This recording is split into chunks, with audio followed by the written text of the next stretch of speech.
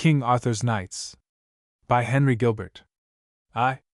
How Arthur was made king and won his kingdom. In the hall of his Roman palace at London, King Uther, Pendragon of the island of Britain, lay dying.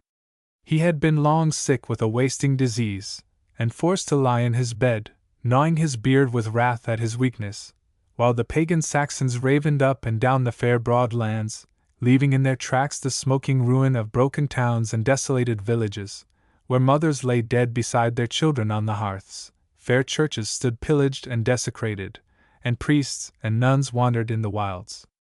At length, when the pagans, bold and insolent, had ventured near London, the king had been able to bear his shame and anguish no longer. He had put himself, in a litter, at the head of his army, and meeting the fierce, brave pagans at Verulam, now called St. Albans, he had, in a battle day-long and stubborn, forced them at length to fly with heavy slaughter. That was 3 days ago, and since then he had lain in his bed as still as if he were dead, and beside him sat the wise wizard Merlin, white with great age, and in his eyes the calmness of deep learning. It was the third night when the king suddenly awoke from his stupor and clutched the hand of Merlin. "I have dreamed," he said in a low, shaken voice. "I have seen 2 dragons fighting, one white, the other red. First the white dragon got the mastery, and clawed with iron talons the red one's crest, and drove him hither and thither into holes and crannies of the rocks. And then the red one took heart, and with a fury that was marvelous to see, he drove and tore the white dragon full terribly, and anon the white one crawled away sore wounded. And the red dragon walked up and down in the place of his triumph, and grew proud, and fought smaller red dragons and conquered. Thus for a long time he stayed, and was secure and boastful.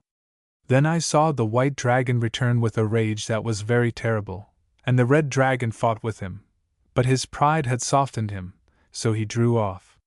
Then other red dragons came upon him in his wounds and beat him sore, which seeing, the white dragon dashed upon them all, and I awoke. Merlin, tell me what this may mean, for my mind is sore distraught with the vision."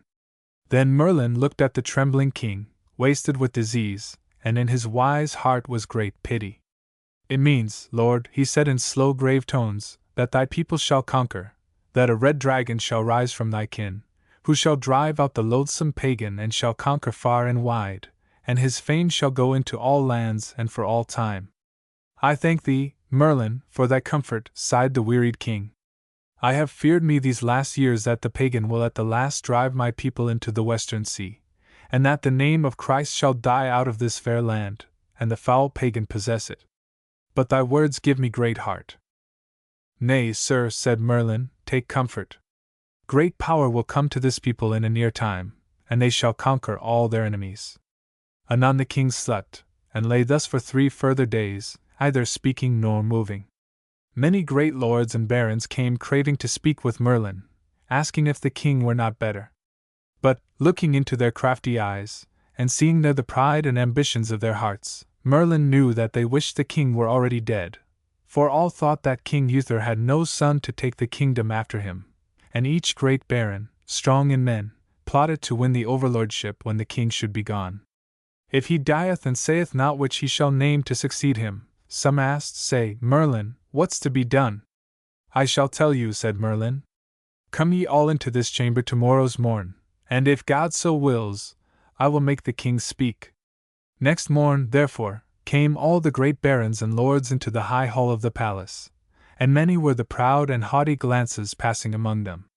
There was King Lot of Orkney, small and slim, with his dark narrow face and crafty eyes under pent eyebrows; King Uriens of Reged, tall and well-seeming, with grim eyes warwise, fresh from the long harrying of the fleeing pagans; King Mark of Tintagel, burly of form, crafty and mean of look; King Nenters of Garlot, ruddy of face, blusterous of manner, who tried to hide cunning under a guise of honesty, and many others, as Duke Cambenet of Loides, King Brandagoris of Strangor, King Morcant of Strathclyde, King Clariance of Northumberland, King Cater of Cornwall, and King Iders of Salura.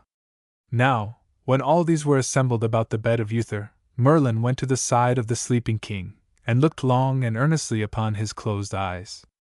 Anon he passed his hands above the face of the king, and Uther instantly awoke, and looked about him as if startled. "Lord," said Merlin, "God's hand is drawing you to him, and these your lords desire you to name your successor ere you pass from life. Is it not your desire that your son Arthur shall take the kingdom after you, with your blessing?" Those who craned towards the bed started and looked darkly at Merlin and then at each other, for none had heard of the son whom the wizard named Arthur. Then in the deep silence the dying king raised his hand in the sign of blessing, and in a hollow whisper said, "Such is my desire. With God's blessing I wish my son Arthur to take this kingdom after me, and all that love me must follow him." His eyes closed, a shiver passed down the tall frame as it lay beneath the clothes, and with a sigh the soul of Uther sped. In a few days the king was buried in all solemnity with the dead of his kindred in the Roman temple that had been made a church, where now stands St. Paul's. Thereafter men waited and wondered, for the land was without a king, and none knew who was rightfully heir to the throne. As the days went by, men gathered in groups in the marketplace of London, whispering the rumors that mysteriously began to fly from mouth to mouth, how King Lot of Orkney and Lothian was gathering his knights and men-at-arms, and King Uriens and Duke Cambenet of Loides had got together a great host, although the remnant of the pagans had fled the country. The faces of the citizens went gloomy as they thought of the griefs of civil war, of the terrors of the sack of cities, the ruin of homes, the death of dear ones, and the loss of riches. Nevertheless, some were already wagering which of the great lords would conquer the others, and take to himself the crown of Britain and the title of Pendragon. As it neared the feast of Christmas, men heard that the Archbishop of London, who was then chief ruler of the church, had sent his letters to each and all the great nobles, bidding them come to a great council to be holden at the church of St. Paul at Christmas. When men heard that this was done by the advice of Merlin, faces lightened and looked more joyful. "Now shall things go right," said they, "for the old Merlin hath the deepest wisdom of all the earth." On Christmas Eve the city throbbed with the clank of arms and the tramp of the great retinues of princes, kings and powerful lords who had come at the Archbishop's summons, and by day and night the narrow ways were crowded with armed men. Long ere the dawn of Christmas Day, the lords and the common people betook themselves along the wide road which led across to the church, which then stood in a wide space amid fields, and all knelt therein to Mass. While it was yet dark a great strange cry rang out in the churchyard. Some ran forth, and there by the wall behind the high altar they saw a vast stone, foursquare, that had not been there before, and in the middle thereof was stuck a great wedge of steel, and sticking therefrom by the point was a rich sword. On the blade were written words in Latin, which a clerk read forth, which said, "Whoso pulleth this sword out of this stone and wedge of steel is rightwise born king of all Britain." The clerk ran into the church and told the Archbishop, and men were all amazed and would have gone instantly to see this marvel, but the Archbishop bade them stay. "Finish your prayers to God," he said, "for no man may touch this strange thing till High Mass be done." When Mass was finished, all poured forth from the church and thronged about the stone, and marveled at the words on the sword. First King Lot, with a light laugh, took hold of the handle and essayed to pull out the point of the sword, but he could not, and his face went hot and angry. Then King Nenters of Garlot took his place with a jest, but though he heaved at the sword with all his burly strength, till it seemed like to snap, he could not move it, and so let go at last with an angry oath. All the others essayed in like manner, but by none was it moved a jot, and all stood about discomfited, looking with black looks at one another and the stone. "He that is rightwise born ruler of Britain is not here," said the Archbishop at length, "but doubt not he shall come in God's good time. Meanwhile, let a tent be raised over the stone, and do ye lords appoint 10 of your number to watch over it, and we will essay the sword again after New Year's Day." So that the kings and lords should be kept together, the Archbishop appointed a great tournament to be held on New Year's Day on the waste land north of the city, which men now call Smithfield. Now when the day was come, a certain lord, Sir Ector de Morven, who had great lands about the Isle of Thorney, rode towards the justs with his son, Sir Kay, and young Arthur, who was Sir Kay's foster brother. When they had got nearly to the place, suddenly Sir Kay bethought him that he had left his sword at home. "Do you ride back, young Arthur," he said, "and fetch me my sword, for if I do not have it I may not fight." Willingly Arthur turned his horse and rode back swiftly. But when he had arrived at the house, he found it shut up and none was within, for all had gone to the justs. Then was he a little wroth, and rode back wondering how he should obtain a sword for his foster brother. Suddenly, as he saw the tower of St. Paul's church through the trees, he bethought him of the sword in the stone, about which many men had spoken in his hearing. I will ride thither, said he, and see if I may get that sword for my brother, for he shall not be without a sword this day. When he came to the churchyard, he tied his horse to the stile, and went through the grave mounds to the tent wherein was the sword. He found the place unwatched, and the flashing sword was sticking by the point in the stone. Lightly he grasped the handle of the sword with one hand, and it came forth straightway. Then, glad that his brother should not be without a sword, he swiftly gat upon his horse and rode on, and delivered the sword to Sir Kay, and thought no more of aught but the splendid knights and richly garbed lords that were at the justs. But Sir Kay looked at the sword, and the writing, and knew it was the sword of the stone, and marvelled how young Arthur had possessed himself thereof, and being of a covetous and sour mind he thought how he might make advantage for himself. He went to his father, Sir Ector, and said, Lo, father, this is the sword of the stone, and surely am I rightful king. Sir Ector knew the sword and marvelled, but his look was stern as he gazed into the crafty eyes of his son. Come you with me, he said, and all three rode to the church, and alit from their horses and went in. Sir Ector strode up the aisle to the altar, and turning to his son said sternly, Now, swear on God's book and the holy relics how thou didst get this sword. Sir Kay's heart went weak, and he stammered out the truth. How gat you this sword? Asked Sir Ector of Arthur. Sir, I will tell you, said Arthur, and so told him all as it had happened. Sir Ector marvelled what this should mean, for Arthur had been given to him to nourish and rear as a week-old child by Merlin, but the wizard had only told him that the babe was a son of a dead lady, whose lord had been slain by the pagans. Then Sir Ector went to the stone and bade Arthur put back the sword into the wedge of steel, which the young man did easily. Thereupon Sir Ector strove with all his strength to draw the sword forth again, but though he pulled till he sweated, he could not stir the sword. Now you essay it, he said to his son. But naught that Sir Kay could do availed. Now do you try, he bade Arthur. Arthur lightly grasped the handle with one hand, and the sword came out without hindrance. Therewith Sir Ector sank to his knees, and Sir Kay also. And they bared their heads. Alas, said Arthur, my own dear father and brother, why kneel ye so to me? Nay, nay, my lord Arthur, it is not so, said Sir Ector, for I was never your father. I wot well ye are of higher blood than I weened. For Merlin delivered you to me while yet ye were a babe. The tears came into Arthur's eyes when he knew that Sir Ector was not his father, for the young man had loved him as if he were of his own blood. Sir, said Ector unto Arthur, will ye be my good and kind lord when ye are king? Ah, if this be true as ye say, cried Arthur, ye shall desire of me whatsoever ye may, and I shall give it you. For both you and my good lady and dear mother your wife have kept and loved me as your own. Sir, said Sir Ector, I crave a boon of you, that while you live, your foster brother Sir Kay shall be high seneschal of all your lands. That shall be done, and never man shall have that office but him, while he and I live, replied Arthur. Then hastily Sir Ector rode to the Archbishop, and told him how and by whom the sword had been achieved from the stone. Thereupon the Archbishop let call a great meeting on 12th day of all the kings and barons. So on the day appointed, all men gathered in the churchyard of St. Paul's, and the tent was removed from about the stone. From day dawn to the evening the kings and princes and lords strove each in his turn to draw the sword from the stone. But none of them availed to move it. While they stood about, dark of look, gnawing their lips with rage and disappointment, the Archbishop turned privily to Sir Ector and bade him bring Arthur. The young man came, quietly clad in a tunic of brown samite, of medium height, with curly hair above a fair face of noble, though mild mien. As he came among the richly clad nobles, they looked haughtily at him, and wondered who he was and why he came, for as yet none had been told that the sword had been drawn by him.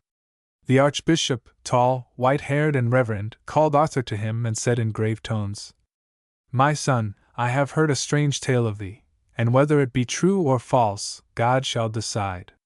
Now, therefore, do ye take hold upon this sword and essay to draw it from the stone.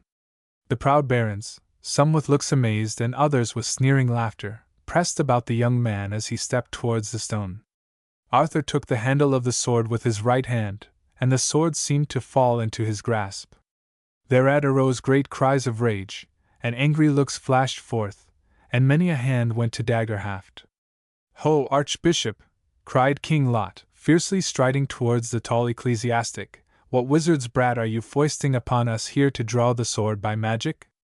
"'Tis a trick," cried Nenters of Garlot, his bluff manner falling from him, and all the savage anger gleaming from his eyes. "A trick that shall not blind men such as we." "Who is this beggar's boy that is put forth to shame us kings and nobles?" said King Mark, and his hand sought his dagger, as he disappeared among the crowd and wormed his way towards where stood young Arthur. But Sir Ector and Sir Kay, seeing the threatening looks of all, had quickly ranged themselves beside young Arthur, and with them went Sir Bedivere, Sir Bodwin and Sir Ulfius, 3 noble lords who had loved King Uther well. "Peace, lords," said the old archbishop, calmly meeting the raging looks about him. "Ye know what words are about the sword, and this youth hath drawn the sword. I know naught of tricks or wizardry, but I think high heaven hath chosen this way of showing who shall be lord of this land, and I think this young man is rightful king of us all. 'Tis some base-born churl's son that the wizard Merlin would foist upon us," cried the barons. "We will have none of him. A shame and dishonor it is, so to try to overrule us, kings and lords of high lineage, with an unknown youth," cried others. "We will have the sword put back and set a watch over it," cried King Uriens, "and we will meet here again at Candlemas, and essay the sword. And at that time, my lord Archbishop, thou shalt do the proper rites to exorcise all evil powers, and then we will try the sword once more." So was it agreed by all, and 10 knights watched day and night about the stone and the sword. But it befell at Candlemas as it had befallen at Twelfth Day, that for all their strength and might, none of the kings or barons could draw forth the sword, but into the hand of the unknown Arthur the weapon seemed to fall. Whereat they were all sore aggrieved and rageful, and resolved that they would have yet another trial at Easter. It befell at the feast of Easter as it had befallen before, and this time the kings and lords for angry spite would have fallen upon Arthur and slain him, but the archbishop threatened them with the most dreadful ban of Holy Church. They forbore, therefore, and went aside, and declared that it was their will to essay the sword again at the high feast of Pentecost. By Merlin's advice the young Arthur went never about, unless the 5 friends of Uther were with him, that is to say, Sir Ector and his son Sir Kay, Sir Bedivere, Sir Bodwin and Sir Ulfius. And though at divers times men were found skulking or hiding in the horse stall, the dark wood by the hall, or the bend in the lane, in places where Arthur might pass, no harm came to him by reason of the loving watch of those noble knights. Again at the feast of Pentecost men gathered in the churchyard of St. Paul's, and the press of people was such that no man had ever seen the like. Once more the kings and princes and great barons, to the number of 49, came forward, and each in turn pulled and drew at the sword in the stone until the sweat stood on their brows. Nevertheless, though the sword point was but the width of a palm in the stone, not the mightiest of them could move it by the breadth of a hair. King Mark of Tintagel was the last of them who had to stand back at length, baffled and raging inwardly. Many were the evil looks that would have slain Arthur, as he stood among his friends. Then a cry came from among the common people, and so strong was it that the nobles looked as if they hated to hear it. "Let Arthur draw the sword," was the call from 1,000 throats. The venerable archbishop came and took Arthur by the hand, and led him towards the sword. Again the young man held the rich pommel with his single hand, and that which none of the 49 great men could do, he did as easily as if he but plucked a flower. A fierce cry leaped from among the thousands of the common people. "Arthur shall be our king," they cried. "Arthur is our king! We will no longer deny him!" Many of the princes and barons cried out with the commons that this was their will also, but 11 of the most powerful and ambitious showed by their arrogant and angry gestures that they refused to own Arthur as their lord. For a long time the uproar raged, the cries of the common folk becoming fiercer and more menacing against the counter cries of the 11 kings and their adherents. At length from among the people there came the governor of London, who, in his rich robes of office, leaped upon the stone where but lately the sword had been. "My lords, I speak the will of the Commons," he cried, and at his voice all were silent. "We have taken counsel together, and we will have Arthur for our king. We will put him no more in delay, for we all see that it is God's will that he shall be our king, and who that holdeth against him, we will slay." With that he got down from the stone, kneeled before Arthur, put the keys of the city in his hands, and rendered homage unto him. The great multitude kneeled likewise, bowing their bare heads, and cried him mercy because they had denied him so long. Because they feared the great multitude, the 11 kings kneeled with them, but in their hearts was rage and rebellion. Then Arthur took the sword between his hands and, going into the church, he laid it on the high altar, and the archbishop blessed him. Then, since Arthur was as yet unknighted, King Cato of Cornwall, who was brother of King Uther, made him a knight. Standing up in the sight of all the people, lords and commons, Arthur laid his left hand upon the holy relics. Then, lifting up his right hand, he swore that he would be a true king, to stand forth as their ruler in justice and mercy, to keep them from oppression, to redress their wrongs, and to establish right throughout the length and breadth of his dominions. Men went forth from the church in great joy, for now they had a king they loved, and they felt that the land was safe from civil strife and the griefs of war. When Arthur in his palace at London had received the homage of all the lords and princes from the lands south of Humber, he appointed his officers. Sir Kay he made seneschal or steward, and Sir Bodwin was made constable, and Sir Ulfius he named chamberlain of his court. By the counsel of Merlin he made Sir Bedivere warden of the northern marches, for the lands of the 11 kings lay mostly in the country north of Trent, and though those princes had yielded lip service to Arthur, Merlin knew that in their hearts they nurtured the seeds of conspiracy. King Arthur made a progress through all his territories, staying at the halls of those who did service for the lands they held of him, and he commanded all those who had suffered evil or wrong to come to him, and many came. The king's wrath when he heard a tale of women and orphans wronged or robbed or evilly treated by proud or powerful lords and knights, was terrible to see. Many were the pale captives he released from their deep dungeons, many were the tears he wiped away, and hard and heavy was his punishment of evil lords who thought their power would forever shield them from penalty for their cruelties and oppression. When this was done, he caused a proclamation to be uttered, that he would hold his coronation at the city of Caerleon upon Usk, at the feast of Hallowmas then following, and he commanded all his loyal subjects to attend. When the time came, all the countryside on the marches of Wales was filled with the trains of noblemen, and their knights and servants gathering towards the city. As Arthur looked from the window of the palace which the Romans had builded, and which looked far and wide over the crowded roads, word was brought to him that 6 of the kings who had resented his kingship had come to the city. At this Arthur was glad, for he was full gentle and kindly, and would liefer be friendly with a man than his enemy. Thinking that these kings and knights had come for love of him, and to do him worship at his feast, King Arthur sent them many and rich presents. But his messengers returned, saying that the kings and knights had received them with insults, and had refused to take the gifts of a beardless boy who had come, they said, of low blood. Whereat the king's eyes flashed grimly, but at that time he said no word. In the joustings and knightly games that were part of the festival of the coronation, the 6 kings ever ranged themselves against King Arthur and his knights, and did him all the despite they could achieve. At that time they deemed themselves not strong enough to hurt the king, and therefore did no open act of revolt. Now it happened, when the feasting was over and many of the kings and lords had departed home again, that Arthur stood in the door of his hall that looked into the street, and with his 3 best nobles, Sir Kay, Sir Bedivere and Sir Bodwin, he watched the rich cavalcades of his lords pass out of the town. Suddenly, as he stood there, a little page boy, fair of face but for the pitiful sorrow and gauntness upon it, dashed from the throng of a lord's retinue which was passing and threw himself along the ground, his hands clutching the feet of the king. "O King Arthur, save me," the lad cried, spent of breath, "or this evil lord will slay me as he hath slain my mother and my brothers." From the throng a tall black knight, leaping from his horse, strode towards the boy, and would have torn his hands from their hold upon the king's feet. Back, Sir Knight, said the king. I will hear more of this. Who are you? The knight laughed insolently. I am one that the last king knew well to his sorrow. I am Turquine, brother to Sir Caradoc of the Dolorous Tower. What is this boy to you?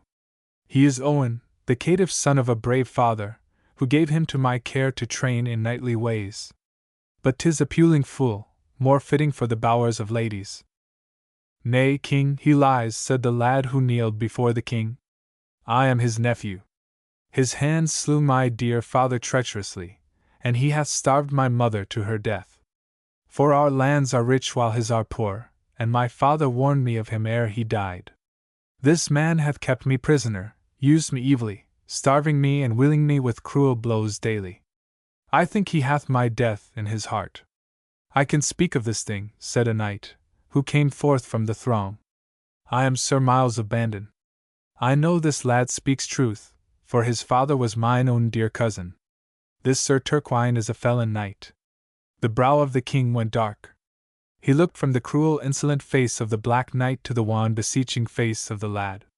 Hark ye, said Arthur to Turquine, and his voice was terrible, for all that it was very quiet, ye shall answer to me and my justice for any evil you have done this young boy or his people.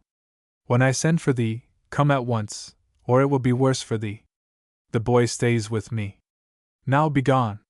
The big knight looked with hatred and surprise in his eyes, and for a while said naught. Then, with an insolent laugh, he turned and vaulted on his horse. I may come when thou dost not expect me, Sir King, he said, mocking, and shot an evil look at the young page.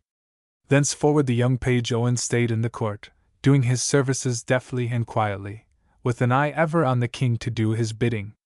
One night, when a storm raged and the town lay dark and quiet, King Arthur sat in his hall. Sir Kay and Sir Bedivere told tales, or the king's bard sang songs to amuse him, while about them moved young Owen, noiseless of step, quick of eye, and as restless as an unquiet spirit. Anon the lad would pass through the arras, creep to the great outer door, and look at the porter in his room beside it. Then he would stand at the wicket and listen to the rare footsteps pass down the road, and when the rising wind keened and shrilled through the crannies, he would glance about him with quick looks as if in fear of an enemy. Once he went to Falk, the king's porter, and said, "'Tis a stormy night, Sir Falk. I doubt few are about the streets of Caerleon on such a night." "Few indeed," said Falk. "Yet methought but now I heard the rattle of a bridle in the distance, as if a steed stood in armor." "I heard naught," said Falk. "'Twould be but the grinding of a chain beside a horse-block." Young Owen went away, and sat where the king and his knights listened to the marvelous tales of the wise Gildas, who told of most terrible witches and warlocks in the wizard woods of Brittany. Again the lad approached the door and listened, then going to the porter he said, "This drenching storm will tear the last poor leaves from the forest trees, I ween, Sir Falk."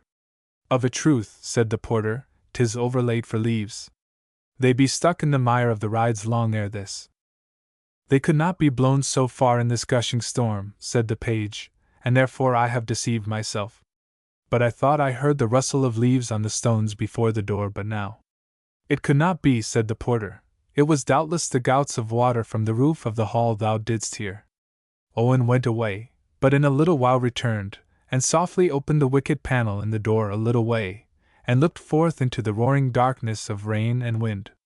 "Think you, Sir Falk," he said, going to the porter, "that the witches from the woods of Den do send their baleful fires on such a night as this to lead poor houseless wretches into the marsh below the wall?" The porter laughed. "Thou art overfull of fancies tonight, young sir," he said. "Have no fear of witches. We're all safe and sound here till the blessed daylight comes, and none need stir out till then." "Methought I saw a flash in the dark but now," said Owen, "as if 'twas the gleam of a sword or a wandering marsh fire." "Not a doubt 'twas but a lightning flash," returned the porter. "Now go ye, for I hear the king moving towards bed. Sleep soundly, lad, no need to fear this night." In a little while the palace was sunk in darkness, and in silence save for the smothered cries of sleepers in their dreams. Outside, the rain still sobbed at the eaves, and the wind beat at the narrow casements. Time passed, and for all his weariness young Owen could not sleep. His spirit had been heavy all the day, and vague and dreadful fears had haunted him. Something told him that the life of the beloved king, who had taken him from the foul and cruel power of Sir Turquine, was threatened. He rose in the dark from his pallet of straw in the hall where lay the other pages, and stole softly out. He would make his way to the king's door, and, wrapped in his cloak, would lie before it. He felt his way softly along the corridor in the deep darkness. Suddenly he stopped. Something alive was near him in the dark. Even as he turned, a hand seized him by the throat, and a hateful voice which he knew growled in his ear. "Lead us to the king's room, or this shall sink in thy heart." He knew at once that all his fears of the day and the night had been true. He had indeed heard the stealthy footsteps before the door of the hall, and had seen the dull gleam of a sword in the hand of one of those who lay in wait to murder the king. "Speak," said the voice again. "Is the king's room backward or forward?" "I will not tell thee," he gasped, and heard a low mocking laugh.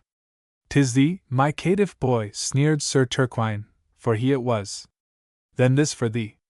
With the words he thrust his dagger into the body of the struggling boy, who swooned and dropped to the floor. In a few moments Owen stirred, for his struggles had caused his enemy's dagger to swerve, and though weak from loss of blood, the young page knew that he must act at once to save his hero from the murderous knives. He heard the stealthy footsteps of the murderers going backwards to the hall, and, filled with joy, he pressed forward. His head was dizzy, he felt as if every moment he must sink in a swoon, but at length he reached the door, turned the handle, and fell in. "The king!" he cried. "Save the king! Turquine has broken in and seeks his life." At his shrill cry there was the rush of men and torches along the corridors and into the room. Sir Bedivere was at the head of them, and in a moment he, with 20 half-dressed knights behind him, was scattering through the palace seeking the murderers, while the king ordered his leech or doctor to attend instantly to Owen's wound.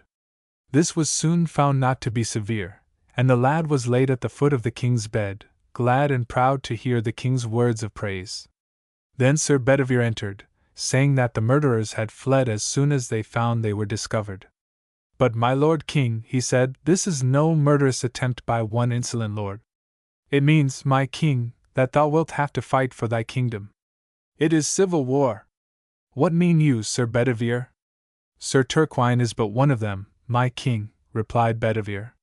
"He is but the tool of the 6 kings who have put such great despite upon you. For with them also in this midnight murder raid I saw King Nenters of Garlot and Duke Cambinet."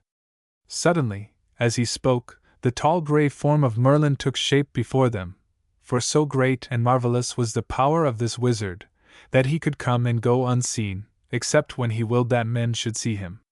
"Sir," said Merlin, "ye owe your life to this brave lad here, and he shall be a passing good man when he shall have attained his full strength, and he doth deserve your high and gracious favor." "That shall he have," said the king, and smiled at young Owen, and the smile made the lad forget all the burning of his wound for very pride and gladness. "And now," said Merlin, "if you will gather your men I will lead you to the hold of those murderous kings by a secret way, and ye should give them such a sudden blow as will discomfit them." In a little while all was ready, and then, silently, with muffled arms, the men of Arthur were marching forth down the narrow dark lanes of the town to where the place was ruinous with old houses left forsaken by their Roman masters when they had gone from Britain 50 years before. Merlin led them to a great squat tower which stood beside the wall, wherein a single light gleamed at a high window. Causing some to surround this place, Merlin led others to a broken door, and there they entered in.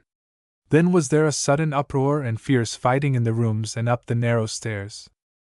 In the darkness King Lot, with 100 knights, burst out through a rear door, and thought to escape, but King Arthur with his knights waylaid them, and slew on the right and on the left, doing such deeds that all took pride in his bravery and might of arms. Fiercely did King Lot press forward, and to his aid came Sir Caradoc, who set upon King Arthur in the rear. Arthur drew from his side the sword he had so marvelously taken from the stone, and in the darkness it flashed as if it were 30 torches, and it dazzled his enemies' eyes so that they gave way. By this time the common people of Caerleon had heard the great outcry and the clang of swords on armor. Learning of the jeopardy of their beloved king from midnight murderers, they ran to the tower, and with clubs and staves and bills they slew many of the men of the evil kings, putting the rest to flight. But the 6 kings were still unharmed, and with the remnant of their knights fled and departed in the darkness.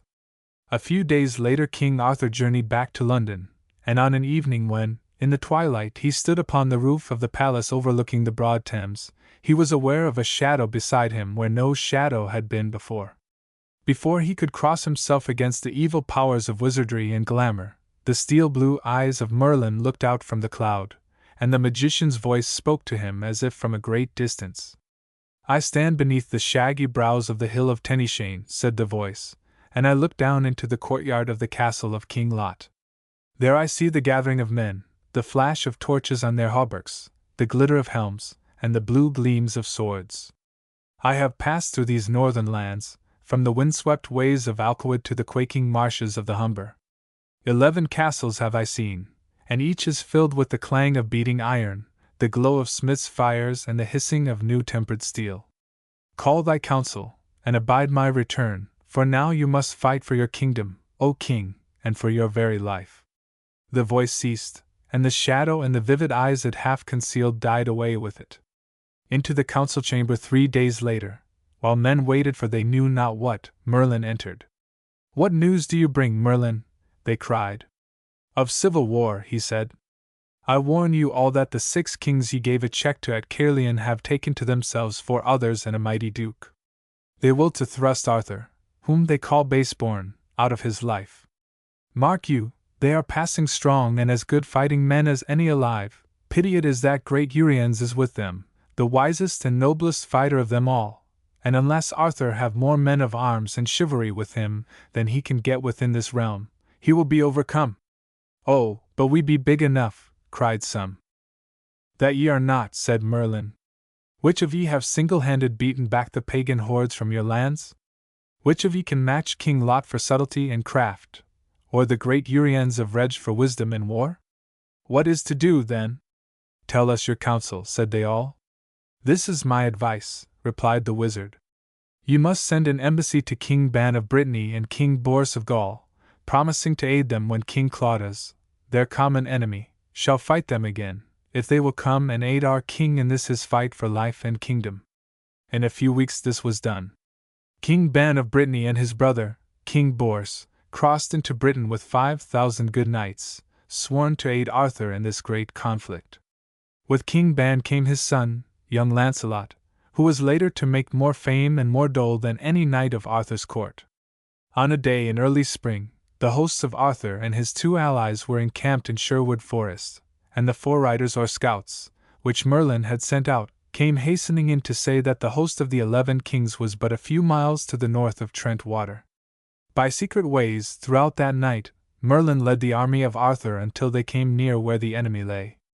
Then did he order an ambush to be made by some part of their men, with King Ban and King Boris, by hiding in a hollow filled with trees.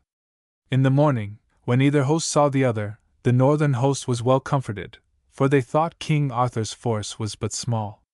With the pealing of trumpets and the shouts of the knights, King Arthur ordered his men to advance, and in their midst was the great silken banner with the fierce red dragon ramping in its folds.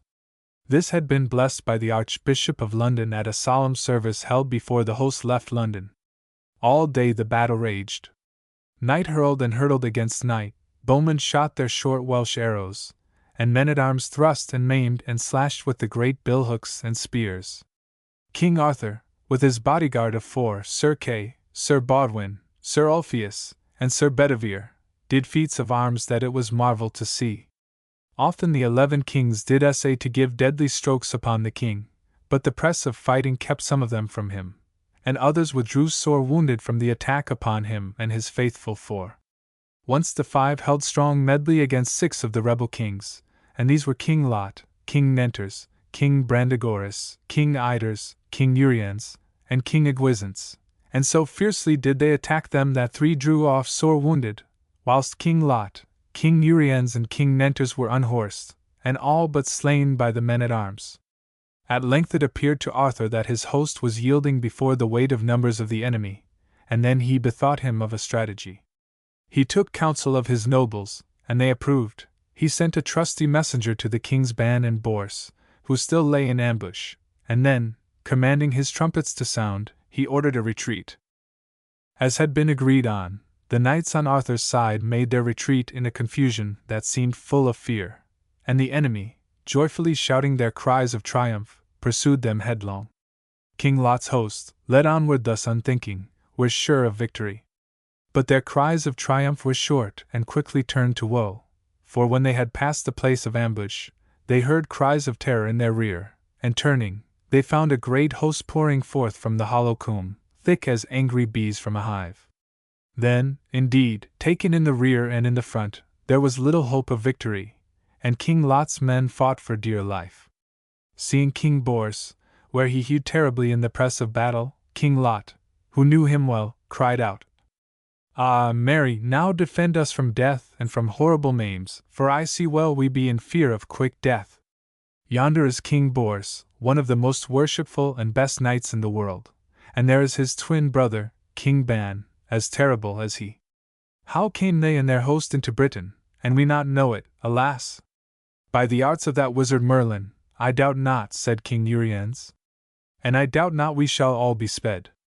Look you, Lot," he went on, "whoever that Arthur may be, I'll swear by my head he is not of low-born breeding, but a very man and a marvelous fighter.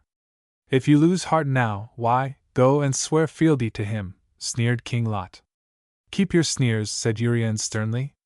"I'll pay the price of rebellion to my last breath, as I have vowed." By now the great mass of King Lot's host was either slain or run away, and the evening drew on. But the 11 kings, wounded, spent, and full of anguish at defeat, drew together with a few hundred of their knights, and vowed to die fighting. When they looked to see where they stood, they found that Arthur had penned them upon a little bluff of land that ended steeply over a deep river, and that no way was open for them to escape from the death of swords, unless they chose to leap on the rocks below the cliff.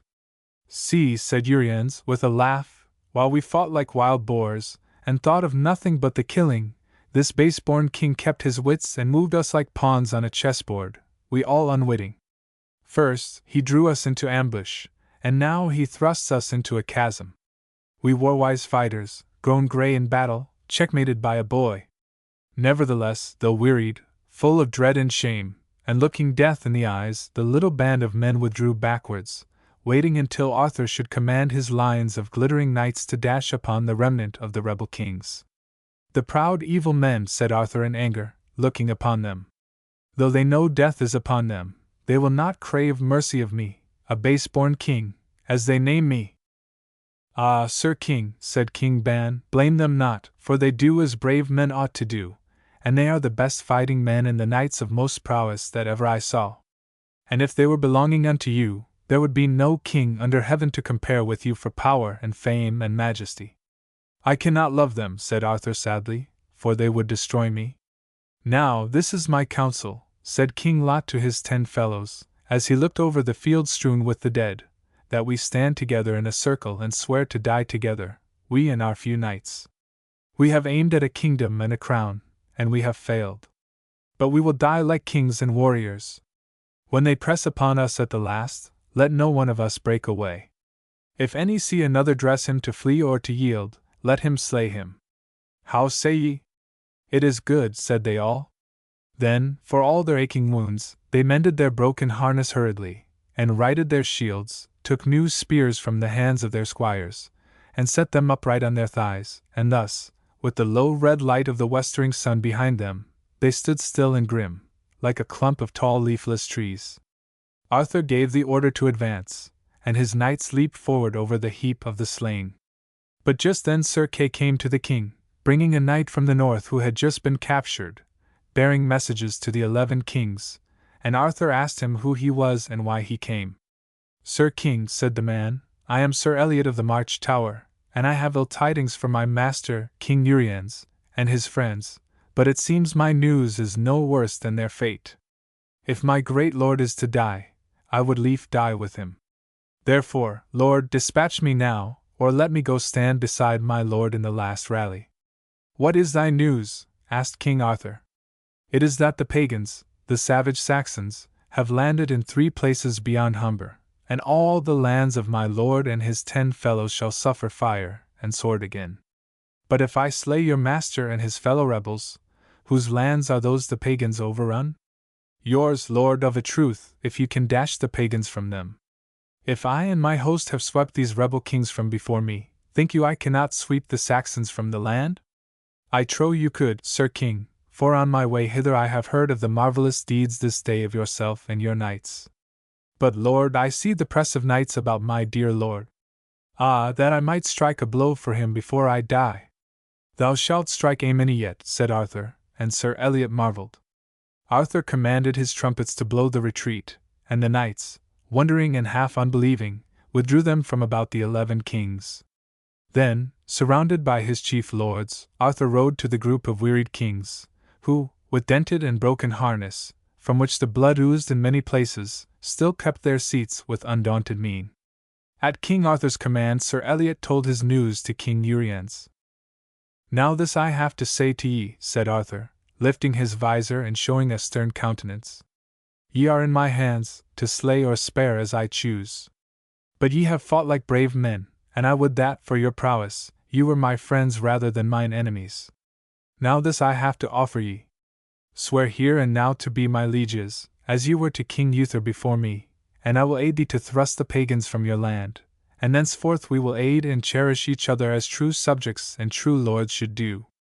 But if you refuse, then your folly be on your own heads, for then I take your lives and your lands both. With that King Uriens threw down his sword and put up his visor, and turning to the others said, Fellow rebels, we should be mad to refuse gifts so kingly and kindly offered. We have tried a throw with this young king, and we have been worsted.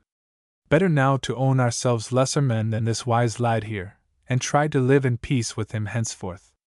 The other kings agreed, but King Lot, mean and revengeful, and the kings Nenters and Brandigoris, suspicious that, as had been too often with themselves, fair words had covered foul intent, held back a little, until the others swore to leave them to the penalty of their folly. Whereupon they all knelt down upon the stricken field, and each put his hands between the hands of King Arthur, and swore upon the honor of their knighthood to be his true and faithful men while they lived. As they rose from rendering their homage, Merlin came riding on a great black horse. Ye have done wisely well, my king, he said. For by this kingly deed you shall rivet the hearts of the good men among these former rebels closer to your own than with rivets of steel. Thus well and wisely have you won your kingdom and the fealty of these brave men. Now, he went on to the 11 kings, ye doubted whether Arthur was of noble birth, and rightful king. Know ye that he is the son of the noble King Uther, who by my counsel hid him away on his birth. You will remember how Gorlas, Duke of Cornwall, hated Uther for taking Igraine for wife, whom Gorlas had captured and sworn to wed for her beauty and her wealth.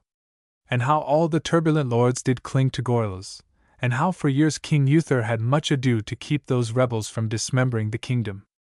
Gorlas had vowed to slay by poison or treachery any son of Uther's, and so I took young Arthur into safe keeping. None knew of him until King Uther named him as his rightful heir upon his deathbed in the presence of you all. So, therefore, ye do well to give your homage to this your king, for Arthur is the son right worshipful of the great Pendragon, and the lovely lady Igraine of Lyonesse. All that stood by marveled, and most of the 11 kings were glad that they had a king so noble in birth and doing as Arthur, the son of Uther Pendragon. 2. Sir Balin and the Stroke Dolorous. It happened that on a day King Arthur, wandering from his court, had fought and vanquished a valiant knight, but he himself had been sore wounded. Merlin, coming to his aid, had taken him to a hermit's cave, and there with many marvelous salves had searched his wounds, so that in 3 days the king was whole again. Riding forth together, Merlin led the king deeper and deeper into a wild and desolate country where he had never been before, and where there were no pathways. Arthur looked to and fro over the waste, but saw no sign of man or beast, and no bird flitted or piped. Great gaunt stones stood upright on the hillsides, solitary or in long lines as if they marched, or else they leaned together as if conspiring, while great heaps or cairns of stone rose here and there from the lichen-covered and rocky soil, in which the grass grew weakly in small crevices. The mist now rose and drifted before them as they rode, the light was low and sallow, and the wind began to whisper shrilly among the great stones, and in the crannies of the cairns. The king crossed himself, and looked at the white, old, and wrinkled face of Merlin, but the wizard seemed sunk in thought. Then Arthur bethought him that, in case some fiend shape or wizard knight should assail him in that desolate waste, he could not defend himself, inasmuch as his sword, the sword he had drawn from the stone, had snapped when he fought the knight, and he had no other weapon with him. Merlin, he said, this is a place of ancient death and terror, and if aught should assail us of evil, I have no sword. For that reason I bring thee here, replied Merlin, and would not utter another word. Then, through the mists, which writhed and twisted as if they were fell shapes that would tear down the passing riders, Arthur became aware that their way was leading downwards, and soon the smell of water rose up to him. He heard the beat and suck of waves upon a shore, and in a little while the mist cleared as if at a word, and there before him Arthur saw a lonely lake or sea, hedged round with salt-rimed reeds and sedges, and stretching out its waters, dull and leaden-hued, to so great a distance that his eye could see no end. What is this place? He asked of Merlin. It is the Lake of the Endless Waters, said the wizard. Why bring ye me to this desolate lake in the wilderness? You shall visit it once more, ere you die, replied Merlin. But look you there in the midmost of the lake. Looking to where the wizard pointed, Arthur saw a great hand, clothed in white samite, stretched above the lapsing waves, and in its grasp was a long two-handed sword in a rich scabbard. With that they saw a barge riding over the water, and it came without oars or any sail, and in the prow sat a woman, tall and comely, with a face lovely but sad. A frontlet of gold and pearls was bound about her rich red hair, and her robes, of green samite, fell about her as if they were reeds of the shore. What lady is that? Said the king. It is the lady of the lake, said Merlin, and she comes to you. Now, therefore, speak fair to her, and ask that she will give you that sword. Then the barge rasped among the reeds where Arthur sat on his horse, and the lady said, Greeting to you, O king! Greeting, fair damsel, replied Arthur. What sword is that which the arm holdeth above the water? I would it were mine, for I have none. Sir king, said the lady, that sword is mine, but if you will give me a gift when I ask it of you, and will swear an oath to give me back the sword when ye shall be dying, then shall ye have it.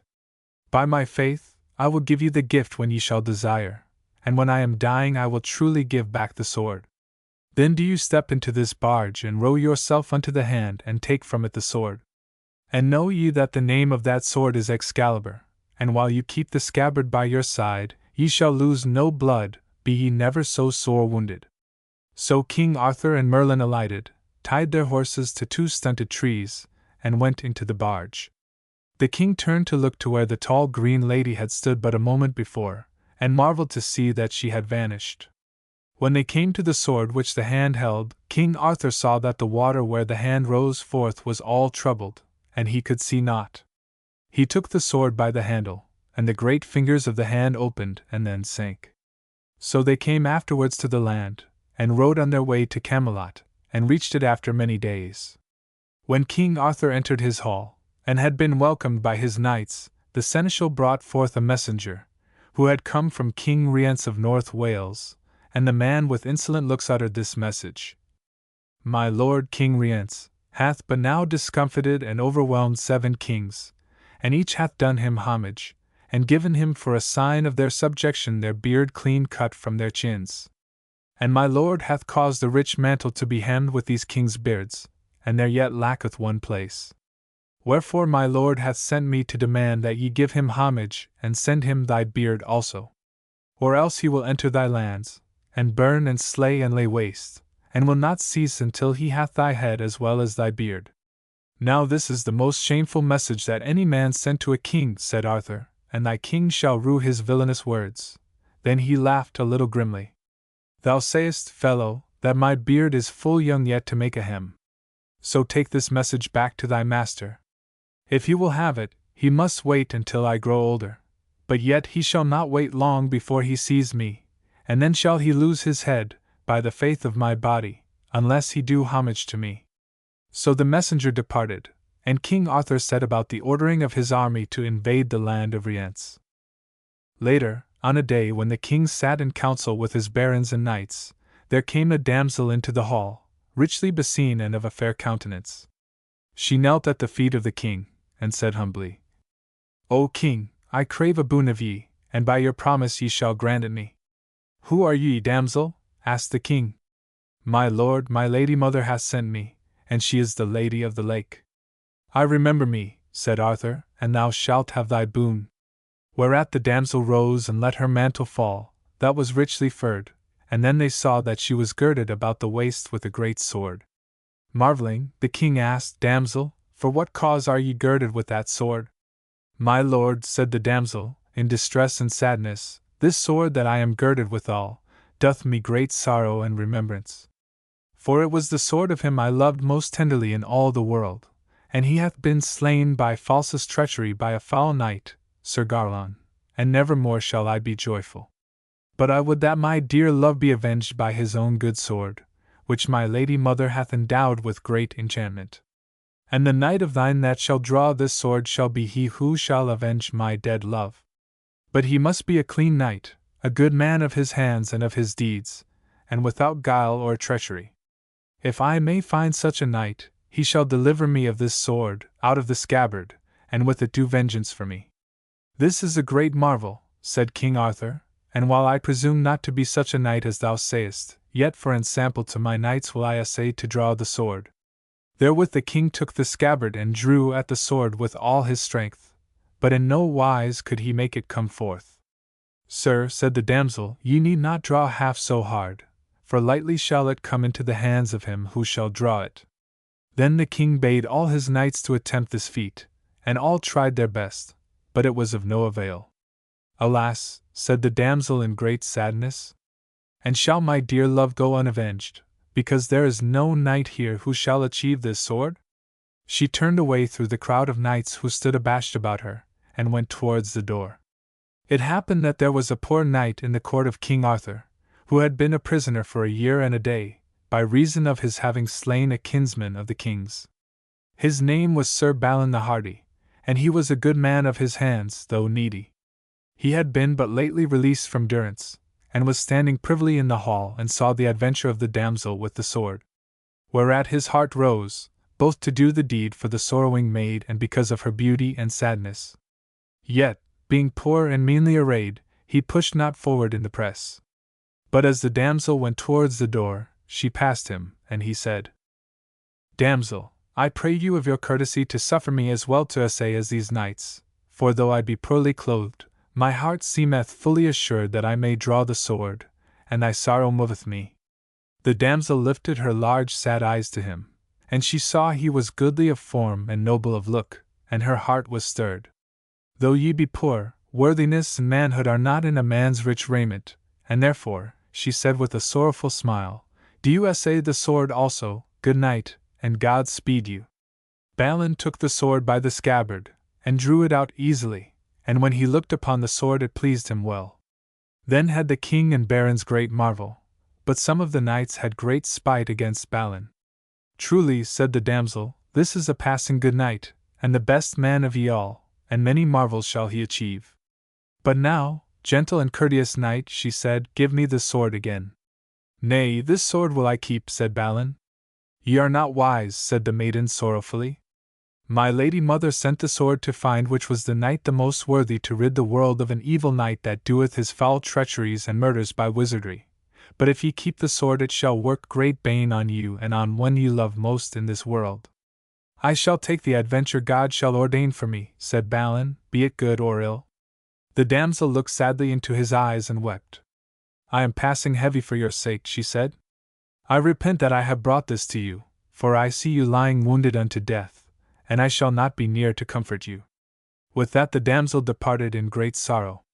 Anon Balin sent for his horse and armor, and took his leave of King Arthur, who was almost wroth that he should depart upon a quest that promised but misfortune. He would have him stay with him in his court, but Balin would not, and so departed. For many days, by lonely ways and through forest drives, Sir Balin fared, seeking for the felon knight Sir Garlon, but nowhere could he get word of him. At length one night, as he made his way to a hermitage by the edge of a thick wood, he saw the arms of his younger brother, Sir Balin, hung upon a thorn before the holy man's door.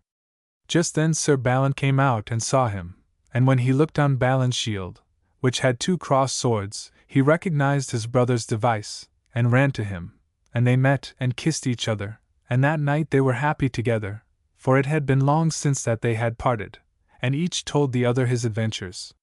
It seemeth, then, that this King Arthur is a right worshipful lord, said Balin, when his brother had told him the adventure of the damsel and the sword, but I doubt me he will not withstand King Rience and his host.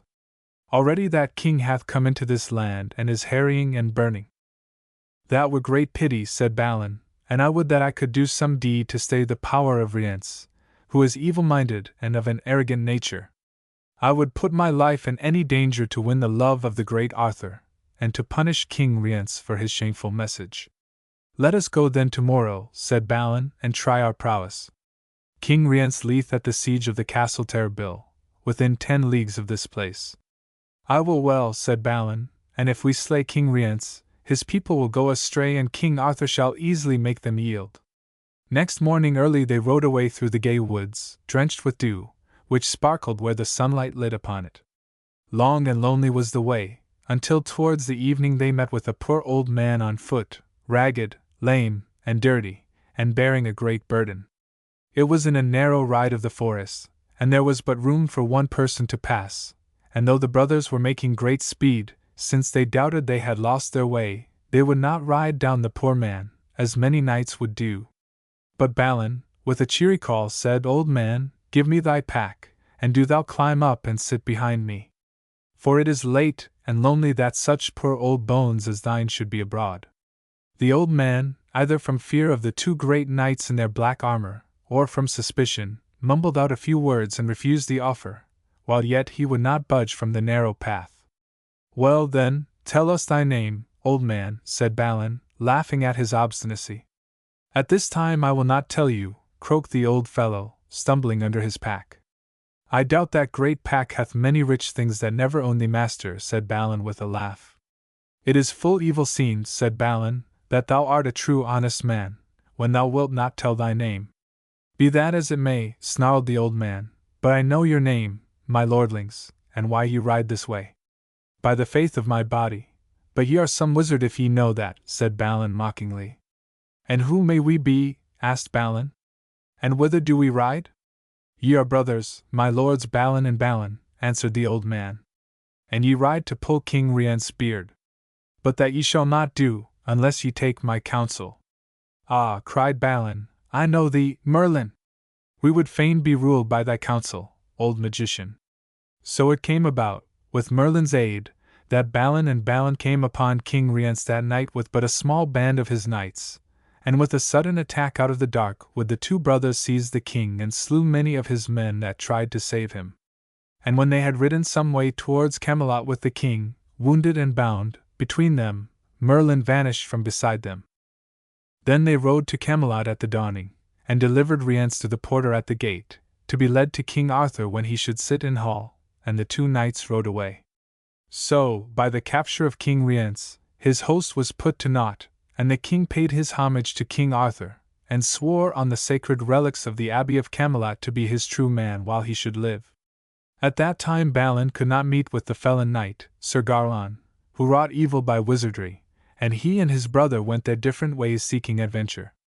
Sir Balin returned to King Arthur and became one of his most valiant knights. It happened on a day that King Arthur journeyed with his knights from Camelot to London, and he lay in his pavilion in the heat of the day. As he rested he heard the noise of a horse, and looking out of the flap of his tent, he saw a strange knight passing, making great complaint and sorrowing, and with him was a damsel. Abide, fair sir, said Arthur, and tell me wherefore you are troubled. Ye may little amend it, answered the knight, and passed on. Later came Sir Balin and saluted the king, who told him of the strange knight sorrowing as he rode, and the king bade him follow and bring back the knight to him, for, said he, the sorrows of that knight were so piercing that I would fain know his grief.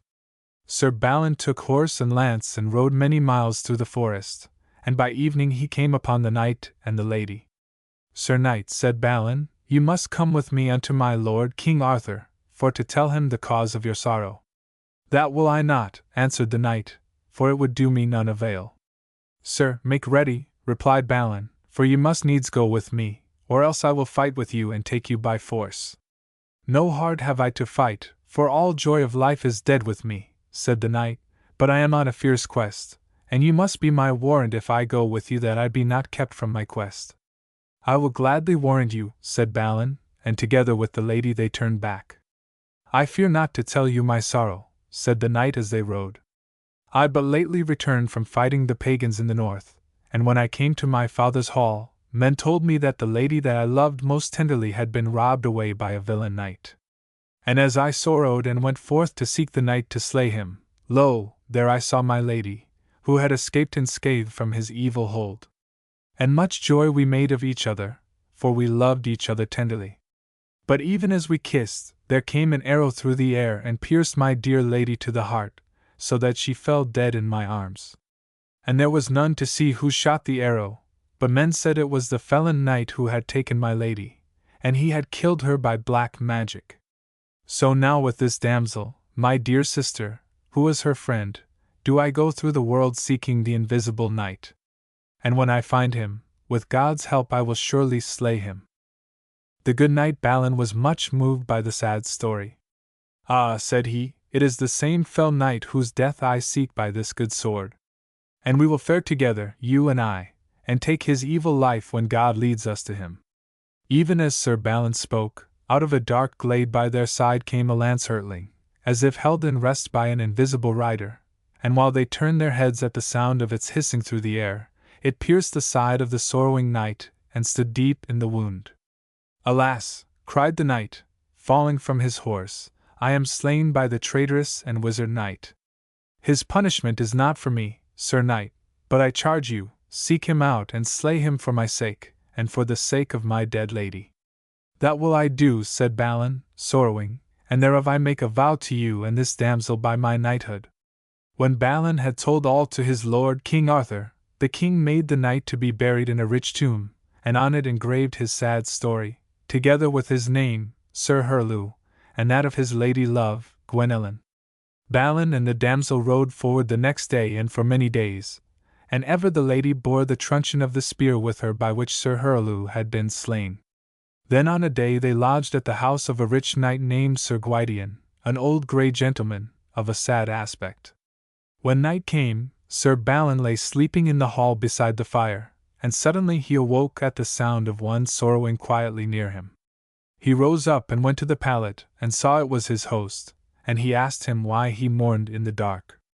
I will tell you, said the old sad knight, and the telling will comfort me.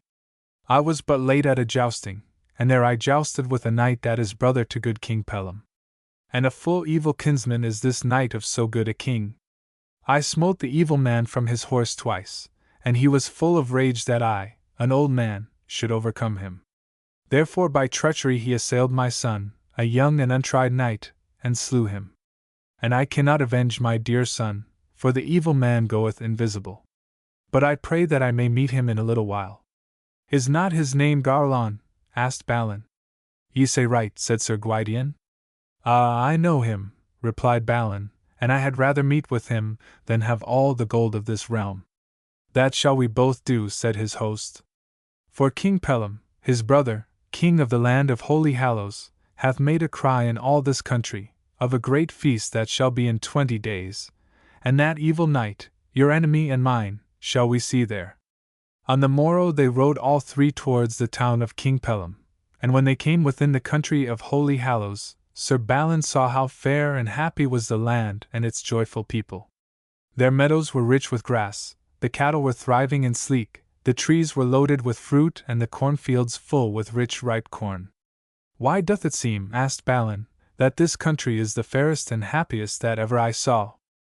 It is for this, said Sir Gwydion, that in the castle of Holy Hallows, whither we wend, King Pellam hath some holy relics of a passing marvellous power, and while he keepeth these his land is rich and happy, and plagues cannot enter it nor murrain, nor can pestilence waste the people. When they reached the castle they found a great throng of lords and ladies, and because Sir Gwydion had no lady with him he could not sit at the feast. But Balin was well received and brought to a chamber, and they unarmed him. The squires brought him a festal robe to his pleasure, but he would not suffer them to take his sword. Nay, said he, it is my vow that never shall I and my sword be parted, and that vow will I keep or depart as I came. So they suffered him to wear it under his robe, and he was set in the hall with his lady beside him. Anon, when the meal was ended and the mead horns were set, Sir Balin asked his neighbour whether there was a knight at that court named Garlon. Yonder he goeth, said the knight, he with that dark face and piercing eye. He is the most marvellous knight that is now living, and though King Pellam loveth him dearly, because he is his brother, yet he suffers bitterly the evil magic of Sir Garlon. For that knight rideth invisible, and slays so that none may know how they get their death. Sir Balin's heart rose at these words, and he trembled with his great anger.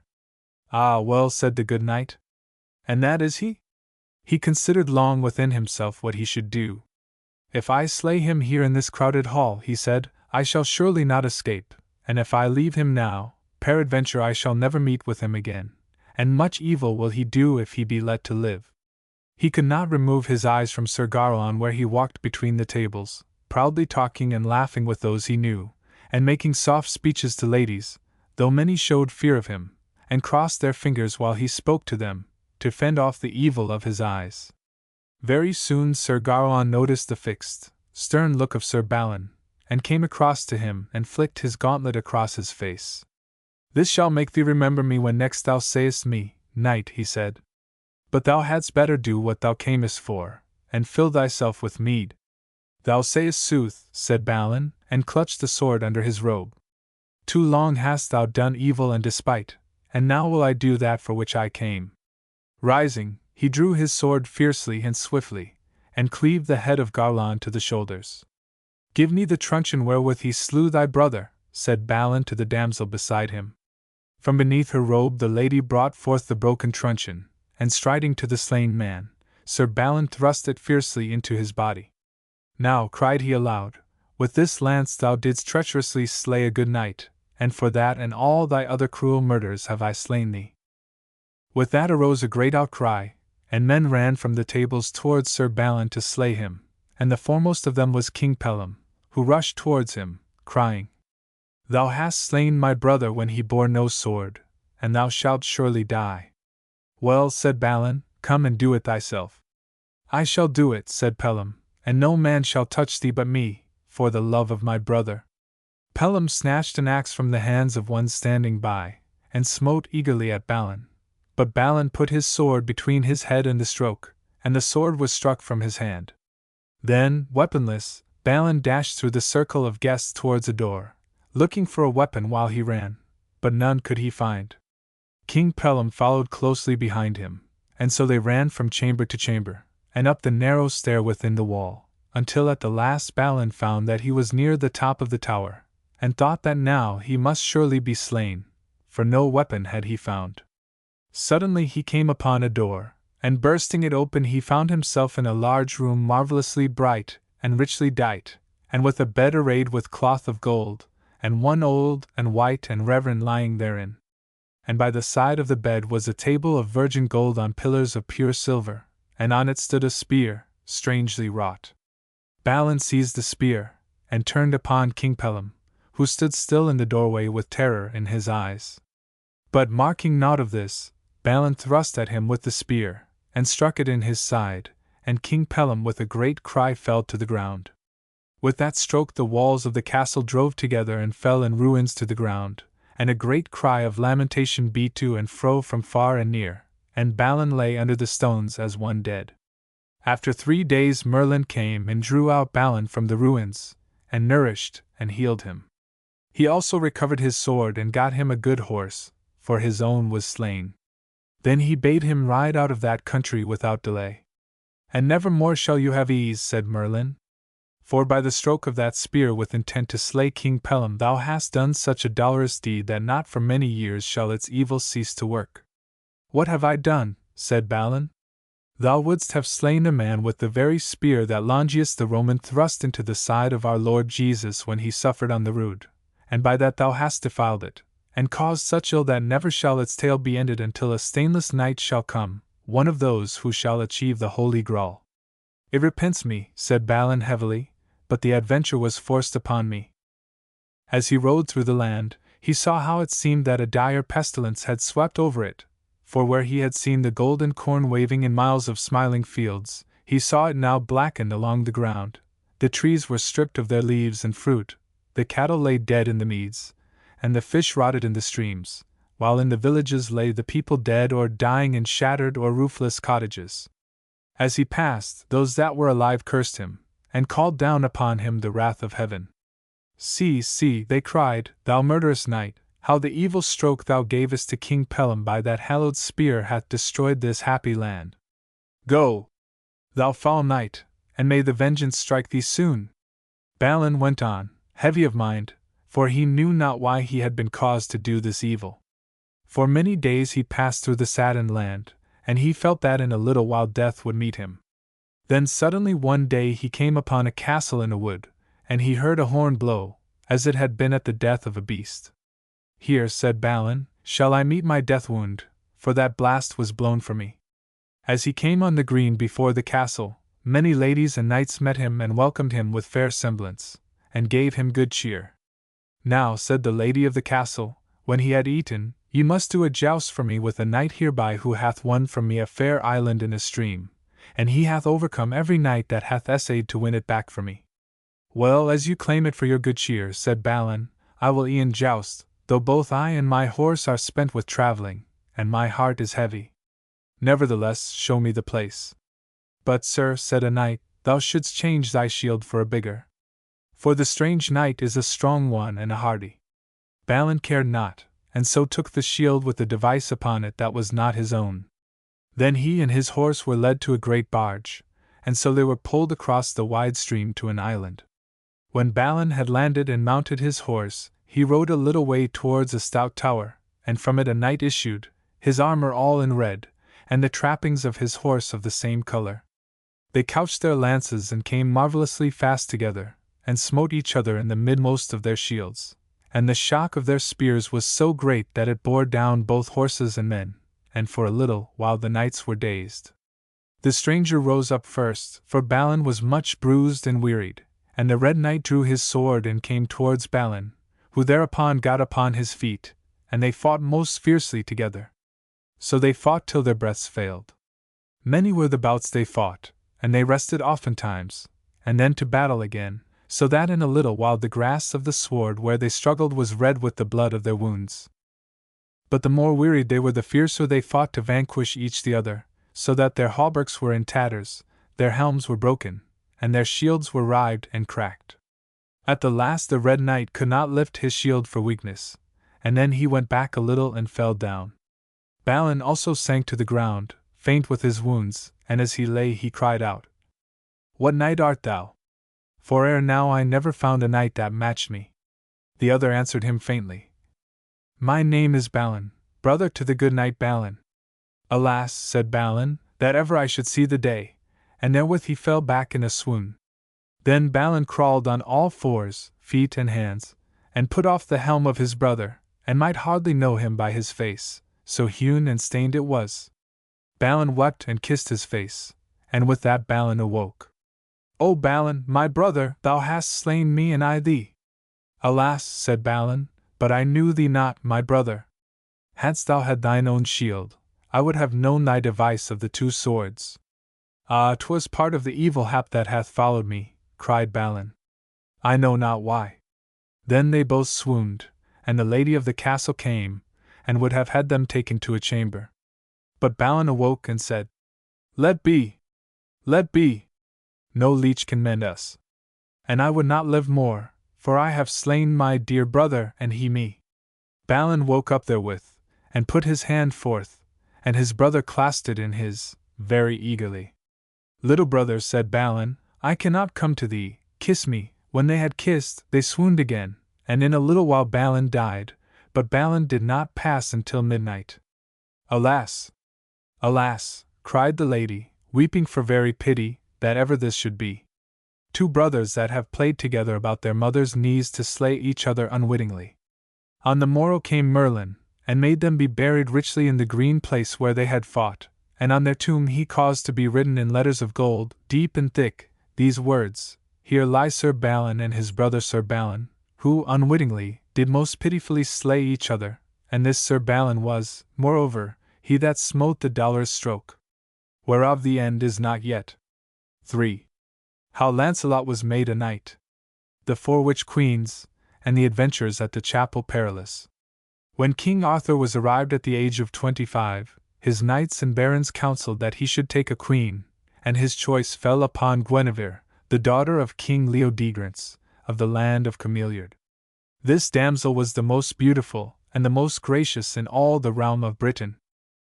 When the marriage was arranged between her father and Merlin, King Leodegrance said that, for her dowry, instead of broad lands, of which King Arthur had many, he would give to Arthur the Table Round, which Uther Pendragon had in friendship given to him many years before.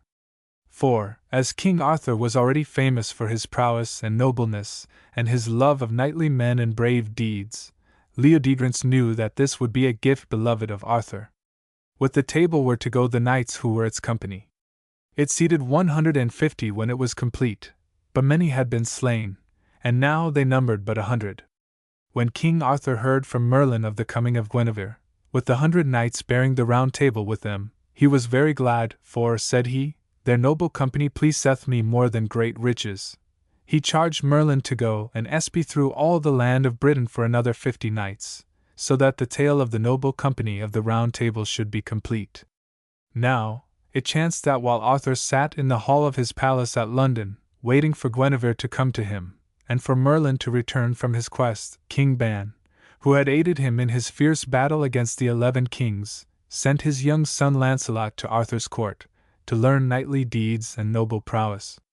None knew who he was but Arthur, who kept the matter secret.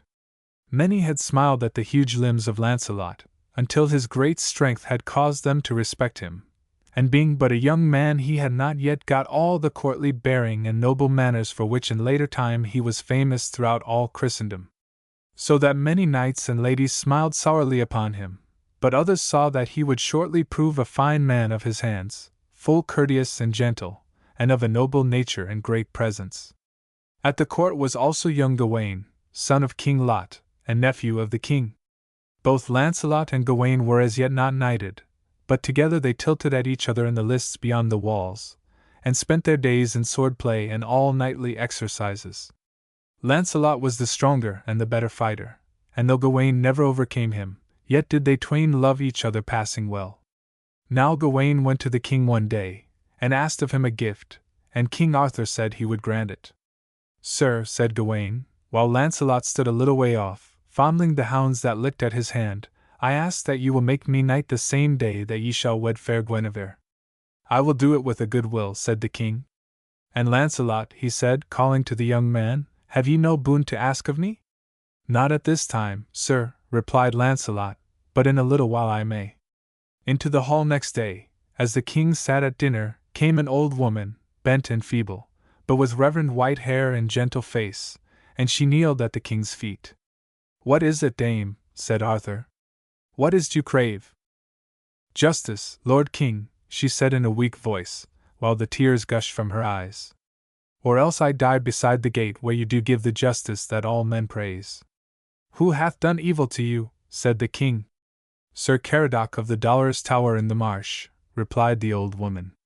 I and my son, Lord, did build a little hut of wattle on a little plot which we banked from the marsh, near the great wall of the rich baron, deeming it safe to rest within the shadow of the strong lord, and though his hard rule was hateful to those whom he oppressed, we were so humble that we thought he would not notice us.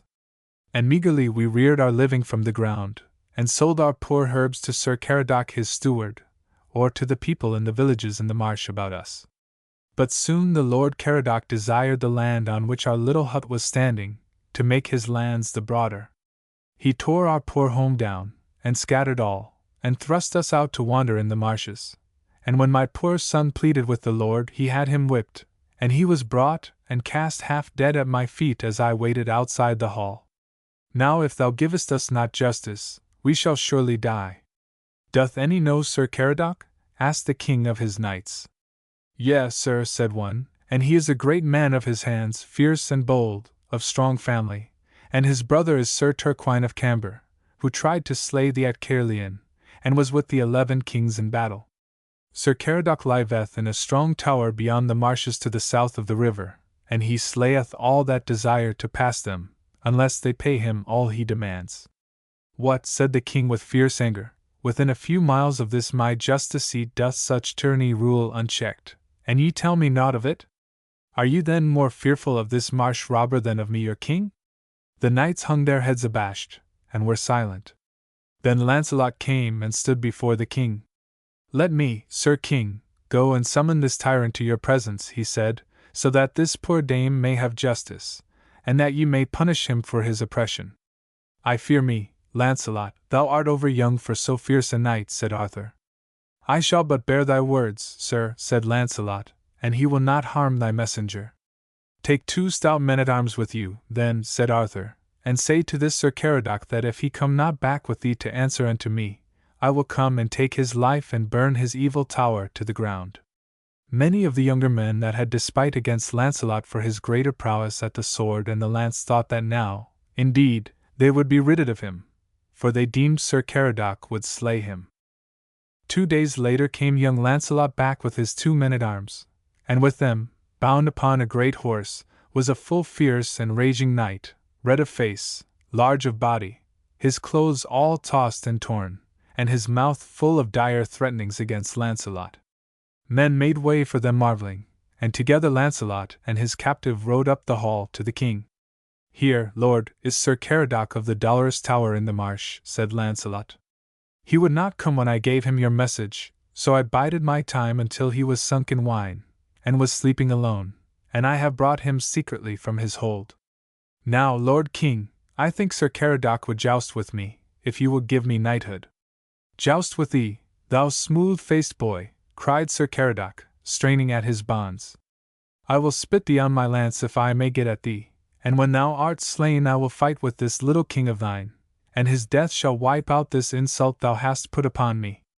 At his rage and fierce-bearing men marvelled and many were afeard, seeing that Sir Caradoc was great in lands and kinsmen, and big of his body.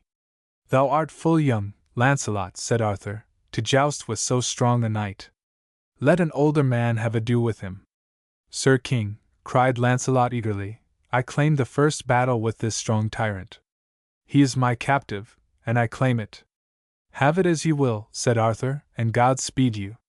But I misdoubt me much 'twill end in your sorrow. Aye, and thine too, thou gentle lady's knight, sneered Sir Caradoc. Peace, man, peace, said the king sternly. I think God will fight in this battle, for I have inquired far, and the tale of thy evil deeds is overfull. Therewith King Arthur made young Lancelot knight, and men eagerly rushed away to the tilting ground to see the battle between the virgin knight, Sir Lancelot, and the old robber knight, Sir Caradoc. And when Sir Caradoc was released and armed, he laughed, and shook his lance, so sure was he of revenge right speedily. Then they hurtled together most fiercely, and young Sir Lancelot was thrust from his horse by Sir Caradoc. Quickly he rose from the ground, and dressed his shield and drew his sword, and cried, Alight, Sir Caradoc, for I will fight thee on foot. But Sir Caradoc, being traitorous, rode at Sir Lancelot with his spear, as if he would pin him to the earth, and the young knight had much ado to avoid him.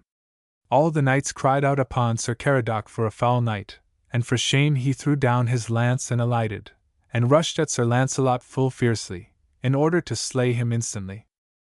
But that was not easily to be done, for however wise Sir Caradoc was in sword-play, he was mad with wrath, and therefore thought of naught but to slay his enemy instantly. He raged like a wild boar, and gave Sir Lancelot many evil strokes, yet never did he beat down the young knight's guard. Soon men perceived that Sir Caradoc's great fierceness was causing him to make blind strokes, and then Sir Lancelot seemed the more wary. Suddenly they saw the young knight leap forward, and beat so heavily upon the other's helm that it cracked. Sir Caradoc strove to guard himself, but Sir Lancelot was so wroth, and so mighty of his blows, that he could not. At last Sir Lancelot beat him to his knees, and then thrust him grovelling to the ground. Sir Lancelot bade him yield, but he would not, and still sought to thrust at the other. Then the young knight struck at him between the neck and the head and slew him. Both the knights and the common people shouted with joy, and acclaimed Sir Lancelot as a noble and mighty knight. But the young man was full modest, and withdrew from the press. King Arthur gave unto him the Dolorous Tower, and the lands which had belonged to Sir Caradoc, and Lancelot caused the old dame and her son to be given a fair piece of land and a hut, and many other wrongs and evil customs that had been done by Sir Caradoc, Sir Lancelot caused to be righted. The kinsmen of Sir Caradoc went apart, and conspired to have Sir Lancelot slain, but for a long time they could not come at him. Then, when the queen came unto King Arthur, there was great feasting and joustings and merry games, and Sir Lancelot, for his knightly prowess in the lists, and for his gentle courtesy and noble manners to all, both poor and rich, high and low, was sought by many, and for some time rested himself in knightly games and play. Then, on a day in June, when a sudden wind from a lattice blew upon his face as he laughed and jested with ladies and knights in silks and rich garments, he bethought him of the fair green woods and the wide lands through which lonely roads were winding. And departing from the hall forthwith, he bade his horse and arms be brought to him, and rode into a deep forest, and thought to prove himself in strange adventures. Thus faring, he rode for 2 days and met with naught. On the 3rd day the weather was hot about noon, and Sir Lancelot had great list to sleep. He espied a great apple tree full of white blossoms, and a fair shadow was beneath it, and he alighted and tied his horse unto a thorn, and laid his helmet under his head and slept. While he thus lay, there rode by him on white mules 4 ladies of great estate, with 4 knights about them, who bore a canopy of green silk on 4 spears, so that the high sun should not touch the faces of the ladies. Then, as they rode by, they heard a war horse grimly neigh, and looking aside, they were aware of Sir Lancelot all armed, and asleep under the apple tree. The ladies came nigh him, and of them there was Queen Morgan le Fay, who was wife of King Lot, and an evil witch, the Queen of Northgales, a haughty lady, the Lady of the Isles, and the Lady of the Marshes. And when the Lady of the Marshes saw the knight she cried, "Now this is as good hap as ever could be, for this is he that slew my brother, Sir Caradoc of the Dolorous Tower, and for revenge of that, I would have this knight taken to my tower and torture him before I slay him." "That is well said," said Morgan le Fay, "for he bids fair to be one of the most strong knights of Arthur, whom I hate. This man, Sir Lancelot du Lake, is the favourite of all the ladies at that court, who hate me. So will I lay an enchantment on him, so that he shall sleep." Then the evil queen laid her hands over the face of Sir Lancelot, and said strange words that none could understand, and then he was laid across the crupper of one of the knight's horses, and he did not wake. When in the twilight Sir Lancelot awoke, he found himself on a straw pallet in a strange room, and he leaped up and went to a narrow arrow-slit in the wall and looked out. Before him for a great distance was a black watery land, with the sun sinking far away on the very edge, and the pools of the marsh were as if they were of blood. Then he beat at the door and called, but none responded, and for wrath he could have dashed the door down, but it was too stout, and he had no weapon, for his arms had been taken from him. When it was dark, suddenly it seemed to Sir Lancelot that the room smelled foul, as if he had been carried into the midst of the quaking marsh, and was sunk deep in the slime and weeds of a pool. Then, through the arrow-slit, he saw many strange lights come, dim and blue like the wild lights that dance and flit over the lonely marshes by night. But that which made him marvel was that these lights were 2 together, as if they were the eyes of evil things. And they came up to him with a breath that was cold and dank, and they seemed to peer into his face, but he could see naught of their bodies. The hair upon his head rose, and his skin went cold. They pressed all about him, and to defend himself he struck at the eyes, but his blows beat only the air. Then suddenly Sir Lancelot felt sharp pains, as if small keen knives had been thrust into his flesh at many places. The stabs increased in number and in pain, and Sir Lancelot beat about himself and ran to and fro in the narrow chamber to escape the evil eyes and the stabs, but it was in vain, and thus all night in much misery he suffered. When for sheer weariness he lay down and tried to close his eyes, the evil things would not let him, but ever they tore at him and stabbed him. He was in anguish of mind more than he could bear, and for all his thought he could not think of any way to fight against the evil powers which followed and tortured him wherever he ran. But at dawn they fled, and then the door of the room opened, and a damsel appeared, and in her hands was a manchet of sour bread, and a beaker of water from the ditch of the moat. The damsel was evilly clad in rags, and seemed like a scullion maid. These, she said, my mistresses bid me say shall be your food until you die. Damsel, said Lancelot, tell me who hath brought me here and used me so evilly. It is Queen Morgan le Fay, said the damsel, and the 3 witch queens, the Queen of Northgales, the Queen of the Out-Isles, and the Lady of the Marshes. I doubt not, then, that they would slay me, said Lancelot. But why hate they me? It is for this, went on the damsel, that you did slay Sir Caradoc, the brother of the Lady of the Marshes. Alas, then, said Sir Lancelot, there is no pity for me, and none of my dear friends shall learn of my shameful death. And so that you should suffer much ere you are slain, went on the damsel, they sent in the night the Coranians, the marsh fiends, to torture you. Thus will they do until you die, unless, Sir Knight, you are a knight with a stout heart, and a good fighter, and will do me justice. If you will be ruled by me, and will give me a promise, I will aid you. Damsel, that will I grant you, said Lancelot, for this would be an evil death for a knight. And full of terror hath been this night, from the foul things which have beset me. I may not stay further now, said the maid, lest they think I tarry overlong. But by evening I will come again. The day passed and twilight came, and Sir Lancelot was adread for fear of the night. But anon the damsel came secretly to him, and said, Now must you promise me this, that you will release my father, whom Sir Turquine, Sir Caradoc's brother, hath kept in his foul dungeons since I was but a little child. And all his lands did Sir Turquine rob from him, and me he gave as a kitchen slut to Morgan le Fay, and evilly have I been treated who am a good knight's daughter. Now will ye promise to free my father? That will I, my poor damsel, said Lancelot, and I will, God aiding me, slay this Sir Turquine as I slew Sir Caradoc his brother.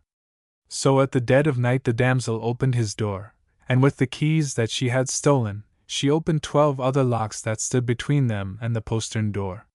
Then she brought him to his armor, which she had hidden in a bush, and she led forth his horse, and he mounted with much joy, and took the maid with him, and she showed him the way to a convent of white nuns, and there they had good cheer. Then, on the morrow, she led him to a thick forest with many hills therein, and anon they came to a fair ford, and over the ford there grew a tree, and on it there hung many good shields, each with the device of some knight thereon, and Sir Lancelot was astounded to see the shields of many of King Arthur's knights hung there. And on a bole of the tree there was a basin of copper. Now, said the damsel, I have brought you here where is Sir Turquine, the mightiest knight that ever was found, as men say, and was never overmatched by any. And in his dungeons are many poor knights, and my dear father, Sir Darrell.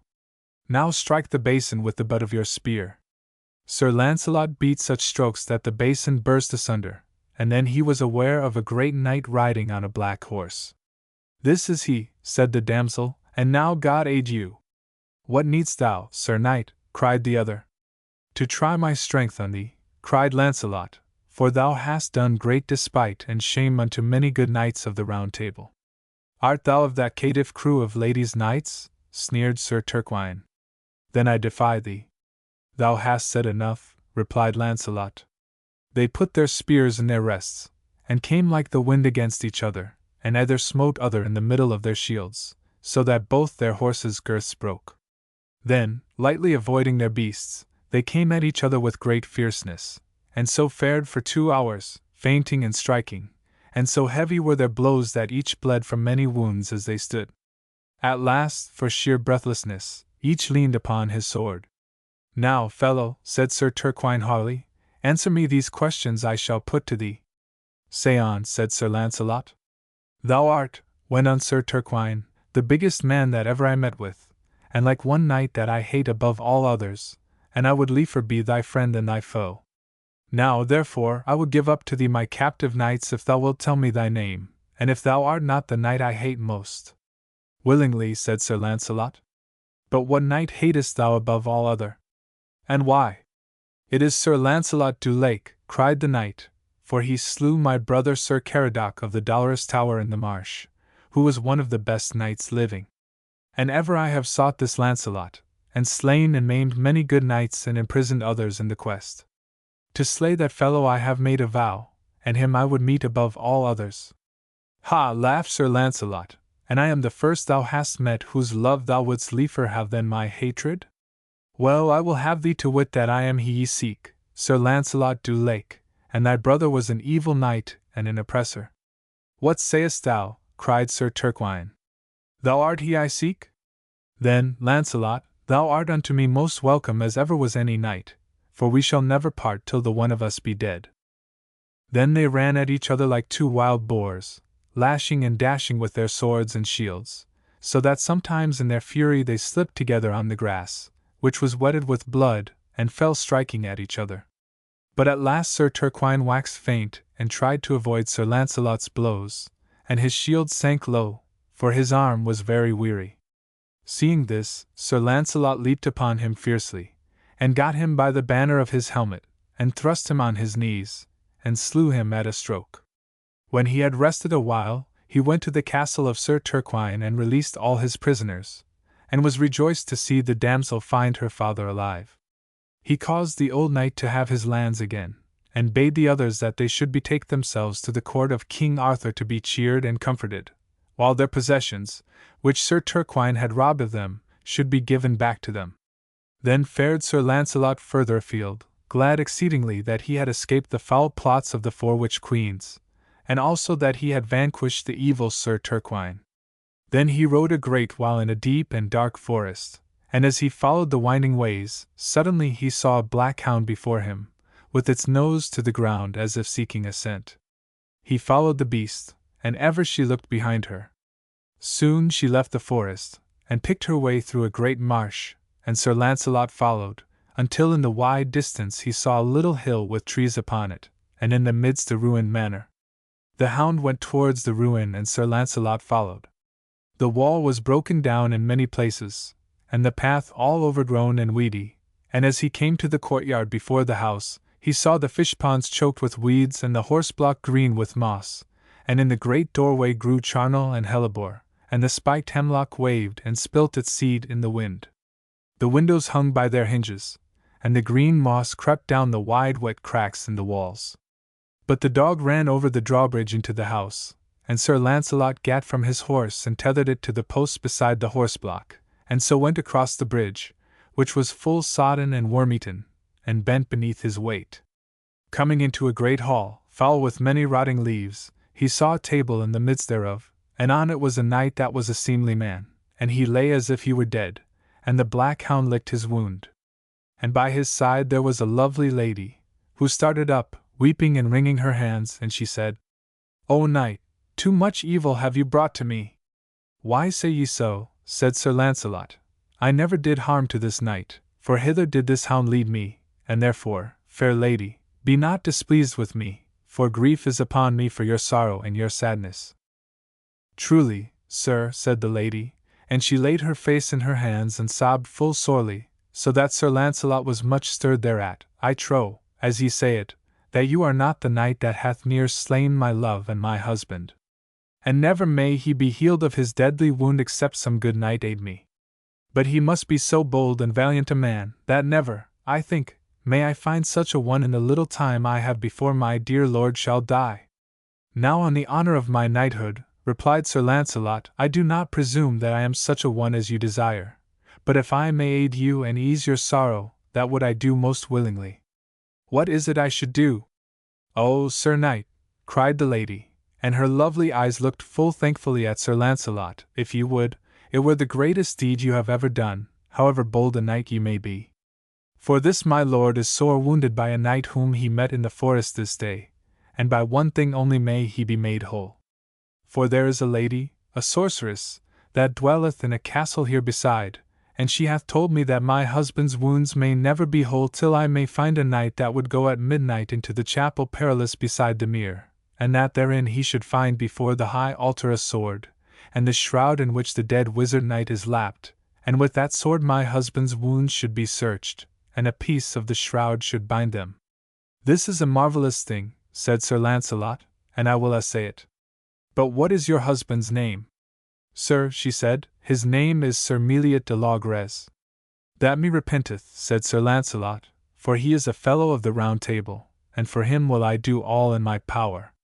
Going to the table, he looked upon the ashen face of the wounded man, and it was Sir Meliot, even as the lady said. Now, sir, said the lady, when Sir Lancelot had mounted his horse, do ye follow that hard way across the marsh, and it will lead ye by midnight to the Chapel Perilous, and may ye speed well. Right so, Sir Lancelot departed, and the sun was near its setting. For some hours Sir Lancelot fared across the marsh, until it was deep night save for the stars. Then he came upon a broad road, grass-grown and banked high, where the night wind piped in the long grass. This he knew was a road which the great Roman necromancers had wrought, and he thought he had missed his way, for there was no other path. As he stood marveling, the figure of a man, tall and gaunt and but half clad, came down the broad road towards him, and cried in a hollow voice, For the love of charity, Sir Knight, give to a poor man who is outcast. Sir Lancelot pitied the sunken eyes of the poor man, and gave him alms. God give thee comfort, poor soul, said the knight, and get thee a roof, for the night wind blows chill. God bless thee, Sir Knight, said the man, in awful tones, for courtesy and pity such as thine are rare. Whither goest thou this night? I seek the Chapel Perilous, said Sir Lancelot. At which the shape threw back its head and cried out as if with great sorrow. God fend thee, Sir Knight, he said, and bring thee safe alive. What thou gettest there, keep thou in thy hands until the dawn, or thy soul shall suffer death. Then he vanished, and Sir Lancelot knew it had been a phantom.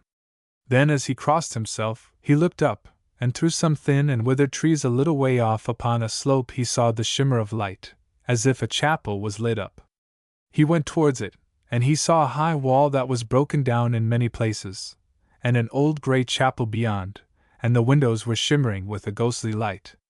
As he came through the trees he saw they were all dead, with neither leaf nor twig upon them. Their roots were crooked out of the ground as if they would throw his horse, and their limbs were stretched as if they strained to clutch him. Coming to the gate in the wall, his horse trembled and plunged, and would go no further, whereat Sir Lancelot alighted, and tied it to a thorn tree, and went through the gate. By the ghostly light that came from the windows of the ruined chapel he saw that under the eaves were hung fair shields, with rich devices, and all were turned upside down. Many of them were those of knights he had known or heard of, long since dead or lost. When he had made a few steps on the grass-grown pathway towards the door, of a sudden he saw, coming from the church, 30 tall knights, each a foot higher than he, each in black armor, and each with sword uplifted, as they rushed towards him. Their feet and their armor made no sound as they pressed forwards, and a thin blue flame licked about each naked sword. They came upon him, but Sir Lancelot, with a prayer to God, dressed his shield and sword and stood firm, though his flesh quaked and his tongue clave to the roof of his mouth. They mowed and gnashed at him, and heaved their swords about him. Then suddenly their visors went up and he looked into their faces. And at that he was sore adread, for he knew they were dead men. But he would not be overcome, and said in a loud voice, In the name of God, avaunt ye! He made a step forward, and they scattered before him, but followed closely behind. Then he went into the chapel, where he saw no light but a dim lamp burning upon the altar. It was an old, old chapel, with dust upon its floor like a thick carpet. The walls and windows were holed and broken, and the timber of the seats was rotten. He went up to the high altar, and saw before it a trestle, and upon it was a dead man, all covered with a cloth of silk. Sir Lancelot stooped down, and with his sword cut a piece of that cloth away. With that his blood seemed turned to water, and his feet seemed eager to run towards the door, for with a mighty roar the earth shook beneath him, and the walls of the chapel rocked. But he looked for the sword which he must take, and saw it under the trestle, and picked it up and went out of the chapel. The ghosts of the knights pressed about him as he walked, and strove to tear the sword from his grasp. But he would not suffer them to take it, and when he reached the gate they could no further go, and so left him. At the gate there came running up to him a fair damsel, crying to him, O brave knight, give me the sword and the cloth, that I may take them at once to my mistress, the lady of Sir Meliot, for he is at the point of death, and she is waiting in sorrow and tears beside him. But Sir Lancelot remembered the words of the phantom beggar, and made reply.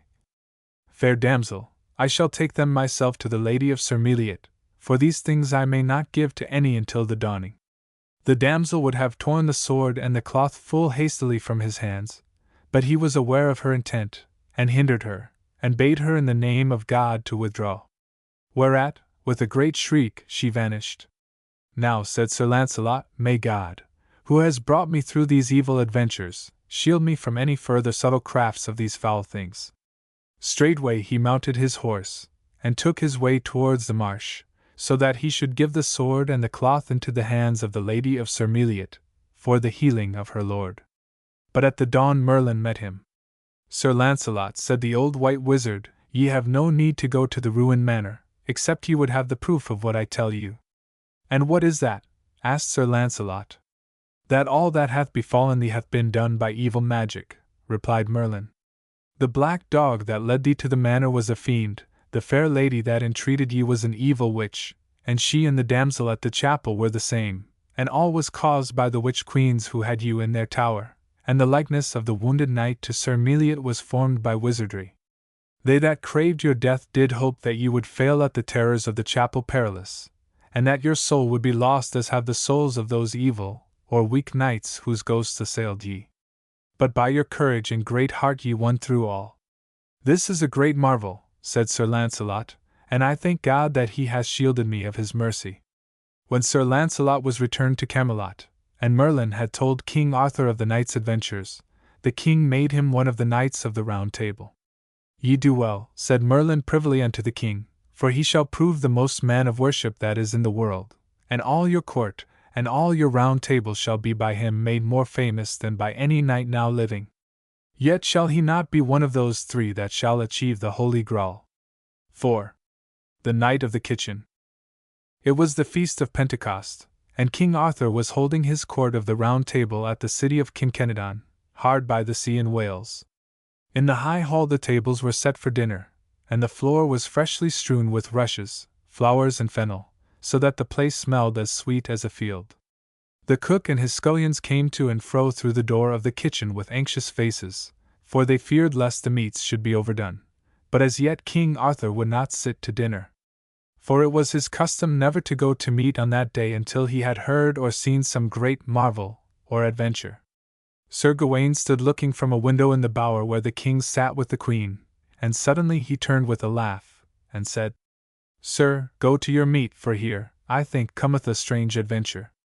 And even as the king took his seat on the high dais in the hall, and his knights sat at the round table, through the great door of the hall came two men, well beseen and richly dressed, and, leaning on their shoulders, was a tall, fair, young man, as goodly to strength and breadth as ever was seen, with hands large and fair.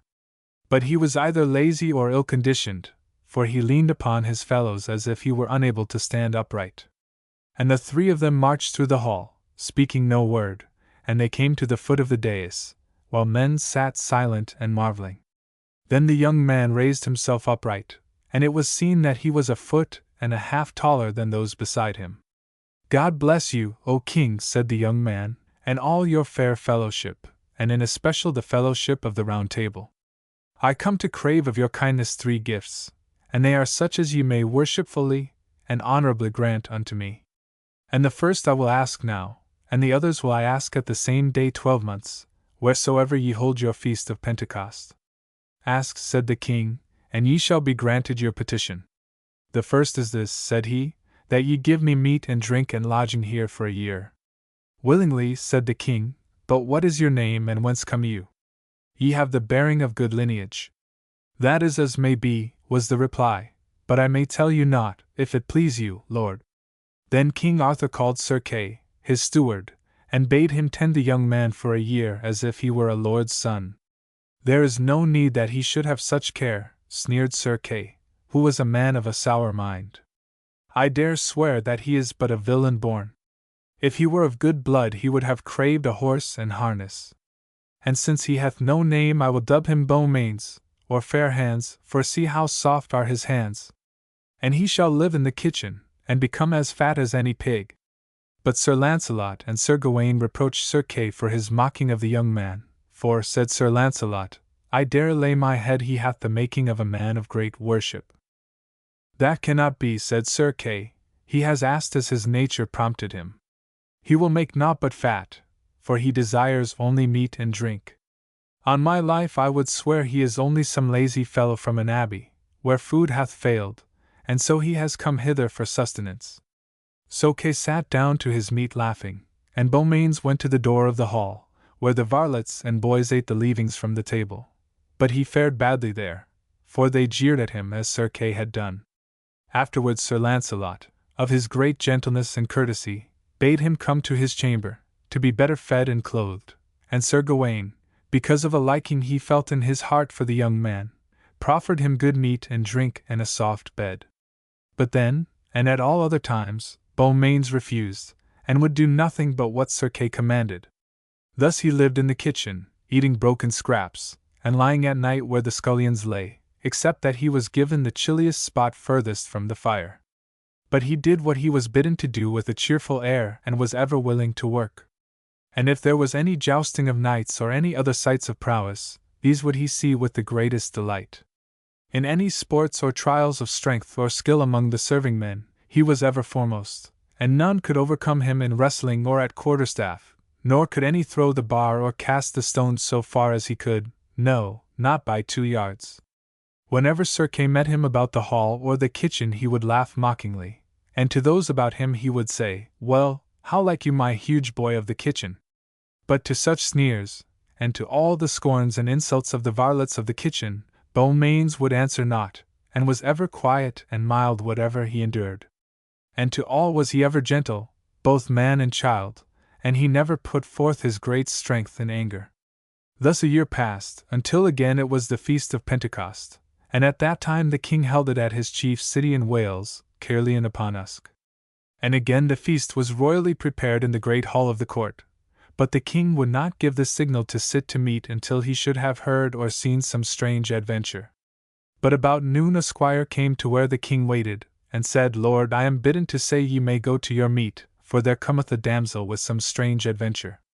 Quickly the king sat on the high seat, and the cooks brought in the smoking collops of meat, and the dishes of savory stews. And as they began to eat, there came a maiden of a plain sharp visage, who made her way to the step of the dais, and there kneeling, cried, Succor and help I crave of you, O king! For whom? Said the king, and for what reason? Sir, said the maiden, my lady's sister is of great beauty and renown, and is besieged in her castle by a tyrant knight, who will not let her go forth from her castle, and because it is said that here in your court are the noblest knights in all the world, I come to you praying for aid. What is your lady's sister's name? Asked the king, and where doth she dwell? And tell me who is he that doth besiege her? Sir King, said the lady, I may not tell you my sister's name, but she is of great beauty and of wide lands. And the tyrant knight who besieges her is the Red Knight of Redlands. I know him not, replied the king. Sir, cried Sir Gawain from his seat, I know him well. He is one of the perilous knights of the world, for he hath the strength of 7 men, and from him I once escaped barely with my life. Fair lady, said the king, I would help you willingly, but as you will not tell me your lady's name, none of my knights here shall go with you with my consent. The damsel looked about the hall with a quick angry glance, and the knights that sat there liked not her sour looks. Then from the crowd of scullions and kitchen lads that hung about the serving tables at the side of the hall came Beaumains, his dress smirched, but his handsome face lit up and his eyes burning with eagerness. Sir King, he cried, holding up his hand, a boon I crave. As he came to the step of the dais the damsel shrank from him, as if he had been something foul. Say on, replied the king to the young man. God thank you, my king, went on Beaumains. I have been these 12 months in your kitchen, and have had my full living, as ye did graciously order, and now I ask for the 2 further gifts ye promised. Ye have but to ask, replied the king.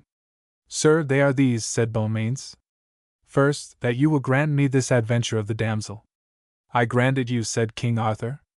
Then, sir, this is the other, that ye shall bid Sir Lancelot du Lake to follow me, and to make me a knight when I shall desire him. All this shall be done if Sir Launcelot think it well, said the king. But the lady was exceedingly wroth, and her eyes flashed with scorn as she turned to the king. Shame on thee, she cried, will you give me a kitchen scullion to aid me? With that she hastened from the hall, mounted her horse and rode away. Even as she went forth, a dwarf in the dress of a page entered the hall leading a great horse richly caparisoned, and on the saddle was piled a splendid suit of armor. And the dwarf went up to Beaumains and began to arm him, while men asked each other whence came all this fine gear. When he was dressed in armor, all the knights marveled to see how goodly a man he looked. Then Beaumains took leave of King Arthur and of Sir Gawain, and asked Sir Launcelot to follow him. Many people went to the door of the hall to see Beaumains mount his horse and ride after the damsel, and the way he sat his steed, with its trappings of gold and purple, excited their admiration. But all wondered to see that Beaumains had neither shield nor spear, and some laughed and said, the ignorant churl! Doth he think the mere sight of him on horseback will affright his enemies, that he carries neither shield nor lance? Sir Kay sneered with them, and suddenly getting up from his seat he cried, by my faith, I will go after my kitchen boy and see whether he will still know me for his better. Ye had better bide at home, said Sir Launcelot, and Sir Gawain agreed. But Sir Kay laughed them aside, and having swiftly put on his armor, he took his spear and shield and rode after Beaumains.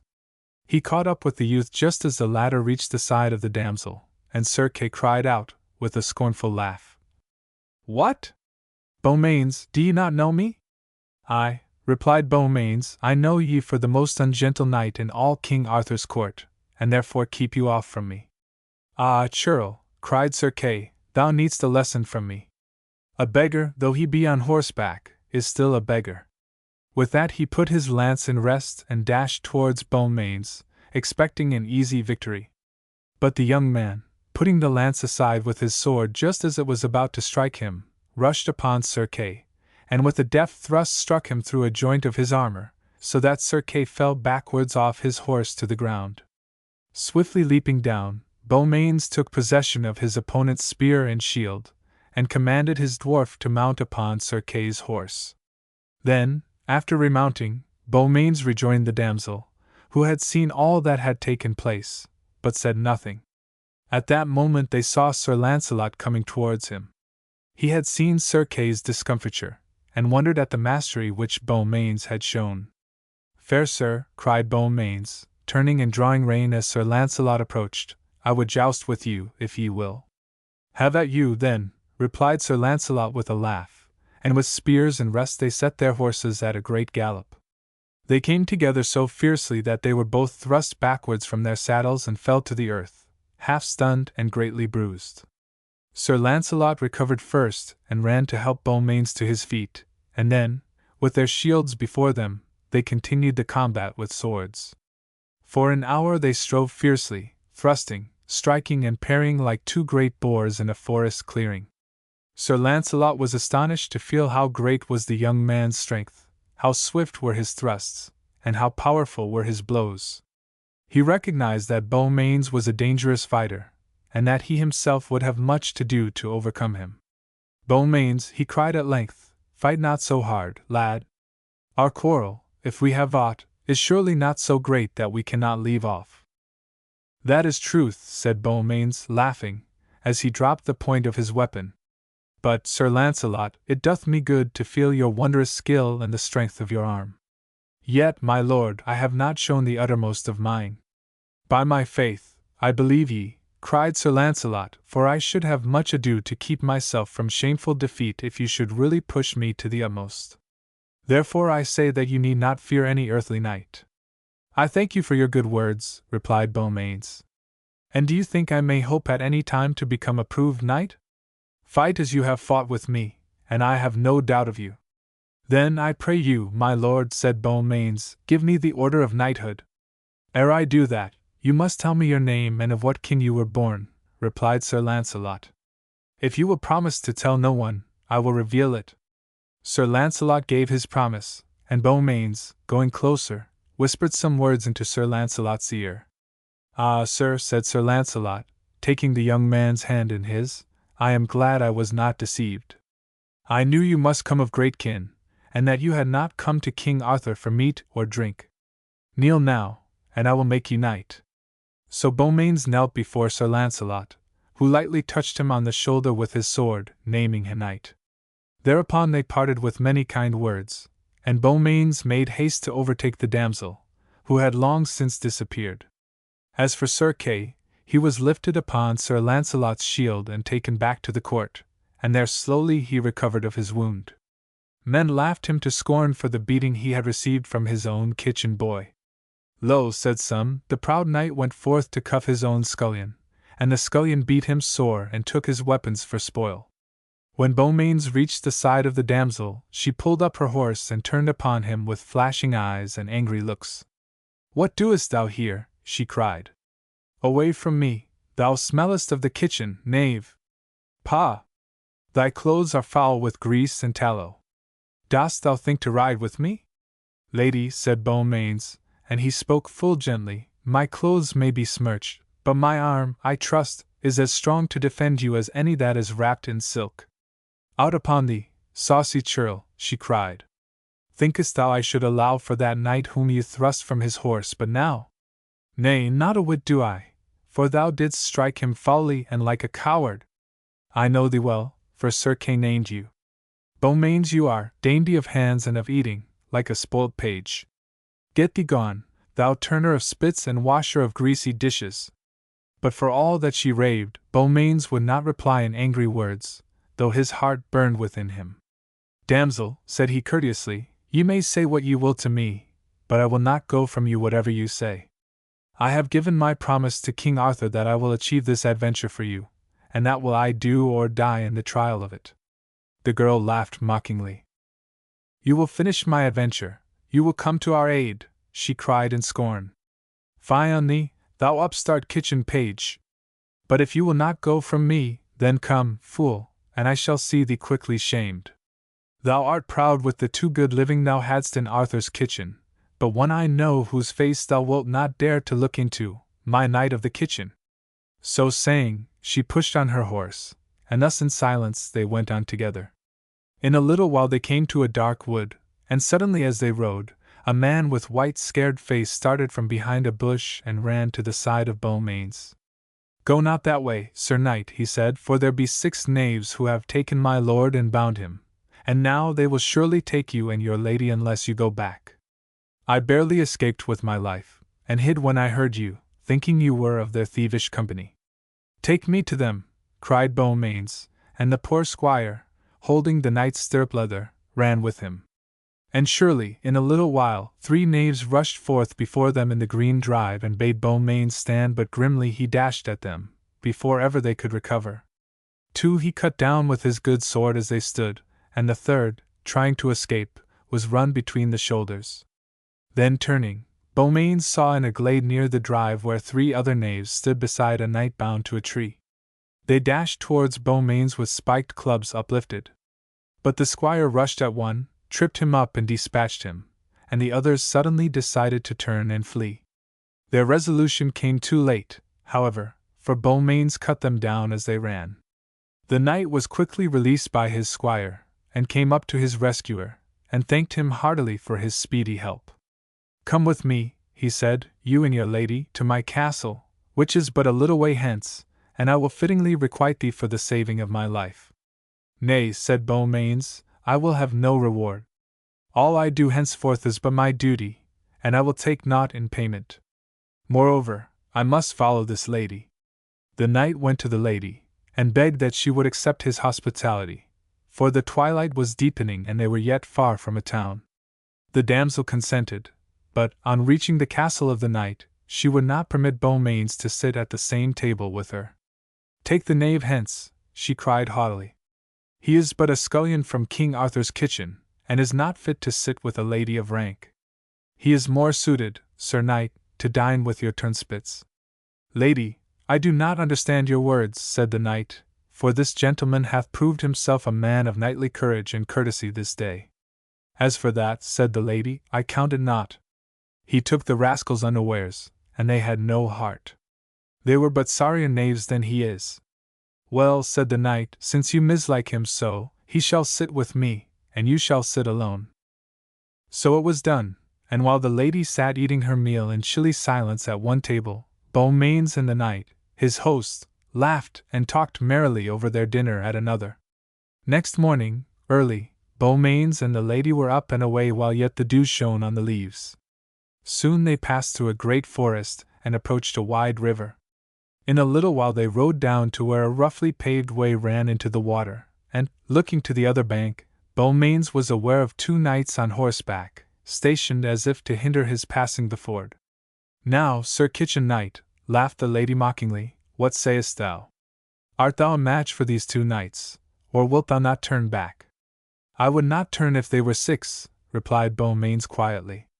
With that he rushed, with spear at rest, into the ford, and one of the waiting knights came swiftly against him. They met in the midst with so great a shock that their spears were splintered. They then closed fiercely with their swords, and hurtled about in the foaming, dashing water, beating at each other.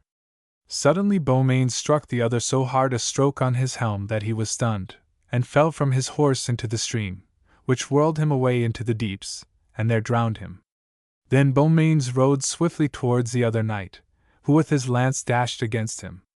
But Beaumains parried the spear stroke, and with one great heave of his sword clove the other's helm in twain, so that the knight fell like a stone. Alas, cried the lady, as she came across the ford, that ever kitchen knave should have the mishap to slay 2 such noble knights. Doubtless thou thinkest thou hast done mightily, Sir Knight of the Turnspit, but I saw well how it all happened. The first knight's horse stumbled on the stones of the ford, and the other thou didst stab from behind. 'Twas a shameful deed. Damsel, said Beaumains, quiet in words though hot of mind at her words, ye may say what ye will. I only know that I fight fairly, as God gives me strength. I reck not what ye say, so I win your lady sister from her oppressor. Thou knave of impudence, cried the lady. Thee to speak of winning my lady sister, high of rank and rich in wide lands as she is. But thou shalt soon see knights that shall abate thy pride. Whatever knights they be, I care not, so that I win good words from you at last, said Beaumains. Those thou shalt never have, thou churl, replied the lady scornfully. For all that thou hast done has been by chance and misadventure, and not by the prowess of thy hands. But if thou wilt follow me, why then, come, and I shall the more quickly be rid of thee, for of a surety thou wilt soon be slain. Beaumains answered naught, and so they went on their way. Thus they fared until evensong, and then they came to a waste land, where their way led through a narrow darkling valley. And at the head thereof they entered upon a wide land, black and drear to the very skies, and beside the way was a black hawthorn, and thereon hung a black banner and a black shield, and by it, stuck upright, was a long black spear, and beside it was a great black horse covered with silk, and a black stone fast by it. And upon the stone sat a knight in black armor, at sight of whom the damsel cried, Now, my kitchen knight, 'tis not too late. Fly back through the valley, or this knight will surely slay thee. Nay, I will not, said Beaumains, for I fear him not. The Black Knight came to the damsel and asked if she had brought this knight from King Arthur's court to be her champion. Fie, she said angrily, he is no knight. He is but a knave that was fed for alms in the king's kitchen, and would follow me in spite of all I say. And I would that you would rid me of him. Today he slew 2 noble knights at the passage of the water, and all by evil chance. A strong knave, in truth, answered the knight, and a saucy one. Then this will I do. He shall leave me his horse and armor, for since he is but a knave, my knightly hands may not harm him. You speak lightly of my horse and armor, said Beaumains, but I will have you know that you get naught from me, and moreover I will pass these lands with this lady in spite of you. Thou knave, cried the knight angrily, yield me this lady and thyself without ado. Let me see what thou canst do to take us, replied Beaumains, and laughed gaily. At this the knight in a rage leaped upon his horse, and they thundered together. The Black Knight's spear broke, but Beaumains' lance pierced him through the side and broke off short. Nevertheless, though badly wounded, the Black Knight drew his sword and fought manfully, striking Beaumains many mighty blows and bruising him sorely. But suddenly his lifted sword fell from his hand, and turning in his saddle, he dropped to the ground in a swoon, and shortly died. And Beaumains, seeing that the black armor was better than his own, armed himself in it with the aid of his dwarf squire, and rode after the damsel. But ever as before she railed at him, telling him he had conquered the Black Knight by a cowardly blow, but Beaumains would answer her nothing in anger. Anon they came to the edge of a vast and dark forest, and from its shadows came a knight in green armor, who cried to the damsel, "Lady, is that my brother the Black Knight whom ye bring riding behind ye?" "Nay, Sir Knight, it is not your brother," she replied. "It is but a kitchen knave who by treachery hath slain your noble brother, the Knight of the Black Lands." "Thou traitor," cried the Green Knight. "Now shalt thou surely die, for my brother, Sir Picard, was a most noble knight and a valiant. And to think that he fell by the dirty hand of a knave is great shame." "I am no knave," said Beaumains, "but of lineage as high as thine, matey. And I slew your brother in knightly fashion." But the Green Knight stayed not to answer, and they hurtled together, and clashed midway as if it were thunder. And Beaumains' stroke was so mighty that both the Green Knight and his horse fell to the ground. Swiftly the Green Knight rose to his feet, and then, Beaumains having alighted, they rushed together with their swords, and stood a long time hacking, thrusting and parrying. And each hurt the other sorely. "Oh, my lord the Green Knight," cried the damsel, "why do ye stand so long fighting with that kitchen knave? A shame it is to see a proved knight matched by a dirty scullion. Slay him for me and be done." Shamed by her words, the Green Knight gave a fierce stroke and clove Beaumains' shield in twain. Then Beaumains, smarting with this blow, and in anger at the words of the lady, suddenly gave the Green Knight so great a stroke that he fell upon his knees, and then was thrust grovelling upon the earth. Swiftly Beaumains cut the fastenings of his helm, and tearing it off, lifted his sword to strike off the other's head. But the Green Knight prayed of his mercy, and pleaded hard for his life. "Thou shalt plead in vain," said Beaumains, "unless this lady shall beg thy life of me." "Shame on thee, thou kitchen knave," cried the lady, biting her lip with anger. "Thinkest thou I shall crave aught of thee, and be so beholden to thee?" "Then he shall die," cried Beaumains. "O lady, suffer me not to die," cried the prostrate knight, "when a fair word from you will save my life. And you, Sir Knight, give me my life, and I will yield myself and 30 knights to be your men and do your commands while they live." "Now that is a grievous shame," cried the lady. "What, Sir Green Knight, art such a coward as to crave thy life of a scullion knave, and promise him 30 knights' service?" "You and your 30 knights shall avail you naught," said Beaumains grimly, "and since this lady will not beg thy life of me, why, now I shall slay thee." With that he raised the sword, but the lady cried out, "Put down, thou rascally knave, and slay him not, or thou shalt repent it." "Lady," said Beaumains, and bowed full gently, "your command is to me a pleasure, and at your desire I give him his life." Then the Green Knight did homage to Beaumains and gave up his sword. Afterwards he took them to his castle near by, where they passed the night. Next morning the Green Knight, whose name was Sir Pertilope, accompanied them some distance on their way, and at parting he told Beaumains that he and his 30 knights would do service when and where he might desire.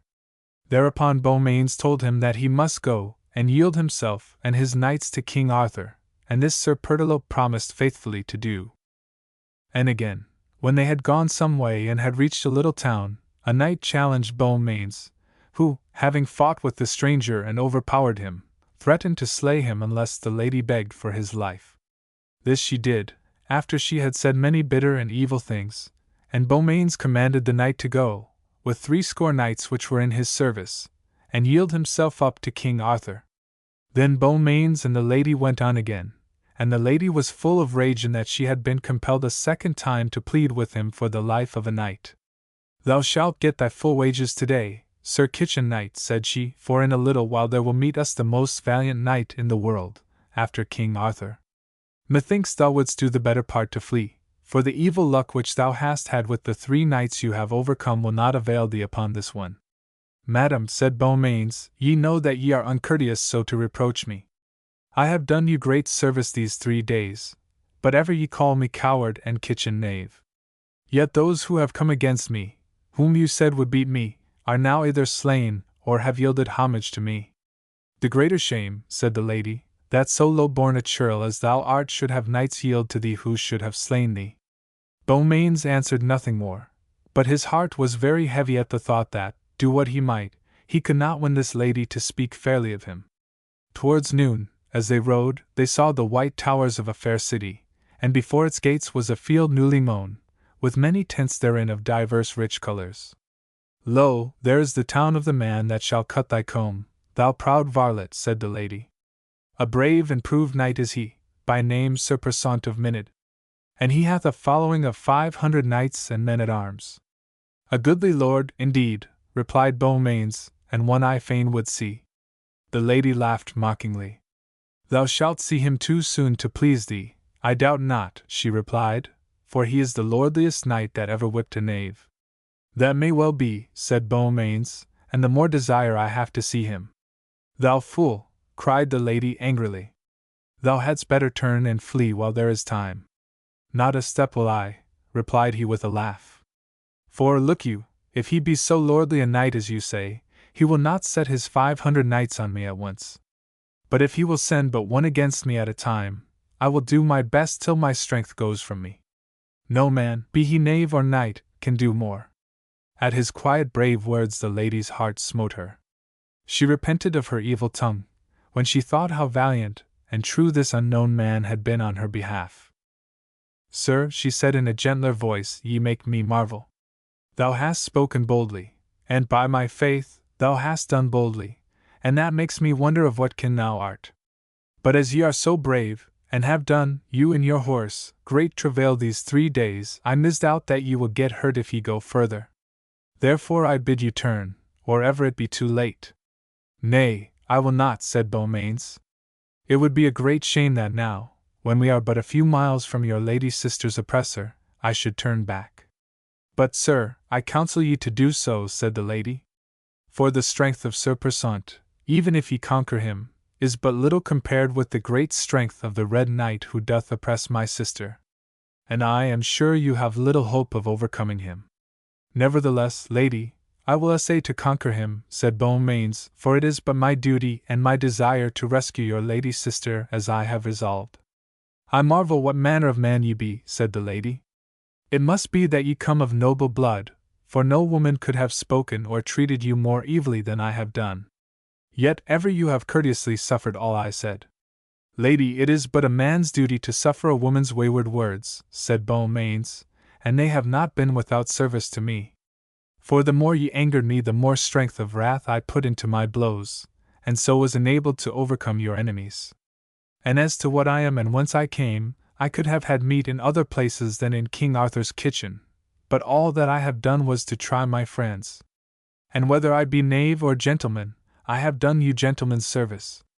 That is truth, Sir Beaumains, said the lady, all soft and penitent now, and I beg of you forgiveness for all my evil words.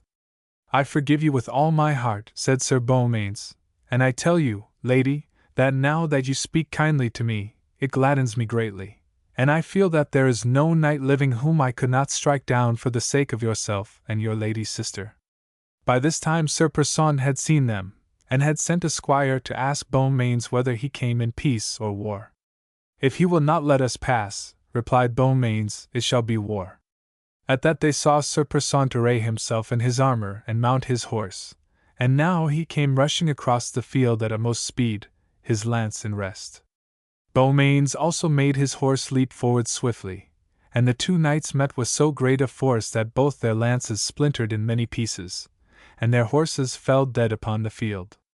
But the two knights instantly disentangled themselves, and fought on foot with shield and sword. So furiously did they hurl themselves at each other that often they fell to the ground. For 2 hours the duel raged, till their hauberks were tattered and their shields were hacked, while both were sorely bruised and wounded. At length Beaumains thrust Sir Persant in the side, and the latter's attack became less eager. Finally Beaumains hit the other so great a stroke that he fell headlong, and instantly Beaumains leaped astride of him and unlashed his helm, as if about to slay him. Then Sir Persant yielded him and pleaded for his life, and the lady, who had stood watching the combat, ran forward, placed her hand on Sir Beaumains' sword arm, and cried, "Of your mercy, Sir Beaumains, yield him his life for my sake. I do it willingly, cried he, helping the knight to rise, for he hath nobly fought, and so deserves not to die.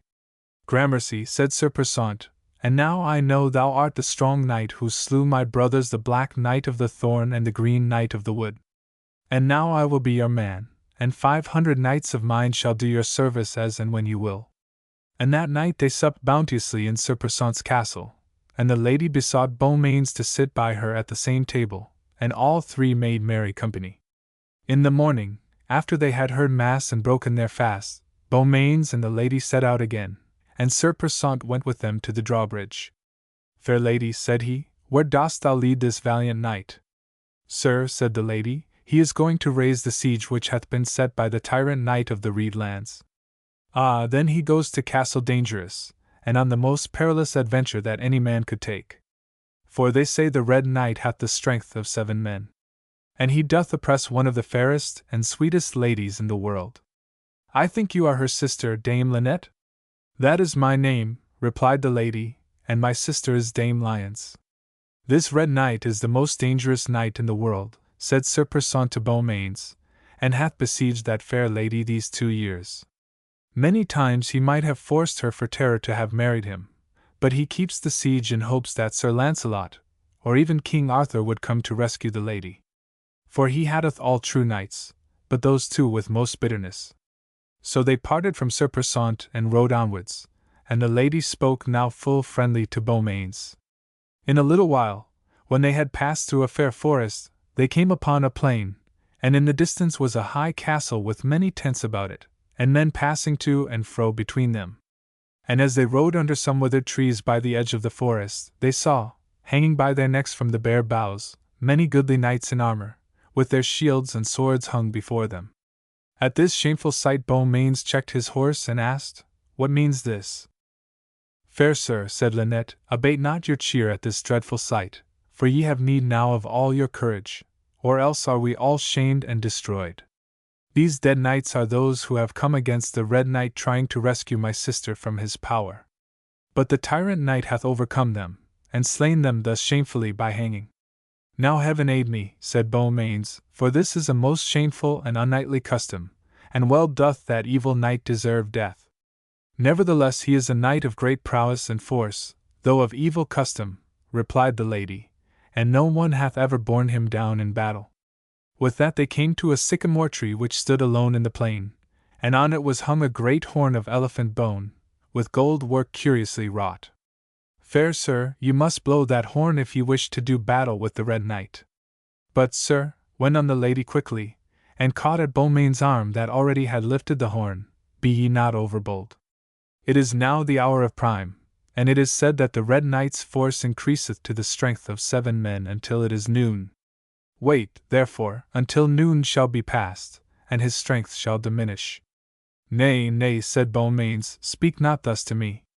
I will assail him however mighty he be, and either I will beat him or die with honor in the field. Therewith he lifted the horn and blew so great a blast that instantly knights came in a great press from the tents, and people looked out from the walls and windows of the castle. Then Beaumains saw a tall man come running from a tent, arming himself as he came. 2 barons set his spurs upon his heels and an earl buckled his helm upon his head. He was all in red armor, from the plume which waved upon his crest to the cloth which was upon his horse. And his shield was all of red, with but a black heart in the center thereof. Then he waited for Beaumains in a little hollow before the castle, so that all that were therein might see the combat. Now, fair sir, said Lynette, it behoves you to have great courage and heart, for yonder is your deadliest enemy, and at yonder window is my lady's sister, Dame Lyons. Beaumains looked to where Lynette was pointing, and saw at a window the loveliest lady he had ever seen. And as he looked she smiled and bowed to him, and he felt his heart burn with love for her. Truly, he said, she is the fairest lady I have ever looked upon, and she shall be my lady. Cease thy looking at that lady, called the Red Knight in a harsh and angry voice. She is my lady, and soon shall she see thy foolish body swinging from the tree for the ravens to pluck, as others hang there afore thee. 'Tis for that shameful sight and for the love of this lady that hates you and your evil custom, that I am resolved to slay you, if God so wills, was the stern reply of Beaumains. A boastful rogue thou art, cried the Red Knight, and laughed scornfully. What is thy name, and whence come ye, Sir Black Knight? For surely from your talk you must be one of those prating and soft fools of the Round Table? I will not tell thee my name, said Beaumains. And as yet I am not of the worshipful company of King Arthur's Round Table. But when I have slain thee and rid the world of so shameful a knight, then shall I crave the king to receive me into that high fellowship of noble and courteous knights. Make thee ready, shouted the Red Knight in a furious voice. I will talk no more with thee. With that they withdrew a little from each other, and then, spurring their horses, and with lances in rest, they hurled themselves towards each other. With so great a crash did they come together that both their spears were broken into 100 pieces, and their breastplates, girths and cruppers burst, and the two knights fell to the ground half stunned with the shock.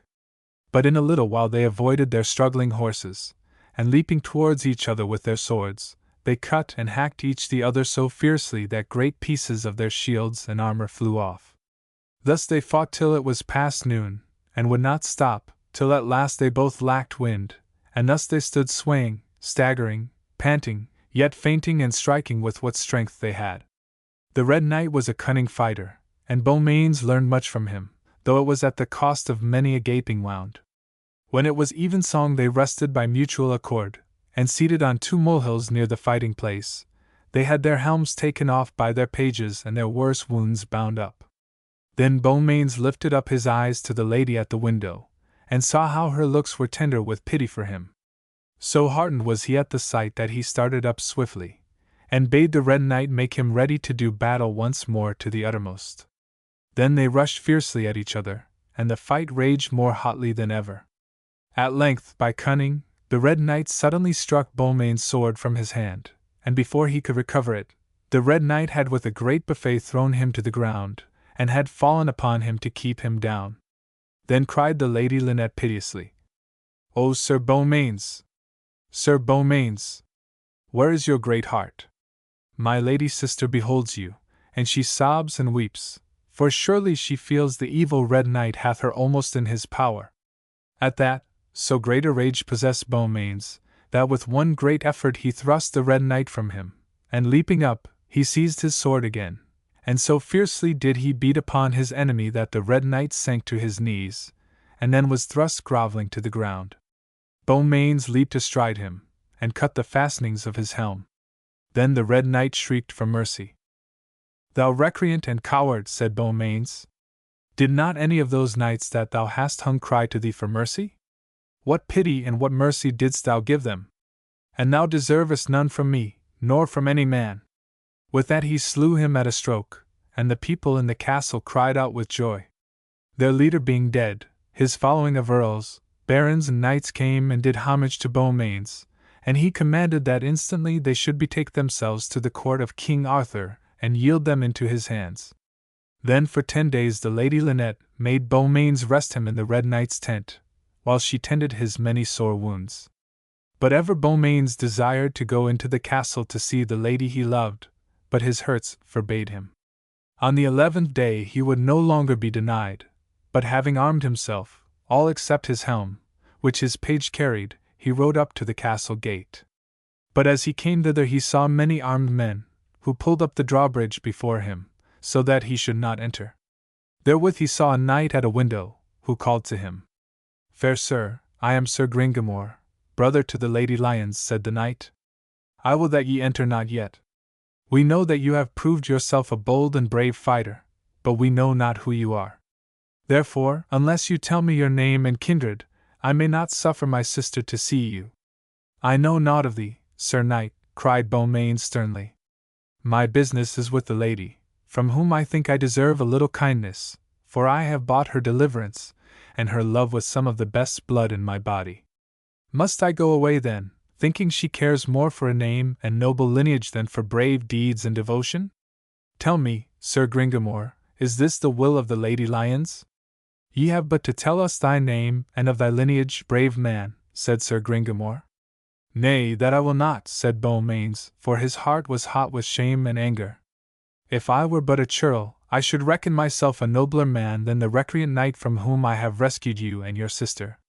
But since he was a knight, it seems you would reckon him as of greater honor than the brave churl that slew him for his evil deeds. Nay, nay, it is not so, came a sweet voice crying in tears, and Sir Beaumains saw the tender face of the Lady Lyons at the window where Sir Gringamore had been. My brave knight, think not ill of me, for this is none of my will, for I am mocked and my pleasure denied in my own castle by this my overcareful brother. I love thee, Sir Knight, whatsoever thou art, for I feel that thou art gentle and brave, and as good a man as any lady might love. And I beg you go not far from me, for I will have my will ere long, and I tell you now that I trust you, and I shall be true to you, and unto my death I shall love you and no other. And whenever I may come to you I will, in spite of this my brother. Saying these words, the lady sobbed as if her heart would break, and hiding her face in her hands she was led away by her women. With that Beaumains' heart smote him, and he was resolved to reveal his name and lineage for the sake of the dear lady who loved him. But even as he thought this, he was aware of a party of knights coming towards him from the plain, and soon he recognized that they were of the company of King Arthur's Round Table. And the foremost knight, who bore his helm in his hand, rode forward to him, crying, O Gareth, Gareth, my brother, how hast thou deceived us all? Then did Sir Beaumains clasp the other's hand right warmly, for this was his own brother, Sir Gaheris, sent from King Arthur to bring him home. When Sir Gringamore knew of the coming of these knights, quickly he bade the drawbridge to be lowered, and in a little while the knights were being welcomed in the hall. Sir Gringamore, said Sir Gaheris, I find that I come at a lucky chance for the happiness of my brother. Already the fame of his brave deeds has reached King Arthur, for the knights he hath overcome have put themselves in the mercy of the king. Sir Knight of the Round Table, said Sir Gringamore, tell me who is this brave knight that will not say his name? He is Sir Gareth, my brother, the youngest son of the King of Orkney, replied Sir Gaheris, and fit for the highest lady in the land. He hath played this trick upon us all, to test us. We did not know him, for he hath grown up to manhood while we have been long away from home. But ever he hath had an adventurous and witty mind. Sir, I thank you, said Sir Gringamore, and taking Sir Gareth by the hand he led him into the bower where sat the Lady Lyons, who sprang to meet Sir Gareth. To her Sir Gringamore told all that he had heard, and then left Sir Gareth to tell her more of himself. And in a little while, at the court of King Arthur, they were married with great feastings and joustings and with all things to make merry. And Lynette was wedded at the same time to Sir Gaheris. For though the Lady Lynette was sharp of tongue, she was of great and good heart, and well beloved of all who knew her well. How Sir Tristram kept his word. In the days when King Arthur had established his kingdom, he was called Emperor of Britain and its 3 islands. Nevertheless, there were kings who were rulers in their own lands, but they held their sovereignty of Arthur and had done homage to him and sworn fealty. In Wales there were 2 kings, in the north were 11 kings, and these he had conquered in a great battle by Sherwood Forest. In Cornwall were 2 kings, and in Ireland 3 kings, but all gave service to the great King Arthur. That part of Cornwall which was called the lands of Tintagel formed the kingdom of a prince named Mark, and he owed certain yearly tribute, or truage to King Anguish of South Ireland. It befell one day that King Anguish sent a messenger, who came to King Mark as he sat in hall, and said, Sir King, my master bids me say that the truage which you owe unto him is unpaid for 7 years past, and if it be not paid he will demand of you double the sum. Now King Mark was a man of a mean and covetous mind, and he loved not to give money. Therefore, to put off the payment for a little while, he made answer thus. Tell your master that we will pay him no truage, and if your lord says he will have it, let him send a trusty knight of his land that will fight for his right, and we will find another to do battle with him. When King Anguish heard the message he was wondrous wroth, and called into him the brother of his queen, Sir Marhaus, a good knight of prowess nobly proved, and besides a knight of the Round Table. The king craved of him to go and do battle for the truage due from Mark of Cornwall. Sir, said Sir Marhaus, I will gladly go and do battle for you on this saucy king or his knight. I ween ye shall have your truage to the last groat, for I fear not the best knight of the Round Table, unless it be Sir Lancelot, and I doubt not King Mark hath no knight of such worth and prowess as I. So in all haste Sir Marhaus set forth in a ship, and in a little while cast anchor fast by the shore where, on two high cliffs, the castle of Tintagel frowned upon the sea. When King Mark understood that so noble a knight as Sir Marhaus had come to do battle for the truage, he was full of sorrow, and wept as he looked upon the bags of gold in his treasure chest. He knew of no knight of his court that durst face Sir Marhaus, and he feared much that he would have to part with his gold. Daily Sir Marhaus sent a message up to the castle gate, demanding payment of the truage, or that a knight should come forth to do battle against him. Then King Mark let make a proclamation through all the lands, that if a knight would fight to save the truage of Cornwall he should fare the better as long as he lived. But the days and weeks went by and no knight came forward. Then Sir Marhaus sent at the last a message which said, that if within a day and a night a champion for King Mark came not forward, he should depart. All that day King Mark was sore and ill of mind and haggard of face, and could never stay still, but was forever faring with his barons to where he could look down upon the ship of Sir Marhaus, and see the knight waiting in his armor. Late in the afternoon, as the king stood thus, gnawing his nails for rage, and so hot and wrathful that none of his barons dare speak to him, there came two horsemen riding swiftly into the courtyard of the castle, and at the sound of their horses' feet King Mark turned eagerly. A young squire was the foremost rider, and he was a youth full handsome and tall, with brown curly hair and blue eyes. He was dressed in a surcoat of red satin and a mantle of crimson, trimmed with gold, and on his head was a cap of rich purple, and his feet and legs were clad in fine leather, with gold bosses on his shoes. Alighting easily, he doffed his hat and came towards the king. "Sir," said he, "if you will give me the order of knighthood, I shall do battle to the uttermost with Sir Marhaus of Ireland." King Mark looked the young man up and down, and saw that though he was young of age, yet he was passing well made of body, with broad shoulders and of big limbs. The heart of King Mark became light. "Fair son," he said, and his barons marveled at his soft words, "what are ye and whence come ye?" "Sir," said the youth, "I come from King Talloch, Prince of Lions, and I am a gentleman's son." "And your name and birthplace, what are they?" "My name is Tristram, sir, and I was born in Lyons." "Young sir," said the king, "I like your manner, and I think ye should be a good man of your hands. Therefore will I make you knight if ye will fight with Sir Marhaus." "That is why I have come," said Tristram. Eagerly the king bade a baron give him his sword, and commanded Tristram to kneel, and then and there he tapped his shoulder with the flat of the sword and bade him rise, Sir Tristram of Lyons. The king commanded his scrivener to come to him, and on the low wall overlooking the sea the man of inkhorn and goosequill laid his parchment, and wrote a letter to Sir Marhaus at the king's dictation, saying that a knight would battle with him in the morning.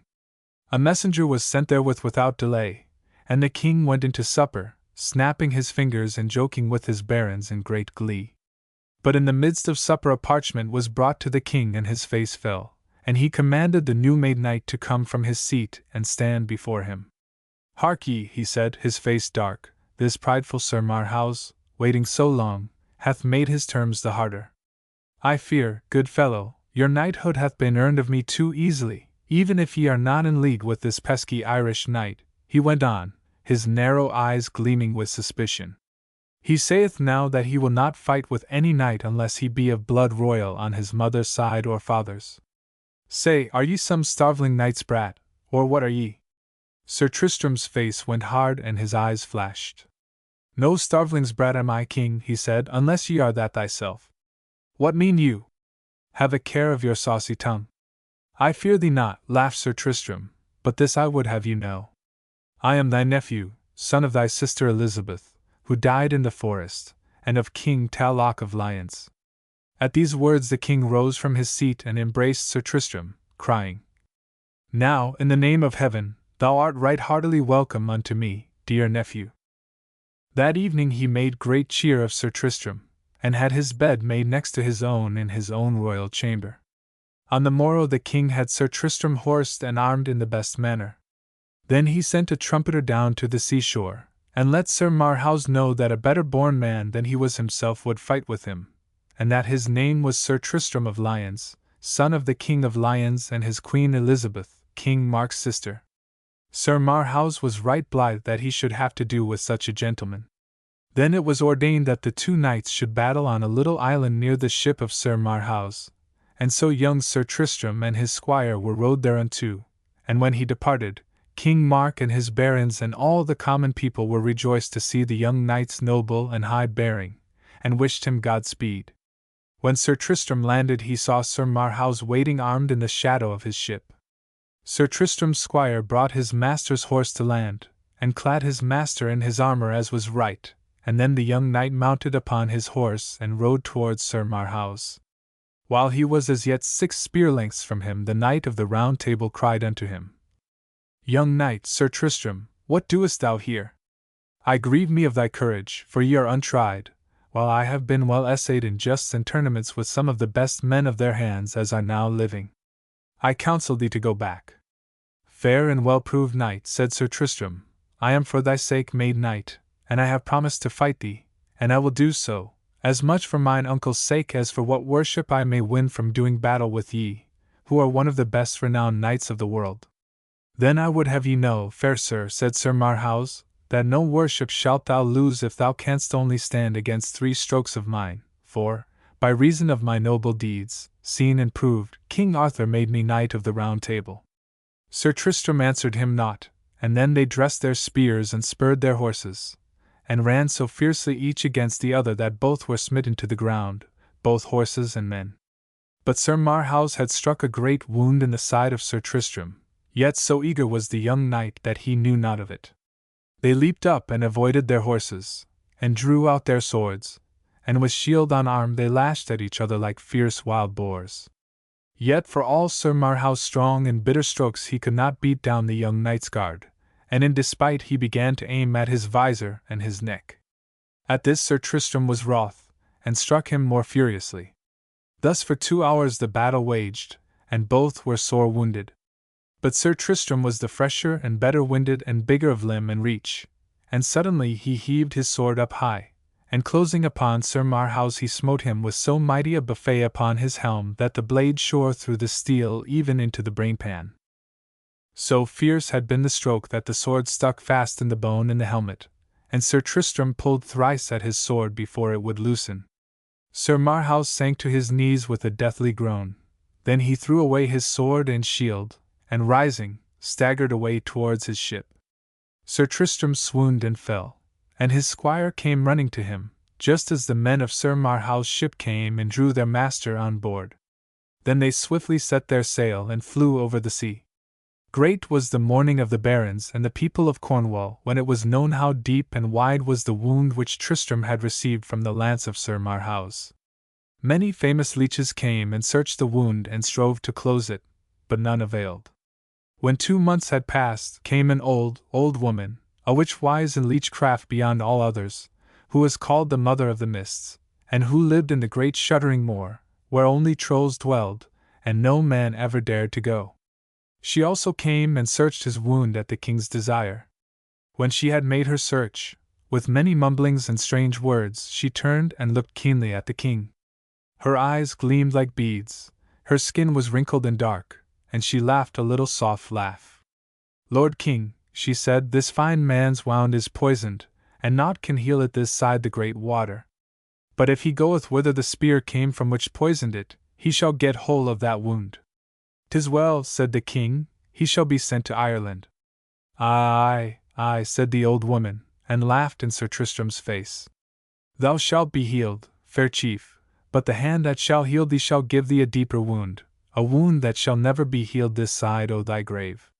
Forthwith King Mark let a fair ship be purveyed and well stored with necessary victuals, and Sir Tristram was carried thereto and laid on his couch on the deck, and Gouvernail, his faithful squire, went with him.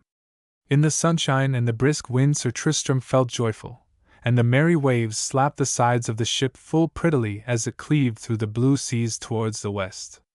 In the evening they saw the white cliffs and the brown rocks of Ireland, and Sir Tristram took his harp and played thereon, for he had learned to harp most featly in France, where he had lived 7 years, to learn all manner of courtly and noble pastimes. Soon the shipmen cast anchor in a wide sheltered cove beneath a castle which stood on a high rock beside a fair town. Sir Tristram asked the master of the ship the name of that town. Cronashi, if it please you, my lord, said the master. It pleases me well, said Tristram. It should mean that there dwell therein brave and noble knights, and damsels like unto fairies. Out of the merriness of his heart he thrummed his harp with so blithe and strange a tune that in a little, while the very folk upon the shore came listening, and some began to dance, while others looked sad. For though the tune was very merry, there was sadness also peeping from it. It happened that King Anguish and his court were in that castle by the sea, and a handmaiden of the queen came to where they sat, and told them of the knight that sat in his ship and harped so strange a lay that it made one glad and sorry at the same time. Then King Anguish sent a knight and begged the harper to take cheer with him, and Sir Tristram was brought in a litter, and all the damsels were sad at his sickness, and the knights sorrowed that a knight so noble-looking should be so wounded. King Anguish asked him who he was and how he came by his wound. And Sir Tristram, having learned that this was the King of Ireland, whose champion he had worsted in the battle, and thinking that his own name would be known, replied, I am of the country of lions, and my name is Sir Tramer, and my wound was got in battle, as I fought for a lady's right. I pity thee, Sir Knight, said the king, who is a right noble king and lovable, and by heaven's aid, ye shall have all the help in this country that ye may need.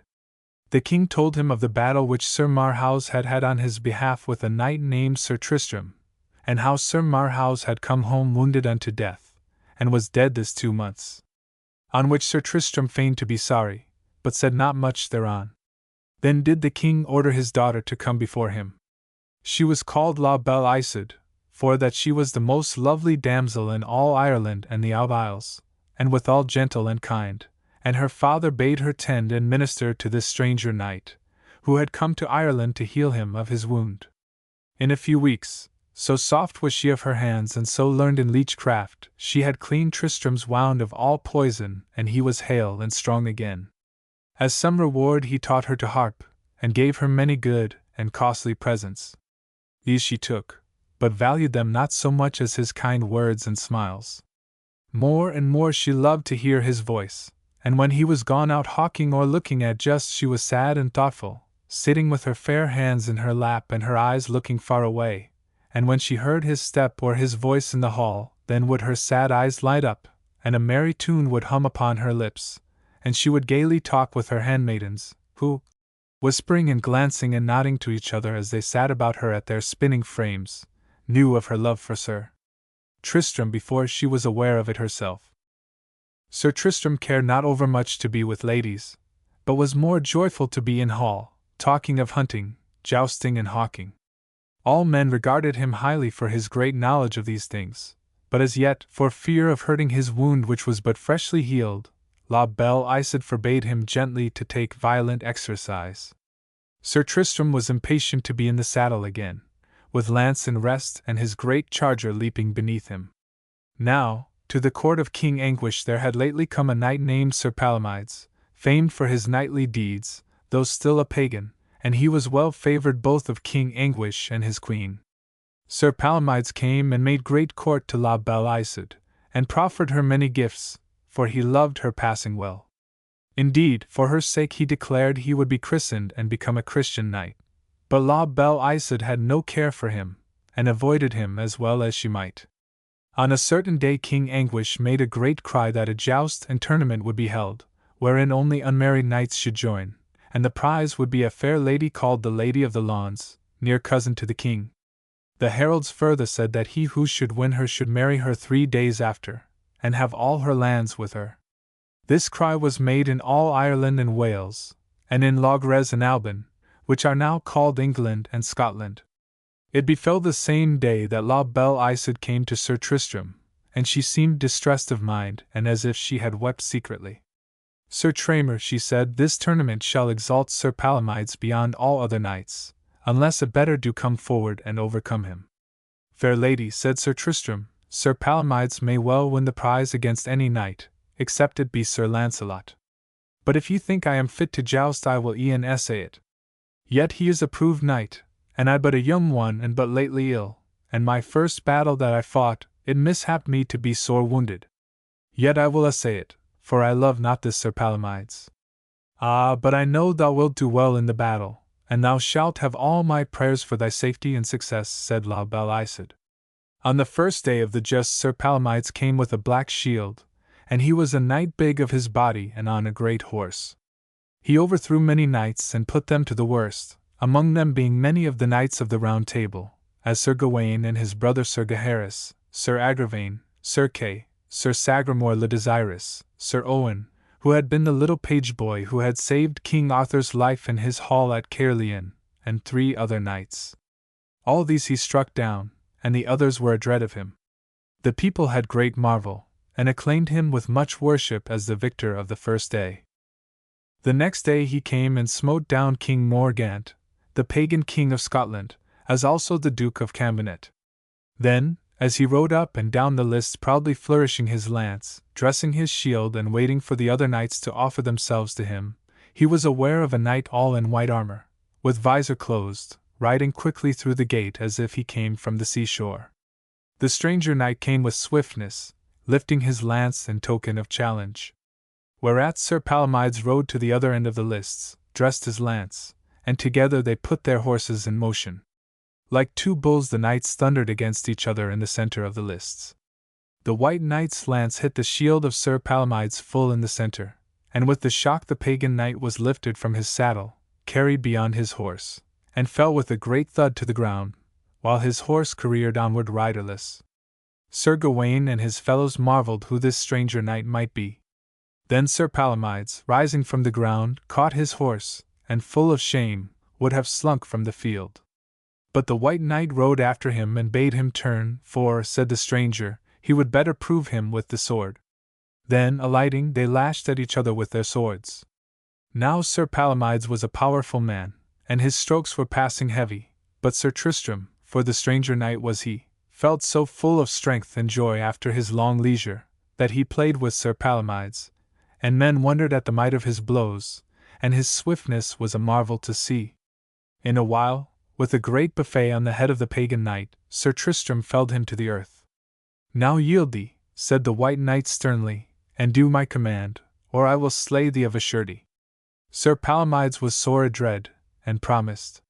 Swear me this, said the stranger, that upon pain of thy life thou leave my lady La Belle Isoude, and come not unto her ever again, and for a year and a day thou shalt bear no armor.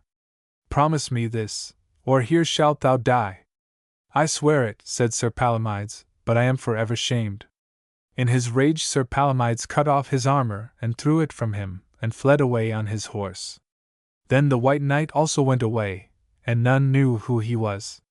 The king sent after him, to tell him he was the winner of the lady, whom he should wed, but the messengers could not find him.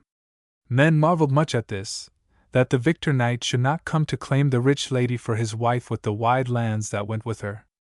When Sir Tristram returned to the private postern where La Belle Isoude had led him forth secretly, he found her standing breathless, and she was pale and red by turns, and could not speak at first. Thou hast not failed, she said, and clasped her hands. Nay, said Sir Tristram, laughing. He will never trouble you again. And by Our Lady, I wish there had been 6 of him, for I never felt more full of fight and strength than I do this day. But have ye not claimed the prize? Said La Belle Isoude, and hid her face that was so deathly white. Nay, nor will I, said Sir Tristram, for I crave not to be married. I would be free and go forth into strange lands to seek adventures.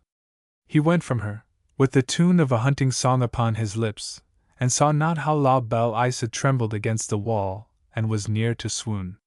For La Belle Isoude herself was the lady of the lawns who should be given to the victor, though this was known to none but herself and the king and queen.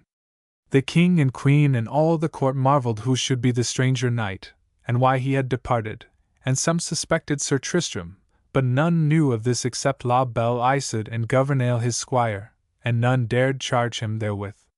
La Belle Isoude kept her counsel, and strove to seem light-hearted. It fell upon a day that Sir Tristram was disporting himself with other knights at a game of ball upon the green before the castle, and had left his sword hung upon the post beside his seat in hall. The Queen, with La Belle Isoude, passed through the hall to go to see the men at their sport, and on her way she espied Sir Tristram's sword, and the strange device of a serpent which was upon the handle. She said it was a marvellous piece of work, and never had she seen the like of it. Then, by ill hap, she drew the sword from the scabbard, and they both admired it a long time, looking at its keenness and brightness and the words of mystery engraved on it. Suddenly the Queen gave a little cry as of terror, and she pointed to where, within a foot and a half of the point, there was a piece broken out of the edge.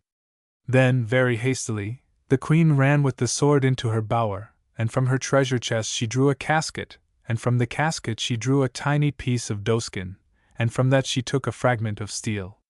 While her daughter marveled what it all might mean, the Queen took the piece of steel and placed it in the broken part of Sir Tristram's sword, and it fitted so that the break could hardly be seen. "Alas," said the Queen, "this is the piece of sword that the leech took from the brain of my brother, Sir Marhaus, and this Sir Tramer is the traitorous knight that slew him." The heart of La Belle Isoude stood still for fear of the ill that would befall Sir Tristram, for she knew her mother's rage. The Queen caught up the sword fiercely in her hand and rushed from the room. Midway through the hall there met her Sir Tristram himself with his squire Gouvernail, and the Queen sped to him and would have run him through, but for Gouvernail, who snatched the sword from her, though she wounded him in her wrath. Finding her rage thus put to naught, she ran to King Anguish, and threw herself on her knees before him, crying out, "O my lord and husband, here have ye in your house that traitor knight that slew my brother and your champion, that noble knight, Sir Marhaus. It is Sir Tramer, as he falsely calleth himself, but the piece of steel that was taken from my brother's brain fits a notch in his sword." "Alas," cried King Anguish, "then am I right heavy, for he is as full noble a knight as ever I knew, and I charge ye, have not to do with him, but let me deal in this matter." The king went to Sir Tristram and found him fully armed, as if ready to fight for his life, for he knew that now the truth had been discovered. "Nay, Sir Tramer," said the king gravely, "it will not avail thee to fight me. But this will I do for the love and honor I bear thee. Inasmuch as ye are within my court, it would be no worship for me to have thee taken and slain, and therefore will I let thee freely depart if thou wilt tell me this: who is thy father, and what is thy name? And didst thou truly and rightly slay Sir Marhaus?" "Tristram is my name," replied the young knight, "and I am son of King Talloch of Lyons. For the truage of Cornwall I fought for the sake of my uncle King Mark, and the battle with Sir Marhaus was the first I had, for I was made knight for that alone. Sir Marhaus went from me alive into his ship, though he left his sword and shield behind him." "I may not say that ye have done aught but what a good knight should do," replied the king, "but I may not maintain you in this country unless I would displease my wife and her kin." "Sir," said Sir Tristram, "I thank you for your goodness and for the kind cheer which I have had here of yourself and your queen and La Belle Isoude. I will depart straightway when I have bidden your daughter farewell, for I owe my life to her gentle hands, and I promise this, that I will be your daughter's servant and knight in right or wrong, to shield her and fight for her, and do all that a knight may do in her behalf, as long as I live." Then took he his leave of La Belle Isoude, and he told her all how he had come to that land. He thanked her heartily for all her gentleness to him and for her healing of his wound.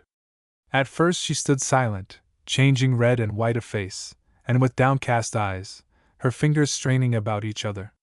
When he swore that he would be her knight, to fight for her whenever she should send for him, and bade her good-bye, she took the hand which he held forth, but would not look at him. Tristram wondered why her fair hand was so cold. "Good-bye, and God be with ye always," La Belle Isoude replied in a faint voice, and then turned and went from him. Tristram thought she was angered with him for the slaying of her uncle. So in a little while he rode forth with Gouvernail down to the seashore and looked back not once. There he entered by a ship, and with good wind he arrived at Tintagel in Cornwall, and King Mark and all his barons were glad that Tristram was whole again. Then Sir Tristram went to his father King Talloch, and there was made great cheer for him, and wide lands were given him. Nevertheless, he could not rest long in one place, but went into Logres and Alban in Wales, seeking adventures, and his fame for prowess was almost as great as the fame of Sir Lancelot.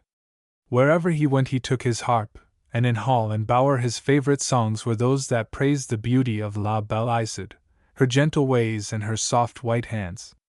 After a year and a day he returned to the court of King Mark and lived there, and all the knights and ladies admired him, and the praise of his courtesy was in the mouths of all, noble and simple, high and low. Then King Mark his uncle began to hate him for the love that all bore him, and since he had never married and had no son to whom his kingdom should go after his death, he saw that Sir Tristram would have it, for he was his next kin, and then, with Lyons and Tintagel, the fame and power of Tristram would increase abundantly. So the king began to cast about in his mind for a way whereby he might do some hurt to Sir Tristram, or even destroy him. He called the young knight to him one day and said, "Dear nephew, I have been thinking a long while of taking unto myself a wife, and I hear much of the beauty and goodness of the king's daughter of Ireland, whom men call La Belle Isoude. Now I would that you go to the king and bear my message to him." Sir Tristram was troubled in mind at these words. Since he had left La Belle Isoude he had had no ease of spirit, for now he knew that he loved her. Though she had been angered with him for his slaying her uncle, and he knew that the queen and other kinsfolk of Sir Marhaus would surely slay him if they could, yet had he hoped in a while to have gone to King Anguish and found some way to win Isoude for his wife. "Ye are feared to go, then," sneered King Mark, noting the silence of Sir Tristram. "Then I will e'en send some other knight that is bolder." At that Sir Tristram flushed hotly and said, "I fear not to go there or anywhere, and I will bear thy message, sir." "It is well," said the king. "I will send thee with a fine ship, and a rich company of knights, and I will get my scrivener to write my message." Now King Mark said all this by reason of his craft and treachery. He had heard how Sir Tristram had been full of the praises of La Belle Isoude, while yet, as he had learned, Sir Tristram had not promised himself in love to her. By his crafty speech King Mark had hoped to make Sir Tristram promise to go to Ireland to obtain her, not for himself, but for King Mark. So, therefore, if the king married La Belle Isoude, this would cause some grief and hurt to Sir Tristram. But King Mark cared not overmuch whether he wedded La Belle Isoude or not. He believed that Sir Tristram would of a surety be slain by the kin of Sir Marhaus in Ireland, and if so, King Mark's plot would succeed to the full. Sir Tristram, sad and troubled, went apart, and rode into a forest, for now he knew that he had done himself an ill turn. The lady he loved and whom he wanted to wife for himself he had now promised to woo for another. As he rode moodily through the forest drive, a knight came swiftly riding on a great horse, its flanks flecked with the foam of its speed. "Fair knight," said the stranger, "will ye of your courtesy tell me where I may quickly come at a knight called Sir Tristram of Lyons?" "I am he," said Tristram. "What would ye?" "I thank heaven that hath led me to you, Sir Knight," said the other. "Here is a message from my master, King Anguish of Ireland, who is in dire peril of honor and life, and craves aid of you for the love that hath been atween you." Sir Tristram, much marvelling, took the parchment and read these to you: "Sir Tristram of Lyons, most noble knight, from his lover and friend King Anguish of Ireland, in sore trouble and straits at Camelot. Know ye, Sir Tristram, that I have been summoned to King Arthur's court on pain of forfeiture of his lordship's royal grace, to answer a charge whereof I knew not till I came here. Which is that by treason and felony I caused to be slain at my court in Ireland a cousin of Sir Bleobaris de Ganis and Sir Blamer de Ganis, and of this evil deed these knights do most falsely accuse me. And there is none other remedy than for me to answer them in knightly fashion, my armed body against theirs. But inasmuch as I am old, and my wasted arm could not avail me, and in that they are of such renown and prowess that none of my knights may hope to overcome them, I pray ye, Sir Tristram, of your ancient love for me, to come to my aid and fight for me as my champion in this most cruel charge. But if you will not, and if ye choose to remember rather that I thrust you from my court, and would not protect you against those that meant you ill, then forgive my request, and leave me to my fate and my dishonor." The heart of Sir Tristram lifted within him for love of the good old king, and turning, he said, "For what day is the trial by combat which your master speaketh of?" "For midday on the day before next Sabbath," said the knight. "Go ye at once to your master," said Sir Tristram, "and say to him that I will not fail him, but will make all speed. Sir, I thank you from my heart, said the knight, and bowed. Then wheeling his horse he dashed swiftly away. At Camelot, on the day and hour appointed, the lists were set, and knights and nobles and the common people waited to see the trial by battle which should prove the innocence or guilt of King Anguish. King Arthur was not at Camelot, nor was Sir Lancelot, for both were at Joyous Gard, the castle of Sir Lancelot, which King Arthur had given to him by the sea in the northern marches.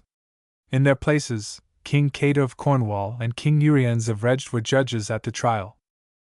Ere noon was marked by the gnomon of the dial set up before the judges, Sir Tristram and his squire Gouvernail rode up the lists, and were met by King Anguish and his knights. When Sir Tristram saw the King of Ireland he got swiftly from his horse and ran towards him, and would have held his stirrup. But the king leapt lightly from his horse, and with bright looks each embraced and kissed the other. My good lord, cried Tristram, gramercy of your goodness which ye showed me in your marches, and of your nobleness in calling me unto your aid, for it is great honour to me that ye ask this, and I will do all for you to the utmost of my strength.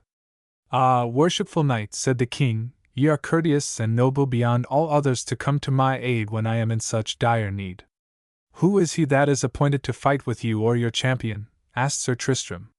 He is of Sir Lancelot's blood, replied the king, and I wot that he will be hard to overcome, for all those of King Ban's kin are passing good fighters beyond all others. It is Sir Blamor de Gannis, a great warrior. Sir, said Sir Tristram, for the great goodness that ye showed to me in Ireland and for your daughter's sake, La Belle Isoude, I will take the battle in hand for you. But ye must first swear that ye never caused or consented to the death of the knight of which you are charged, and if I avail in your battle I will crave a boon of you which you shall grant me. I swear to heaven, replied the king, that I did neither cause nor consent to the death of the knight, and as to the boon that ye shall ask, I grant it you already. Then King Anguish departed to the judges and cried unto them the name of his champion, and all the knights of the Round Table that were there, and the common people, were all agog to see Sir Tristram. The fame of his fight with Sir Marhaus, and his renown as a harpist and a lover of hunting, were well known unto all, but never yet had he come to the court of King Arthur. Sir Blamor and Sir Tristram went to each end of the lists, and dressed their harness and their shields. Sir Bleobaris, that was brother to Sir Blamor, went to him and said, Brother, now remember of what kin ye be, and what manner of man is our lord, Sir Lancelot, and see that ye suffer not shame. For never would Sir Lancelot bear it, and he would sooner suffer death. Have no doubt of me, said Sir Blamor, I shall never shame Sir Lancelot nor any of our high blood. Nevertheless, this Sir Tristram is a passing good fighter, and if by ill hap he strike me down, then he shall slay me and so end my shame.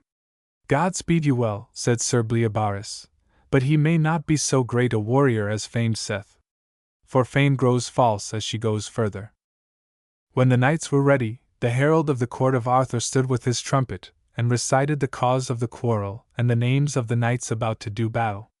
Then, lifting his tabard, he bade both knights make ready, and when his tabard fell to the ground, the knights lowered their lances in the rests, set spurs to their horses, and thundered down the lists. With a clang and a crash they met midway, and then men marveled as they saw how suddenly Sir Blamor's horse reared in mid-career, turned right round, and upsetting its rider over its back, fell to the ground. Sir Blamor, however, was unhurt, and quickly rising to his feet he drew out his sword, crying to Sir Tristram, as that knight turned his horse and came towards him, Alight thee, Sir Tristram, for though this mare's son of mine hath failed me, I trust my good sword shall not fail me. With that Sir Tristram alighted and dressed him to battle, and there they lashed at each other with mighty strokes on both sides, cutting and hacking, feinting and guarding, so that as time went on and still they fought fiercely, the kings and knights marveled that they were so great-winded and strong. Soon men saw that Sir Blamor was headstrong, and mad with rage, while Sir Tristram beat not so many false blows, but each was surer though slower. Yet Sir Blamor would not rest, but like a wild man would ever dash against his enemy. Where they fought the trampled sand was stained with red from their wounds. Suddenly men saw Sir Blamor make a heavy stroke which Sir Tristram avoided, and ere the other could recover, Sir Tristram's sword descended on his helm with so great a stroke that Sir Blamor fell upon his side. Sir Tristram leaped upon him and placed the point of his sword between the bars of Sir Blamor's visor, bidding him yield. When Sir Blamor got his breath he panted forth, "Nay, nay, Sir Tristram, I will not say the word, but I require thee, Sir Tristram de Lyons, as thou art a noble knight and the mightiest that ever I found, that thou wilt slay me out of hand, for now I would not live to be made lord of these lands of Britain. Liefer I would die than live a life of shame, and therefore slay me." "Slay me!" Sir Tristram started back, remembering of what noble blood was this brave knight. Knowing that he must either make Sir Blamor say the loath words "I yield," or else slay him, he went to where the judges sat, and kneeled before them and told them what Sir Blamor had said. "Fair lords," Sir Tristram ended, "it were shame and pity that this noble knight should be slain, for you well hear that he will not say the words of shame, and if King Anguish, whose true knight and champion I am, will suffer me, I will neither shame nor slay so stout-hearted a knight." "By heaven," said King Anguish, "I will be ruled for your sake, Sir Tristram, as ye are the most knight of prowess that ever I saw in my long life. Therefore I pray these kings and judges that they take the matter into their own hands." The judges called Sir Bleobaris to them, and required his counsel. "My lords," he said, "though that my brother be beaten of body by this valiant knight, he hath not beaten his heart, and so I thank God he hath not been shamed in this fight." "And rather than he be shamed," said Sir Bleobaris, white and stern, "I require that you command Sir Tristram to slay him out of hand."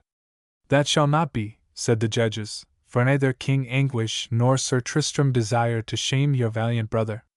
"We do not," said both the king and Sir Tristram. Therewith, by the advice of the judges, Sir Tristram and Sir Bleobaris took up Sir Blamor, and the two brothers made peace with King Anguish and kissed each other and swore friendship with him forever. Then Sir Blamor and Sir Tristram kissed, and the two brothers, their hands clasping those of Sir Tristram, swore that there should forever be peace and love between them, and this did Sir Tristram swear also. Inasmuch as, of his nobleness and generosity, Sir Tristram would not take Sir Blamor's life because he refused to yield him, Sir Launcelot and all his kinsmen loved Sir Tristram, and were ever his friends and spoke well and knightly of him. Then King Anguish and Sir Tristram took their leave and sailed into Ireland with great joy, and when they had arrived there, the king let make a great cry throughout his dominions, of the manner in which Sir Tristram had fought for him, and how for that deed he accounted him the noblest knight among his friends, and that all should treat him with friendship and no deceit. When, also, the queen and the kin of Sir Marhaus heard how Sir Tristram had borne himself in the trial by combat, they agreed that now they should not seek to slay him, since his great help in this matter had wiped out his ill-doing in the slaying of Sir Marhaus. So the queen and the knights of the court and the common people made much of Sir Tristram wheresoever he went, but the joy that La Belle Isoude had in her heart no tongue may tell. When Sir Tristram was led to her, and they met after so long an absence from each other, men saw the lovely face light up with so sweet and high a look that they marvelled at her beauty. Yet they saw how straitly Sir Tristram held himself, and made not much of his meeting with her, and did not seek her company.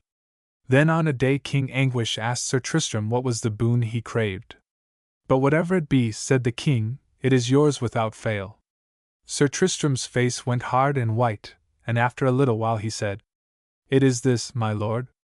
I bear a request from my uncle, King Mark, and it is that you give him your daughter La Belle Isoude for his wife, and ye let me take her unto him, for so I have promised him." "Alas," said the king, and looked full heavily into the eyes of Sir Tristram, "I had liefer than all the land that I have that ye should wed her yourself." Sir Tristram turned away, and made this reply: "I have given my promise, and I were ashamed forever in the world if I did aught else. I require you to hold to your promise, and to let your daughter depart with me to be wedded to my uncle, King Mark." "As I have promised, so will I do," said the king. "But I let you know 'tis with a heavy heart." Nor would the king say more, knowing that he might make bad worse.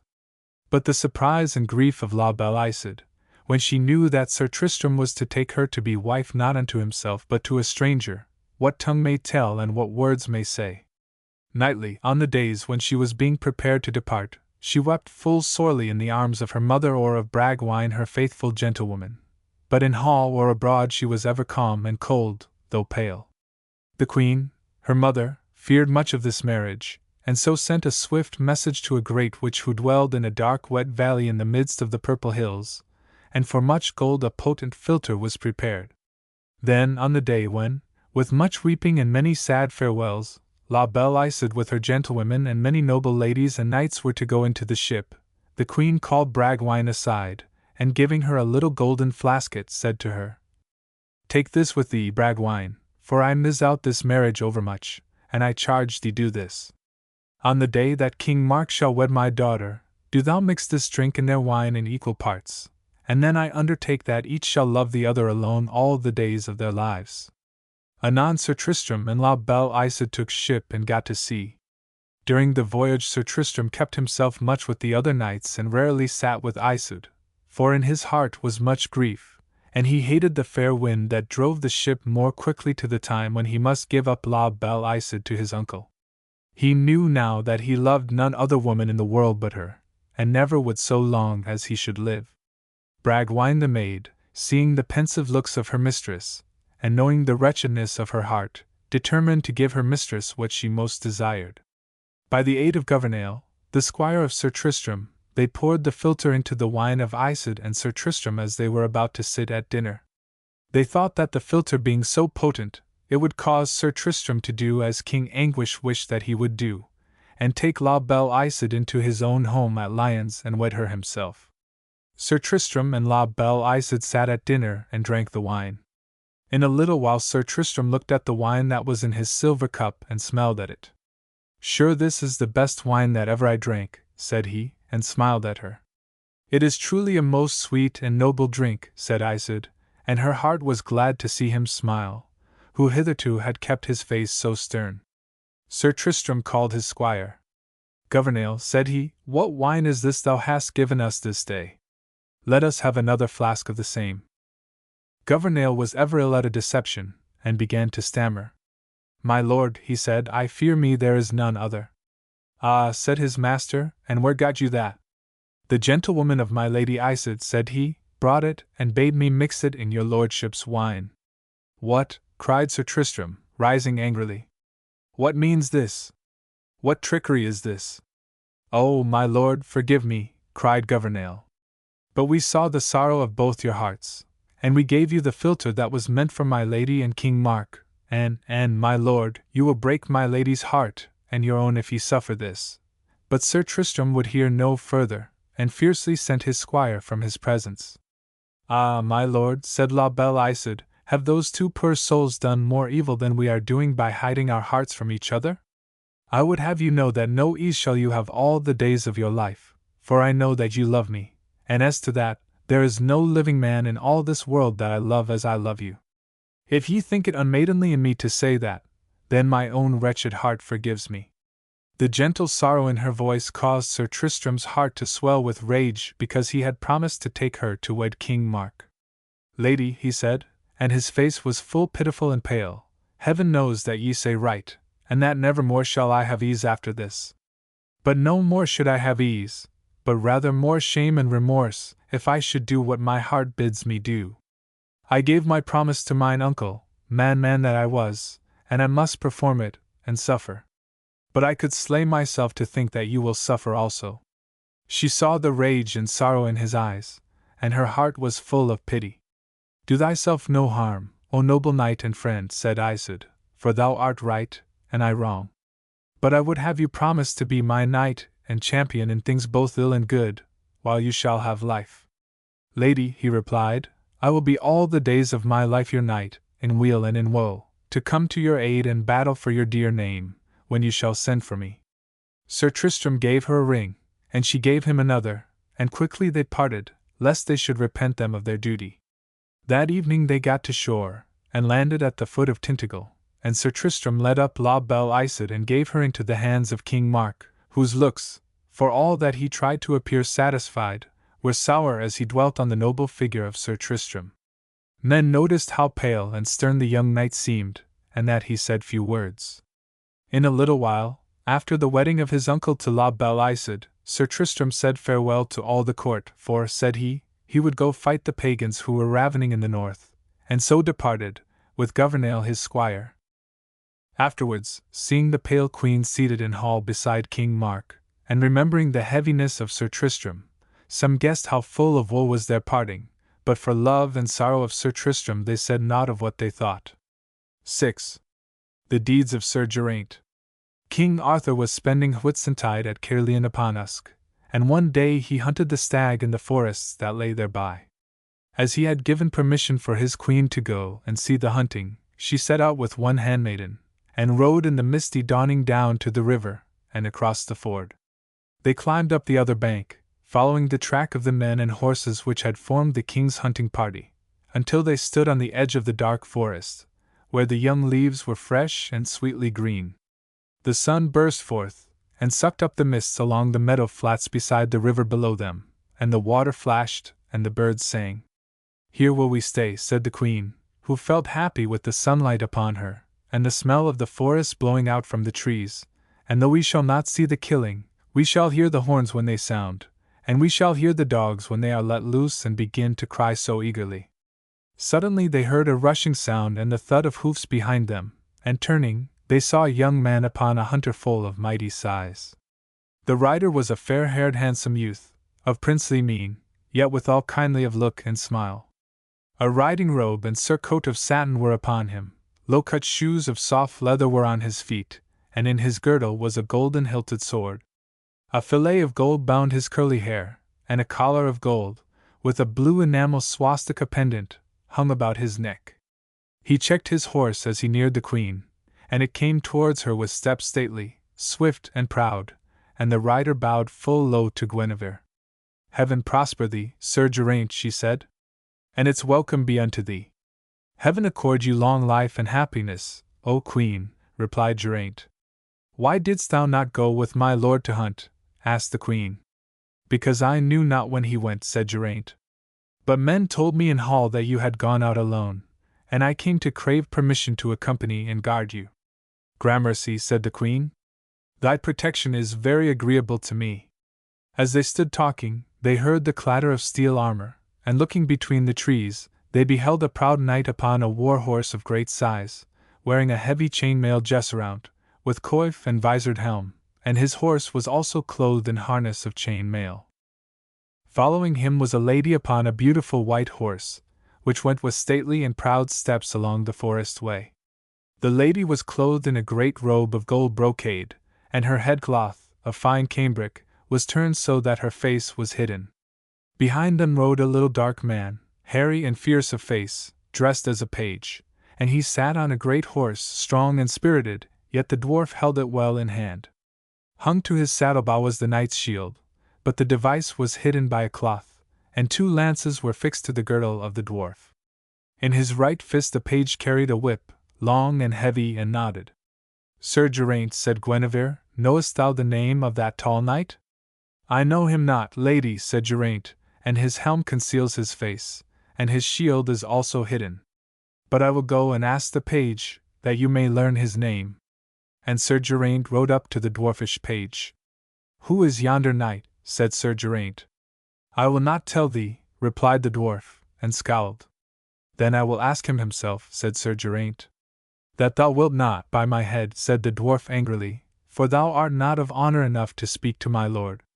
Geraint turned his horse's head to go towards the knight, whereupon the dwarf spurred forward and overtook him and lashed towards him with the long and knotted whip. The lash struck the mouth of Sir Geraint, and blood flowed, and dropped upon the silken scarf that he wore. Instantly Sir Geraint turned, with sword half drawn, and the dwarf cowed and pulled back. But Sir Geraint thought it would be no vengeance to carve the dwarf's head from his shoulders, and to be attacked unarmed by the mail-clad knight. He thrust his sword back with a clang into its scabbard, and rode towards the queen. "Thou hast acted wisely and nobly, Sir Geraint," said the queen, "and I sorrow for the insult the craven knave hath placed upon thee." "Lady, I fear he was but copying his master," said Geraint, whose eyes flashed with anger. "But if your ladyship will permit me, I will follow this knight, and at last he will come to some town where I may get arms either as a loan or from a friend, and then will I avenge the insult which this stranger knight hath given to you, my queen and lady. Go, said Guinevere, but I beg of thee, do not encounter with the knight until thou hast good arms, for he is a man almost as big as Sir Launcelot du Lake. And I shall be anxious concerning thee until thou dost return, or send tidings.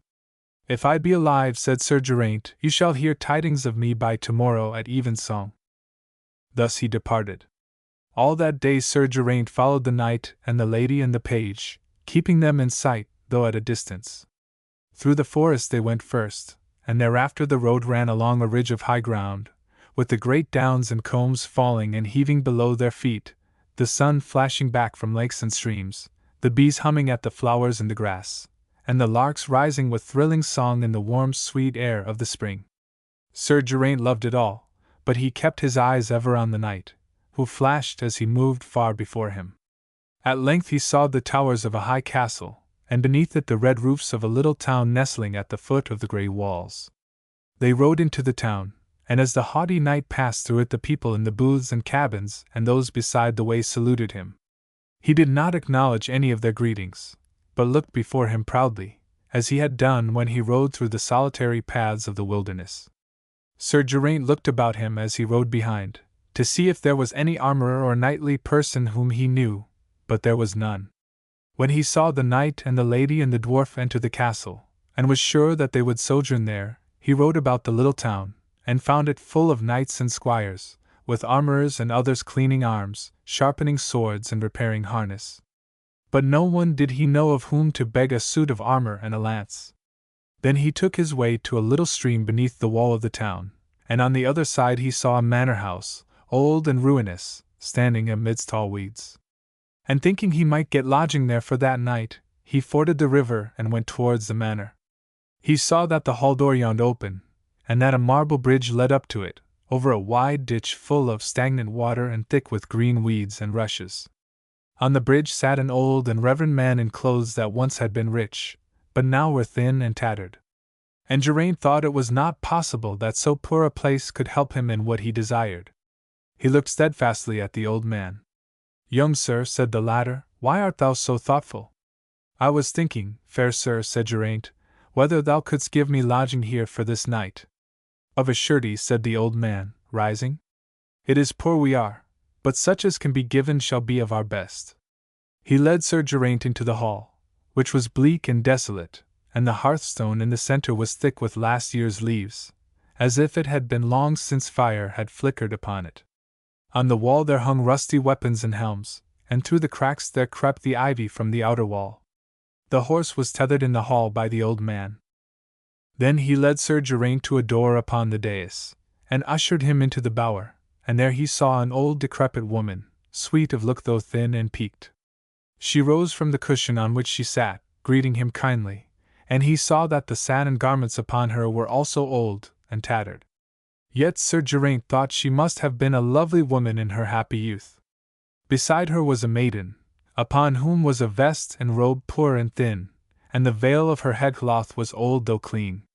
Yet truly, thought Geraint, he had never seen a lovelier maiden, nor one with more sweetness and grace in her smile or gentleness in her voice.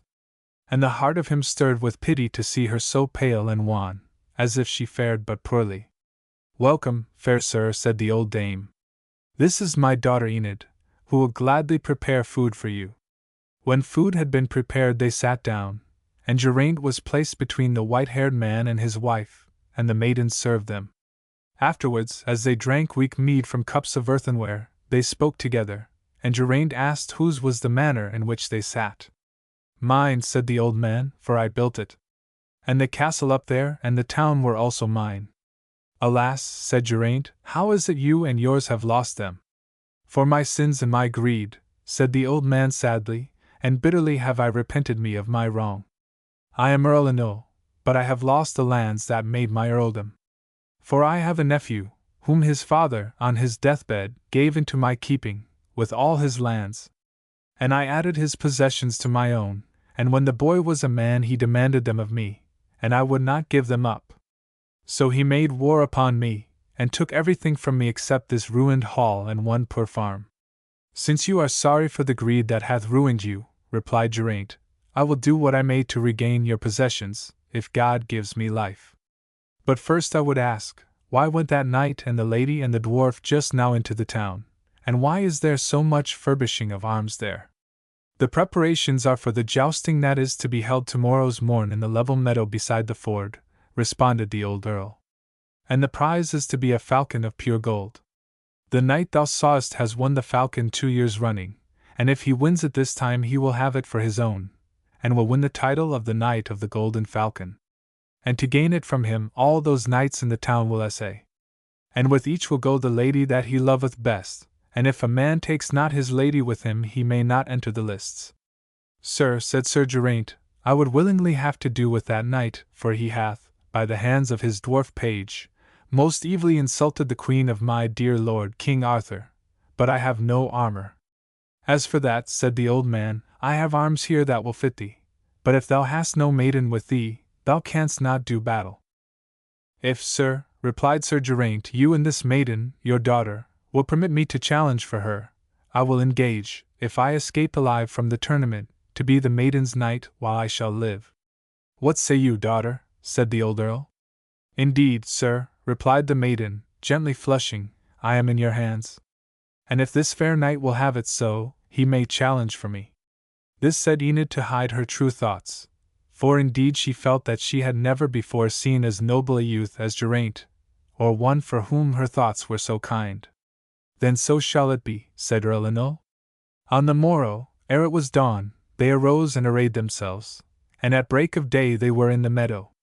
Before the seat of the young earl, who was Ynil's nephew, there was set up a post, and on it was the figure of a gyre falcon, of pure gold, and marvellously wrought, with wings outspread and talons astretch, as if it were about to strike its prey. Then the knight whom Geraint had followed entered the field with his lady, and when he had made proclamation, he bade her go and fetch the falcon from its place, for, said he, thou art the fairest of women, and if any deny it, by force will I defend the fame of thy beauty and thy gentleness and nobleness. Touch not the falcon, cried Geraint, for here is a maiden who is fairer, and more noble, and more gentle, and who has a better claim to it than any. The stranger knight looked keenly at Geraint, and in a haughty voice cried, I know not who thou art, but if thou art worthy to bear arms against me, come forward. Geraint mounted his horse, and when he rode to the end of the meadow laughter rippled and rang from the people watching him. For he bore an old and rusty suit of armor that was of an ancient pattern, and the joints of which gaped here and there. And none knew who he was, for his shield was bare. But when, thundering together, the two knights had each broken several lances upon the shield of the other, the people eyed Sir Geraint with some regard. When it seemed that the proud knight was the better jouster, the earl and his people shouted, and Ynil and Enid had sad looks. Pity it is, said Enid, that our young knight hath but that old gaping armor. For when they clash together, I feel the cruel point of the proud knight's spear as if it were in my heart. Fear not, my dear, said the old dame, her mother. I feel that him you have learned to love so soon is worthy a good maiden's love, and I think that his good knighthood will overcome the other's pride. Then the old knight went to Geraint. O young chief, he said, since all other lances break in thy strong young hand, take you this. It was the lance I had on the day when I received knighthood. It was made by the wizard smith who lives in the hill of Ithel, and it hath never failed me. Then Sir Geraint took the lance and thanked the old earl, and looked back to where stood Enid. And his heart leaped to see how proud and calm she stood, though her lips trembled as she smiled at him. With that the strength seemed to course like a mountain stream through all his body, and from the uttermost end of the meadow he pricked his horse and rushed towards the proud knight. His blow was so mighty, and the good lance so strong, that the shield of the proud knight was cleft in twain, and he was thrust far beyond his horse and fell crashing to the ground. Then Geraint leaped from his horse and drew his sword, and the other rising to his feet, they dashed together with the fury of wild bulls, and so battled long and sore until the sweat and blood obscured their sight. Once, when the proud knight had struck Sir Geraint a mighty blow, the young knight saw, as he fought, how the maid Enid stood with clasped hands and a pale face of terror, as if she feared for his life. With the sight of the maiden's dread and the memory of the insult done by the proud knight to Queen Guinevere, Sir Geraint waxed both fiercer and stronger, and gathering all his might in one blow, he beat with his sword upon the crown of the knight's helm, and so fierce was it that the headpiece broke and the sword blade cut to the bone. Straightway the knight fell down upon his knees and craved mercy. "Why should I give mercy to one so full of pride and arrogance?" said Sir Geraint. "Thou, through thy servant, hast shamefully insulted the queen of my lord King Arthur." "Fair knight," cried the other, "I confess it, and I give up my overbearing henceforth, and I crave for mercy. And if ye give me my life, I will be your man and do your behest." "I will give thee mercy on one condition," said Geraint, "which is that thou and thy lady and thy dwarf page go instantly, and yield yourselves into the hands of the queen, and claim atonement for your insult. And whatsoever my lady the queen determines, that shall ye suffer. Tell me, who art thou?" "I am Sir Edern of the Needlands," replied the other. "And who art thou, Sir Knight?" he asked, "for never have I met so valiant and good a knight of his hands as thou art." "I am Geraint of Cornwall," said the young knight. "It giveth comfort to me to know that I am overcome by so noble a knight," said the other. Then he got upon his horse, all wounded as he was, and with his lady and the page beside him took his way sadly to Arthur's court. Then the young earl rose and came to Sir Geraint, and asked him to stay with him at his castle, for he loved all knights of great prowess, and would have them to talk to him. "Nay, I will not," said Sir Geraint coldly. "I will go where I was last night." "Have your will, Sir Knight," replied the young earl courteously. "But I will ask Earl Ynil to permit me to furnish his manor, as it should be furnished for your honor and ease." Sir Geraint went back to the manor, conversing with Earl Ynil and his wife, and with the maiden Enid. When they reached the house, they found it full of the servants of the earl, who were sweeping the hall and laying straw therein, with tables and benches as were suitable, and soon a great fire leaped and crackled on the stone in the center. Then when Sir Geraint's wound had been washed and salved and bound, and he had placed upon himself his walking attire, the chamberlain of the young earl came to him and asked him to go into the hall to eat. Sir Geraint asked where was Earl Ynil and his wife and daughter. "They are in the bower putting on robes which my lord the earl hath sent, more befitting their station and your honor," said the earl's chamberlain.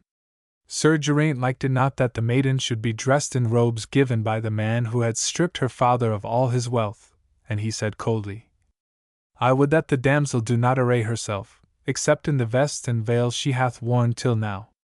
And those she should wear," he said, "until she come to the court of Arthur, where the queen shall clothe her in garments fitting for her." It was so done, and the maiden sat in her poor robes while the other knights and ladies in the young earl's company glittered and shone in satin and jewels. But she cared not for this, because Sir Geraint had bidden her. When meat was done and mead was served, they all began to talk, and the young earl invited Sir Geraint to visit him next day. "It may not be," said Sir Geraint. "I will go to the court of my lord Arthur with this maiden, for I will not rest while Earl Ynil and his dame and daughter go in poverty and rags and trouble. And it is for this I will see my lord, so that something may be done to give them maintenance befitting their station." Then, because the young earl admired Sir Geraint for his knightly strength, his nobility of manner and his prowess, there was sorrow in his heart for the old Earl Ynil. "Ah, Sir Geraint," he said, "I am sorry if your heart is sore because of my kinsman's poor condition, and if you will give me your friendship, I will abide by your counsel and do what you think I should do of right." "I thank thee, fair sir," said Geraint, "and I will ask ye to restore unto the Earl Ynil all the possessions that were rightly his, and what he should have received up to this day." "That I will gladly do for your sake," said the young earl.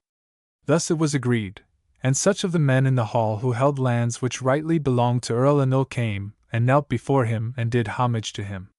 And next morning the lands and homesteads and all other his possessions were returned to Earl Ynil, to the last seed pearl.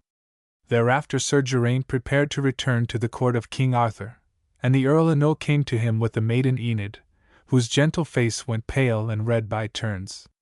Putting her hand in the hand of Sir Geraint, the old man said, "Fair sir, your pursuit of that knight, Sir Edern, and your revenge for his insult, I shall bless until the last day of my life. For you have done more goodness and justice than I can ever repay you. But if this my daughter, for whom ye fought yesterday, is pleasing unto you, then take her for your wife, with the blessing of myself and my countess." Sir Geraint clasped the hand of the young maiden, and said, My lord, I thank thee, and if my lord King Arthur shall give this maiden unto me for wife, then will I love her and cherish her all the days of my life, if she in her heart would choose me for her husband. My lord, said the maiden, raising her frank eyes and flushing face to him, I have never known a knight to whom I gave so great goodwill as I find in my heart for thee. And if thy lord Arthur shall give me unto thee, I will plight thee my love and loving service till I die. Thereupon they proceeded on their way to the court of King Arthur, and what had seemed a long journey to Geraint when he had followed Sir Erdern, now seemed too short, for he and the maid Enid passed it in much pleasant converse. Towards evening they arrived at Caerleon upon Usk, and Queen Guinevere received Sir Geraint with great welcome, calling him her glorious knight and champion, and telling him that Sir Erdern had yielded himself into her hands to do such atonement as seemed fitting, when he should have recovered from his wounds. At the beauty of the maid Enid all the court marvelled, and the queen hastened to clothe her in robes of satin, rich and rare, with gold upon her hair and about her throat. And when she was so dressed, all were glad that one of so sweet a dignity and rare a beauty had come among them. King Arthur gave her to Sir Geraint with many rich gifts, and Enid and Geraint were married in the abbey church, and the court gave itself up to feasting and sport, and acclaimed her one of the 3 most lovely ladies in all the Isle of Britain. When a year had passed in great happiness, ambassadors came from King Urban of Cornwall, with a request to King Arthur that he should let Sir Geraint go home to his father. For, said the messengers, King Urban waxes old and feeble, and the more he ageth the more insolent and daring are the barons and lords on his marches, trying to wrest parts of his lands to add to their own.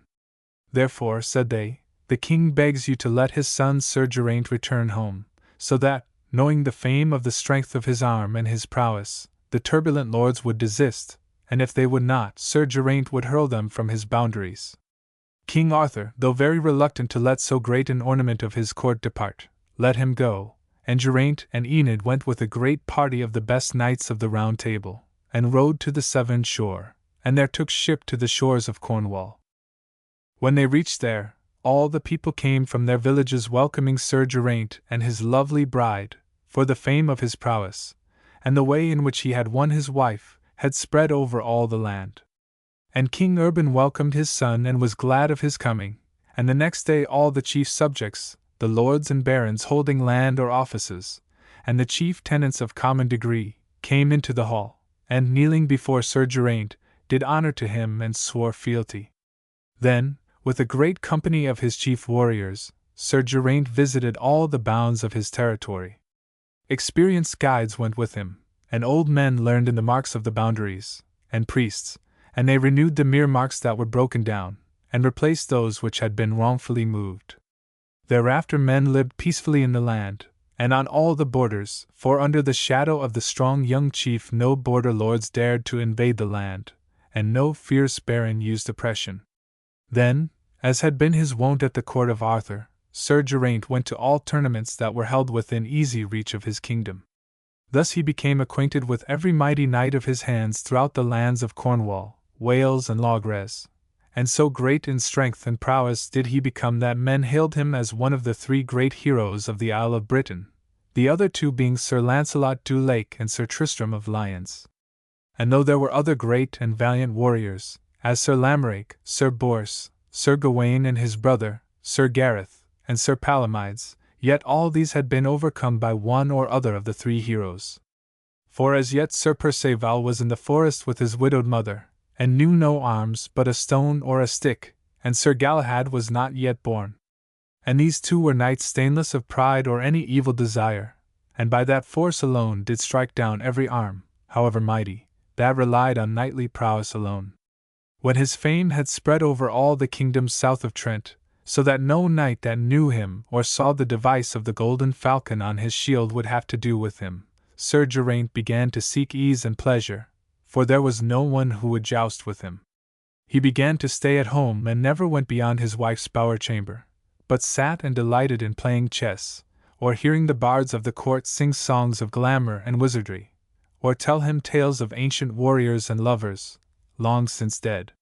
The whole court marveled at his slothfulness as time passed, and he changed not. He gave up the friendship of his nobles, and went not hunting or hawking, and found no pleasure but in the company of his wife, whom he dearly loved. Men began to scoff and jeer at his name over their cups in hall, or as they rode with hawk on fist to the hunting, or as they tilted in the lists. And the lawless lords upon the marches of the land began to stir and to dare, and when none came to punish them, their plunderings and oppressions grew. Soon these things came to the ears of the old King Urban, and great heaviness was upon him. And he called the Lady Enid to him one day, and with stern sorrow in his eyes spoke thus: Fair woman, is it thou that hast turned my son's spirit into water? Is it thy love that hath made his name a byword among those who should love him because he is not as he once was, a man no one could meet in arms and overcome? Is it thou that hath sunk him in slothfulness, so that the wolfish lords and tyrant barons upon his marchlands begin to creep out of their castle-holds, and tear and maim his people and wrest from them and him broad lands and fertile fields? Nay, Lord, nay, said Enid, and he knew from the tears in her brave eyes that she spoke the truth. It is not I, by my confession unto heaven. I know not what hath come to my dear lord. But there is nothing more hateful to me than his unnightly sloth. And I know not what I may do. For it is not harder, Lord, to know what men say of my dear husband, than to have to tell him, and see the shame in the eyes of him I love. And Enid went away weeping sorely. The next morning, when Enid awoke from sleep, she sat up and looked at Geraint sleeping. The sun was shining through the windows, and lay upon her husband. And she gazed upon his marvelous beauty, and the great muscles of his arms and breast, and tears filled her eyes as she leaned over him. Alas, she said half aloud, am I the cause that this strength, this noble and manly beauty have all lost the fame they once enjoyed? Am I the cause that he hath sunk in sloth, and men scoff at his name and his strength? And the words were heard by Geraint, and he felt the scalding tears fall upon his breast, and he lay appearing to be asleep, yet he was awake. A great rage burned in him, so that for some moments he knew not what to do or say. Then he opened his eyes as if he had heard and felt nothing, and in his eyes was a hard gleam. He rose and swiftly dressed, and called his squire. Go, he said to the man, prepare my destrier, and get old armor and a shield with no device thereon, old and rusty. And say naught to none. And do thou, he said to his wife, rise and apparel thyself, and cause thy horse to be prepared, and do thou wear the oldest riding robe thou hast. And thou wilt come with me. So Enid arose and clothed herself in her meanest garments. Then Geraint went to his father and said, Sir, I am going upon a quest into the land of Logres, and I do not know when I may return. Do thou therefore keep our kingdom till I return. I will do so, my son, said Urban, but thou art not strong enough to go through the land of Logres alone. Wilt thou not have a company with thee? But one person shall go with me, said Geraint, and that is a woman. Farewell. Then he put on the old and rusty suit of armor, and took the shield with no device, and a sword and a lance, and then mounting his horse he took his way out of the town. And Enid went before him on her palfrey, marveling what all this might mean. Geraint called unto her, and said sternly, Go thou and ride a long way before me. And whatever ye see or hear concerning me, say naught, and turn not back. And unless I speak to thee, speak not thou to me. All day they rode thus, and deeper they sank into a desolate land, where huge rocks jutted from the starved soil, and there was no sound or sight of living thing, except it was the wolf looking from his lair beneath a stone, or the breaking of a branch, as the brown bear on a distant hill slope tore at a tree to get a honeycomb, and blinked down at them, marveling, maybe, to see a knight and a lady in his desolate domain. When, late in the afternoon, their long shadows marched before them down a broad green road which they had struck upon, Enid's heart suddenly lifted to see the white walls and roofs of what looked like a rich town, for she knew not what was in her lord's mind, and feared lest his strange anger should push him to go on through the night, and so become a prey to robbers or wild animals. But she marveled that there was no sight or sound of people, no carters or travelers going to or coming from the city, and no smoke rose above the housetops. When they came nearer, she saw the wall of the gate was broken down, and that along the broad road beyond the wall the grass waved high across the street, and the little wooden booths and cabins beside the road were rotting and decayed. Anon they rode into a broad marketplace or forum, where white buildings rose above them, the windows gaping, grass growing on the roofs or in the crannies of the walls, and the doorways choked with bushes. And out of the broad hallway of the basilica she saw the grey form of a wolf walk and slink away in the shadows. With a sinking heart she knew that this was one of the fair cities which the Romans had built, and when they had left Britain this town had been deserted and left desolate, to become a place where the wolf and the bear made their lairs, where the beaver built his dam in the stream beneath the wall of the palace, and where robbers and wild men lay hid, or the small people of the hills came and made their magic and weaved their spells, with the aid of the spirits haunting the desolate hearths of the Romans. And as Enid checked her horse and waited for Geraint to come up, that she might ask him whether it was his pleasure to pass the night there, she saw, down the wide street before her, the forms of men, creeping and gathering in the gloom. Then, fearing lest they should fall upon her husband before he was aware of them, she turned her horse and rode towards him and said, "Lord, dost thou see the wild men which gather in the shadows there in the street before us, as if they would attack thee?" Geraint lifted up his angry eyes to hers. "Thou wert bid to keep silent," he said, "whatsoever thou hast seen or heard. Why dost thou warn one whom thou dost despise?" Even as he spoke, from the broken houses through which they had crept to assail the single knight, dashed 10 robbers, naked of feet, evil of look, clothed in skins. One leaped at the knight with a knife in his hand, to be cut down, halfway in his spring, by Sir Geraint's fierce sword stroke. Then, while Enid stood apart, terror in her heart, prayer on her lips, she saw him as if he were in the midst of a pack of tearing wolves, and in the silent street with its twilight was the sudden clash of steel, the howls and cries of wounded men.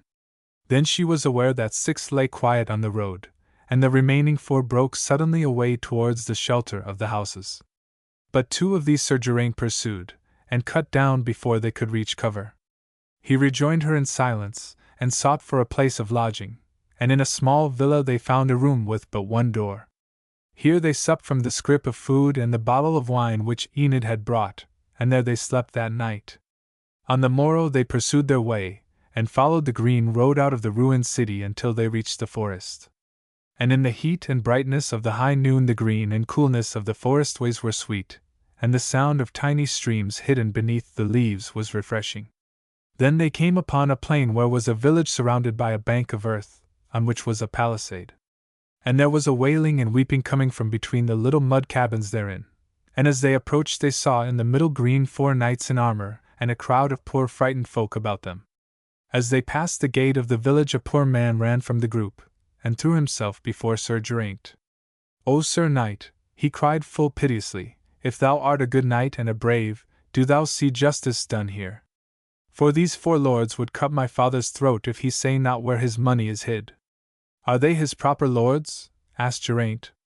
"Nay, Sir Knight," said the man. "Our land is Geraint's, and these lords say that he sleeps all day, and so they will be our masters. And they do ever oppress us with fine and tax and torture." There was Sir Geraint rode through the gate of the village and approached the group.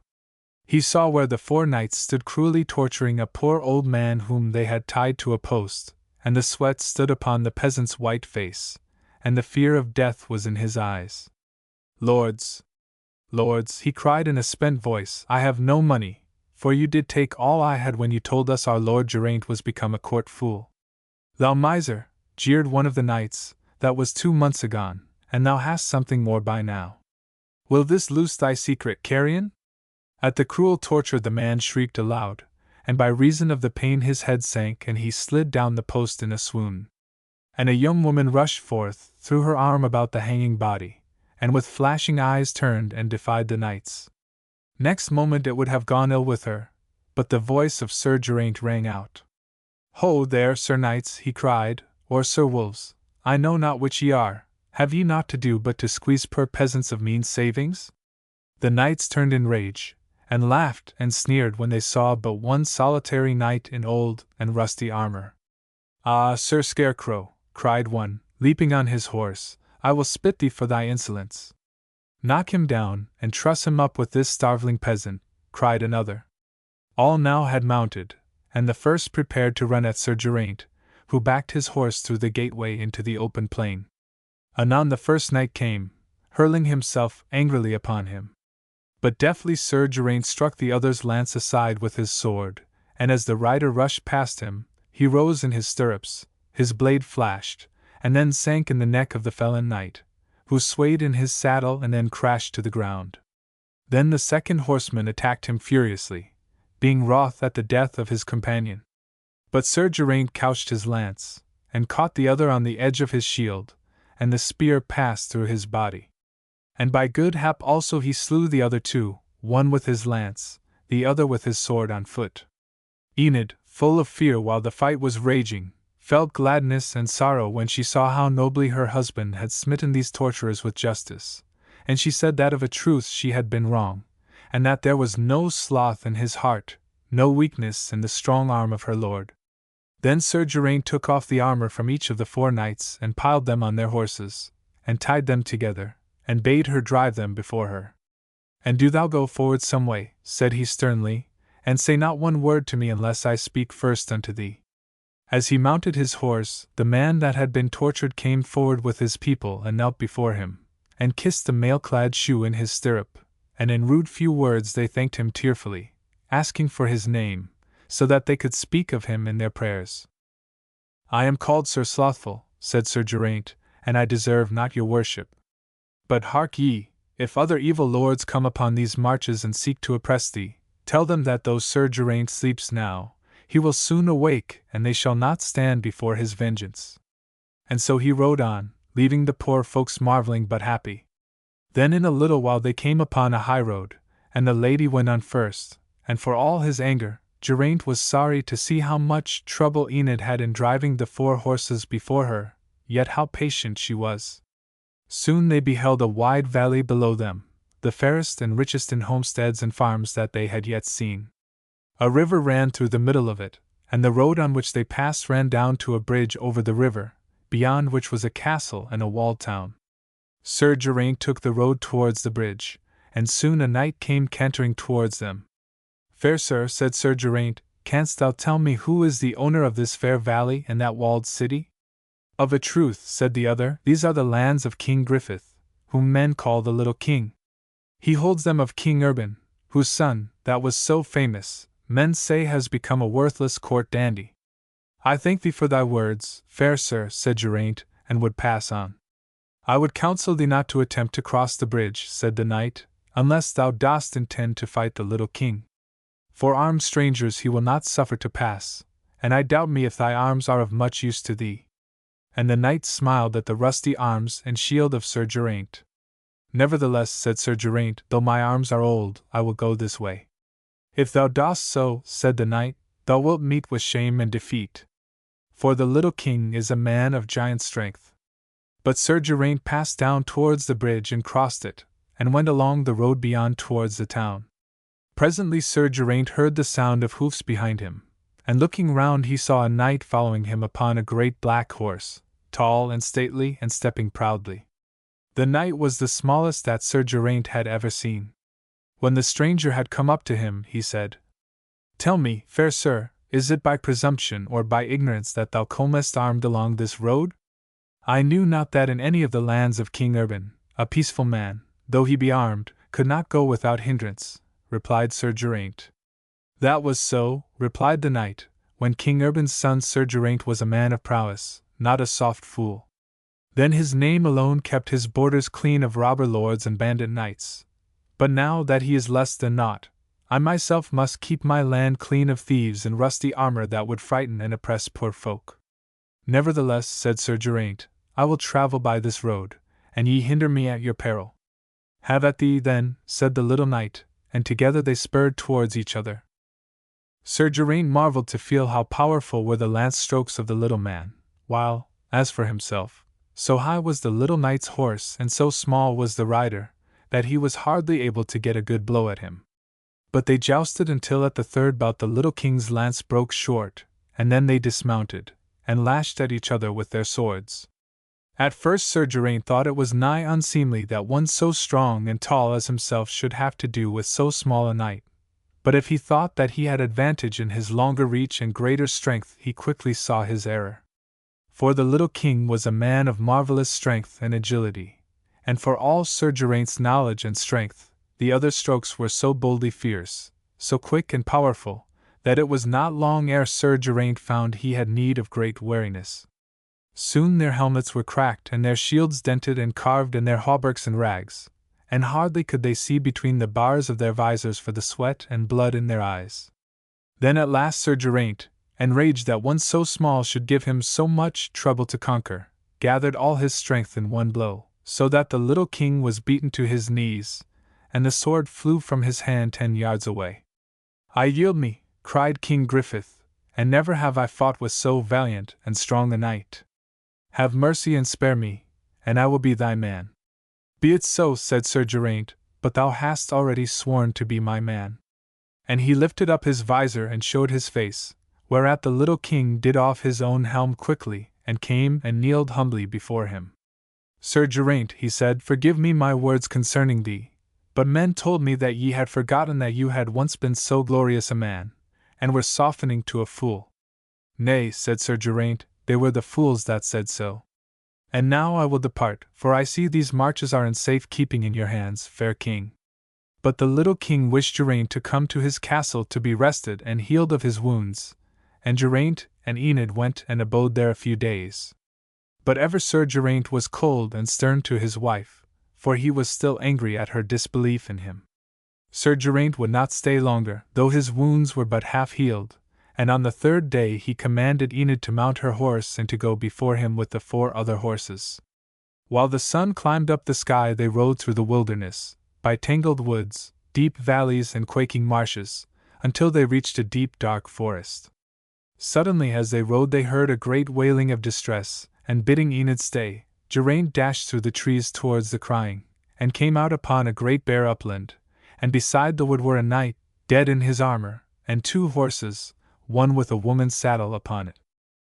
And looking further Geraint saw 3 small dark shaggy trolls making swift way up the hill towards a great green mound, and in the arms of one of them was a damsel, who shrieked as she was borne away. Fiercely Sir Geraint spurred his horse up the slope, bidding the trolls to stop, but they only ran with an exceeding great swiftness. But he pursued them, and when they were within a few steps of a small door in the hillside, the one dropped the maiden, and the 3 of them turned at bay. And the damsel ran shrieking away down the hill. The trolls had dark thin faces, with curly black hair and fierce black eyes, and their rage was horrible to see.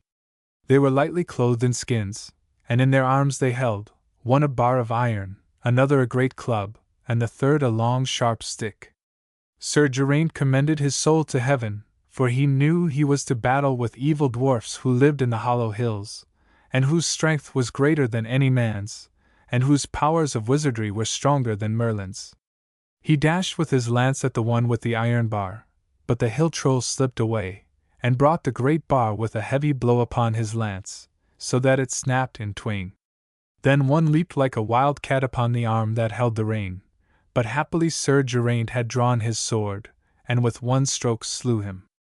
Then the 2 others leaped towards him, but the blows of the bar and club he caught upon his shield and slew the troll with the club.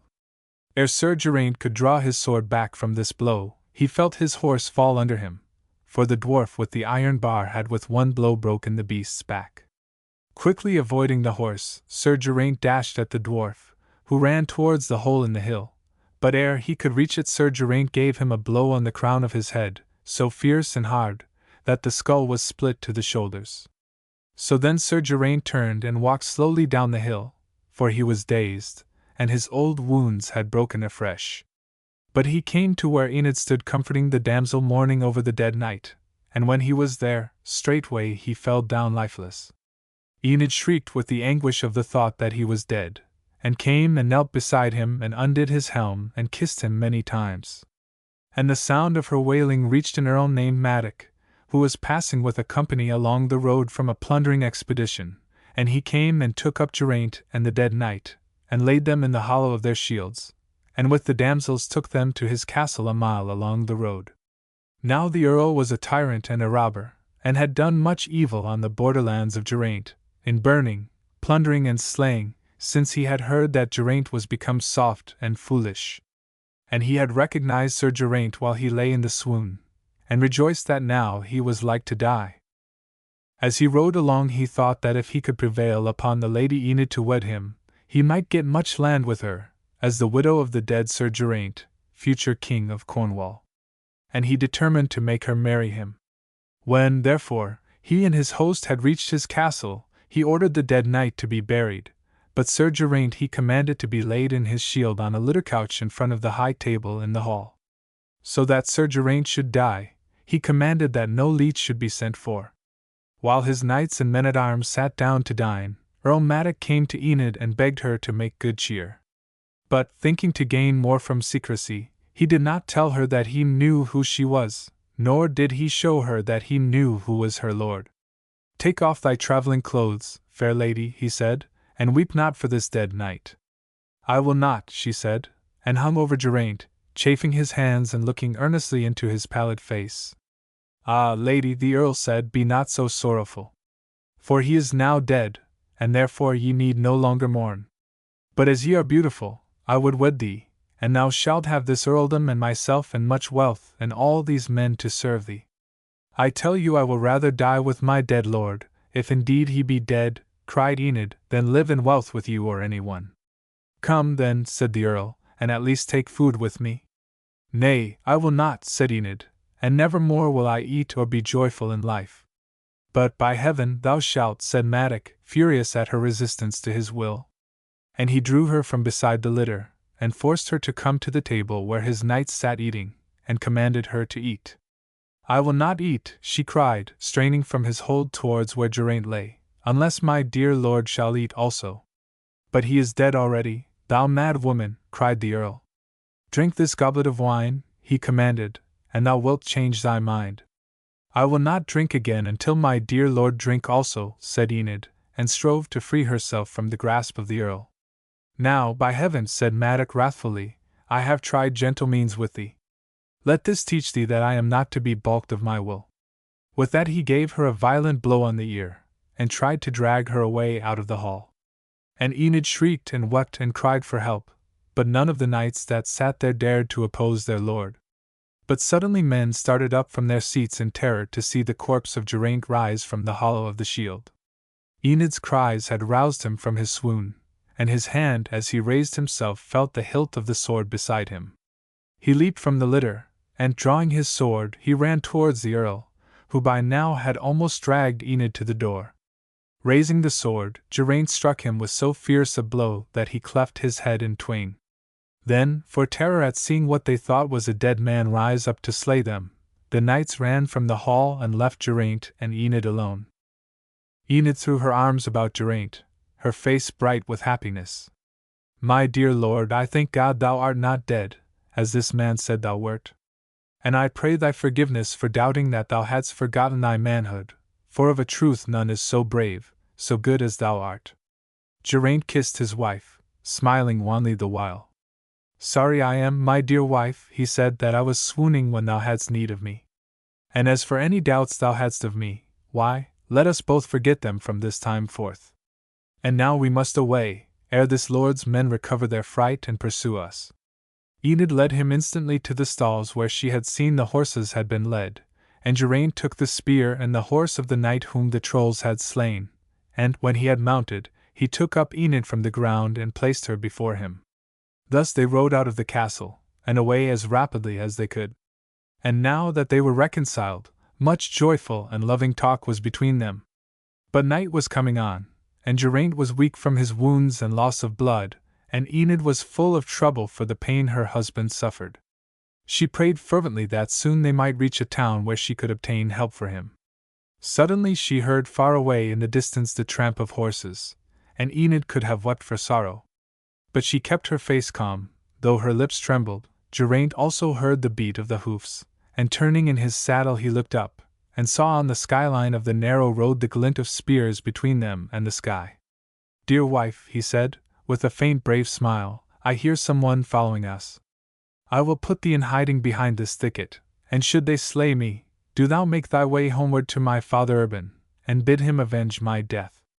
"Oh, my dear Geraint," said Enid, sobbing, for all her bravery, as she thought that he would surely be slain, and that, after all their trouble, they were not to be allowed to enjoy the happiness of their reconciliation.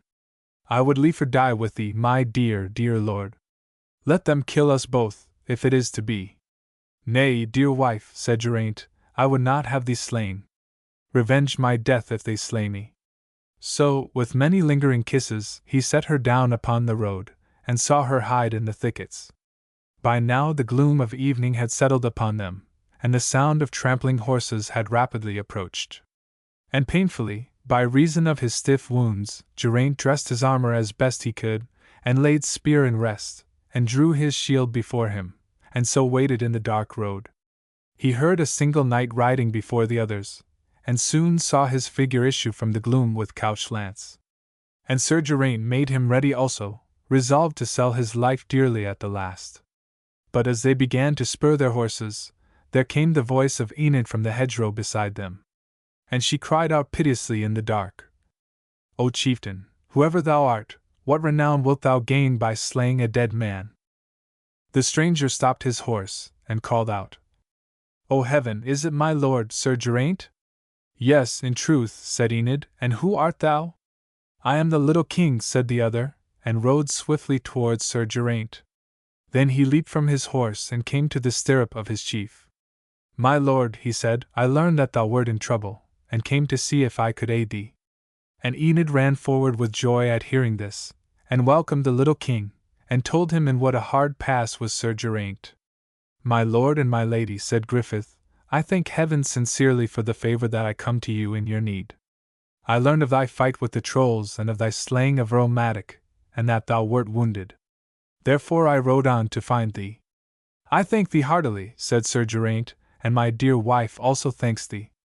For of a truth I am spent, and must needs get me rest and a leech for my wounds." "Then come at once with me," said the little king, and after he had helped Enid to her place before Geraint, he leaped on his own horse. "Now thou shalt go to the hall of a son-in-law of my sister which is near here," said King Griffith, "and thou shalt have the best medical advice in the kingdom." At the hall of the baron, whose name was Tudor, and a most knightly and gentle lord, Sir Geraint and the Lady Enid were received with great welcome and hospitality.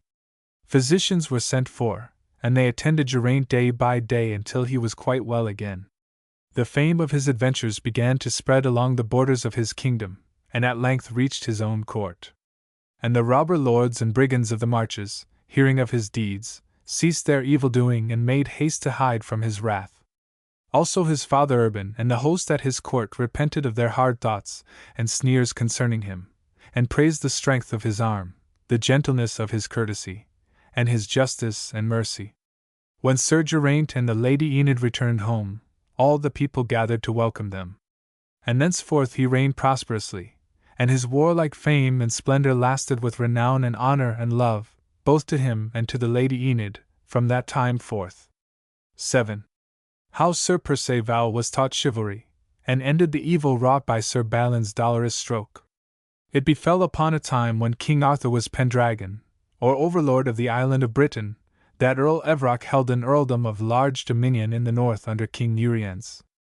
And the earl had 7 sons, the last being but a child still at play about his mother's chair as she sat with her maidens in the bower. Lord Evrock was a valiant and a mighty warrior, ever battling against the hated pagans, when their bands of blue-eyed fierce fighters landed on his coasts. And when peace was on the land, he went about on errantry, jousting in tournaments and fighting champions. His 6 elder sons did likewise, and all were famed for their knightly prowess. But the mother sat at home, sad of mood. For she hated war, and would rather have had her lord and her 6 tall sons about her in the home.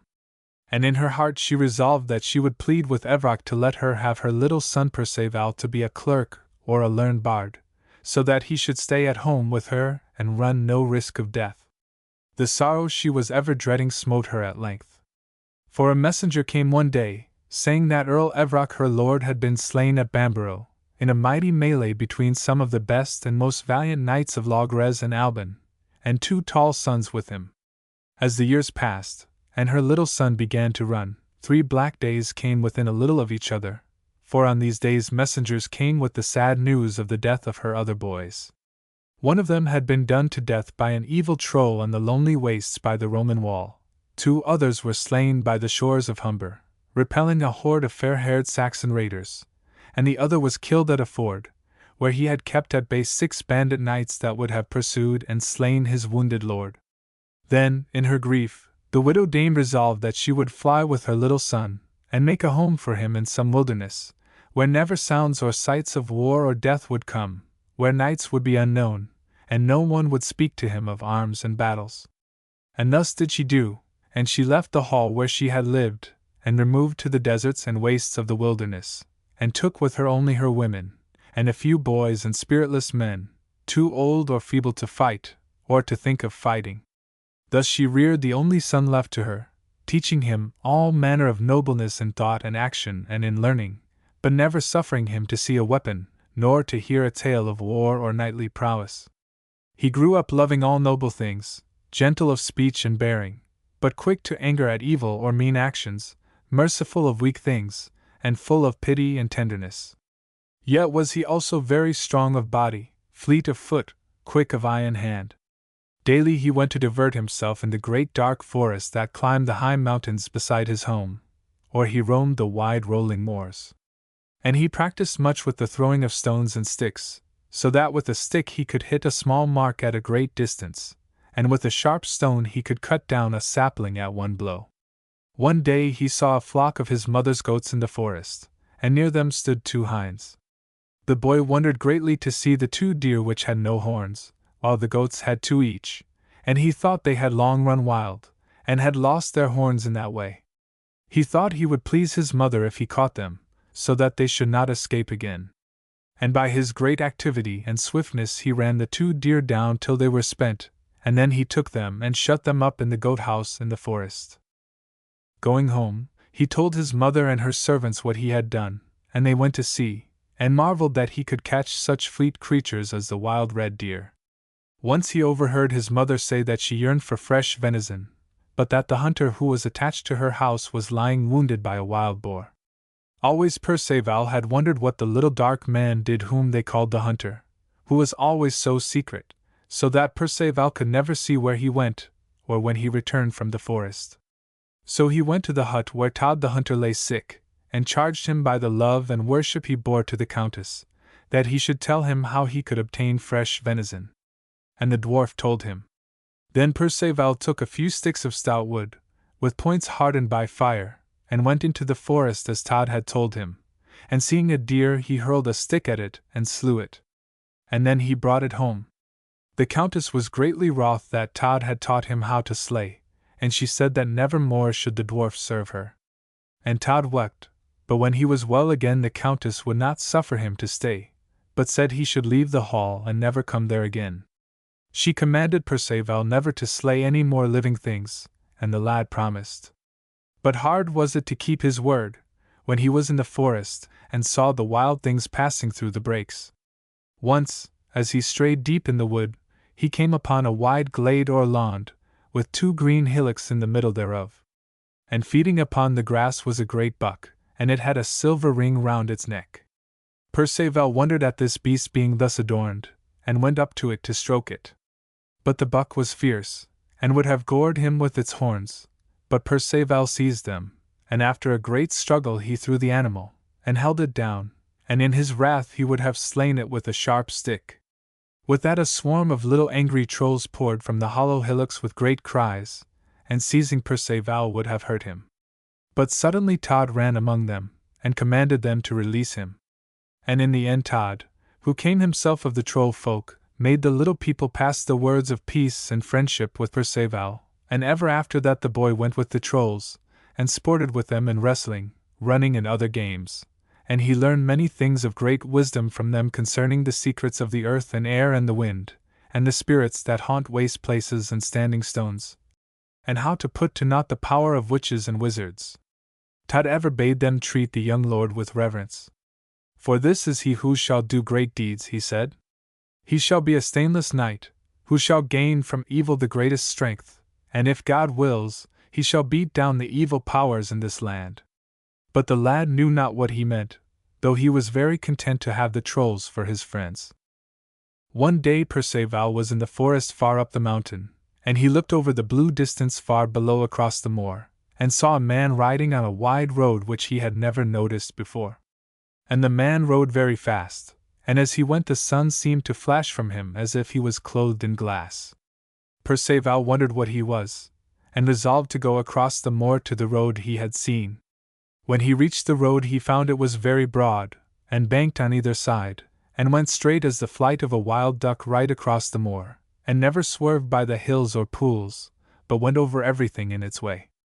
And as he stood marveling what mighty men had builded it, he heard a strange rattling sound behind him, and turning, he saw 3 men on horseback, and the sun shone from them as he had seen it shine from the first horseman. The foremost checked his horse beside Perceval, and said, "Tell me, good soul, sawest thou a knight pass this way either this day or yesterday?" "I know not what a knight is," answered Perceval. "Such a one as I," said the horseman, smiling good-naturedly, for it was Sir Owen, one of King Arthur's knights. "If you will tell me what I ask, I will tell you," said Perceval. "I will answer gladly," said Sir Owen, smiling, yet wondering at the fearless and noble air of this youth in so wild a waste. "What is this?" asked Perceval, and pulled the skirt of the hauberk. "It is a dress made of rings of steel," answered Sir Owen, "which I put on to turn the swords of those I fight." "And what is it to fight?" "What strange youth art thou?" asked Sir Owen. "To fight is to do battle with spears or swords, so that you would slay the man that would slay you." "Ah, as I would have slain the buck that would have gored me," said Perceval, nodding his head. Many other questions the youth asked eagerly, as to the arms they bore and the accoutrements and their uses. And at length he said, "Sirs, I thank you for your courtesy. Go forward swiftly, for I saw such a one as ye go by here but 2 hours ago, and he flashed in the sun as he rode swiftly. And now I will be as one of you." Perceval went swiftly back to his mother's house and found her among her women. "Mother," he said, "I have seen a great and wonderful sight on the great road across the moor." "Ah, my dear son, what was that?" she asked. "They were 3 honorable knights," he said. "And, mother, I will be a knight also." With a great shriek his mother swooned away, and the women turned him from the room and said he had slain his mother. Much grieved was Perceval that he had hurt his mother, and so, taking his store of pointed sticks, he went off into the forest, and strayed there a long time, torn between his love for his mother and the strange restlessness which the sight of the 3 warriors had caused in him. As he wandered, troubled, his quick ear caught the clang of metal, though he knew not what it was. And swiftly he ran towards the sound a long way, until he came into a clearing, and found 2 knights on horseback doing mighty battle. One bore a red shield and the other a green one. He looked eagerly at this strange sight, and the blood sang in his veins. And then he saw that the Green Knight was of slighter frame than the other, and was weakening before the strokes of the Red Knight. Full of anger at the sight, Perceval launched one of his hardwood javelins at the Red Knight. With such force did it go, and so true was the aim, that it pierced the coif of the knight, and entered between the neck and the head, and the Red Knight swayed and then clattered to the ground, dead. The Green Knight came and thanked Perceval for thus saving his life. "Are knights then so easy to slay?" asked the lad. "Methought that none might pierce through the hauberk of a knight, and I sorrow that I have slain him, not thinking what I did." "He was a full evil knight," said the other, "and deserved death richly for his many villainies and oppressions of weak orphans and friendless widows." The knight took the body of the dead knight to be buried in a chapel, and told Perceval he could have the horse. But the lad would not have it, though he longed greatly to possess it, and the Green Knight took it with him. Then Perceval went home, sad yet wild with wonder at what he had done. He found his mother well again, but very sorrowful. And for fear of giving her pain, he did not tell her of the knight he had slain. She called him to her and said, "Dear son of mine, it seems I may not keep thy fate from thee. The blood of thy warlike generations before thee may not be quenched, whatever fond and foolish plans I made to keep thee from knowledge of battle and weapons. Dear son, dost thou desire to ride forth into the world?" "Yes, mother, of a truth," said Perceval. "I shall not be happy more until I go." "Go forward then," she said weeping, and God be with thee, my dear son. And as I have no man who is strong of his hands, thou must go alone, yet will I give thee gold for thy proper garnishing and lodging. But make all the haste ye may to the court of King Arthur at Caerleon upon Usk, for there are the best and the boldest and the most worshipful of knights. And the king will give thee knighthood.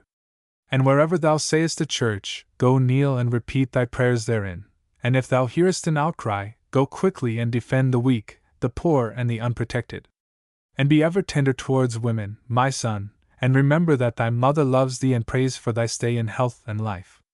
And come thou to see me within a little while. And he thanked her, saying he would do naught that should shame her, but would remember all the nobleness of her teaching, also, that he would return to see her within a little while. Perceval went to the stable and took a bony, piebald horse, which seemed the strongest, and he pressed a pallet of straw into the semblance of a saddle, and with pieces of leather, and would he imitated the trappings he had seen on the horses of the knights. Then, after taking leave of his mother, he rode forth, sad at first for leaving her in sorrow and tears, but afterwards glad that now he was going into the world to become a knight. And for armor he had a rough jerkin, old and moth-eaten, and for arms he had a handful of sharp-pointed sticks of hard wood. He journeyed southwards 2 days and 2 nights along the great straight road, which went through the deep dark forests, over desert places and over the high mountains. And all that time he ate nothing but wild berries, for he had not thought to bring food with him. While he was yet but a little way from the court of King Arthur, a stranger knight, tall and big, in black armor, had ridden into the hall where sat Guinevere the queen, with a few of the younger knights and her women. The page of the chamber was serving the queen with wine in a golden goblet richly wrought, which Lancelot had taken from a knight whom he had lately slain. The stranger knight had alighted before the chair of Guinevere, and all had seen that full of rage and pride was his look. And he caught sight of the goblet in the hand of Guinevere, and he snatched it from her, spilling the wine over her dress and dashing it even into her face. Now am I well lighted here, he said, for this is the very goblet which thy robber knight Sir Lancelot reaved from my brother, Sir Wilder. And if any of you knights here desire to wrest this goblet from me, or to avenge the insult I have done your queen, let him come to the meadow beside the ford, and I will slay him, aye, if it be that traitor Sir Lancelot himself. All the young knights hung their heads as he mounted his horse and insolently rode out of the hall, for it seemed to them that no one would have done so daring an outrage unless, like Sir Garlon whom Balin slew, he fought with evil magic, so that the strength and prowess of the mightiest knight would be put to naught. Then Perceval entered the hall, and at sight of him upon his rough piebald horse, with its uncouth trappings, and the old and mouldy jerkin upon the youth, the knights and others broke forth in excessive laughter, as much at the sight as to cover their discomfiture and fear of the knight who had just gone. But Perceval took no note of their laughter, but rode up the hall to where Sir Kay the seneschal stood, wrathful at the outrage on the queen which he had not dared to avenge instantly. And Perceval looked about and saw a knight more richly dressed than the others, and turning to Kay, he said, "Tell me, tall man, is that King Arthur yonder?" "What wouldst thou with Arthur, knave?" asked Kay angrily. "My mother told me to seek King Arthur," responded Perceval, "and he will give me the honor of knighthood." "By my faith, thou farmer's churl," said Kay, "thou art richly equipped indeed with horse and arms to have that honor." Thereupon the others shouted with laughter, and commenced to throw sticks at Perceval, or the bones left by the dogs upon the floor. Then a dwarf pressed forward between the laughing crowd and saluted Perceval. And the lad rejoiced to recognize him. It was Todd, who had been his friend among the trolls of the mountains, and with Todd was his wife. They had come to the court of Arthur, and had craved harborage there, and the king of his kindness had granted it them. But by reason of the prophecy which the trolls knew of concerning the great renown which Perceval was to gain, they had been dumb of speech since they had last seen the young man. And now at sight of him their tongues were loosed, and they ran and kissed his feet, and cried together, "The welcome of heaven be unto thee, goodly Perceval, son of Earl Evrock. Chief of warriors art thou, and stainless flower of knighthood." "Truly," said Kay wrathfully, "thou art an ill-conditioned pair, to remain a year mute at King Arthur's court, and now before the face of goodly knights to acclaim this churl with the mouldy coat, chief of warriors and flower of knighthood. In his rage he beat Todd the dwarf such a blow, that the poor troll fell senseless to the ground, and the troll wife he kicked, so that she was dashed among the dogs, who bit her. Tall man, said Perceval, and men marveled to see the high look on his face and the cold scorn in his eyes, I will have vengeance on thee for the insult and ill treatment thou hast done these two poor dwarfs. But tell me now which of these knights is Arthur? Away with thee, shouted Kay, enraged. If thou wouldst see Arthur, go to the knight with the goblet who waits for thee at the ford, and take the goblet from him, and slay him. Then when thou comest back clad in his armor, we will speak further with thee. I will do so, angry man, said Perceval, and amid the shouts of laughter and the sneers of the crowd he turned his horse's head and rode out of the hall. Going to the meadow beside the ford, he saw a knight riding up and down, proud of his strength and valor. Tell me, fellow, said the knight, who bore on his shield the device of a black tower on a red field, didst thou see any one coming after me from the court yonder? The tall man that was there, said Perceval, bade me to come to thee, and I am to overthrow thee and to take from thee the goblet, and as for thy horse and thy arms I am to have them myself. Silence, prating fool, shouted the knight, go back to the court and tell Arthur to come himself, or to send a champion to fight me, or I will not wait, and great will be his shame. By my faith, said Perceval, whether thou art willing or unwilling, it is I that will have thy horse and arms and the goblet. And he prepared to throw his javelin sticks. In a proud rage the knight ran at him with uplifted lance, and struck him a violent blow with the shaft between the neck and the shoulder. Ha ha! Lads, said Perceval, and laughed, that was as shrewd a blow as any the trolls gave me when they taught me their staff play, but now I will play with thee in my own way. Thereupon he threw one of the pointed sticks at the knight, with such force and with such sureness of aim that it went in between the bars of his visor and pierced the eye, and entered into the brain of the knight. Whereupon he fell from his horse lifeless. And it befell that a little while after Perceval had left the court, Sir Owen came in, and was told of the shameful wrong put upon the queen by the unknown knight, and how Sir Kay had sent a mad boy after the knight to slay him. Now, by my troth, said Owen to Kay, thou wert a fool to send that foolish lad after the strong knight. For either he will be overthrown, and the knight will think he is truly the champion sent on behalf of the queen, whom the knight so evilly treated, and so an eternal disgrace will light on Arthur and all of us. Or, if he is slain, the disgrace will be the same, and the mad young man's life will be thrown away. Thereupon Sir Owen made all haste, and rode swiftly to the meadow armed, but when he reached the place, he found a youth in a mouldy old jerkin pulling a knight in rich armor up and down the grass. By Our Lady's name, cried Sir Owen, what do you there, tall youth? This iron coat, said Perceval, stopping as he spoke, will never come off him. Owen alighted marveling, and went to the knight and found that he was dead, and saw the manner of his death, and marveled the more. He unloosed the knight's armor and gave it to Perceval. Here, good soul, he said, are horse and armor for thee. And well hast thou merited them, since thou unarmed hast slain so powerful a knight as this. He helped Perceval put on his armor, and when he was fully dressed Owen marveled to see how nobly he bore himself. Now come you with me, he said, and we will go to King Arthur, and you shall have the honor of knighthood from the good king himself. Nay, that will I not, said Perceval, and mounted the dead knight's horse. But take thou this goblet to the queen, and tell the king that wherever I be, I will be his man, to slay all oppressors, to succor the weak and the wronged, and to aid him in whatever knightly enterprise he may desire my aid. But I will not enter his court until I have encountered the tall man there who sent me hither, to revenge upon him the wrong he did to my friends, Todd the dwarf and his wife.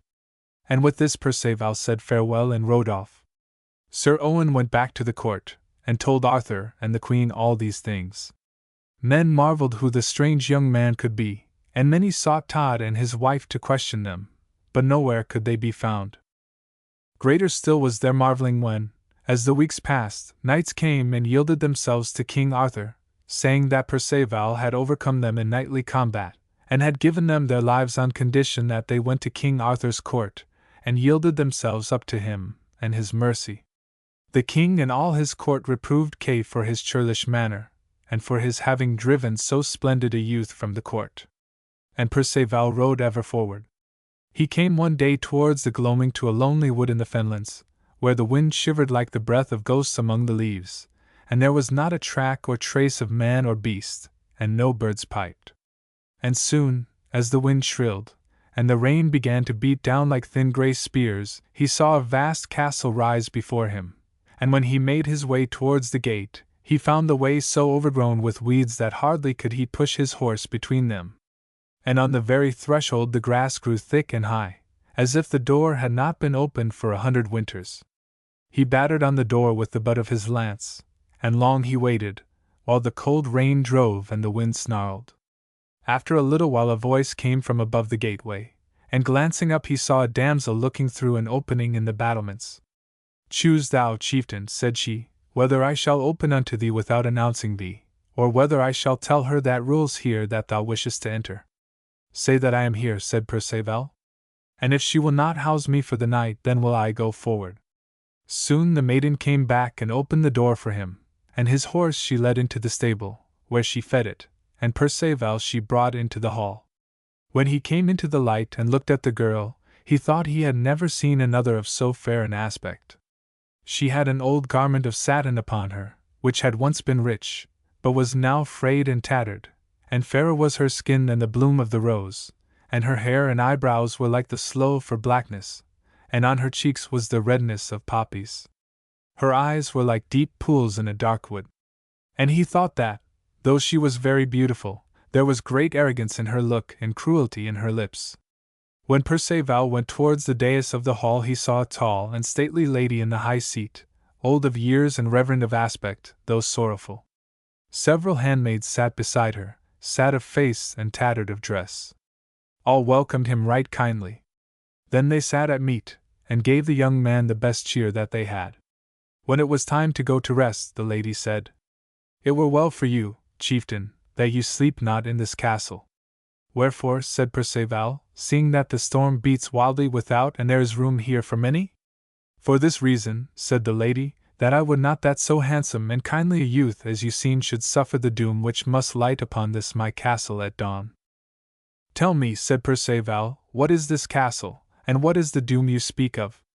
"This castle is named the Castle of Weeds," replied the lady, "and the lands about it for many miles belong to my husband, the Earl Mador.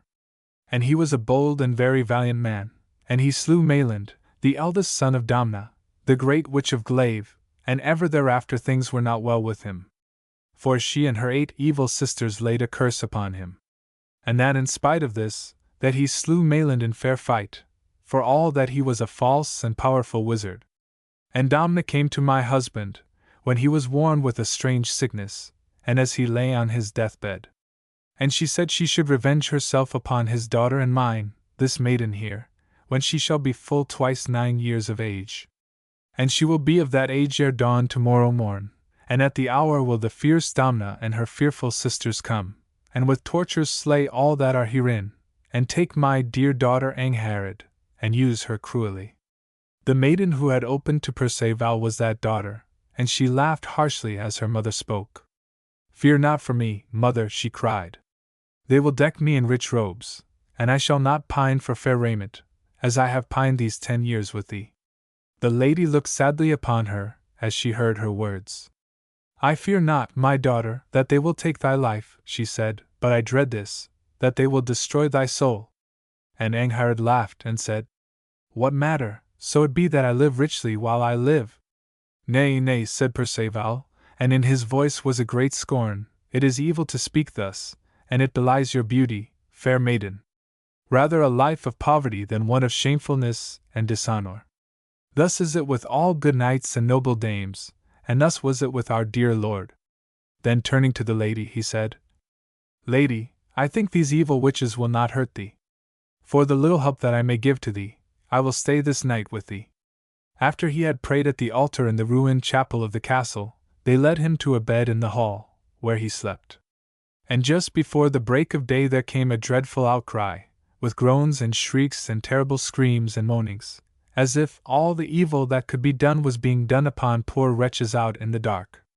Perceval leapt from his couch, and with naught upon him but his vest and doublet, he went with his sword in hand to the gate, and there he saw 2 poor serving men struggling with a hag dressed all in armor.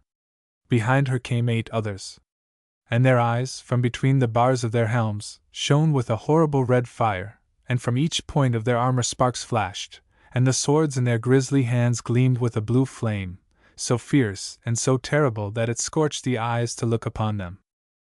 But Perceval dashed upon the foremost witch, and with his sword beat her with so great a stroke that she fell to the ground, and the helm on her head was flattened to the likeness of a dish. When she fell, the light of her eyes and her sword went out, and the armor all seemed to wither away, and she was nothing but an old ugly woman in rags. And she cried out, "Thy mercy, good Perceval, son of Evroc, and the mercy of heaven." "How knowest thou, hag," said he, "that I am Perceval?" "By the destiny spun by the powers of the underworld," she said, "and the foreknowledge that I should suffer harm from thee. And I knew not that thou wert here, or I and my sisters would have avoided thee. But it is fated," she went on, "that thou come with us to learn all that may be learned of the use of arms. For there are none in Britain to compare with us for the knowledge of warfare." Then Perceval remembered what he had heard the trolls, the people of the underworld, say, though he had not understood their meaning. "The stainless knight," they said, "shall gain from evil greater strength, and with it he may confound all evil. If it be thus fated," he said, "I will go with thee. But first thou shalt swear that no evil shall happen to the lady of this castle, nor to her daughter, nor to any that belong to them." "It shall be so," said the witch, "if, when the time comes, thou art strong enough to overcome my power. But if thou failest, Angharad is mine to do with as I will." Then Perceval took leave of the lady of the Castle of Weeds, and of Angharad. And the lady thanked him with tears for saving their lives, but the girl was cold and scornful and said no word of thanks. Then Perceval went with the witches to their castle of Glaive.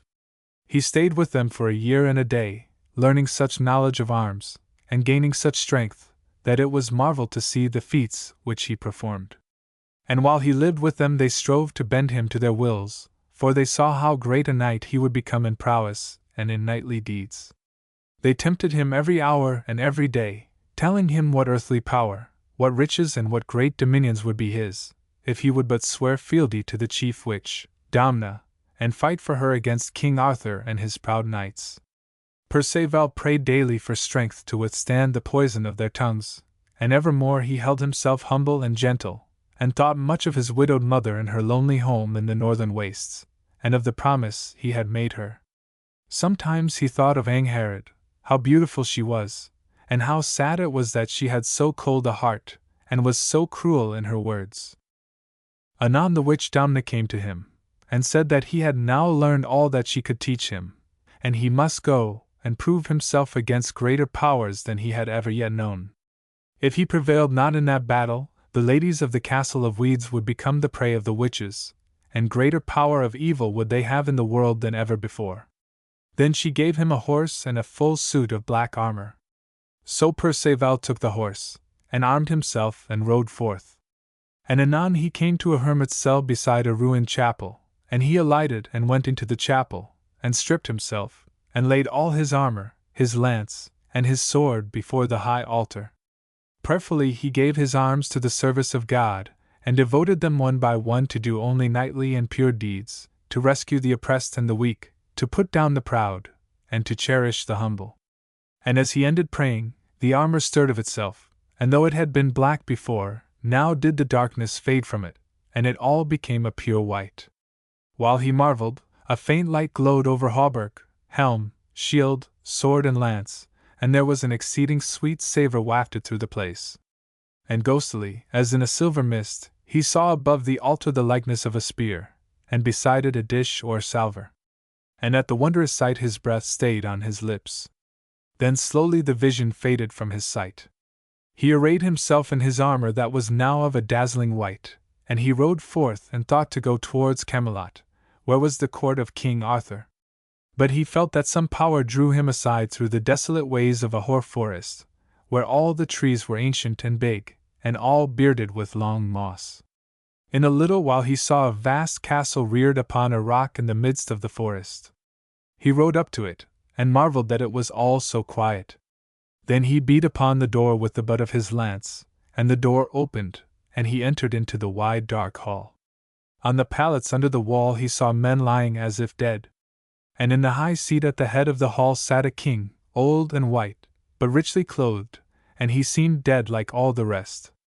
All were clad in garments of an ancient kind, as if they had lived and died 1,000 years agone, yet had not rotted into dust. On the floor, about the wide heap of ashes where the fire had burned, the hounds still lay as if asleep, and on the posts the hawks sat stiff upon their perches. Much did Perceval marvel at this strange sight, but most of all he marveled to see where a shaft of light from a narrow window gleamed across the hall full upon a shield hung on the fire pillar beside the high seat in which the king sat like one dead. Perceval caused his horse to pick its way through the hall, and he approached the shield. And he saw that it was of shining white, but whiter than the whiteness of his own, and in the center thereof was a heart. As he sat looking thereat, he marveled to see that the heart seemed to stir as if it were alive, and began to throb and move as if it beat. Then the whiteness of the shield began to dazzle like to a light that mortal eyes could not bear. He lifted his hand and took the shield by its strap from the peg on which it hung, and as he did so, a great sigh arose from within the hall, as if at one time many sleepers awoke. And looking round, he saw how all the men that had seemed dead were now on their knees, with bent heads and folded hands as if in prayer. The king in the high seat stirred and sat upright, and looked at Perceval with a most sweet smile. "The blessing of God is upon thee, young white knight," said he, "and now is my watch and ward all ended, and with these my faithful companions may I go." "Tell me, sir," said Perceval, "what means this?" "I am Marius," said the king, "and I was that Roman soldier who took pity of the gentle Saviour dying in his agony upon the rood. And I helped to take him from the cross. For my pity did God, whom till then I had not known, deal with me in marvelous wise. And this shield was mine, and a holy hermit in a desert of Syria did bless it, and prophesy concerning it and me. I came to this land of Britain when it was full of evil men, warring fiercely together, and all in heathen darkness. I preached the word of Christ, I and my fellows that came with me, until the heathens rose up and would slay me. And by that time I was wearied and very old, and wished to die. Yet I sorrowed, wondering whether God would do naught to rescue these people from this slavery to the old evil law. Then a man of God came to me at night, a man of marvel, and he caused this castle to be builded in this ancient wood, and he put my shield upon the post, and bade me and my dear friends sleep. For, said he, thou hast earned thy sleep, and others shall carry on thy work and reveal the mercy of God and his Christ to these poor heathens, and they shall turn to God wholly. And no evil shall be able to break in upon thy repose. But when, in the distant future, men's hearts are turning to evil again, one that is of the 3 white knights shall come and take this shield, to ward him in the great battle against evil, and then thou and all that are with thee shall have the restfulness of death thou hast merited. Go then, thou good knight, went on King Marius, fight the good fight against that thing of evil whom the good man spoke of, and may my shield encompass thee and ever guard thee. Perceval took the shield and left his own. Turning, he rode back between lines of silent forms bent in prayer. He went forth into the forest some little way, and heard from the castle the singing of a joyful hymn. And looking back, he saw that the castle had vanished. But still above him and about him was the sound of singing, of a sweetness indescribable, as if they sang who had gained all that they desired.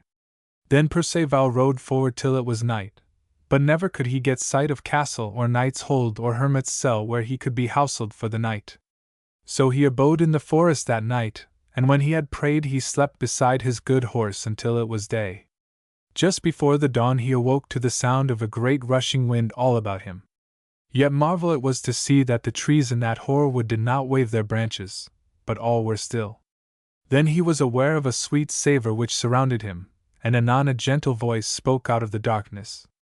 "Fair white knight," said the voice, "it is ordained of thee that thou goest to the lands of the King Pelham in the north, where an evil power seeks to turn men from the new law which Christ brought, and to make them cleave to the old law with its cruelty and evil tortures.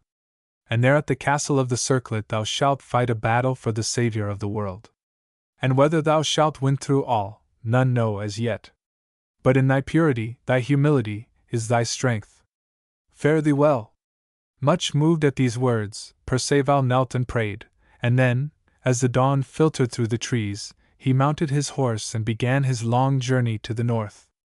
On the 7th day he crossed the plain, and saw far in the north where the smoke as of fires rose into the clouds, and here and there he saw the fierce red gleam of flames. And he passed through a ford, and then he entered a land all black and desolate, with the bodies of the dead beside the way, unburied, and the houses all broken or burned. In other places the grass and weeds grew over the hearths of desolated homes, and wild beasts made their lairs where homely folks seemed lately to have lived their simple happy lives. No man or child could be seen anywhere to ask what all this might mean. But one day, as he walked his horse beside a brook, over the long grass, he came upon a poor half-starved peasant who had not strength to run. And the man knelt before him, and bared his breast, and said, "Strike, Sir Knight, and end my misery." But Perceval raised him in his arms and kissed him, and gave him bread and wine from his scrip, and when the poor man was revived, Perceval asked him what his words meant. "Ah, Sir White Knight," said the man, whose tears fell as he spoke, "surely thou art an angel of heaven, not of the pit, such as have ravened and slaughtered throughout this fair land since good King Pellam was struck by the dolorous stroke that Balin made. For of that stroke came all our misery.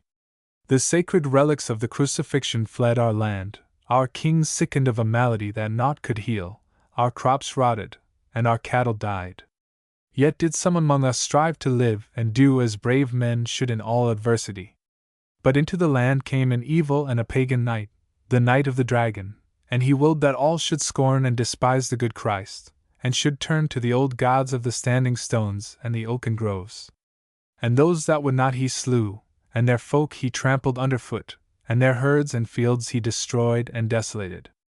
And I, fair lord, have lost my dear wife and my wee bairns, and I wonder why I fled and kept my life, remembering all I have lost." "Take heart," said Perceval, "and remember that it is God his mercy that chastiseth, and that while thou hast life thou hast hope. It is a man's duty, a man's nobility, to bear sorrows bravely, and still to work, to do all and to achieve. I think God will not long let this evil knight oppress and slay. In his good time he will cut him down." "Fair sir," said the peasant, "I thank thee for thy cheer, and I will take heart and trust in God's good time." And Perceval rode forward through the blackened land and found the forests burning and the fields wasted. Anon he came to the edge of a plain, and saw a great castle in the distance. And there came to him a damsel, weeping, and when he craved of her to tell him why she mourned, she stayed, and looked at him as if astounded. Then she cried with a great cry of joy, "Oh, tell me, fair sir, who art thou? Thou hast the white armor which it was foretold the spotless knight should wear, and on thy shield is the heart as of him that bled to save the world." "I know not what you say," replied Perceval, "but my name is Perceval, son of Evroc, and I seek the wicked knight that doeth all this evil." "Then thou art the White Knight," said the damsel, "and now I pray that God aid thee, for my lady and all this poor land have need of thee. Come thou to my mistress, the lady of the chaplet." Therewith she led him to the castle, and the lady thereof came out to him. She was of a sad countenance, but of a great beauty, though poorly clothed. "Fair sir," she said, "my maiden hath told me who thou art, and I sorrow that one so noble as thou seemest shall essay to overcome the fiend Knight of the Dragon. Yet if thou shouldst prevail, all men in this tortured land will bless thee, and I not the least.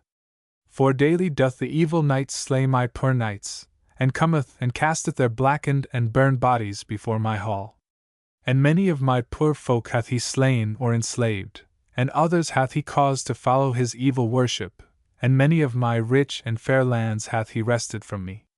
Therefore, fair lady," said Perceval, "I would seek him without delay, for to essay the force of my body upon him, by the grace of God." "And shouldst thou conquer," said the lady, "with the fiend's death the hallowed relics which King Pellam guarded shall return to bless this land. Now, therefore, go ye towards the burnt land beyond the brook, for that is where is the lair of the fiend that doth oppress us." Perceval went forward across the plain to a brook, and having forded the water he came to a wide hollow where the ground was all baked and burned, and the trees were charred and black. Here and there lay pieces of armor, red and rusted, as if they had been in a fierce fire, and in one place was the body of a knight freshly slain, and he was charred and black. Then, as Perceval looked about him, he saw the dark hole of a cave in a bank beside the hollow, and suddenly therefrom issued a burst of horrible fire and smoke, and with a cry as of a fiend a black knight suddenly appeared before him on a great horse, whose eyes flashed as with fire, and whose nostrils jetted hot vapors. "Ha! Thou Christian!" cried the knight in a horrible voice, "what dost thou here? Wouldst thou have thy pretty white armor charred and blackened, and thyself killed by my dragon's power?" Then Perceval saw how the boss of the Black Knight's shield was the head of a dragon, its forked tongue writhing, its teeth gnashing, and its eyes so red and fiendish that no mortal, unless by God's aid, could look on it and live. From its mouth came a blinding flash as of lightning and beat at Perceval, but he held up his shield of the throbbing heart, and with angry shrieks the Black Knight perceived that the lightning could not touch the shield. Then from his side the evil knight tore his sword, and it flamed red as if it was heated in a fierce furnace, and thrusting forward he came and beat at Perceval. But the White Knight warded off the blows with his shield, which the flaming sword had no power to harm. Then did the Black Knight marvel greatly, for never had a knight, however skilled, withstood him, for either the lightning of the dragon's shield had burned him, or the stroke of his flaming sword had slain him swiftly. And by this he knew that this knight was Perceval. "Thou knowest not who it is thou fightest," said the Black Knight, with a scornful laugh. "Thou must put forth more than the skill thou didst learn of the witches of Glaive if thou wouldst overcome me. For know ye, that I am a fosterling of Domna the Witch, and she taught me more than ever she taught you. Now prepare ye to die." Then Perceval knew that this indeed was the fight which Domna had foretold, and that if he failed in this, ruin and sorrow would be the lot of many. And Perceval began to thrust and strike full valorously and skillfully, but naught seemed to avail him. Thus for a long time they went about, thrusting and striking. Always the strength of the Black Knight seemed as unwearied as that of a demon, while Perceval felt his arm weaken, as much from the great strokes he gave, as from the burning fires that darted at him from the dragon's shield. Then Perceval cried in prayer for aid, and asked that if Christ would have this land saved for his glory, strength should be given him to slay this fiendish oppressor. Forthwith strength seemed to nerve his arm mightily, and lifting his sword he struck at the shield of the knight, and so vehement was the blow that he cut down the shield even to the head of the dragon. Feeling the wound, the dragon gave forth a great flame, and Perceval wondered to see that now his own sword burned as if on fire. Then, while the Black Knight marveled at this stroke, Perceval struck at him more fiercely and beat in the other's helm, so that the fiend knight bent and swayed in his saddle. But recovering, he became so wroth that, with his fiery sword, he heaved a mighty blow at Perceval, and cut through his hauberk even to the shoulder, which was burned to the bone. Ere the other could withdraw himself, Perceval thrust his sword to the hilt into the loathsome throat of the dragon. Thereupon the dragon gave so terrible a cry that the earth seemed to shake with the horror of it. And in its wrath and pain the dragon's head turned upon the Black Knight its master, and vomited forth fire so fiercely, that it scorched and burned him utterly, so that he fell from his horse dead. Perceval, dizzy and weak from the battle, alighted from his horse, and went towards the knight, that he might slay the dragon. But suddenly he swooned and fell, and his consciousness went from him. When Perceval came to his senses again, he found himself upon a pallet, and the rough walls of a room were about him, while above him was the window, as it seemed, of an abbey or convent. And he was so weak he could not lift his hand. Some one came to him, and he recognized Todd the Troll. "Ah, good Todd," said he faintly. "Where am I?" "Now God be praised," said Todd, and smiled joyfully. "For the nuns feared ye might not win through the poison of your wound which the dragon knight did give you. 'Twas I who had followed you, Lord, since that you did leave the hold of the witches, and when you swooned I'd brought you here, to the convent of the white nuns. And now that I know ye live, I go to your lady mother to tell her the good news, for she is weary to know tidings of you." "Go, good Todd," said Perceval, "and say I will come for her blessing when I may mount my horse again."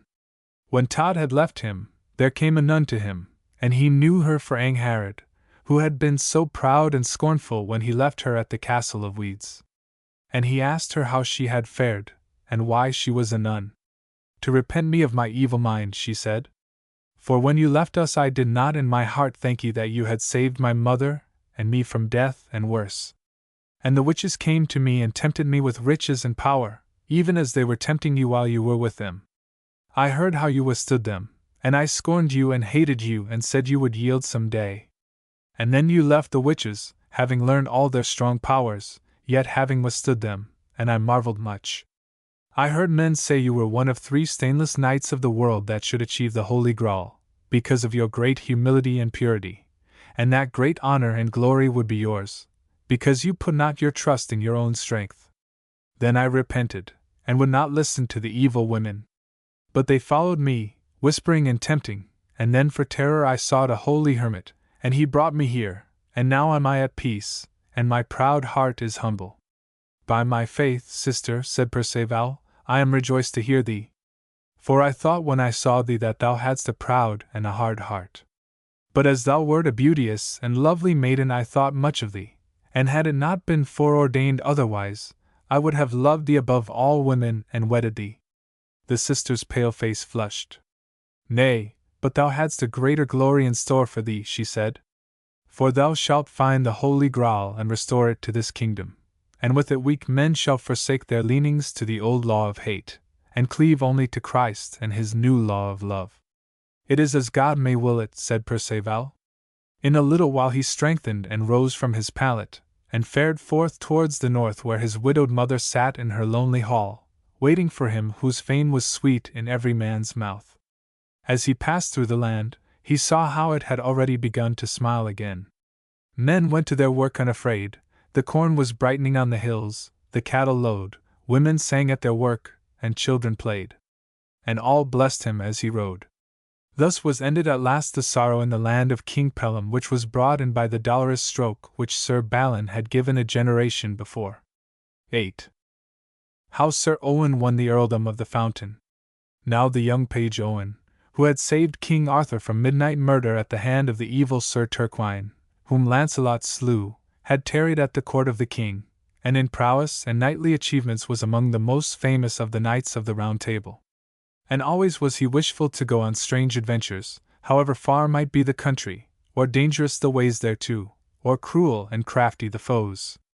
One day King Arthur was at Caerleon upon Usk, and sat conversing with a few of his knights in the presence chamber. With him was Sir Owen and Sir Kay, and there was also Sir Conan and Sir Bedivere. The queen sat near them, while her handmaiden stood by the window at needlework. In a little while Arthur said he would sleep until the horn sounded for dinner. For he had come from London late the night before, and had not had his full rest. But said he, do you, my knights, continue your talk, and tell each other tales as before, and if you are hungry, Kay will give you collops of meat and horns of mead. So the king slept on his broad seat of green rushes, over which was spread a splendid covering of flame-colored satin. And cushions of red satin were under his head. Kay ordered a page to bring meat and bread and mead, and when the four had eaten, Sir Conan was called upon to tell how he became possessed of a dark bay palfrey, as to which all envied him for its beauty, but concerning which he always put off telling the tale of how he had obtained it. You must know, began Sir Conan, that I was the only son of my parents, and the confines of my father's barony in Lothian were too small for my aspiring and my daring. I thought there was no adventure in the world too great for my doing, and when I had fought all the knights who would meet me in my own country, and had slain all the trolls that wrought evil there, I equipped myself in my best armor and set forth to seek greater adventures in deserts and wild regions. And I fared south for many weeks, over desolate mountains and wild and terrible fastnesses of rock and moor, where only the robbers seemed to live, and the wild, magic people of the green mounds, and where there was no sound but the song of the lark, the plunge of the beaver and otter in the river, the growl of the brown bear from the rock, and the howl of the wolf at night. And I fared through all these terrors unscathed, and one day I came to a high ridge, and saw stretching below me the fairest valley I had ever seen. The grass was green and smooth, the trees were soft, and of an equal growth, and a river ran gently through the dale, with a path beside it. I followed the path all day until the evening, but met no one, until, as the afternoon was waning, I came suddenly upon a large and massive castle, which shone in the westering Sunday, and I approached the green before the gateway, and saw 2 youths with curling auburn hair, clad richly in garments of yellow satin, with frontlets of gold upon their forehead. And they had daggers with jeweled hilts, and these they were shooting at a mark. And on a bench a little way from them was a handsome man in the prime of life, of a proud look, clad in a rich mantle. I went forward and saluted him, and he returned my greeting with great courtesy. And rising, he led me into the hall, which, however, was but poorly furnished. And I wondered that the knight and the youths should be so richly clothed, while the hall was scanty. 6 maidens came forward, and while 3 took my horse, the others unarmed me, and gave me water wherein to wash, and a dining robe to put on. And the 6 maidens were fairer than any I had ever seen. Then we sat down when the meat was ready, and though the food was good, it was simple, and the vessels and flagons upon the table were of silver, but very old and dented, as if they had been long in use. And no word was spoken until the meal was ended, and then the knight asked me my name, and whither I was going. I told him my name, and he told me his. And he was, he said, Sir Dewin of Castle Cower? And I told him that I was faring south seeking any great adventure, so that I might gain glory and renown. For, I said, I wish to find a knight who is stronger and more dexterous in arms than I. At that he looked upon me and smiled. If I did not fear to distress you too much, he said, I would show you what you seek. Tell me, I said, for I am eager to obtain this adventure. Sleep here tonight, said Sir Dewin, and in the morning rise early, and take the road to the wood behind the castle. Follow the path till you come to a fountain in a glade. There you will see a large cup, with a chain. Strike the cup with your lance, and you will have the adventure ye desire. And Sir Dewin smiled again as if he thought the adventure was one which he deemed was beyond me, and I was angered and soon retired to my pallet. But I could not sleep, for I was eager to rise and meet this adventure, and to come back and mock Sir Dewin for his laughter. Before dawn I arose and equipped myself, and mounted my horse, and took my way to the wood, as Sir Dewin had told me. And the road was long and difficult, but at length I came to the glade and found the fountain. On a stone pillar beside it a chain was fastened, and at the end of the chain was a large cup. With my lance I struck the cup, and instantly there was a great peal of thunder, so that I trembled for fear. And instantly there came a great storm of rain and of hail. The hailstones were so large and so hard that neither man nor beast could live through that storm, for they would have slain them, so fiercely did they beat. And the way that I escaped was this. I placed the beak of my shield over the head and neck of my horse, while I held the upper part over my own head. Thus did we withstand the storm, though the flanks of my horse were sore wounded. Then the sky cleared, the sun came out, and a flock of birds began to sing on a tree beside the fountain. And surely no one has heard such entrancing music before or since. So charmed was I with listening, that I noticed not at first a low rumbling which seemed to come nearer and nearer. And suddenly I heard a voice approaching me, and I looked round just as a big knight in sky-blue armor rode swiftly up the valley. O knight, cried he, what ill have I done to thee, that thou usest me so evilly? Knowest thou not that the storm which thou hast sent by evil magic hath slain my best flocks on the hills, and beaten to death all my men that were without shelter? He came at me furiously. I put my lance in rest and spurred towards him, and we came together with so great an onset that I was carried far beyond the crupper of my horse. Then the knight, taking no further notice of me, passed the shaft of his lance through the bridle of my horse, and so rode swiftly away. And it moved me to anger to think he despised me so much as not even to despoil me of my sword. Very depressed of spirit was I as I took my way back to the castle of Sir Dewin. And as I passed through the wood I came to a glade, in the midst of which was a green mound. And as I passed it I heard laughter, which seemed to come from the earth. And I heard a voice sneering and mocking me. And I guessed it was the voice of a troll or mound man whom I could not see, who lived in the hillock, and I wonder I did not go mad with the shame of his derision. and I had not the spirit to go to try to break into the mound, lest he should work magic and more disaster upon me. So I left that glade, with the sound of his hoarse laughter ringing in my ears. I reached the castle of Sir Dewin, and well entertained was I, and rested for the remainder of that day. And full of courtesy was Sir Dewin and his household, for none of them referred to my encounter, and to the fact that I had come back without a horse. And when I rose next day, there was a dark bay palfrey, ready saddled, waiting in the courtyard for me. That horse I still possess, though the sight of him ever brings back the memory of my defeat. Verily it seems strange to me that neither before nor since have I ever heard of any person besides myself who knew of this adventure, and that the subject of it should exist within the bounds of the lands of King Arthur, without any other person lighting upon it. It would be well, indeed, said Sir Owen, to go to try to discover that valley and that fountain. Well, indeed, said Sir Kay sourly, for he had ever been jealous of Sir Owen, even when he had been but a page, if thy mouth were not more ready to say more than thou ever carest to do. Thou art worthy of punishment, Sir Kay, said Guinevere sharply, in that thou speakest thus of a man so tried in prowess and brave deeds as Owen. Fair lady, said Sir Owen, laughing, we take no heed of Kay's raw words. He ever growls like a surly dog. At that the king awoke, and asked whether it was not time for meat. And the horn was sounded, and men came in from the tilting ground and the playfield, and washed, and the king and all his household sat down to dinner. On the morrow, before dawn, Sir Owen rose privily, and put on his armor and took his horse, and rode out of the town, and for many days rode over mountains, until he saw the sea like a sheet of burnished lead lying on his left hand. Then he turned his horse's head away, and rode far through wild and distant places, into the heart of the land. And at length he arrived at the valley which Conan had described to him, whereat he rejoiced greatly. He descended to the path beside the river, and journeyed along it till he came to the castle of Sir Dewin, as Conan had described. And the two youths were on the green before the gate wrestling together, and the tall knight of proud mien was standing by.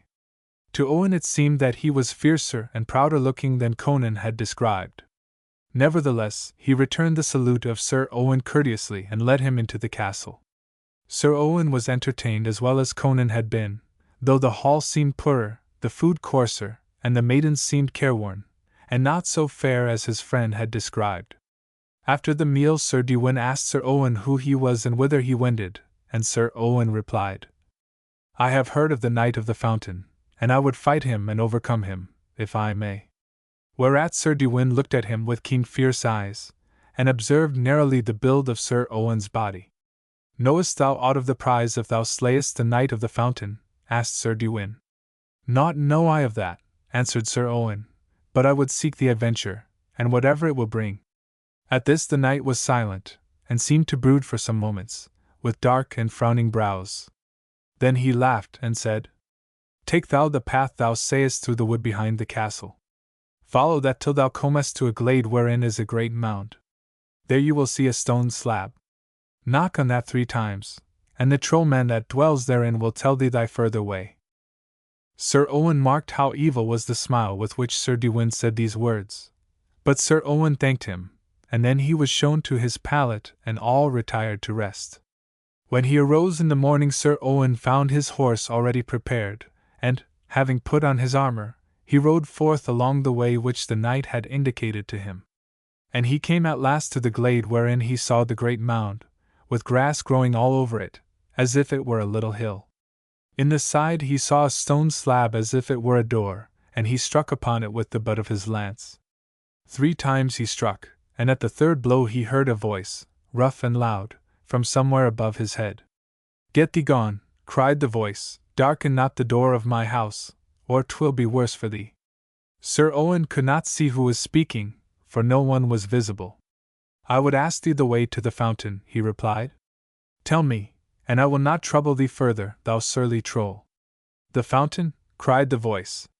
I will save thee thy journey, thou overbearing knight, as I have saved it for others as proud and as would be valiant, whom my master hath sent to me.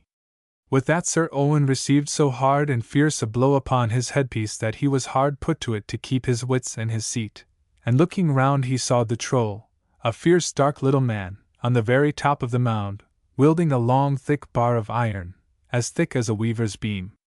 Sir Owen thrust at the troll with his lance, but the mound man seized it below the point of steel, and so strong was he, that though Sir Owen drew him down from the top of the hillock, he could not loose it from the little man's hold. Meanwhile, the troll was beating at Sir Owen with the staff of iron, which, for all its weight and size, he wielded as if it was no more than a stout cudgel. And hard bestead was Sir Owen to shield himself from the smashing blows which rained upon him. At the 7th blow his shield was cracked across and his shield arm was numbed. Suddenly he dashed his horse forward, and the little man, still holding the lance, was thrown backward upon the grassy slope of his own mound. Swiftly Sir Owen leaped from his horse and drew his sword, and while the troll was rising he dashed at him, and wounded him. But next moment the troll was up, his dark narrow face terrible with rage, for the blood ran down the deerskin tunic which half covered him. And then the blows of his iron rod came thicker and faster, while he moved so swiftly round about the knight that Sir Owen, though he thrust quickly and fiercely, could not strike him again. Sir Owen was becoming dizzy and weak, and felt that not for long now could he bear up his dented and broken shield against the blows that must at length smash his arm. Suddenly the quick movements of the little troll ceased, and he staggered. Then he dropped the iron bar and swayed like a drunken man towards the knight.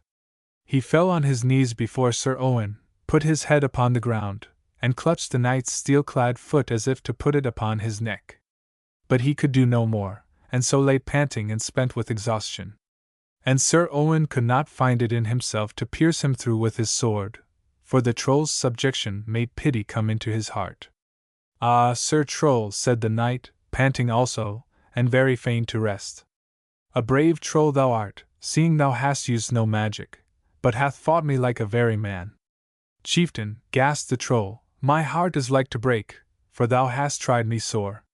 Never yet hath a knight that sought the fountain withstood my rod as valiantly as thou hast, and thou hast put my strength all to naught." "But I know not why thou didst try to slay me," said Sir Owen, "seeing that I did but ask thee to show me my way to the fountain." "I am the slave of him that overcometh me," answered the troll, "and I must do his bidding. Sir Dewin did conquer me by evil wizardry, and he sent thee to me with the 3 knocks on my door, whereby I knew he commanded me to slay thee. Well, and what wilt thou do now, valiant troll?" "I must hide me from the wrath of Sir Dewin," said the troll, "until my sore wound is healed. Then will I be thy slave, Sir Knight, and help thee in whatever adventure thou mayst wish." "Get thee gone, then, good troll," said Sir Owen, with a smile. "But first tell me my way to the fountain." Whereupon the troll showed him the way and gave him certain directions, and then said, "Chieftain, thou wilt conquer in all thy fighting, and great honor and reward shall be thine. But beware thee of leaving the side of her that shall love thee, for more than a night and a day, or long woe shall find thee. And do thou take this, for it may find thee friends." And the troll, whose name was Decet, held towards him a blue stone upon a silver string. The stone burned with the dazzling blue of the lightning flash, when the light caught it. Sir Owen thanked him, put the string about his neck, and stood watching the troll as he limped, faint and wounded, into the mound that was his home. Then, picking up his lance, Sir Owen mounted his horse, and rode forward through the wood, thinking of this strange adventure. When he reached the fountain where a silver cup hung by a silver chain, he filled the cup with water, as the troll had bidden him, and threw it over a pillar of stone that was set beside the fountain. And instantly there came a clap of thunder as if the earth would dash asunder, and after the thunder came the shower, and so fierce and heavy were the hailstones that they would surely have slain horse and rider, but that Sir Owen, as the troll had bidden him, had put his horse's 4 feet in the fountain, and kept his own hand therein, whereby the hailstones became thin rain before they touched him. Then the sky became bright, and the flock of birds descended on the tree and began to sing. But Sir Owen heeded them not, but mounted his horse, dressed his shield and lance, and prepared for the combat. There came a morning cry through the wood, and a sky-blue knight on a high-stepping destrier dashed through the trees towards Sir Owen, and came against him, lance in rest. Whereupon Sir Owen put spurs to his horse, and furiously rode against the knight. At the first onset each broke his lance, whereat they drew their swords and lashed at each other most fiercely. Sir Owen fainted, and then, quickly recovering, he smote the other so hard and stern a blow that the blade bit through headpiece, skin and bone, until it wounded the brain itself. Then, with a great cry, the Blue Knight wheeled his horse and fled, with Sir Owen in pursuit. But the other knight's horse was fleeter, and Sir Owen could not overtake him, though he kept within a few yards. In a little while a great castle, resplendent with new stone, shone before them. The wounded knight thundered across the drawbridge, with Owen close behind him, but when the Blue Knight gained the street beyond, the portcullis was let fall with a rush. Sir Owen fell from his horse, and looking round he found that the horse had been cut in twain by the gate. So that Sir Owen found himself, with the forepart of the dead horse, in a prison between the two gates, while the hinder part of the horse was outside. And Sir Owen saw that his death must be very near, for already he saw one of the soldiers who were guarding the gate run after the knight to the castle, as if for orders to slay him. Looking through the inner gate, he saw a narrow street facing him, with booths and little houses on each side, and coming towards him he beheld a maiden, small but beautiful, with black curling hair and a circlet of gold upon her forehead, and she was of high rank, for she wore a dress of yellow satin, and on her feet were shoes of speckled leather. She stopped when but a few steps from the gate where the soldiers stood watching Sir Owen, and he saw that her eyes were bent fixedly upon the blue stone which lay on the knight's breast. And he saw that, in the darkness of his prison, it shone with a fierce blue flame. He looked up and saw the maiden's eyes bent on his, and he seemed to hear the voice of the maiden speaking to him, as clearly as if she stood beside him. In these words she spoke: "Take that stone which is on thy breast, and hold it tightly in the palm of one hand. And as thou concealest it, so will it conceal thee. Thus wilt thou be able to pass unseen between the bars of the portcullis. And I will wait for thee on the horse-block yonder, and thou wilt be able to see me, though I cannot see thee. Therefore, come and place thy hand on my shoulder, and I shall know that thou art come. And then thou must accompany me to the place where I shall hide thee." He saw the maiden turn away and go up the street, and Sir Owen did as the voice had bidden him. And looking down he saw nothing of himself, although he could see the soldiers looking in, and he saw the surprise and then the horror on their faces, as they realized that they had seen him spirited away before their eyes. Sir Owen passed between them and rejoined the maiden, as she had bidden him. He went with her, still invisible, and she led him to a small house, and in it was a large and beautiful chamber, all painted with gorgeous colors, and well furnished. And there she gave him food, and he rested securely until late in the afternoon. Then, as he looked out of the window upon the wall of the castle, which towered dark and high above him, he heard a clamor and sounds of a mourning coming from it. He asked the maiden the cause of it. "They are administering extreme unction to the Lord Caddoc, who owns the castle, for he hath been wounded." "And who art thou, that thou shouldst save me who am a stranger?" he asked of the maiden. "My name is Elend," said the maiden, "and since thou bearest the blue stone of the little folk, I must aid thee all I can." At that time she would tell him no more, but shortly left him to his rest, saying she would come to attend upon him again at the dawning. In the silence and darkness of the night Sir Owen awoke by reason of a woeful outcry and lamenting, and then he knew that Earl Caddoc, the Knight of the Fountain, was dead from the wound he had given him. Soon after dawn he arose and clothed himself, and looking out of the window he saw the streets filled with a great host of people in black, and the weeping and the mourning were pitiful to hear. Knights, with their armor craped, rode in great companies before, then came the men-at-arms with weapons reversed, then the ladies of the household, and after these the priests came, and in their midst was the bier. And over it was a veil of white linen, and wax tapers burning beside and around it, and of the gentlemen who supported the bier on their shoulders none was lower in rank than a powerful baron, owning broad lands and great companies of retainers. Last of all there came a lady walking behind the bier. And though her face was stained with the many tears she had shed, and was pale with sorrow, Sir Owen thought he had never seen so beautiful a lady, or one so gentle and kind of mien. Deeply he sorrowed because he had caused the death of her lord, inasmuch as it had given her such grief. Her hair, yellow and long and curled, hung dishevelled about her shoulders, and her dress of rich yellow satin was torn, and across it was a wide sash of black velvet. And it was a marvel that she could see how to walk, for the tears filled her eyes. Sir Owen could not take his gaze from her, and love and pity for her filled his mind. When the procession had passed out of the town, the maiden Aline came into the room, and Sir Owen asked her eagerly who was the lady he had seen. "Heaven is my witness," replied Aline, "but she is the fairest and the sweetest and the most noble of women. She is my beloved mistress, and her name is Carol, and she is Countess of the Fountain, the widow of him thou didst slay yesterday." "I sorrow for that," said Owen, "for I have seen her grief. But verily she is the woman that I love best. And if my hand hath wounded her grievously, my arm would more willingly protect her." "Indeed, thou art brave and bold, Sir Knight," said the maiden, "and much may you win, if you are as faithful in your service and devotion to her as you have been in the service of your king, the great Arthur."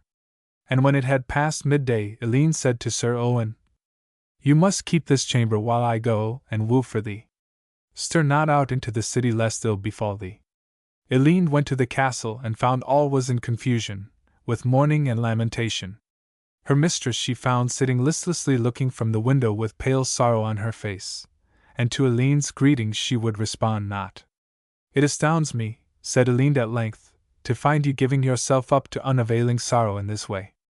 "It astounds me also," said the Countess reproachfully, "that in my time of trouble and affliction, you, whom I have enriched and favored beyond all my handmaidens, should desert me. If I did not love thee, I should order thee to be executed." "It was for thy advantage that I was absent," said Aline. "I reproached not thy grief when thy lord lay dying, but now you have yourself to think of.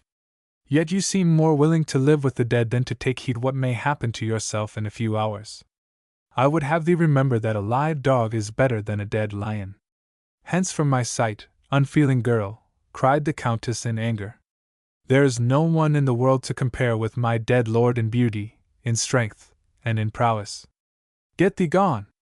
Without a word Aline turned and went from the room. But she had not gone far before she heard the Countess coughing behind her, and on looking back her mistress beckoned to her. "You are indeed hard-hearted, Aline," said she, "to think to leave me in my grief, and in my need of good counsel. I will overlook thy cruelty if, as you say, you have been absent for my advantage." "What mean you by that?" "This is my meaning," said Aline. "Thou knowest that without a man of knightly prowess and bravery, thou canst not hope to guard the fountain and keep these wide dominions in the power of thyself. Thou art the prey and booty of any bold bandit lord that chooses to make war upon thee, and to capture and wed thee. And dost thou forget the wiles and treachery of thy old lover whom thou hast flouted, Sir Dewin of Castle Cower? Hath he not sworn to take thee and thy kingdom, sooner or later, by fair means or by foul? Therefore it behoves thee at once to find a noble and generous knight, courtly and worshipful, who will guard thee and love thee, and hold down the turbulent lords, thy vassals and thy neighbors."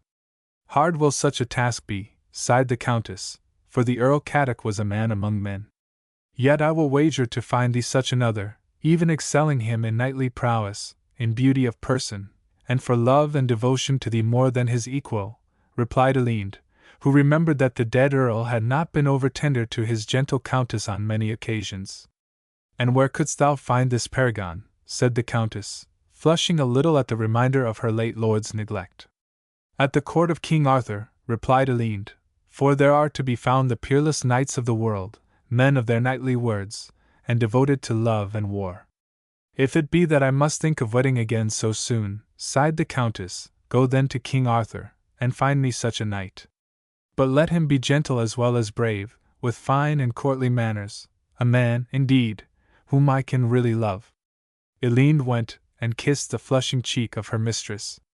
"Trust me for that," she said gently. "I would do that as much for myself as for thee, my dear Carol. For did it not often go to my heart to see thee pine for gentle speech and affection, and sorrow at the harsh words thou didst suffer? I will set forth at once to Caerleon, and him that I bring shall be worthy of thee. And all others that may come and woo thee, do thou keep at arm's length until I return." Aline departed from the castle, but she did not go beyond the town. It was in her mind to lie hidden for as long a time as it would take her to go to Caerleon and return therefrom. Meanwhile, going about disguised, she would be able to see what the many lords were doing who would essay to woo the Countess, seeing that, lovely and rich as she was, she would be a splendid prize. And things happened as she had foreseen. Every day there came into the town one cavalcade or more, with some baron or earl in flashing armor at the head of his vassals, come to try his fortune and to win the lovely Countess of the Fountain, and to possess her wide dominions. Daily the Countess was compelled to receive fresh comers in audience, and while with deft excuses she kept each at arm's length, they crowded her audience chamber, proud and insolent, humble or crafty, eyeing each other with high looks, each prepared to slay his rival if the need arose. At last there came an earl who, as he came up the street at the head of a large company of knights, seemed to shine like the sun, for his armor was all of gold, and jewels were about his neck, and on his girdle and his wrists. Every toss of his destrier's head dazzled the eyes with the fountain of flashing lights given off by the jewels which adorned the cloth of gold about its head. This knight called himself the Earl of Druid, but Elind was in the crowd of gaping townspeople that saw him enter, and she knew him for the old insolent lover of her mistress, whom the Countess had ever despised, Sir Dewin of Castle Cower. Sir Dewin disguised himself so that the Countess did not know him. She received him in audience, and though she was startled by the magnificence of his dress, and a little moved by the gentleness of his manner, she felt that she feared and distrusted him. The next day he craved to see her again, and then said, "Fair and noble lady, so deeply doth thy beauty move me, that I am eager to put to the test swiftly the question whether I or some other happier knight among these noble gentlemen shall obtain thy hand. Therefore I crave permission of thee to proclaim a joust between all these knights that sue for thee, and the winner among them all shall be he that thou shalt Wednesday." "Sir," said the Countess with great dignity, "it is not for thee to order here, but for me. I wish nothing to be done for the space of 9 days, and then will I make my choice." At which Sir Dewin, though full of rage, must needs seem content. And the Countess hoped that, in the space she had named, Elind would have returned with the knight of her choice, and she herself could choose him for her lord, if she thought he was the man whom she could most trust and love. But Sir Dewin wrought upon many of the suitors who were of his mind, and they resolved that, will she, nil she, the Countess must needs abide by a contest between all her wooers to be holden on the 10th day.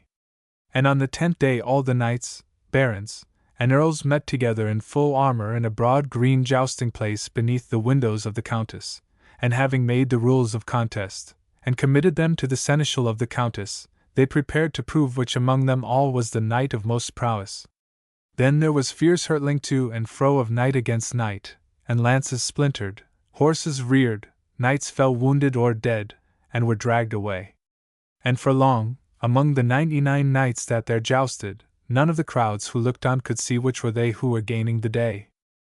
From her window the Countess watched with a sorrowing and dreading heart, for Elind had not yet returned, and therefore the Countess must be the prize of one of these suitors who had pestered her, and none of whom she cared for. Then, when the dust of the jousting had a little cleared, and the knights had withdrawn to the sides of the lists, to breathe and rest awhile, it was seen that 12 remained of the 99. The Countess, looking from her window, knew them all from the devices on their shields, and none of them were men she favored. Some she knew were evil men, yet, as knights, were powerful in jousting. And she dreaded which of them should be the victor, to be her lord and master. Then the knights hurtled together again, and as one after the other was unhorsed by stronger opponents, and went from the field, she went pale with fear and anxiety. At last there were but 2, and these were Sir Dewin, whom she knew as the Earl of Druid, and the other was a knight in blue armor, with a shield on which was painted a hillock or mound. And she knew him to be a man named Sir Daunt, or the Knight of the Mount, a man of fierce temper, quarrelsome and cruel. The Countess could have swooned with terror, for she knew that now she was doomed to an unhappy life, whichever of these knights prevailed. For though the Earl of Druid was soft and gentle in speech and manner, she feared that this but covered a wicked heart. She could hardly bear to look as she heard these 2, the last of all the 99, crash together in the midst of the jousting ground. and she heard the cries of the onlookers. "The Blue Knight's the better man. How he heaves with his sword! Ah, the Golden Knight is down!" And looking from her window, the Countess saw the Earl was lying wounded, and the Knight of the Mount stood over him. Then the Earl surrendered and was carried off the field. The great shouts that saluted the victor made the Countess turn faint and sick with dread, so that she fell back among her handmaidens in a swoon. But quickly recovering, she stood up, resolved to meet her fate with proud dignity. In a few moments the door opened and the heiress was pushed aside, and the groom of the chambers announced with a shout, "The Knight of the Mound, victorious in the joust, craves leave to greet our lady the Countess." The lady bowed assent, trembling in every limb. Then the groom stepped aside, and into the chamber came a comely gentleman, clad in purple tunic, rich with chains and jeweled belt. But it was not the knight whom the Countess had expected, but a stranger, with a courtly and gentle manner and a winning smile. Then from behind him came Elende, full of smiles, with a look of triumph in her eyes. "My lady," she said, bowing low, "this is the knight, Sir Owen of Wales, from the court of King Arthur, whom I have brought to protect you and wed you. He hath just proved himself the doughtiest among 100. The terror of the Countess was changed instantly into joy, and she put forth her hand, and Sir Owen bent and kissed it, and she led him to the window seat, and commanded Elende to sit with them. And they spoke full joyously together, for the Countess was much taken with the noble and gentle bearing of Sir Owen, and admired him because he had proved himself the best man of all her wooers. In a few days she sent for the bishops and priests, and her nuptials with Sir Owen were celebrated with such feasting that all the country was full of merriment and joy. And the men of the earldom came and did homage to Owen, and he became the Earl of the Fountain. In a little while thereafter Sir Owen told his lady that it was he who had chased the soul from the body of her former lord. But the Countess was not vexed by the knowledge, for Sir Owen loved her greatly, and with all tenderness and honor, and never had the Countess been so happy with Earl Caddoc as she was with Owen. Thereafter Earl Owen defended the fountain with lance and sword against all who ventured to challenge him in his earldom. And the knights who were thus conquered he held to ransom, and the money he thus obtained he divided equally among his barons and knights. Never had they had so generous a lord, nor one of such prowess and knightly worth. And all his subjects loved Earl Owen passing well. Thus for 3 years in all happiness and quiet did Owen and the Countess dwell. Sir Dewin of Castle Cower had not power to hurt them, nor did any other evil light upon them. But at the end of this space, towards the close of a summer's day, Sir Owen, by the magic whereby it was made known to him, knew that there was a knight who challenged him at the fountain. So, putting on his sky-blue armor, he went forth and found the knight. They rushed together, and the strange knight was overthrown. But others who were with him took him away, and Sir Owen waited. But none other challenge was made, and in the twilight he retired, resolved to attend next day in case any others desired to challenge him. In the morning the same knight came forth from the company of knights which was among the trees about the fountain. And so fiercely did Sir Owen assail him that the head of his lance broke the helmet of the stranger, and pierced the flesh to the bone. Again his companions carried him off. Then other knights came forth and had to do with Sir Owen, but all were overthrown. At length came one having over himself and his horse a rich satin robe of honor, and Sir Owen knew that he must be a man of great dignity, big of body and of knightly prowess. They fought together that evening and half through the next day, but neither could obtain the mastery. And about noon they took still stronger lances and fought most stubbornly. At length they came so furiously together that the girths of their horses were broken, and both were borne to the ground. They rose up speedily and drew their swords and resumed the combat, and all those that witnessed it felt that they had never seen such a battle of heroes before. And suddenly, with a blow fiercely strong and swiftly keen, Sir Owen cut the fastenings of the strange knight's helm, so that the headpiece came off. With a cry Sir Owen dropped his weapon, for he knew that this was Sir Gawain, his cousin. "My lord Gawain," he said, "the robe of honor that covered thee prevented my knowing it was thee with whom I fought. Take my sword and my arms, for I yield me to thee." "Nay, Sir Owen," said Gawain, "take thou mine, for I am at thy mercy." Then came forward King Arthur, and Sir Owen knew him and kneeled before him and kissed his hand, and then embraced him. And there was much joy between all the knights and Owen, for all had feared that he had been slain, and the king in despair had come upon this adventure to learn tidings of him. Then they all proceeded to the castle of the Countess, and a great banquet was prepared, with joustings and hawking parties and games. They stayed 3 months in great happiness and diversion. At last, when King Arthur prepared to depart, he went to the Countess and besought her to permit Owen to go with him for the space of 3 months, that he might renew his friendships at the court at Caerleon. And though it made the Countess sorrowful to lose the man she loved best in all the world, she consented, and Owen promised to return even before the time appointed. So King Arthur returned to Caerleon with Sir Owen, and there was much feasting and diversion to welcome him. And his kindred and friends tried to make Owen forget the Countess and his earldom, but they could not. For she was the lady he loved best in the world, and he would liefer be with her, to guard and cherish her, than in any other place on the surface of the earth. One night, as the court sat after dinner over the mead cups, a juggler came into the hall and performed many tricks, and there was much laughter and gaiety at his merry quips and jests. And he craved that he might search the hands of each lord and lady present, so that he could tell them if they would be happy in love.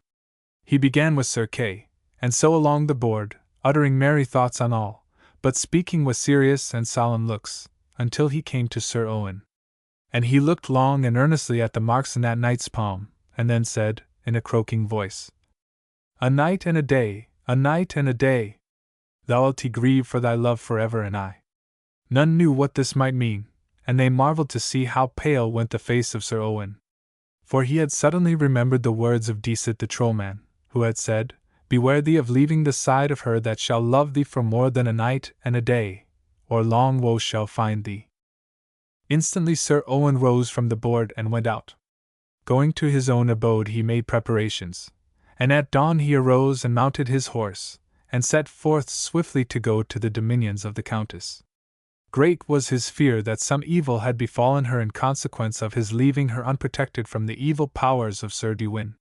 He rode hard and fast northwards through the wild and desolate mountains, until he saw the sea like burnished lead lying on his left hand. Then he turned his horse's head away and rode far into the deep heart of the land. But though he knew the way passing well, he could not find the road now, and wandered up and down the lonely moorlands and the dark forest rides, baffled and wearied, heartsick and full of dread. Thus he wandered, forever seeking the way, and trying this one and that, until all his apparel was worn out, and his body was wasted away and his hair was grown long. And at length, from misery and hopelessness, he grew so weak that he thought that he must die. Then he descended slowly from the mountains, and thought to find a hermit, to whom he might tell all his misery before he died. But he could not find any harborage, and so he crawled to a brook in a park, and sat there wondering why this evil fate had been visited upon him, and grieving that now his beloved Countess must be in wretchedness and sorrow by reason of his forgetting, and that never more could he hope to see her, and tell her how grieved he had been to cause her such pain. Then in a little while he swooned under the heat of the sun, from hunger and weakness, and lay half in and half out of the brook. It befell that a widowed lady, to whom the brook and the land belong, came walking in the fields with her maids. And one of them saw the figure of Sir Owen, and half fearful, she went up to him and found him faintly breathing. The widowed lady had him taken into the farmstead of one of her tenants, and there he was tended carefully until he came again to his senses. And with the good care, meat, drink, and medicaments, he soon began to thrive again. He asked the man of the house who it was that had brought him there. "It was Our Lady of the Moors," said the man sadly. "And though she is herself in sore straits, and narrowly bestead by a cruel and oppressive earl, who would rob her of these last few acres, yet she hath ever a tender heart for those in greater distress than herself." "It grieves me," said Sir Owen, "that the lady is oppressed by that felon earl. He should be hindered, and that sternly." "Aye," said the man, "he would cease his wrongful dealing if she would wed him, but she cannot abide the evil face of him." Ever and anon the Lady of the Moors sent one of her maidens to learn how the stranger was progressing, and the maiden came one day when Sir Owen was quite recovered, and she was greatly astounded to see how comely a man he was, and how straight and tall and knightly was his mien. As they sat talking, there came the jingle and clatter of arms, and looking forth, Sir Owen saw a large company of knights and men-at-arms pass down the road. And he inquired of the maiden who these were. "That is the Earl Arfig and his company," she said sadly. "And he goeth, as is his wont, to visit my mistress, and to insult her, and to treat her unmannerly, and to threaten that he will drive her from the one remaining roof-tree she possesses. And so will he and his knights sit eating and drinking till night, and great will be my lady's sorrow that she hath no one to protect her." They talked of other things for a while, and then said Sir Owen, "Hath thy mistress a suit of armor, and a destrier in her possession?" "She hath indeed, the best in the world," said the maiden, "for they belong to her late husband, the Lord of the Moors." "Wilt thou go and get them for me for a loan?" he asked. "I will," said the maiden, and wondered what he would do with them. Before the day was past there came a beautiful black steed, upon which was a beechen saddle, and a suit of armor, both for man and horse. And Owen armed himself, and when it was dark he went forth and stationed himself under a great oak, where none could see him. When the Earl, elated with insolence and wine, came back that way, shouting and rolling in his saddle, Owen marked him as he rode. He dashed out at him, and so fiercely swift was he, and so heavy were his blows, that he had beaten to the earth those who were beside the Earl, and the Earl he had dragged from the saddle and laid him across his crupper, before the Earl's companions were aware of what was done. As the Countess sat in hall, sadly thinking how soon the craven Earl would thrust her out of her home, there came the beat of hoofs, the great door of the manor swung open, and a tall knight in black armor strode in, thrusting another knight before him. "I am the stranger whom ye rescued from death, my lady," said Sir Owen, bowing, "and this is thy rascally enemy, the Earl Arfig." "Look you, churl in armor," said Owen, shaking the other till every piece of steel upon him rattled, "if you do not instantly crave pardon humbly of this lady, and restore unto her everything you have robbed of her, I swear to you, by the name of the great Arthur, I will shear your head from your shoulders." In great terror the Earl, who, since he oppressed women, was an abject coward, sank upon his knees and promised to restore all he had ever taken from the lady, as a ransom for his life, and for his freedom he would give her many rich farms and manors, and hostages as surety. 2 more days Sir Owen stayed at the manor to see that these things were duly performed, and then he took his departure. "I would that you could stay with us," said the lady, who was sweet and gentle, with kindly eyes and a soft voice. "Lady, I may not," said Sir Owen. "I seek my dear wife and her dominions, and have been seeking them these many months. But I fear me some evil necromancy hath been reared against me, so that I may not find her again, and she must be in much sorrow and misery in my absence. And if I never see my lady in life again, yet must I seek for her until I die." "What is the name of your lady and of her dominions?" asked the lady. "She is the Lady Carol, Countess of the Fountain," answered Owen. "Do you know aught of her, and in which direction her lands lie?" The lady caused inquiries to be made, and her foresters said that the lady's lands of the Fountain lay 15 leagues beyond the mountains, and that his way lay through the Wished Wood, the Dead Valley, and the hill of the Tower of Stone, and only a knight of great valor could hope to win through these places, which were the haunt of warlocks, wizards, and trolls, and full of magic, both black and white. Joyously Sir Owen mounted his horse, glad to learn that now he might hope to find his countess again, and the Lady of the Moors wished him Godspeed, and looked after him long and earnestly till he disappeared into a forest. He journeyed 3 days through the Wished Wood, and many were the dreadful things he saw and heard there, and great eyes, green and black and yellow, peered at him from the bushes as he sat over his fire at night. But he clasped the blue stone which the troll Deset had given him, and naught could hurt him. On the 4th day he descended into the Dead Valley. And here he was like to die, for the air was so thick, and filled with the poison of witches who haunted there at night, that if he had not ridden fiercely and fast through its deathly vapors, he could not have reached the slopes of the hill of the Tower of Stone, where the air was pure and blue out of the clean sky. Long and toilsome and exceedingly steep was the way up the side of the mountain, and many times Sir Owen thought he would have to sink down for sheer weariness. And it was dark night before he reached level ground, and he could not see where he was or what place he was in. but having said his prayers, fed his horse, and eaten from the scrip which the Lady of the Moors had made up for him, he lay down beside a thick bush and slept soundly. Many were the terrible sounds that came from far below, where fierce witches and warlocks battled and tore each other in the dead valley. But Sir Owen was so overcome that he awoke not. And just as the morning broke, a great serpent issued from a rock near where he lay and crept towards him to slay him. Sir Owen still lay asleep, and the huge creature reared his head to strike. But at that moment a great brown bear, that had sat near Sir Owen through the night, leaped forward with a fierce growl, and gripped the serpent by the head. And the serpent hissed and writhed. With the noise of the struggle Sir Owen awoke, and marveled to see the two animals closed in deadly combat. He drew his sword and slew the serpent, and having wiped his weapon, he went to his horse and led it forward. But the bear followed him and played about him, as if it was a greyhound that he had reared. And Sir Owen stopped and said, "This is a marvel, Sir Bear, that you would follow me gambolling, because I slew the serpent. Are ye so grateful, then, or is it that ye have been captive unto men, and are fain to see one in this desolate waste?" The bear gambled as if pleased to hear him speak, and went on a little way and looked back as if to see that the knight was following. And when Sir Owen would go another way, the bear stamped his foot, so that at length, with a laugh, Sir Owen said he would follow the way he wished. Wild was that place and rocky, full of great boulders and with deep pits obscured by bushes. Full irksome was it to pass through, for besides the slipperiness of the way, the sun shone pitilessly down, and its heat was returned by the hard rocks. And there was no water. If the bear had not led him, Sir Owen would have missed his footing many times, and been hurled down one of the many chasms that yawned everywhere. At length Sir Owen became faint with hunger, and he dismounted and tethered his horse to a leafless thorn. Then he went and lay in the shadow of an enormous rock that reared up like a huge tower.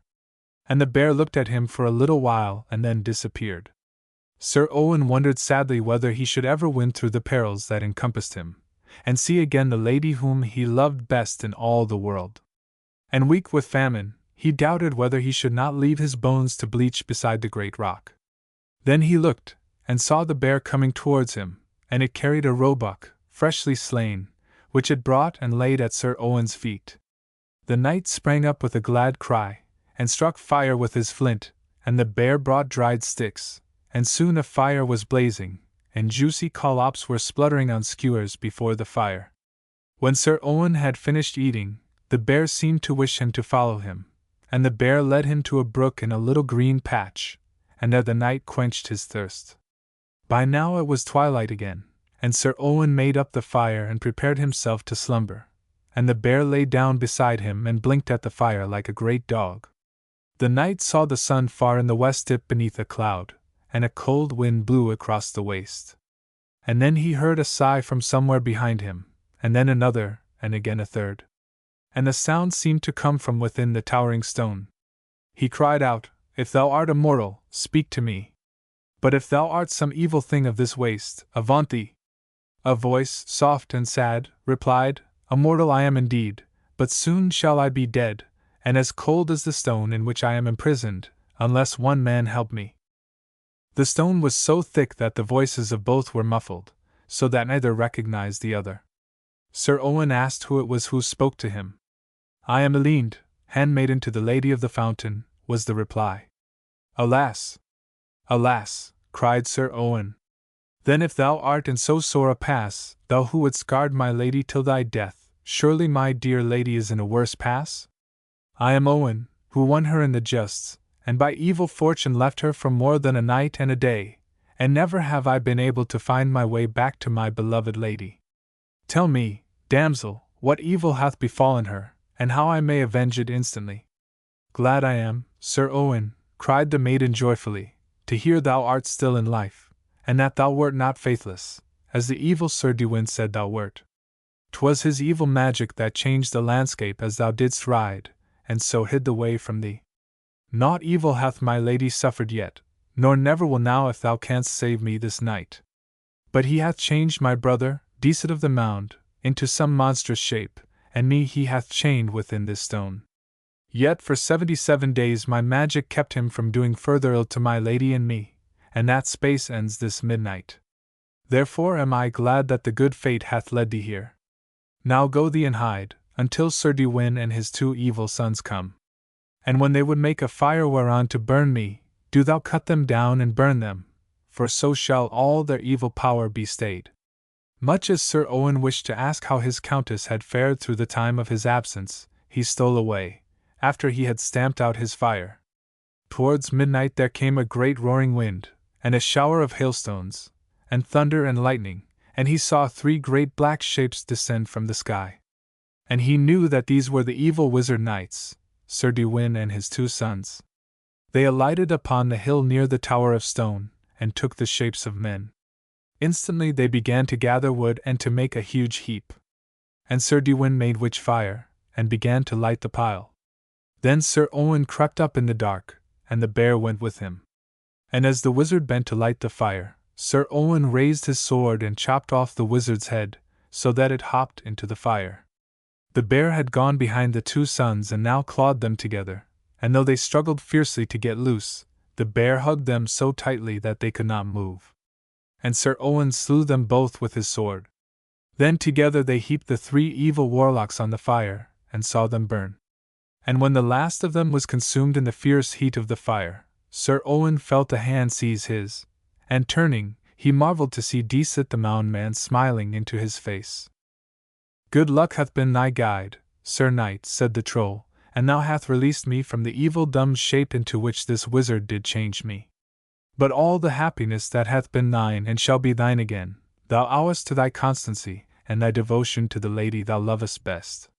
Glad am I, good Troll, to see thee again, said Sir Owen, and glad shall I be to see my dear lady again. Now let us release her faithful handmaiden, thy sister. With the master words which moved the living rock, the Troll caused the stone to open, and Eline stepped forth, exceeding glad to see Sir Owen and her brother again, and to feel the free air upon her cheeks. When it was morning they went on their way with great gladness. And when they reached the city of the fountain, the Countess could not speak for joy, and all her sadness fled, and in an hour her happiness was greater than her misery had been for all the months of her sorrow. The bells throughout the city were set ringing, and there was public rejoicing through the length and breadth of the land, for all were glad exceedingly that their dear lady was happy, and that their lord was come to his own again. Never again did Sir Owen leave his lady while she lived. Eline was advanced to the place of chief lady of the household, while Decet was made head huntsman, because he loved the forest, and knew the ways of every bird and beast that lived therein. 9. Of Sir Lancelot, and the fair maid of Astolat. It befell on a time that King Arthur made proclamation of a great joust and tournament which should be holden at Camelot 15 days after the feast of the Assumption. The noise of it went forth throughout all the king's dominions, and knights and barons, and earls and kings, made haste to get them ready to go thither. Sir Lancelot had but lately been sore wounded, and told the king that he could not hope to be at the joust, for fear that his wound might break forth afresh. The king was much aggrieved thereat, and would fain have made proclamation to put off the joust, but that many knights were already set forth from distant places, and great would be the disappointment. Therefore, on the day that the king was to journey from London to Camelot, he set forth with a heavy heart. For though he knew there would be many a brave onfall and stout bickering, yet, as Sir Lancelot had become the most valiant knight in all the island of Britain, the king had greatly desired that the knight should show how he excelled all the doughty warriors that would come from all parts. When all the knights had gone from the king's palace in London, Sir Lancelot pined in the great hall. The chatter of the ladies and the tricks of the pages became irksome to him, and he began to think how gay must be the company of the Knights of the Round Table, as they rode through the leafy country ways towards Camelot, with the great Arthur at their head. I will see the king's leech, he said to himself, and bid him give me some medicament that shall strengthen my wound. For I cannot abide that I stay here like some toothless old hound, while his fellows are gone to the hunting. So Sir Lancelot betook him to the lodging of Morgan Todd, the king's physician, but found that he too had gone with the king. When Sir Lancelot was turning away, sore aggrieved and angry, the man that had opened the door to him cried, Be not vexed, Sir Launcelot, for I wot well you would rather go with the king than nurse that wound of thine. Come down, then, and let me advise thee. Sir Launcelot, thinking this would be the chief disciple or pupil of Morgan Todd, dismounted, and followed the man that had spoken, who was old and thin and gnarled, with beady black eyes. When he had examined Sir Launcelot's wound, the old man smiled strangely, and said, If ye take but common care of thy wound, 'twill not break out again, but your heart was ever bigger than thy wit, Sir Knight. Thou wilt do more than any other knight, and in thy strength ye may well maim yourself. Then I may go to Camelot to the jousting? Asked Sir Launcelot. Ay, ye may go, said the leech. But hearken. Stay not on thy way at Astolat.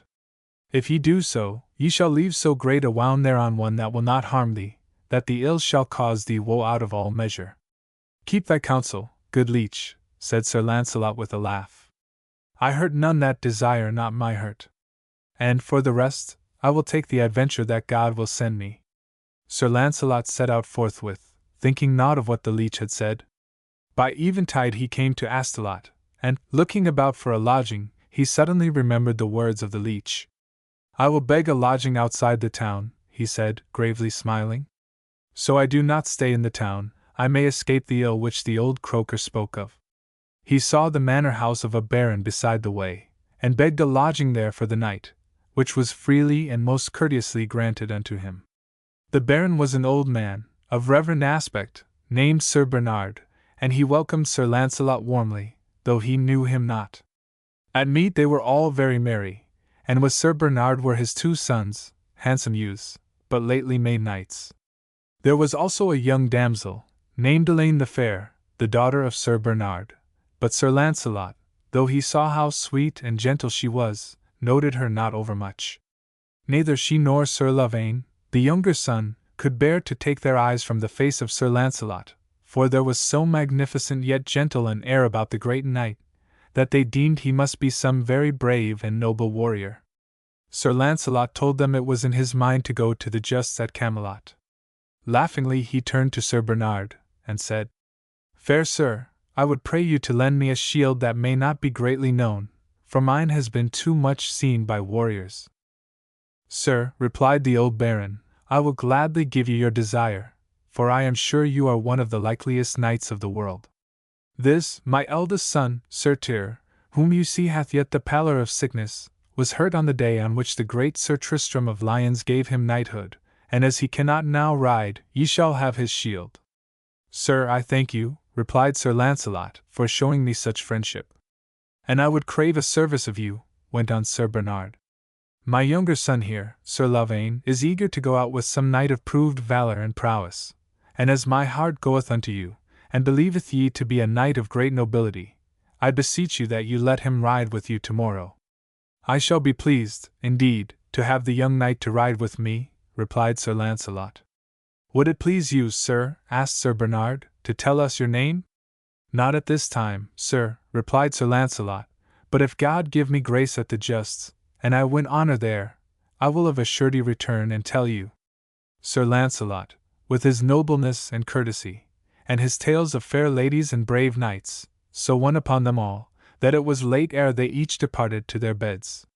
The maiden Elaine thought that she had never seen or heard of a knight so full of gentleness, yet withal so martial of mien, as this stranger who would not tell his name. In the morning Sir Launcelot made himself ready to depart, and the maid Elaine lingered long about her brother, and would never say that she had really buckled the last strap of his armor. Then, when at length she could keep them no longer, she came up to Sir Launcelot, with a face all pale and red by turns, yet striving to laugh away her fear.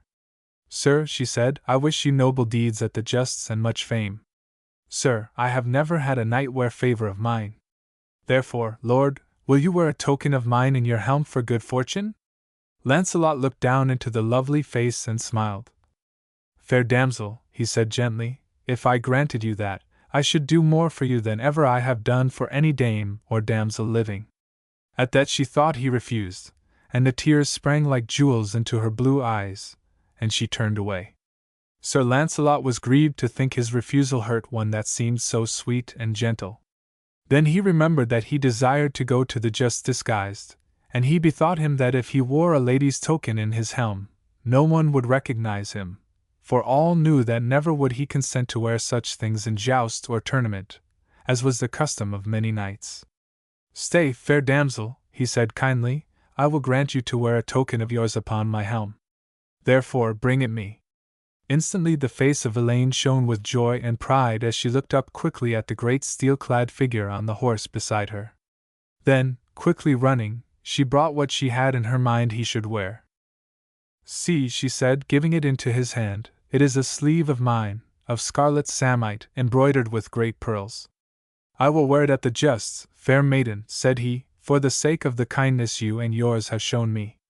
And will you keep the shield which is mine own against the time when I shall return? For I will take thy brother's. I will keep it in my own room, said Elaine, and will see that it doth not tarnish. Then Sir Launcelot and young Sir Lavaine rode forth, each bearing a white shield, as if both were young knights who had not yet done some deed, in memory whereof they could blazon a device upon their shields. So they rode to Camelot, where they found the narrow streets of the little town packed with the press of knights, dukes, earls and barons come to take part in the justs. Sir Launcelot got them lodgings with a rich burgess, and so privily and closely did they keep the house that none knew that they were there. On the day of the justs the trumpets began to blow in the field where they should be held. King Arthur sat on a great scaffold which was raised at one end, to judge who did best in the jousting. So great was the press of folk, both noble and common, earls and chiefs, that many did marvel to think that the realm of Britain held so many people. The knights held themselves in two parties and went to either end of the lists. Some called themselves the Band of Arthur, and would fight all comers, and among them was Sir Palomides, Sir Con of Ireland, Sir Sagramore, Sir Kay the Seneschal, Sir Griflet, Sir Mordred, Sir Galernon, and Sir Saphir, all knights of the Round Table. On the other side were the King of Northgales, the King of Swordlands, Sir Galahalt the Proud, and other knights of the north. These were the smaller party, yet were they very valiant knights. Sir Launcelot made him ready with the others, and fashioned the red sleeve upon his helm. But it was in his mind to see which party fared the worse before he would choose his part, for ever Sir Launcelot liked a task which was not easy. So he rode forth with Sir Lavaine into a little wood upon a knoll, whence they could look into the lists, and see the knights hurtle and crash together. Soon they saw the knights of King Arthur's band come against the northern knights, and many of the latter were smitten down. Then he saw how the King of the Northgales and the King of Swordlands with a few knights made a bold and brave stand against the many knights of King Arthur's Round Table. See, said Sir Launcelot to Sir Lavaine, how that company of knights hold out against that great press. They are like brave boars in the midst of the hounds. Ye say truth, said Sir Lavaine, they are indeed brave souls. Now, said Sir Launcelot, if you will help me a little, you may see that great company go back more quickly than they came forward. Sir, spare not, said the young knight, and I will do what I may. Sir Launcelot spurred forward into the lists, and so fierce was his onslaught, and so hard was his blow that with one spear he overthrew Sir Sagramore, Sir Kay, Sir Griflet and Sir Saphir, and with another spear he smote down 5 others. Thereupon the northern knights were much comforted, and greeted the strange knight full courteously, though they wondered that he had but a white shield.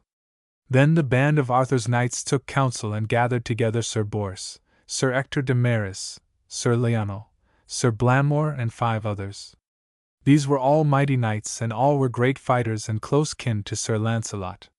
They resolved to rebuke the 2 stranger knights with white shields whom they knew not, and chiefly him with the lady's sleeve upon his helm did they seek to bring to the dust. Again the knights hurtled mightily together, and Sir Bors, Sir Ector, and Sir Lionel drove at Sir Launcelot, and so great was their force that they smote Sir Launcelot's horse to the ground. By ill hap, the spear of Sir Bors pierced through his cousin's shield into his side, and the head of the lance broke off and remained in the wound. Then Sir Lavaine, seeing his friend prone, did mightily assault Sir Mordred, who was on the other side, and hurled him to the ground, and bringing Sir Mordred's horse to Sir Launcelot, he helped him to mount. Sir Launcelot was exceeding wroth, and took a great strong spear, and smote Sir Bors, both horse and knight, to the ground, and likewise he served Sir Ector and Sir Lionel, and 4 other knights. The others retreated, for they feared his great strength. I marvel who is that knight that hath the red sleeve in his helm, said King Arthur to Sir Gawain, who sat with him. Sir, said the other, he will be known ere he depart. When the king caused the trumpet to sound the end of the day's jousting, the heralds cried that the prize was to go to the knight with the red sleeve. But when the northern knights came to Sir Launcelot, and would have him go to the king and take the prize, he said, Fair lords, let me depart, I pray you. For I have bought my victory with my life, and now I would rather have quiet than all the wealth of the world. Forthwith he galloped away with Sir Lavaine until they came to a great forest, and then Sir Launcelot groaned and said he could no further go, and forthwith he fell from his horse in a great swoon. Sir Lavaine went to find water in the wood, and had to go far ere he found it. But presently he saw a clearing, and there was a little hermitage and a stream running by. Sir Lavaine called the hermit, who was a man full reverend and noble of aspect, and told him how his friend lay in a deathly swoon.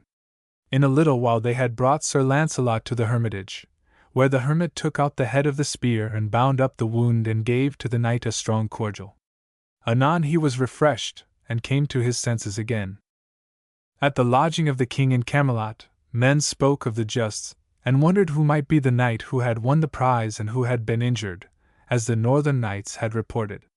Though King Arthur had it in his mind that it had been Sir Launcelot, he hoped it was not, for it grieved him much to think that Sir Launcelot was so badly wounded. Next day the court journeyed towards London, and rested for the night at Astolat, and the town being full, it chanced that Sir Gawain went to the manor of Sir Bernard, which lay just outside the city. When he had dined, the old knight Sir Bernard began to speak to him, and to ask who had done the best at the justs at Camelot. Ever since he had arrived, Sir Gawain had seen how the fair girl, the daughter of the knight, who had attended upon him, was pale and thoughtful, and now she looked white and red by turns as he began to speak. There were 2 knights, said Sir Gawain, who each bore a white shield, and one had a red sleeve upon his helmet. Sir Gawain saw how the damsel clasped her hands together, and her face lit up with a great light, and her eyes were bright and proud. And I swear that never saw I so valiant and stout a knight as he, said Sir Gawain. For I dare swear that he beat down 20 knights of the Round Table, and his fellow also did well. Now, blessed be God, said the fair maid of Astolat, with a great cry of joy, that the good knight sped so well, for he is the one man in the world whom I have ever loved, and truly he shall be the last man that ever after I shall love. Then do ye know his name? asked Sir Gawain. Nay, I know it not, said Elaine, nor whence he came. But I know that I love him and none other. Then they told Sir Gawain how they had first had knowledge of the strange knight, and the damsel said that he had left her his shield in place of the white one he had taken, so that none should know him. Sir Gawain begged that she would fetch it from her chamber. Elaine brought it, and drew it from the case of leather in which she had wrapped it, and said, See, there is no spot of rust upon it, for I have cleaned it with my own hands every day. Alas, said Sir Gawain, when he saw the device upon the shield, now is my heart full heavier than it hath ever been.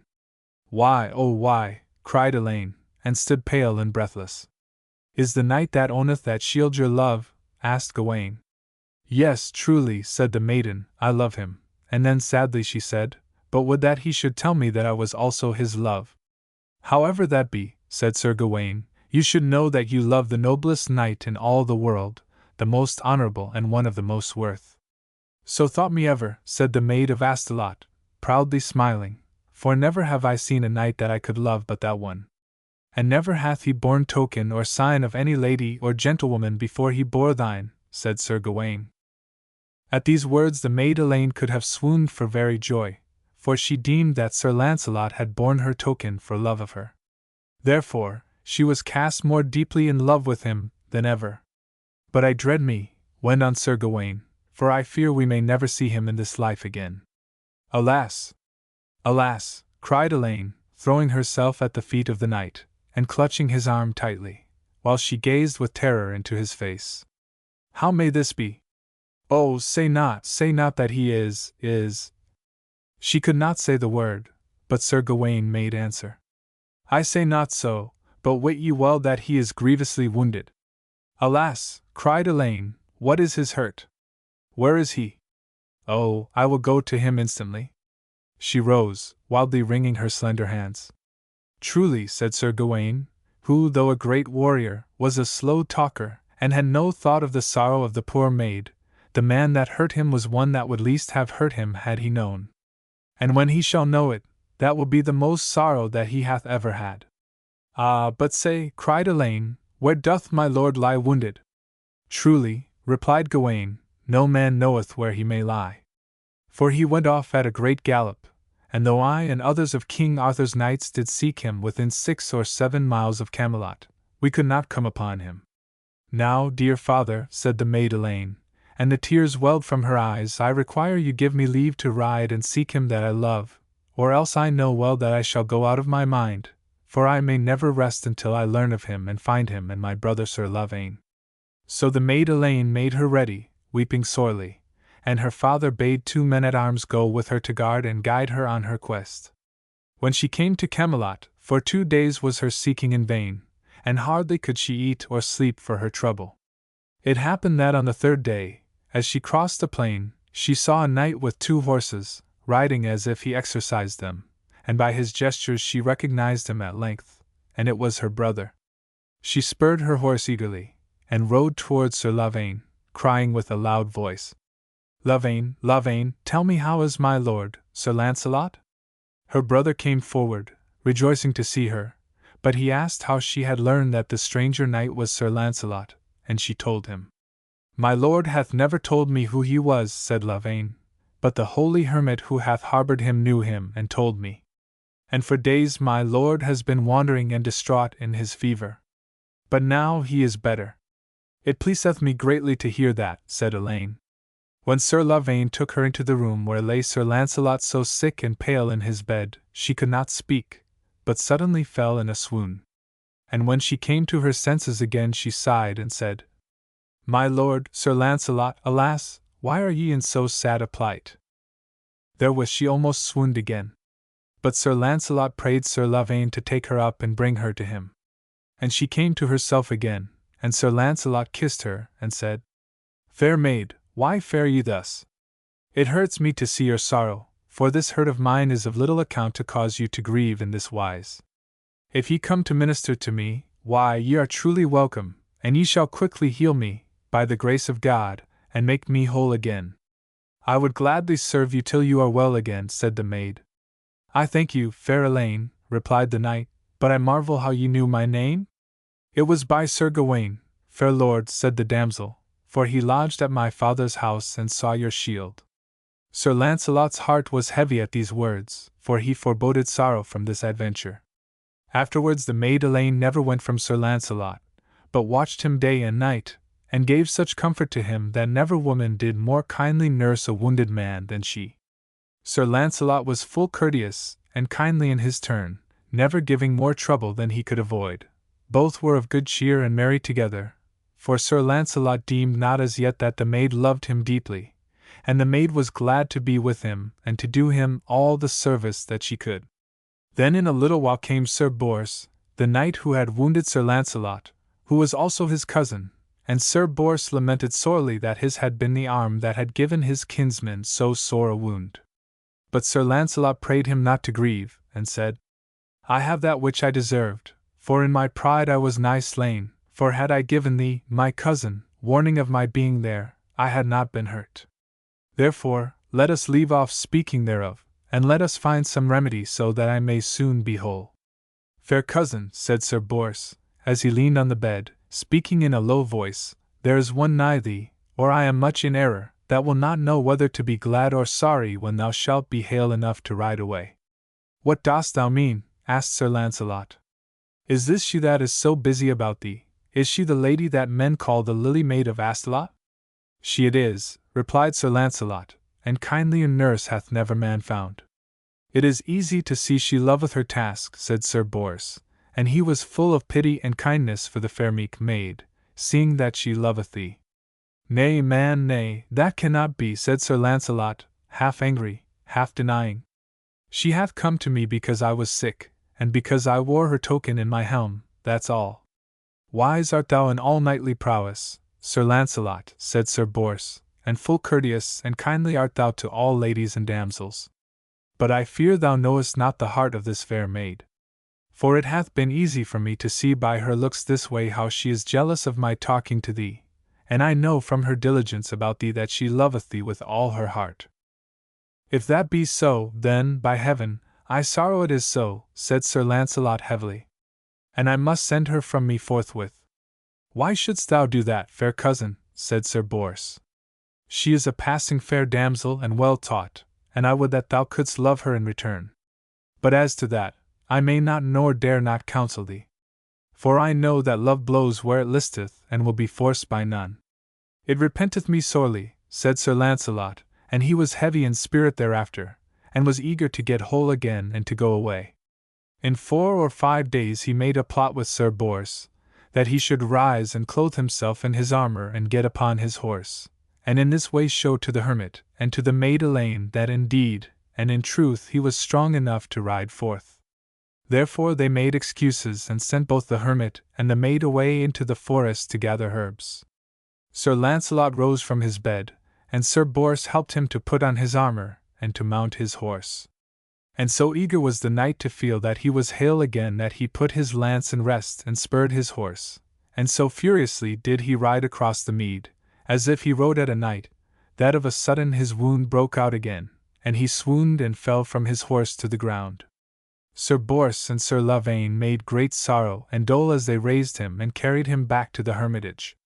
It befell that Elaine, who had not gone far, heard their cries and came running swiftly, and seeing Sir Lancelot borne between them pale as with death, she cried and wept and kneeled beside him, and put her arms about his neck and kissed him many times, and called to him to wake him.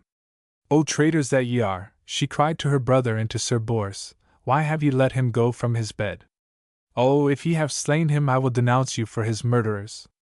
Therewith came the holy hermit, and was right wroth, and they put Sir Lancelot to bed again, and the hermit stanched the wound and gave the knight a cordial, so that he awoke out of his swoon. Why have you put your life in jeopardy thus? Asked the hermit. For that I weary of being here, said Sir Lancelot, and I would ride forth again. Ah, Sir Lancelot, said the hermit, your heart and your courage will never be done till your last day. But now ye must do as I command, and stay till I say ye are hale again. Soon after this Sir Bors departed, and the hermit promised that if he came back in a month, Sir Lancelot would be ready to depart with him. Thus Sir Lancelot stayed in the hermitage, and ever did the fair maid Elaine labor with diligence day and night to heal and comfort him, and to keep the time from wearying him. And never was child meeker to her parent, nor wife kinder to her husband, nor mother sweeter and more tender to her child, than Elaine was to Sir Lancelot. The knight sorrowed that this was so, and he ever bore himself courteous, but not familiar in speech, for it grieved him that he had no love in his heart for her, however deep might be her love for him. When the month was over, Sir Bors returned and found Sir Lancelot walking about the forest, hale and strong again and eager to be riding. In a day they all made them ready to depart from the hermit, and to go to King Arthur's court, which was then in London. The Lily Maid went with them, sad that all her loving care was now ending, but glad to see the noble air with which Sir Lancelot bestrode his horse, and thankful that sometimes, as they rode upon their way, he turned to her smiling gravely, and spoke of the bright sunlight, the birds and trees they saw, and the company and travellers they passed. Then they came to Astolat, and Sir Bernard gave them all great welcome, and they were well feasted and well lodged. On the morrow, when they should depart, the maid Elaine was pale and very quiet, until Sir Lancelot came into the hall to say farewell. Then the maid, bringing her father and her 2 brothers with her, went up to Sir Lancelot and said, My lord, now I see that you will depart. But oh, do thou have mercy upon me, for I must say that which damsels and gentlewomen are not used to say. Sir Lancelot with grave sad face looked at her, and knew what she would say, and in very heaviness of spirit replied, Lady, it grieves me that I have unwittingly put such grief upon you. O fair and gracious knight, suffer me not to die for love of you, cried Elaine, and looked most piteously and wanly upon him. Oh, I would have none but you to be my husband. Fair damsel, replied Sir Lancelot, heavy is my grief to refuse you, but I have not turned my mind to marriage. Alas, said Elaine, and smiled sadly, then there is no more to be said. Fair maid, I would that you will seek some knight more worthy of you, said Sir Launcelot. When I am gone, do you set your heart upon some friend or kinsman, and for all the kindness ye have shown me, I will settle upon you 1,000 pounds yearly. Oh, of all this, said the Lily Maid, I will have none, for if you will not love me, wait ye well, Sir Launcelot, my happy days are done. Say it not, fair maid, said the knight, for many years and much love should be yours. But with a cry Elaine fell to the ground in a swoon, and her gentlewomen bore her into her chamber, and sorrowed over her. In great heaviness Sir Launcelot would depart, and went to his horse to mount it, and Sir Lavaine went with him. What would you do?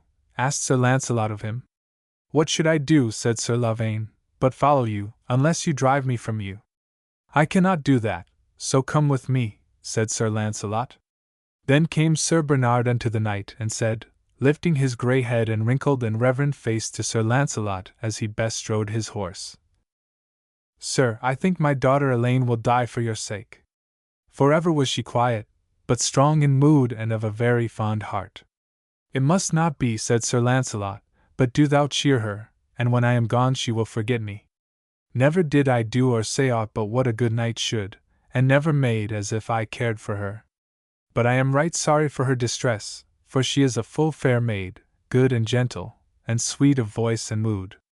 Father, said Sir Lavaine, my sister Elaine doeth as I do. For since I first saw my Lord Launcelot, I could never depart from him, nor never will if I may follow him. Night and day did the fair maid Elaine sorrow in silence, so that she never slept, ate, or drank. At the end of 10 days her ghostly father bade her leave such grief and change her thoughts. Nay, she said, I may not, and I would not if I could. And I do no sin to love the most peerless knight in all the world, the most gentle and courteous of men, and the greatest in all nobility. Therefore, as I know I may not live, do thou shrive me, good father, for I must needs pass out of this world. Then she confessed her sins and was shriven. And anon she called her father and her brother, Sir Tyr, and begged that they would do as she desired as to her burial, and they promised. In a little while she died, and a letter was put into her cold hand, and she was placed in a fair bed, with all the richest clothes she had about her. Then they carried her on the bed in a chariot, slowly, with many prayers and with much weeping, to the Thames, and there they put her and the bed in a barge. Over all the bed and the barge, except her fair face, was placed a cloak of black samite, and an old and faithful servant of the house stepped into the barge to guide it. They let it go from them with great grief, and the aged man steered it down the river towards London, where was the court of Arthur. It happened that, as the king and his queen were looking from a window of the palace which looked upon the Thames, they saw the black barge, and marveled what it might mean. The king made the barge to be held fast, and took the queen's hand, and with many knights went down to the water's edge, and there they saw a fair gentlewoman lying on a rich bed, and she lay as if she slept. The king took the letter gently from the fair hand which held it, and went into his court, and ordered all his knights to assemble, and then opened the letter and read what was written. The words were these: Most noble knight, my lord Sir Launcelot du Lake, now hath death come to me, seeing that you would not give me your love. Yet do thou do this little thing I ask, now that I am dead, for I ask thee to pray for my soul and to bury me, and think of me sometimes. Pray for my soul and think of me, as thou art a knight peerless and most gentle. Sir Launcelot heard it word by word and went pale as ashes, so that men marveled to see his sorrow. When it was finished, he said, My lord King Arthur, wit ye well that I am right heavy for the death of this fair damsel. God knoweth that I was never causer of her death by my will, as her brother Sir Lavaine here will avouch for me. She was both fair and good, and exceeding kind to me when I was wounded, but she loved me out of all measure, and of that I was sore heavy. Ye might have loved her, said the queen, weeping for sorrow at the hapless fate of one so fair and fond. Madam, said Sir Launcelot, I could not be constrained to love her, but I sorrow for her death exceedingly. Truth it is, said the king, that love is free and never will be forced, for all the prayers that may be said to it. But thou wilt of thy worship bury this fair maid, Sir Lancelot? That will I do, said the knight, and in all richness and solemnity. Thus was it done, and all the knights of the Round Table sorrowfully followed the body of the fair Elaine to the grave. On her tomb in letters of gold both thick and deep were set the words, Here lieth the body of Elaine, the lily maid of Astolat, who died of a passing great love. X. How the three good knights achieved the Holy Grail. Now the time drew nigh which had been foretold by Merlin, before he had been snared by a greater wizardry than his, and buried alive beneath the great stone in the forest of Broceliande. He had prophesied that, with the coming of King Arthur, the island of Britain should grow in strength and fame, and her knights should be more valiant and more pure in word and deed than the knights of any other land. But that, in a little while, they would become proud, and finding that none could withstand them, they would use their strength evilly. To the court of King Arthur, as he sat in London, came tidings of how his barons warred with each other in remoter parts of his dominions, seizing the strong castles of each other, putting one another to death, and forsaking the ways of the Holy Church of Christ and turning to the idolatry of the old British pagans, some of whom still lurked and performed their evil rites in the desolate and secret places of the forests and the hills. The heart of the king was heavy as he sat thinking, and he wondered why this evil was entering into the hearts of his knights and barons.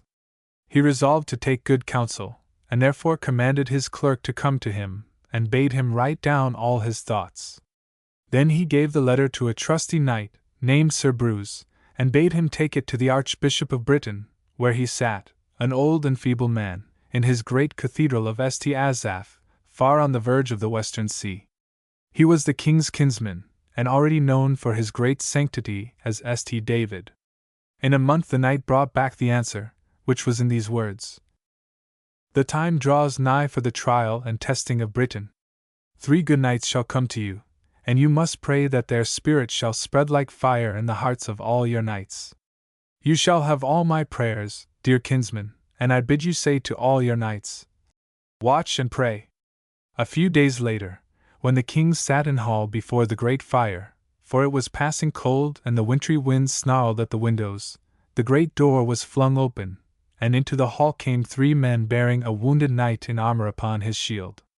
When they had set him down, the knights that were with the king knew him for Sir Kay the seneschal, and Sir Kay looked sourly about him, and bade those that carried him take him to his pallet and fetch a leech, and not stand gaping like fools. How now, said Sir Gawain, who hath tumbled thee, Sir Kay? A fool whose head I will raise from his shoulders when I am hale again, snapped Sir Kay, as he was borne away to his bed. Then into the hall came a troll, and after the troll came a knight dressed all in white armor, who, going towards the king, knelt at his feet. Sir, the knight said, I would that ye make me a knight. Of what lineage have ye come? Asked the king.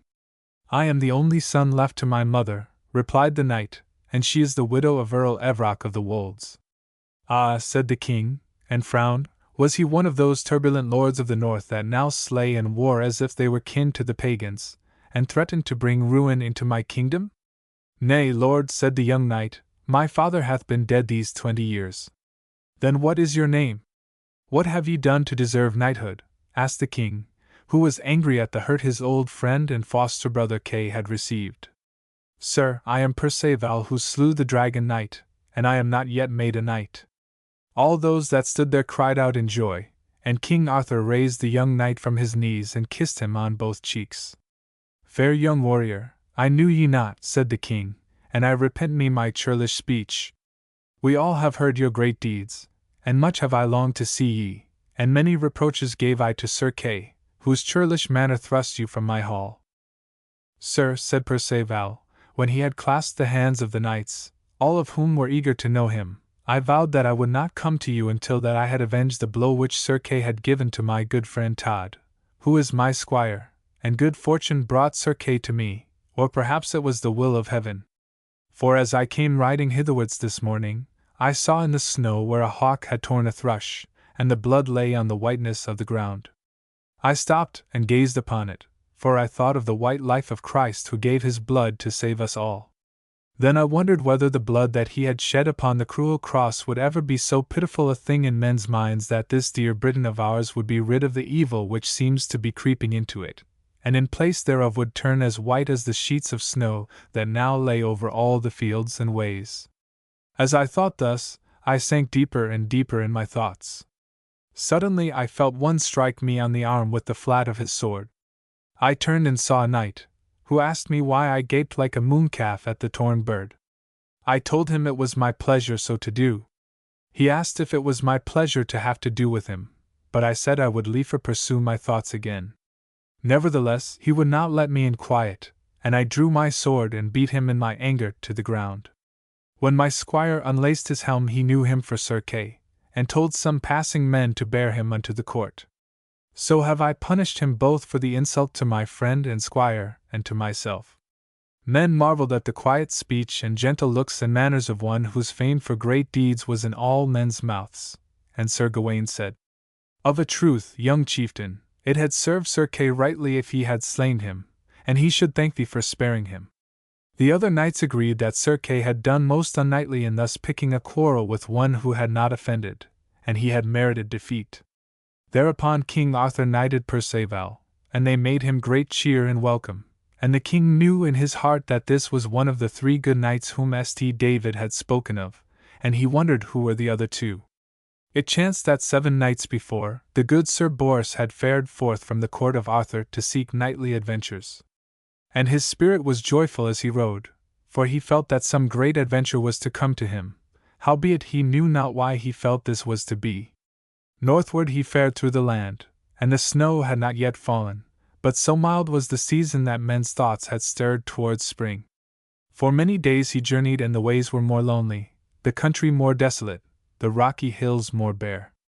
He wondered why it was that the land seemed so forsaken, as if the folk had long since left the fields to become solitary wastes. At length it befell that one evening he could find no place wherein to shelter for the night. There was no hermit's cell nor castle nor knight's hold through all the way by which he had come that day.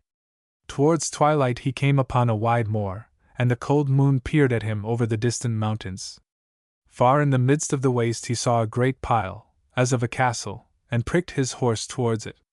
It was indeed a castle, but its walls were broken and mossy, as if long years had passed since it housed fire and gay company. He rode over the drawbridge into the great courtyard, and the echo of his horse's hoofbeats was the only sound that greeted him. He sought the upper chambers, and found in one a rough bed of fern leaves, and having supped from the scrip he carried with him, he composed himself to sleep, glad that at least a roof and thick walls shielded him from the freezing cold which now swept over the land. Forthwith he slept, but at midnight he awoke and found it was deeply dark, and looking to the arrow slit in the wall he sought some friendly star. As he looked, a great red light burst through, and with that there came, thrusting fiercely, a great spear like a long flame, which darted at him, and then stayed just before him. The point of it burned blue and dazzling. As he lay marveling, the spear went back a space. Then he grasped his sword that lay beside him, but before he could defend himself the flaming spear dashed forward again and smote him in the shoulder. Then the spear went back and the chamber was deep dark again, and for very pains Sir Bors lay and groaned. Nor could he sleep more that night.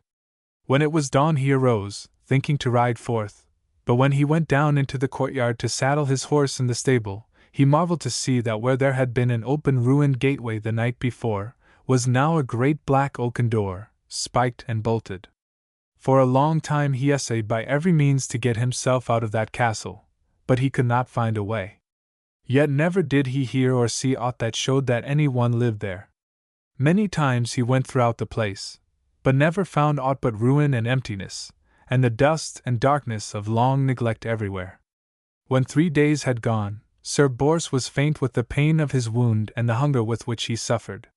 Then, as he sat beside his horse in its stall, he suddenly heard the clank of armor, and going forth into the courtyard saw a knight all armed, with his shield on his shoulder, and his sword naked in his hand. Without a word the stranger darted at him, and hardly did Sir Bors have time to dress his shield, and then they lashed mightily at each other, and thrust and hewed sorely. Thus for half the day they fought, and so fiercely that soon Sir Bors had many wounds, so that blood oozed from the joints of his armor. But the other knight seemed to be unharmed, and never seemed to breathe heavily. Then Sir Bors became extremely wroth, and beat so fiercely upon the other that he pressed him always backward until the stranger was nigh to the door of a chamber which opened into the courtyard, and suddenly he dashed backwards into the chamber, and shut the door. Nor would he come forth, for all that Sir Bors called him coward and recreant. Nor would he answer one word, nor had he said one word since Sir Bors had seen him. After some time Sir Bors resolved to go back and rest himself beside his horse, for his great wounds burned him sorely. But as he turned, suddenly, without a sound, the stranger knight dashed forth, and struck a felon blow at the good knight's neck. But Sir Bors was aware of him in time, and defended himself full well.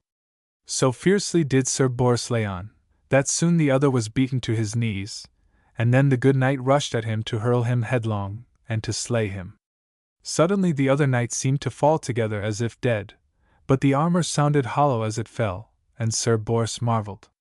Swiftly he hacked the fastenings of the helm, and tore it from the neck armor. Then a great fear seized and shook him. The armor was empty. He knew then that he had fought with a demon.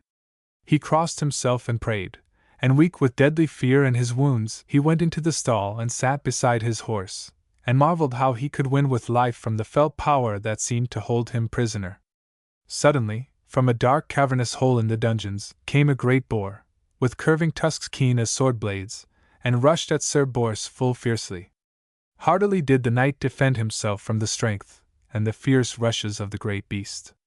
The boar with its long tusks tore the shield from the grasp of Sir Bors, and slashed his shield arm sorely, and then Sir Bors was wroth, and with a very fierce blow he smote off the boar's head.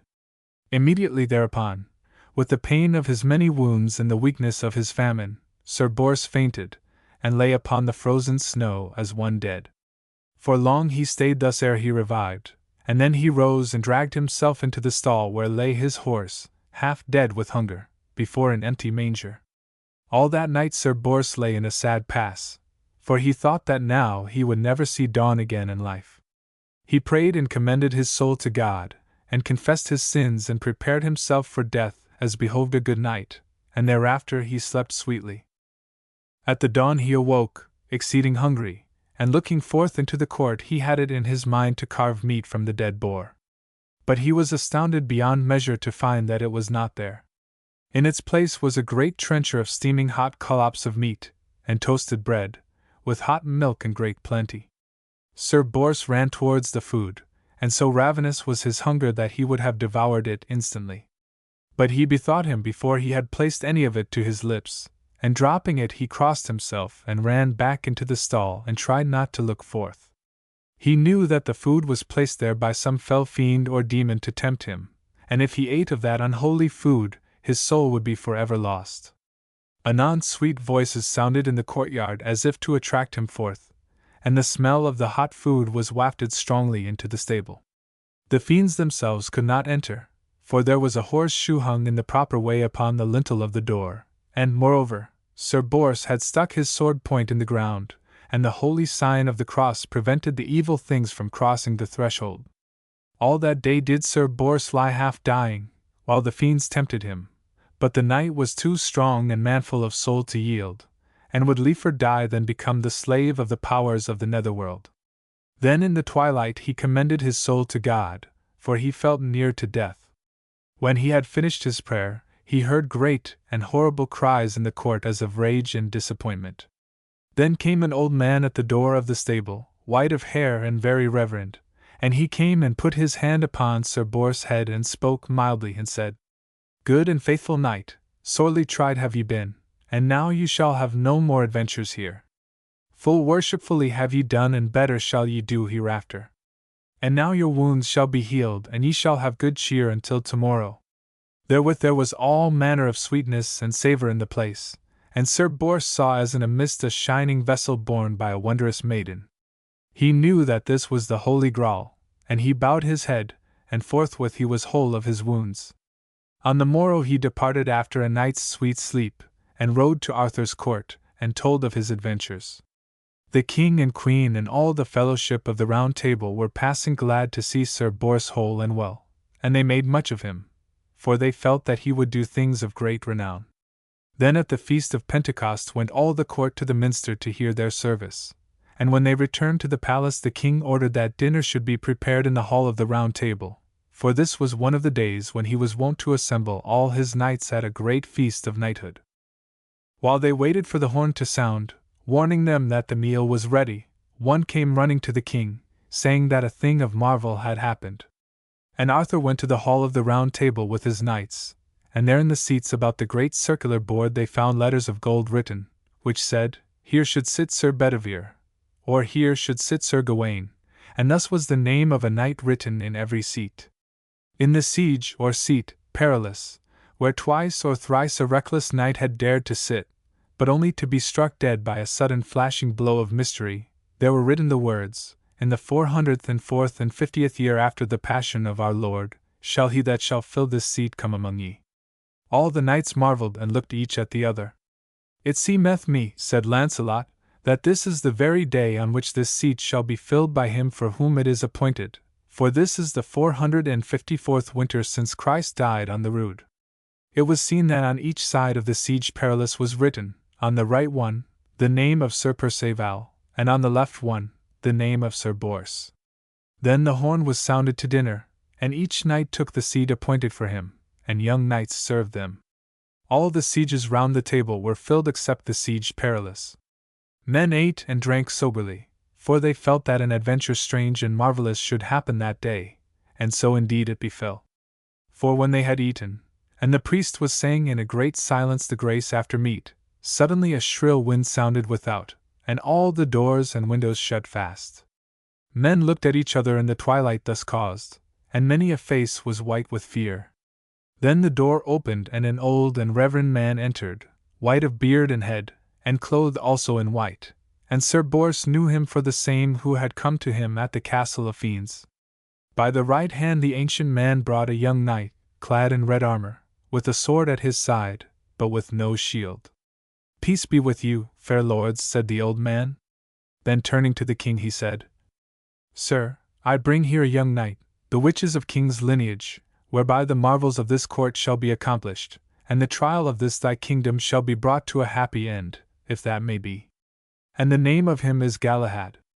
"Sir," said the king, "ye be right welcome, and the young knight with you." The old man made the young knight unarm him, and he was in a coat of red sendal, and bare a mantle that was furred with ermine. Then was the young man led by the reverend man to the siege perilous, and sat him thereon, and men marveled to see that the death stroke did not flash like lightning and slay him. "Sir," said the old man to him, "wit ye well that that is your seat. For you are he that shall surely achieve the Holy Grail, and such of these your fellows as are pure in heart and humble shall achieve it with you." "Sir," said the king, "if it may be that ye know, will ye tell us what my knights must do to achieve the holy vessel, and thus bring peace into my kingdom in place of war?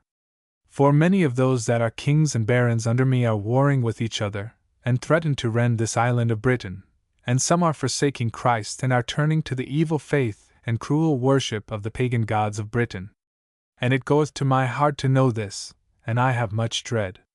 "Sir King," said the old white man, "none may tell you what shall be the end of this quest of the Holy Grail, but I can tell you and these your knights what they must do to save this land from the ruin which doth threaten it. Ye know that the holy vessel was that wherein Christ ate the lamb on the Thursday before he was hung upon the cross.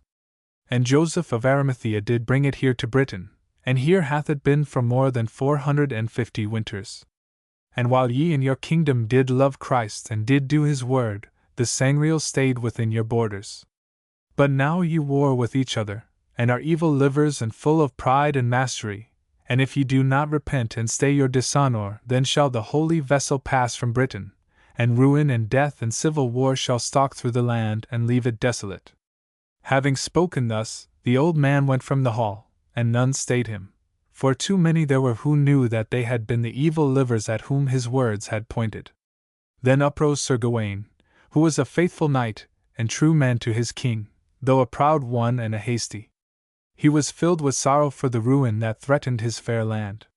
"Now I do here avow," he said, "that tomorrow, without fail, I shall set forth, and I shall labor with all the strength of my body and my soul to go in quest of the Holy Grail, so that if I be fit to see it and to bring it hither, this dear land may be saved from woe.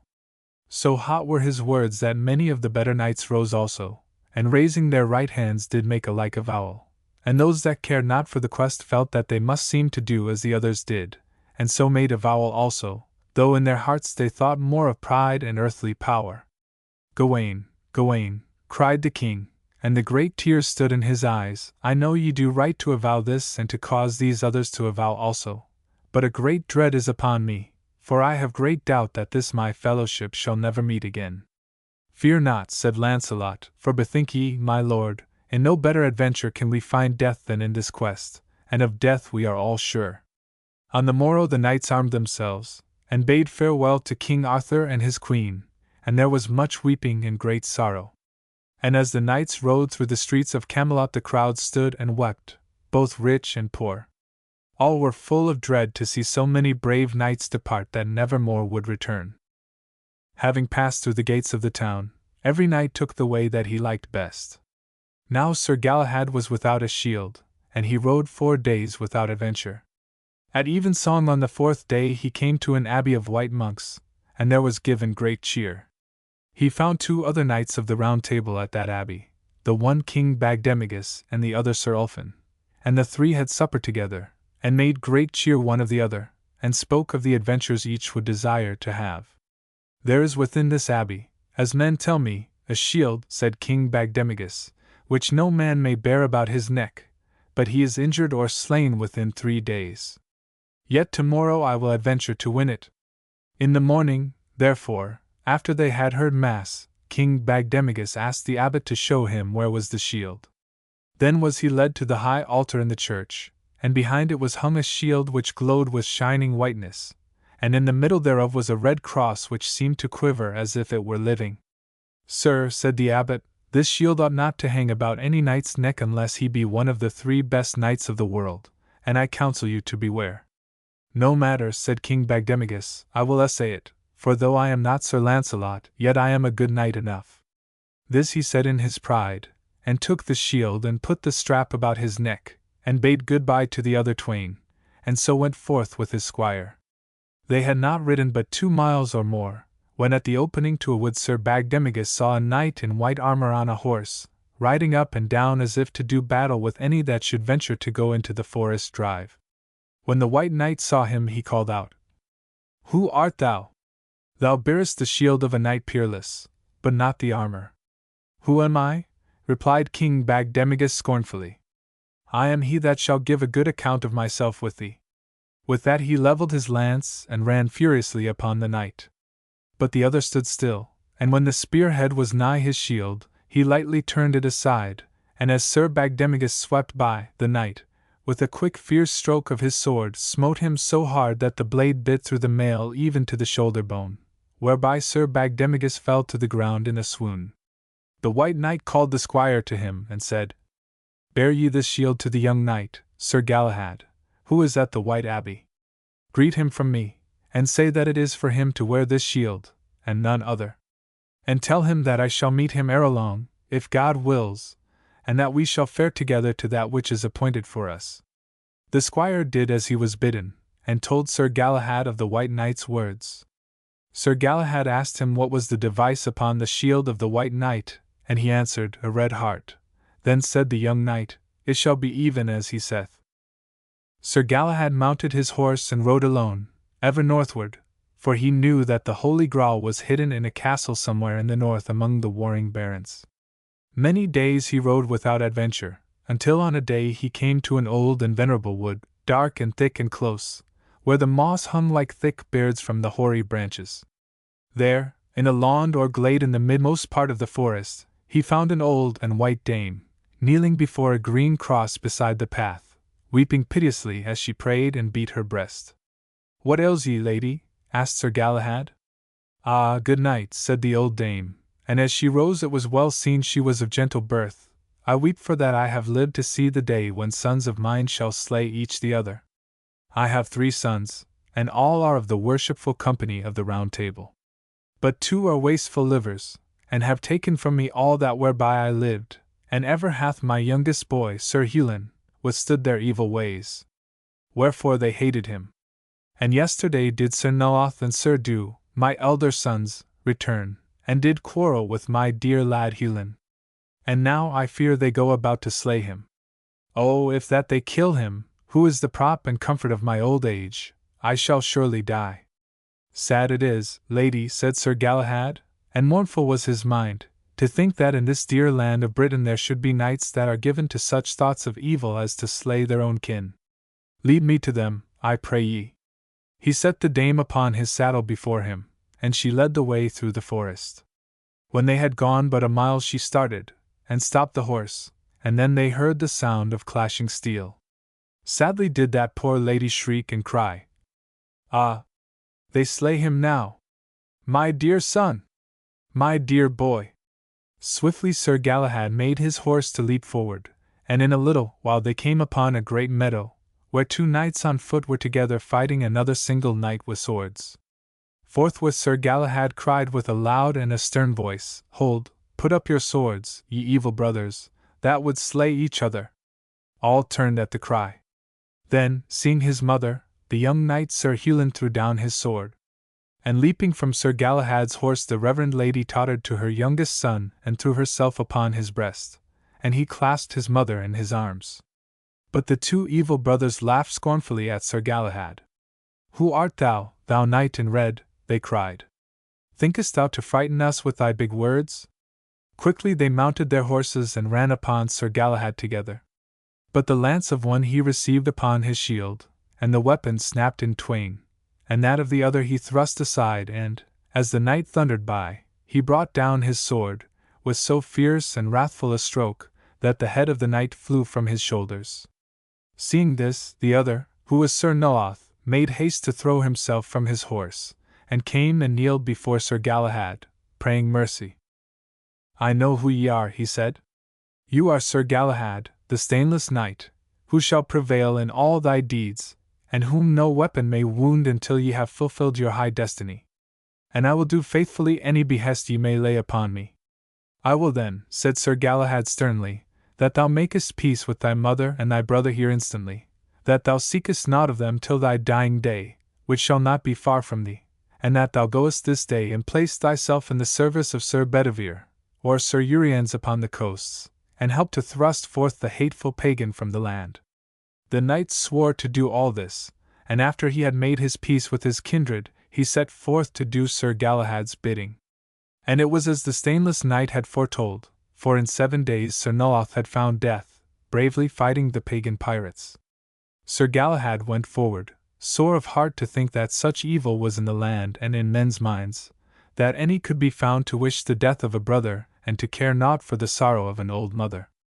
Thus for many months Sir Galahad rode about the land, seeking out the knights who, with their bands of soldiers, fought to wrest from each other land and castles.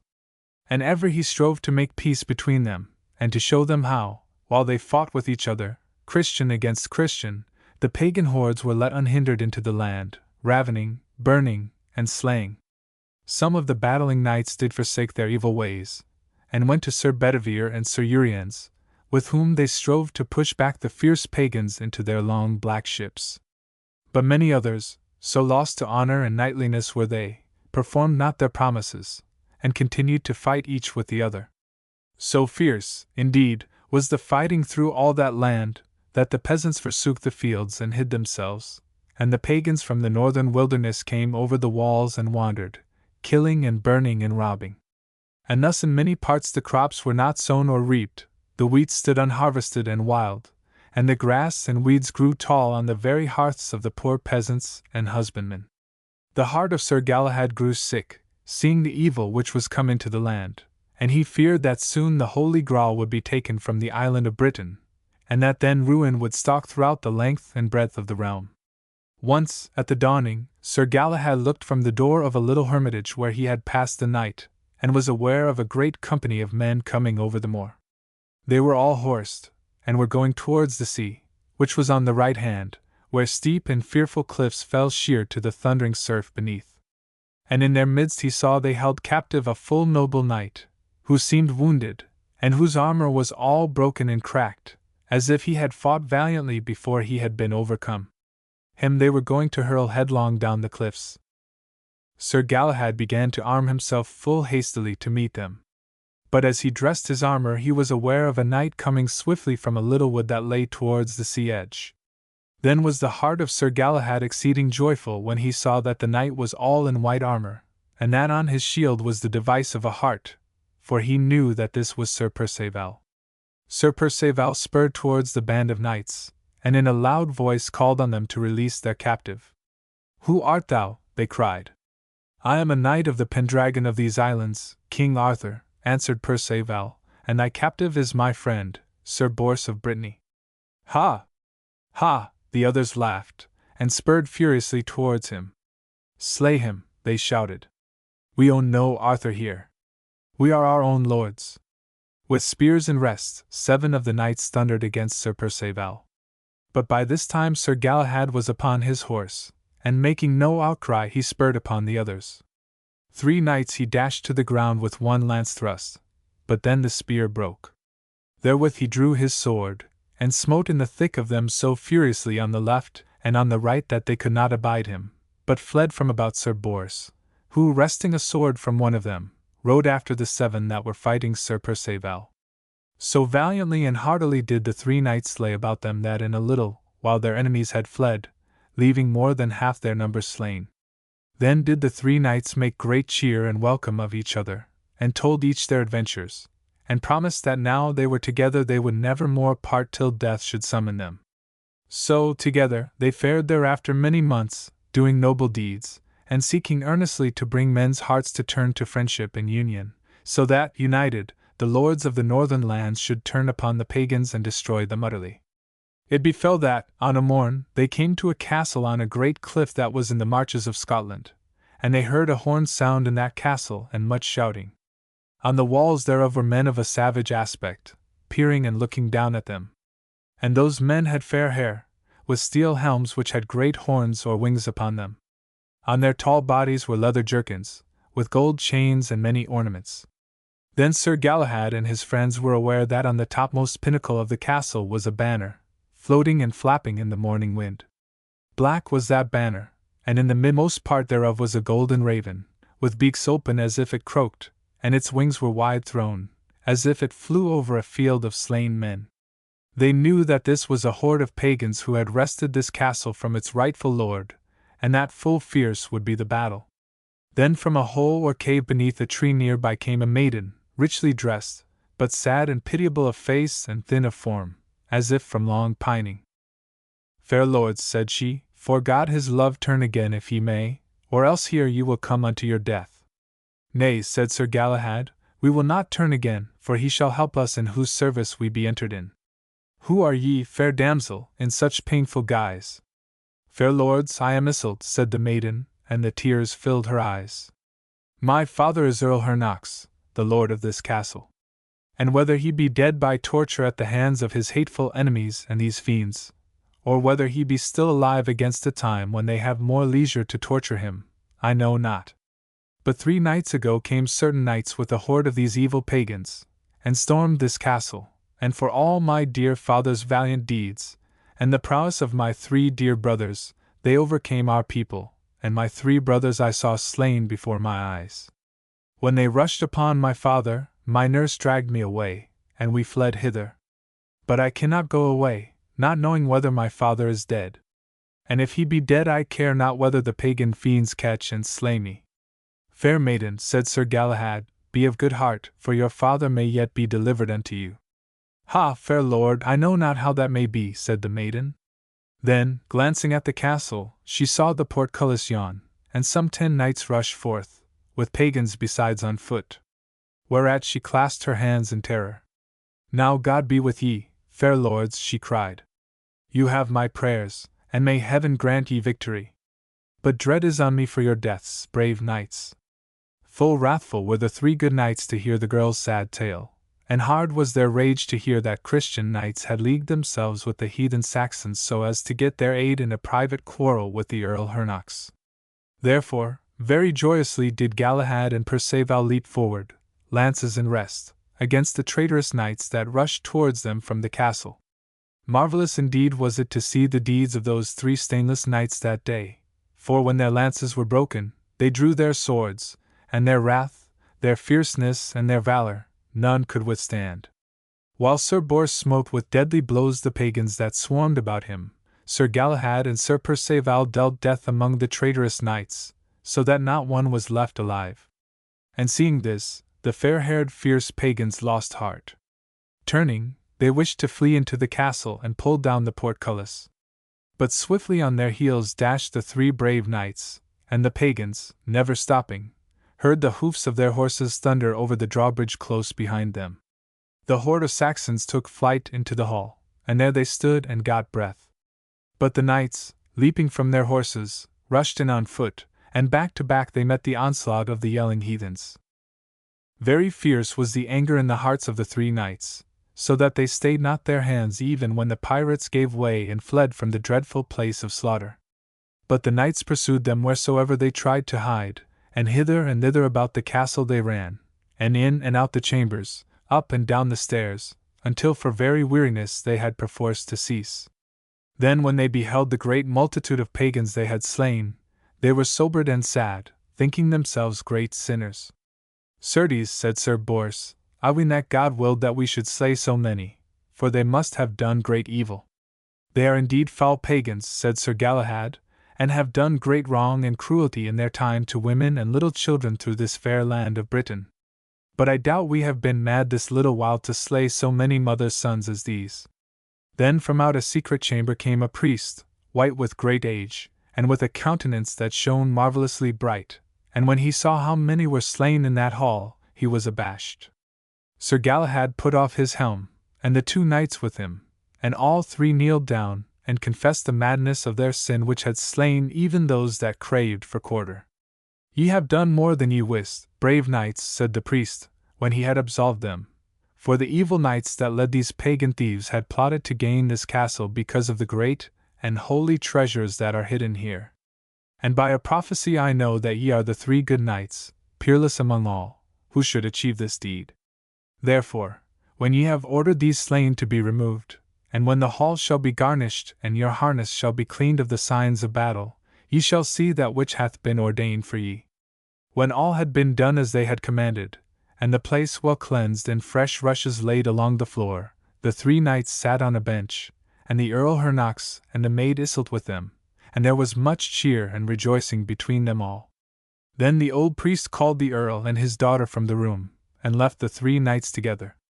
Suddenly, as they sat talking, the doors were shut and the windows were darkened, and a great wind arose with a sad sound, wailing and piping. Then the darkness suddenly went away, and they saw a great light shining in the midmost part of the hall, so bright and strong that hardly could their eyes suffer it. Soon through the light they could see a table of silver, whereon was a wide dish also of silver, marvelously and delicately wrought. Then the doors opened and they saw angels entering, and 2 bare candles of wax, and the 3rd held a towel, and in the hand of the 4th was a spear which bled marvelously from the point thereof. Going to the table the angels set the candles and the towel upon it, and the spear was placed beside the shining vessel. Of a sudden the knights were aware that there sat one beside the table who was marvelously old and white, and he was dressed in the habit of a bishop, and his face was very winning, and a great brightness flowed from it. On the breast of his robe were words in the Latin tongue, which said, Lo, I am Joseph, the first bishop of Christendom, who did take our Lord's body down from the cruel rood. The 3 marveled greatly, for that bishop had been dead more than 400 years. Seeing their looks of perplexity, the bishop smiled sweetly upon them, and said, Marvel not, O knights, for though I am now a spirit, I know thy weakness, and have come to aid thee. Then the bishop took up the shining vessel from the table, and came to Galahad, and the knight kneeled down, and took of the food that was within the holy dish. And after that the other 2 received it. Of marvelous savour was the food, and like none that they had ever eaten or thought of at any time before. Then the bishop said to Galahad, Son, knowest thou what is this vessel I hold in my hands? Nay, holy man, I know not, replied Galahad. It is the holy vessel which men call the sangreal, out of which our Lord ate the lamb at the feast before he was betrayed to that death upon the rood whereby he redeemed the world, if men would but choose his gentle law. It is what we have most desired to see, "Holy Father," said Sir Galahad. "And it is what, alas, no others in this realm shall ever see," said the bishop, and his countenance, which before had been sweet and gentle, now saddened and was dark. "For this night it shall depart from this land of Logris, so that it shall never more be seen here." "Alas," cried Galahad and Perceval, "that is great sorrow to hear. O holy bishop and spirit, say not that it means that this land shall be rent in ruin and given up to heathendom again?" "It must be so," said the bishop sadly. "Christ is not served in gentleness, nor is his law worshipped in this land, where men slay their brothers, rob their kindred, and make treaties with the pagans. And its knights are turned to evil livers, desiring mastery and proud power. Therefore hath Christ sent me to disinherit this land of this holy thing with which he hath honored it since that time when I brought it here 455 winters ago." Hearing these words of doom, Sir Galahad and Sir Perceval wept full piteously for the fate of their country. When they had mourned greatly, they asked if there was no hope of turning the land from its evil ways. "There is none," said the bishop sorrowfully. "Have ye three not tried manfully these last 2 years since ye have sought that which ye now see? And all thy labors, thy battling, thy griefs, have they availed aught? No, it is the will of God that in due time this land and this people shall be put into the melting pot. And when the season appointed shall come, sorrow and death, rebellion and treachery shall stalk through the land, and naught shall stand of its present kingdoms. The pagans shall blot out the holy memory of God and Christ, and shall turn the fanes of prayer into the lairs of wolves, and owls shall rest where hymns of praise have been sung. And no wars of goodly knights may hinder these things of dreadful doom. But I have this message for ye too, Galahad and Perceval, that inasmuch as ye have seen this which ye crave to see, and have lived purely and unspotted from pride or evil, thy souls shall go with me when I shall depart. But you, my son," he said, looking at Sir Bors, "still find in your heart the love of kin, and a longing for battle, and so you shall remain, to fight for Christ while yet you are alive." Suddenly a fierce light came where they sat, so that Sir Bors kneeled as one blinded for a time. When it had passed, he looked and saw where Sir Galahad and Sir Perceval still kneeled, with their hands lifted as if in prayer. But there was naught to see of the holy vessel or the spear, nor was Joseph there. Then, going to the 2 knights, he found that they were dead. Sir Bors knew then that their souls had gone with Joseph and the holy vessel, and had been borne to the heaven for which their pure and humble hearts had yearned while yet they lived. Then Sir Bors made great sorrow for his 2 fellows, and knew that never more would he be as joyful or as careless as he had been. With right heavy mood he craved of Earl Hernox to have a grave dug deep in the living rock whereon the castle was builded. This the Earl gladly did, and very solemnly the 2 good knights were buried, and long did Sir Bors mourn over the grave. In a little while thereafter Sir Bors armed himself, and departed, and after many adventures, rode southwards till he came to Camelot. And there he told the king and such knights as there were, how the 2 stainless knights had achieved the Holy Graal, and how their souls had been taken up with the sacred vessel. All the court mourned for the 2 knights, and the king commanded a history to be written of what Sir Bors had told. It was so done, and the book, richly adorned with many colored letters, was kept in the great treasure chest in the castle of Sarum. Ever after Sir Bors was a silent man, for he could not forget the holy and terrible sight he had seen. Of the doom which was coming in due time upon the dear and fair land of Britain, as was prophesied by St. Joseph, he told no man, but kept the words fast locked in his heart. 11. Of the plots of Sir Mordred, and how Sir Lancelot saved the Queen. After the quest of the Sangreal was completed, and all the knights that were left alive had returned to the court of King Arthur, there was great joy among the people, and the king and Queen Guinevere were passing glad of the remnant that had come home again. Especially did the queen make much of Sir Lancelot, and of Sir Bors his cousin, for they were the 2 most noble and courteous knights of the Round Table, and none thought of them but as men peerless and beyond compare. Sir Mordred, who was the king's nephew, was jealous of the 2 knights, and went about privily among such knights as were his familiars, and spoke sneering words concerning Sir Lancelot and the Queen and Sir Bors. Once Sir Mordred said such words in the hearing of his brother Sir Gawain, but that knight so heavily and wrathfully took him to task, that Sir Mordred knew that Sir Gawain envied not the two knights, and could never be brought to think other than friendly thoughts of them. Therefore Sir Mordred hated the two knights more than ever. Of a slight frame was Mordred, but tall, with dark hair, sallow face, and deep-set grey eyes beside a thin long nose. Few loved him, for he was never cheery nor very friendly, and ever seemed to sneer with his thin lips and his cold wolfish eyes.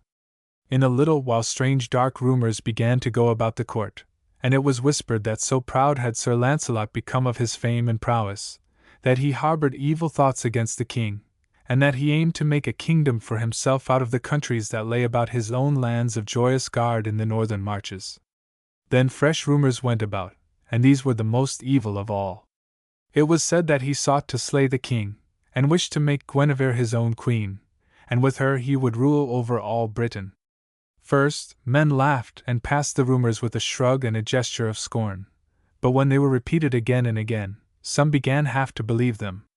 Many said that there must be some truth therein, for Sir Launcelot was ever winning his way to the north country, and fought there many battles and overcame many knights. But others said this was because many ladies and damsels, who had lost lands and homes and been evilly oppressed by the warring barons in those parts, had heard of his great fame for knightly deeds and noble manners, and came beseeching him to be their champion against those who had robbed them. Others said that it was but natural that when he was at the court he should speak much to the queen, for he had from the first vowed himself to be her knight, and many deeds of daring and prowess had he done for her. Yet others there were who believed that what rumor said might be true, and others, who were good and noble knights, sorrowed to think that such evil thoughts should be spread about by some treacherous tongues. When men came to ask who had set these evil tongues to wag, it was always found that a certain mean knight, named Sir Pinel, had first spoken wrong of Launcelot and Sir Bors and the queen. And men noticed that it was not long before the queen began to look coldly at Sir Pinel, and then they knew that his rumours had reached her ears. "What profit doth Sir Pinel think to gain from those false tales of her?" said Sir Brastias one day, as he and Sir Gareth came from the hawking together. "For none ever reckoned him as a knight of any merit, and all good men will now think less of him." "I fear me," said Sir Gareth, "that there is more beneath it all than we would have. Sir Pinel is a bosom friend of Sir Mordred's. Often have I seen their heads together in places apart. And though he is my brother, Sir Mordred is one I cannot love." "What fear you, Gareth?" asked Sir Brastias. "I fear not that he may do," said Gareth, "but I think he hates Sir Launcelot, and he hates Gawain also, the chief of our party, because he hath roundly told Mordred that he is a traitor, and that he will not be drawn from his firm friendship with Sir Launcelot and his kinsmen. I think Sir Mordred would do much to cause some ill to Gawain or Sir Launcelot, so long as his own evil body was not hurt." "Sad it is," said Brastias full gloomily, "to think a man of such great kin should harbour hatred and murder against the chief of his kin. And that such should be, methinks, betokens that evil is about to fall upon our famous brotherhood of the Round Table, and on this dear land of Britain." Now it befell that the poor queen had heard, through her maidens, of the rumours concerning herself and Sir Launcelot, and taking counsel of no one, she bethought how she could prove to the remnant of the Round Table that she was free of any plots against the king or the fair kingdom of Britain. She resolved that she would invite the knights to a privy dinner, and when they had eaten she would throw herself upon their knightly pity and honour, telling them how the evil rumours wronged and hurt her bitterly. And she doubted not that thus their manly sympathy and worship of her, their queen, would, by her words, cast out the evil effects of the slanderous tales. Therefore, at that dinner, she had Sir Gawain and his brethren, that is to say, Sir Gareth, Sir Agravaine, Sir Gaheris and Sir Mordred. Also there were the kin of Sir Launcelot, to wit, Sir Bors, Sir Blamor, Sir Bleobaris, Sir Ector de Maris, and Sir Lionel. But Sir Launcelot had gone into the Scottish marches, to do battle with a notable robber and oppressor there. There were other knights, making in all the number of 24. And these were all the remnant of the 150 that had gone forth in the quest of the Sangreal. Among the guests were Sir Pinel and his cousin, Sir Mador. Now Sir Gawain had a custom of eating apples which he used daily at dinner and at supper. He loved all manner of fruit, and in especial a certain brown or russet apple, which was called applecock. Every one knew of this fondness of Sir Gawaine's, and whoever dined or feasted him took care to provide such apples for his pleasure. The Queen had known this, and among the fruit for the table she had ordered such apples to be placed. Now Sir Mordred, as Sir Gareth had suspected, hated Sir Gawaine with a deep hatred, and therefore he had, by crafty dealing, taken all the russet apples from the dish except one, and into this he had thrust a deadly poison. He guessed that, as every one knew of Sir Gawaine's fondness for that sort of fruit, no one would take it, but would leave it for Sir Gawaine, who would eat it and die thereof. When the feast was near an end, and men laughed and jested together, the dish of fruit was handed round, and Sir Pinel, the mean knight, noticed that there was but one of the apples which Sir Gawaine loved, and to spite that knight, whom he hated, he took that apple, ere the dish went to Sir Gawaine. Sir Mordred saw him take it, yet would not cry out to warn his fellow traitor, for this would have revealed himself. He saw Sir Pinel's teeth sink into the brown apple, and Sir Pinel's sneering look as he glanced across at Sir Gawaine, who was searching vainly in the dish for his favorite fruit. Then Sir Mordred saw Sir Pinel's face go red, and then deadly white. And as the poison gripped him, Sir Pinel rose shrieking from the table, crying out that some enemy had poisoned him. Then he sank writhing to the ground, shrieking and moaning, clutching at the ground and at the legs of the chairs. Suddenly, with a great groan, he lay still and was dead. Every knight leaped from the table, ashamed, full of rage and fear, nigh out of their wits, but dumb. They looked at each other, and then at the dead Sir Pinel, and all their eyes kept from the face of the Queen, where she sat on the high seat, with two of her ladies beside her. The reason they could not speak was that they knew the Queen had heard of the evil tales which Sir Pinel had spread about her, and that she must have hated him bitterly. And she had made this feast, and had invited him thereto, and now he was dead at the board, by means of deadly poison placed in the food which she had set before him. Then for very shame some began to leave the chamber, and others could not bear to look upon the Queen, who sat with a face that went now pale, now red. She had seen what happened, and who it was had been slain, and she had read the suspicion in men's gestures. Then the voice of Sir Mador rang out, and checked men from going from the room, and drew all eyes to where he stood, a tall and burly man, red and angry of face, and fierce of eyes. "Look," he cried, and held between his fingers and high above his head the apple which Sir Pinel had bitten. "This is the thing whereof my kinsman, Sir Pinel, hath lost his life. The matter shall not end here, for I have lost a noble knight of my blood, and I will be revenged to the uttermost." Then, turning, he savagely looked at the Queen, and with fierce rolling eyes he roared out, "Thou art the murderess! Thou, the Queen! Hear me, knights and chieftains! I charge the Queen with the murder of my kinsman, Sir Pinel, and justice upon her will I have." Every one in the hall stood still as if they were of stone. None could gainsay him, none could utter a word on behalf of the Queen, for all had suspicion that she had slain Sir Pinel for his slanders of her. Then suddenly the Queen rose, white and trembling. "My lords and knights, I did not cause it," she cried in a broken voice. "I am innocent. I know not how it came." And therewith she fell down in a swoon. Sir Mordred's pale face smiled with a bitter sneer. He knew not then whether what had happened would help his evil plots or no, but he resolved to say naught, and so went out with all the other silent knights, whilst the ladies of the Queen took her up lamenting, and bore her to her chamber. With the noise and the sorrow that was in the court, King Arthur came and craved to know what was the matter, but none of the silent knights would speak until he met Sir Gawaine, who replied, and said, "Sir, the Queen did invite us to a privy feast with her. And one of the knights did eat of the fruit on the table, and he is dead by poison. Therefore, I dread lest the Queen will be shamed for this." King Arthur was passing heavy at the hearing of these words, and went unto the Queen to comfort her. On the next day, when the king sat in hall with his 2 court judges, as was his wont daily, to hear any causes or charges which might be brought before him, all men stood with gloomy faces, and there was no laughing and jesting talk, as was usual at this time. Sir Mador came forward and charged the Queen of murder, and required that justice should be done upon her. The king heard him with a sad face and in silence. Then he said, Fair lords and noble knights, heavy is my grief for this, and rather would I give my life for my queen at this moment than that my tongue should frame so evil a charge against my dear wife and your noble queen.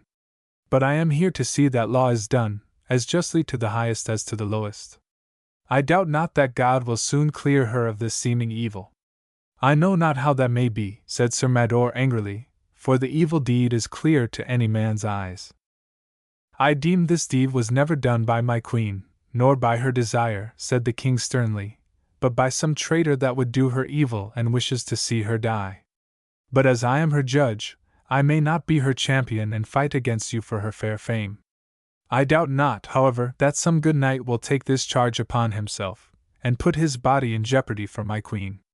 For if this be not done, dost thou know what is the penalty? She must be burnt, said Mador sullenly. But she hath done the deed and will merit the doom. Cease, hasty man, said King Arthur sternly. It goeth to my heart to hear ye pronounce the doom thou wouldst visit upon that fair lady. Fear not, Sir Mador, she shall find some good knight to do combat for her. Therefore do thou name thy day of battle. But hark ye, lord, said Sir Mador, there is none of the 24 knights that were bidden to this dinner that hath not suspicion of the queen for this deed. Therefore, no knight can take this charge upon him in her behalf. What say ye, my lords? He turned to the silent, moody men about the dais. The knights looked troubled, and were dumb for some moments, but at the last Sir Gawain said, We cannot excuse the queen, for she gave the feast. And neither the poison came by her will, or by her servants. But most of the knights were silent, and Sir Bors and his kindred were very sorrowful. King Arthur was heavy at the words of Sir Gawain. Now, king, cried Sir Mador triumphantly, I require ye, as ye be a righteous king, give me a day that I may have justice. That will I do, said the king, as I must do, that am a just king. I give you this day 15 days, that ye be ready armed on horseback in the meadow beside the wall at London, and if it so fall out that there be a knight to encounter with you, then God speed the right, and if there be no knight to take arms for my queen, then must ye suffer by fire. So sorrowful were the king's words that many knights had much ado to keep from weeping. And meanwhile, said Sir Mador, I do require that ye keep the queen in close ward and prison, lest any try a rescue, and thus defeat the justice that is my due. Though it went to the king's heart to have to order this, he gave the queen into the keeping of Sir Kay, who kept her in her chamber, guarded by 3 knights, to the great grief of her women and all the court. Then the queen sent for Sir Bors, and when he was come she threw herself on her knees full piteously before him, and wept sorely, and begged that he would save her from this dreadful death. For by my confession unto heaven, she cried, I know not of this wicked deed how it was brought about. And will ye not take this combat upon ye for my sake? For I am sure if your kinsman, Sir Launcelot, was here, he would not suffer this evil suspicion to lie against me. For he hath ever been my most faithful knight, but now am I without friend in this great pass. Madam, replied Sir Bors, what can I do? For if I take this charge upon me for your sake, men will say I was your aider in this crime that they charge upon you. And I see not how I may fight for you except by endangering my own life without saving yours. But I tell ye, madam, what I will do. I will hasten with all speed to the north, trusting in God to get news of Sir Launcelot, so that I may tell him and bring him here within the time appointed. Ah, good Sir Bors, cried the queen, and clasped his hands. Do ye do that, for I know that Sir Launcelot will never believe me guilty of so great a crime. And I will pray hourly that ye find him and bring him to me in time, so that my poor body be not unjustly given to the dreadful flames. Forthwith Sir Bors armed himself, and with 2 squires set forth instantly, and sent his men in different ways, so that among the 3 they should not fail to hear where, in the northern marches, a knight so famous as Sir Launcelot might be found.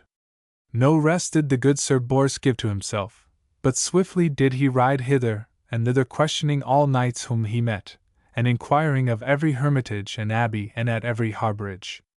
Finally, when 11 days had passed of the 15, he found Sir Launcelot lying wounded at a broken abbey, from which, in a fierce fight, he had but 2 days before thrust out a band of pagans, who would have murdered the nuns and robbed the church of its holy relics.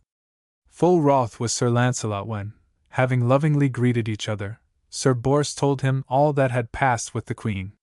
"The foul traitors!" he cried, and getting fiercely from the pallet on which he lay, he strode up and down the chamber clenching his hands and gnashing his teeth. "Do any dare to suspect her? Do any think in cold blood to see that peerless lady bound to the stake, the flames devouring her noble person? That men should think such things, and move not a hand in noble wrath, shows how evil are the days in which we live." Then he rushed from the room, wounded as he was, and full of a cold wrath. He ordered his arms to be brought and his horse to be saddled. And to the gentle persuasions of the nuns he said he must be gone, for he must stay a wrong that, if suffered, would sink the kingdom in unquenchable shame and ruin. Then with Sir Bors he rode southwards, full fiercely, and never resting to eat, but taking food as he rode. At night he would not doff his armor, but slept beside his horse, and seldom spoke, but was consumed as by a great fire of anger. And on the 14th day they rode into London. "Go beg the Queen to see me," he said to Sir Bors. Sir Bors went, and Sir Lancelot strode unto an hostelry to wash from himself the stains of travel, and to don a fitting robe in which to appear before the Queen. Now it had befallen, while Sir Bors had been absent from the court seeking for Sir Lancelot, that Sir Mordred and Sir Agravaine had made a plot with each other against him and against Sir Lancelot.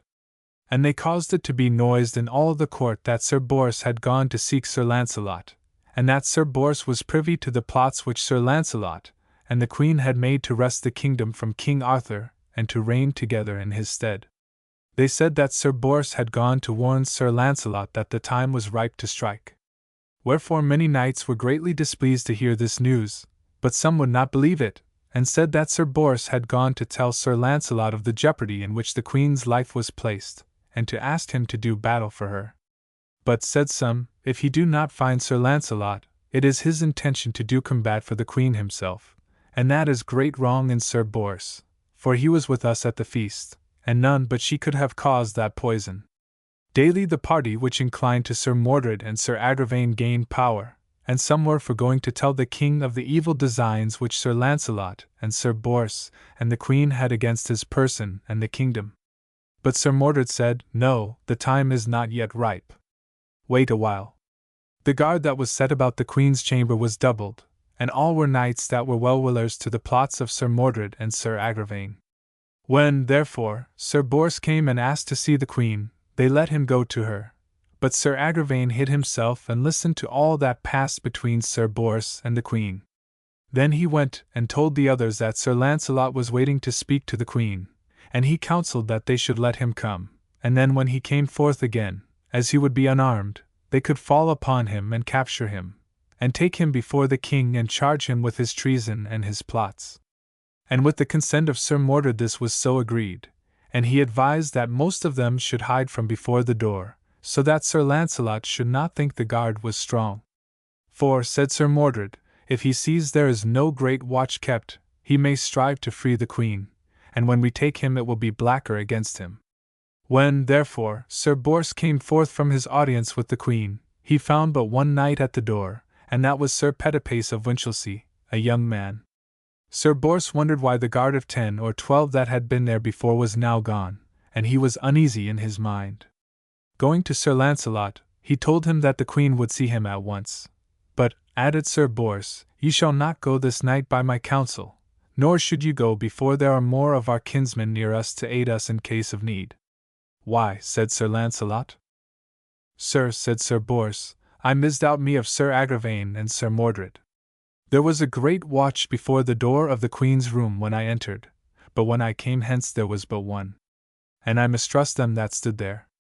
For all were of Sir Mordred's evil company, and peradventure they lay some snare for you, and I dread me sore of treachery. Have ye no doubt, said Sir Lancelot, for I shall go and come again and make no tarrying. Sir, replied his cousin, that me sore repenteth. But if you will, I will go and seek some of our kinsmen to meet us near by. And do you not go until I have found them. Nay, I will not stay, said Sir Lancelot, and I marvel me much why ye say this, for they dare do naught against me. God speed you well, said Sir Bors, if that is your will, and send you safe and sound again. Sir Lancelot departed, taking his sword underneath his arm, while Sir Bors went forth to find some of their kin. He learned, however, that many of them had gone forth with the king to punish a bandit lord in the forest of the Weald, and would not return before the morrow, when the combat should be held for the queen. Sir Lancelot came to the door of the queen's prison, and found Sir Petipace there, and demanded to be let in to see the queen. "We thought you were in the north, Sir Lancelot," said the young knight, with a laugh, "and surely it will pleasure our lady queen to see you." He unlocked the door of the queen's antechamber, and told her waiting woman that Sir Lancelot would see the queen, and in a few moments Sir Lancelot was let in. The Sorrowing Queen told him all that had happened, and how, and he was wroth to think that any one should suspect her of so great a crime. He promised that on the day appointed he would fight for her with all his strength, as a true knight should, and God would defend the right. Suddenly, as they spoke together, there came loud voices crying outside the chamber door. "Traitor knight, Sir Lancelot du Lake, now art thou taken in thy treachery." Sir Lancelot knew that the voices were those of Sir Agravaine, who had ever been envious of him, and of Sir Mordred, whom no one loved. He went quickly to the door and barred it with the beam, and bade the terrified queen not to be alarmed. He asked her whether there was any armor in the room, which he could put on to defend himself. "I have none," she said, weeping sorely, "wherefore I dread me sore that evil will come to you, my true and valiant knight, for I hear by their noise there be many strong knights, wherefore ye are like to be slain soon, and then shall I surely burn." "Alas," said Sir Lancelot, "in all my life was I never in such a pass, to be slain for lack of my armor." "Traitor knight," cried those that were hammering at the door with the handles of their swords, "come out at once and skulk there no more, for know ye well thou art so beset that thou shalt not escape." Sir Lancelot went to the queen and, kneeling to her, took her hand and kissed it, saying, "Madam, I beseech you to pray for my soul if I be slain. I have been your true knight with all my power up to this time, and now I will not fail you if I may. But if I be slain, I am assured that my kinsman Sir Bors and all the others of my kin will not suffer you to go to the fire." Then Sir Lancelot, leaving the weeping queen, wrapped his mantle round his left arm as if it were a shield, and prepared to sell his life dearly. By this time the knights outside had got a bench from the hall, and using it as a battering ram, were dashing it against the door to beat it in. "Leave your noise, fair lords," rang out the voice of Lancelot, "and I will open the door to ye, and then ye may do to me what ye will." "Do it then," they cried, "and we will give you your life until we take thee to King Arthur, to be judged for your treason." Sir Lancelot unbarred the door, and held it open a little way, so that one knight only might enter at a time. One entered, a big slow man, named Sir Colgreve, and swiftly Sir Lancelot slammed the door and fastened it, to keep the others out. Sir Colgreve turned and struck at Sir Lancelot, but the latter put the stroke lightly aside with his sword, and gave so swift and keen a blow upon the other's helm that Sir Colgreve fell down dead. Then, while the others hammered and yelled outside the door, Sir Lancelot swiftly took off the armor of the dead knight, and with the help of the queen and her waiting women was armed in it.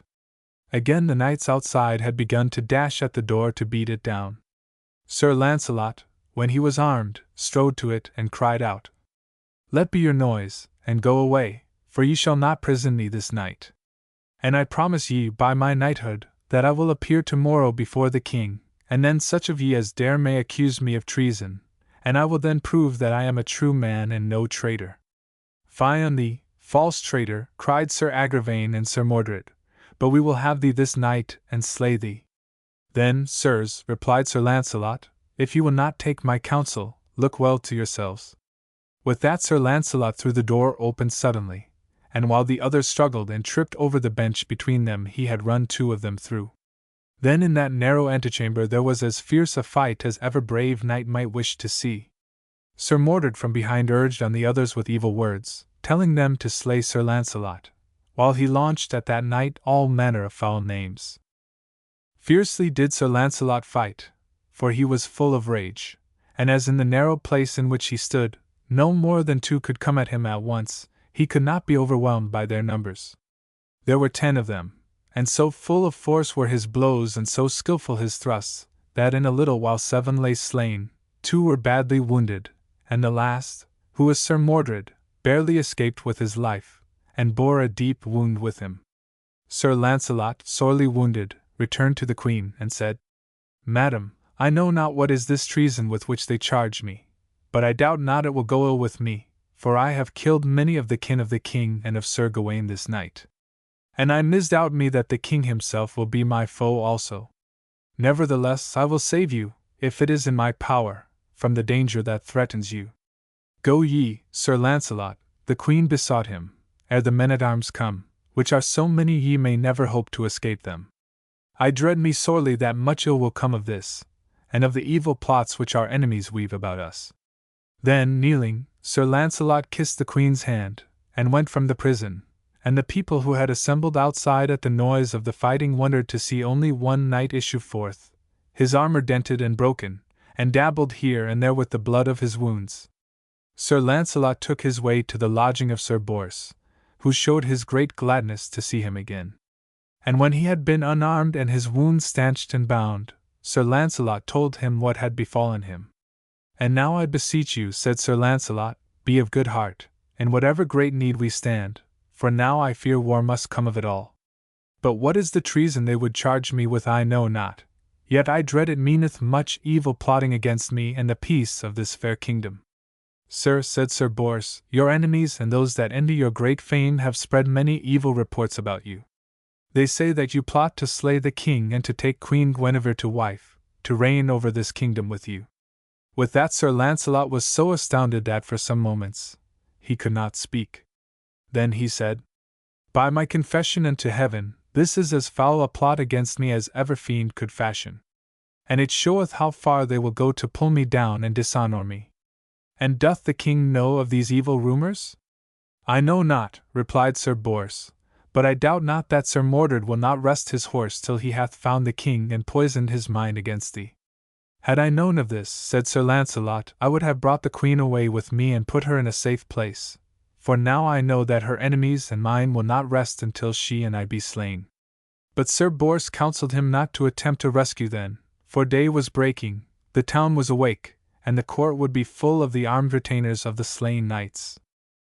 Then, while Sir Lancelot rested himself, Sir Bors went out to the lodgings of such of his kinsmen as might not be gone with the king, and he found that now all had returned to London with the king, that Sir Mordred had met them on their way, and had told King Arthur of the fight, and had, moreover, charged Sir Lancelot and the queen with conspiring together to gain the crown. Sad indeed was Sir Bors to hear this. But, going about the town, he got together the kinsmen of Sir Lancelot, and such of his friends as would cast in their lot with him in so weighty and terrible a thing as civil war. By 7 of the clock he had got together good and valiant knights to the number of 80, all horsed and armed. Then he told them to betake themselves to a privy place in a wood beyond the city walls to the north, and there in a little while came Sir Lancelot with Sir Bors, and held counsel with them. He told them all that had befallen him in the fight with the 12 knights, and they in their turn related how Sir Mordred had met them and had told his evil tales against the Queen and Lancelot, and how for long the king was too wroth and too sad to listen. But afterwards, when Sir Mordred told how Sir Pinel, who had spoken of these things, had been poisoned at the feast given by the Queen, King Arthur had wept, and then was very stern and quiet and said no word more. Now, my lords, said Sir Lancelot, when they had done speaking, ye know well how evil are these plots, how baseless are these foul rumors against me. But now they have been launched against me, and I have slain men on account of them, I fear we shall be hard put to it to get peace again. Those men were set on to betray me, and I doubt not mine enemies will have the queen burnt, to revenge themselves upon her and upon me. Therefore, fair lords, what counsel do ye give? Sir, said Sir Bors, when they had spoken together a little, we think there is but one thing to be done first, that ye knightly rescue the queen, if your enemies force the king to put her to the stake. For if she be burnt, then it would be to your shame, seeing that you vowed yourself her true knight when she came, a young fair bride, to our king, 20 years agone. And in whatsoever way you would rescue her, ye may count upon us to our last breath. With a great shout all the other knights raised their right hands in the air and cried, Yea! Yea! Then, by the advice of Sir Lancelot, they kept hidden in the little wood, while one went into the city to learn what was being done, and in what manner the queen was to be treated. Meanwhile, in the hall of the palace of King Arthur, men sat or stood with anxious looks, glancing in silence at the king, as he walked up and down apart, with a stern look on his face. Then Sir Mador strode forward and said, "Lord, I do require you to perform your promise to me, to wit, that the queen be brought to the stake, unless one be found to do combat on her behalf." "What I have promised I will fulfill," said the king, and men sorrowed to see how heavy of anguish were his looks, and full of sorrow his words. "Lord King," said Sir Mordred, "we have shamefully suffered much wrong at the hands of Sir Launcelot. I appeal to thee that he be seized, so that the kin of those whom he slew this last night may have vengeance upon him." Then came Sir Gawain forward quickly, and his face was dark with anger, and his words hot. "Lord," he cried, "listen not to such tales, for I doubt not it was only by evil plots that Sir Launcelot was forced to slay those whom he slew. For I trust not Sir Mordred." "So God us help," said Sir Gareth and Sir Gaheris, "we two will not be known to be of the same mind as our brother Sir Mordred." "Then will I do as I deem it best, to gain what I deem right," replied Sir Mordred. "I believe that thou wilt do it in thine own hidden ways," said Sir Gawain, and looked fiercely at his brother, "for in all unhappiness and evil thou art to be found, if men but seek in the darkest place, and look for the most secret foe." "I appeal to you, Lord," said Sir Mordred to the king, "to proclaim Sir Launcelot a false traitor to you and to your realm." "And I," said Sir Gawain, "will bid ye remember, Lord King, that if you will make war between us and Sir Launcelot, there will be many kings and great lords hold with him. And I would ask you, how many times hath Sir Launcelot done noble deeds on our behalf and proved himself the best knight of us all?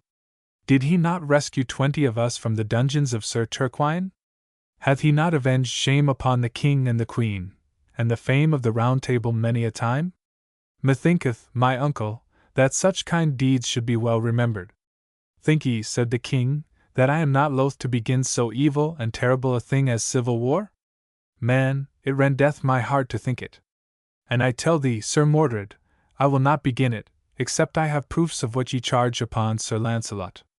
And as he is the best knight of ye all, and the most valiant, I will not judge him before I hear him. If I know him well, he will come hither and challenge the knight to combat that doth bring these charges against him, and in that will I trust, for God shall surely defend the right. Therefore, let a messenger be sent to Sir Launcelot requiring him, by his knighthood, to appear before me here, and make answer to the charges thou hast against him." This was not as Sir Mordred desired, for he did not doubt that if Sir Launcelot came he would have little trouble to persuade the king that he was innocent. When the messenger was gone, therefore, Sir Mordred sent a servant after him, who slew him in a wood and hid his body under a bush. Meanwhile, Sir Mordred counselled Sir Mador to repeat his demand that the king should cause the queen to be led to the stake, since no knight had come forward and offered to fight for her. For a time the king put him off, hoping that as soon as Sir Launcelot received his commands he would come instantly. Very anxiously did the king look to the door, hoping to see the tall form of his best knight come towering through the hall. Instead thereof came the crafty servant of Sir Mordred, throwing himself at the feet of the king. "Gracious lord," cried he, panting as if from swift running, "I have even now come from the place where Sir Launcelot and his friends are hiding. I am one of their servants, but I hate their treason against ye, and therefore I am come to tell you of this greatest treason of all. They have slain your messenger, my lord, him that came requiring Sir Launcelot to appear before thee.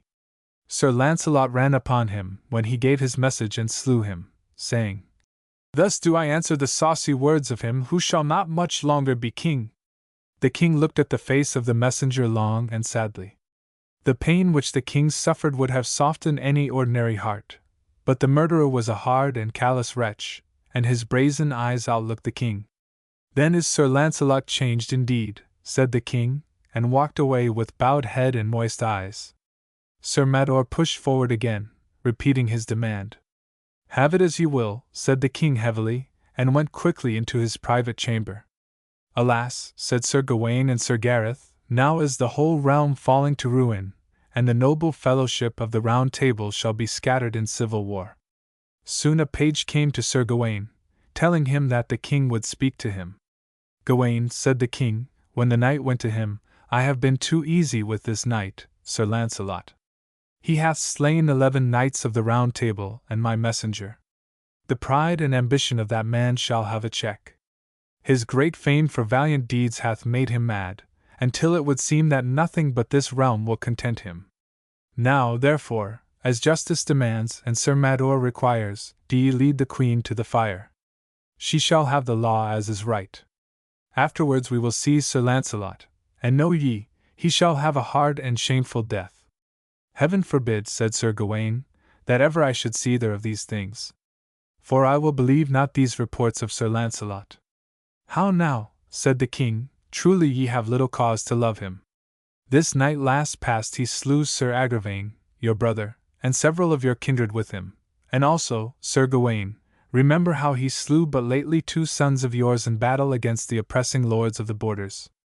My lord, said Sir Gawain, I know these things, and for their deaths I have grieved, but I warned them all, and as they sought their deaths wilfully I will not avenge them, nor think worse of Sir Launcelot. Nevertheless, said the king, I pray you will make ready with your brothers, Sir Gaheris and Sir Gareth, to take the queen to the fire, there to have her judgment, and receive her death. Nay, most noble lord, replied the knight sadly, that will I never do. I will never stand by to see so noble a queen meet so shameful a death. Then, said the king sadly, suffer your brothers, Sir Gareth and Sir Gaheris, to be there. They are younger than I, replied Sir Gawain, and they may not say you nay. The king commanded the 2 brothers of Sir Gawain to come to him, and told them what he desired of them. Sir, said Sir Gareth, it is in your power to command us to lead the queen to her shameful end, but wit you well it is sore against our will. We will go as ye bid, but it shall be in peaceable guise, for we tell you straightway, we will not oppose a rescue, should any so desire. Alas, said Sir Gawain, and wept, that ever I should live to see this woeful day. Then the 2 knights went to the queen and sorrowfully bade her prepare for her death. Very pale was the queen, but very quiet, for now that this was come which she had dreaded night and day, she would bear herself proudly like a queen, innocent as she knew she was of any crime. Her ladies dressed her in her meanest garments.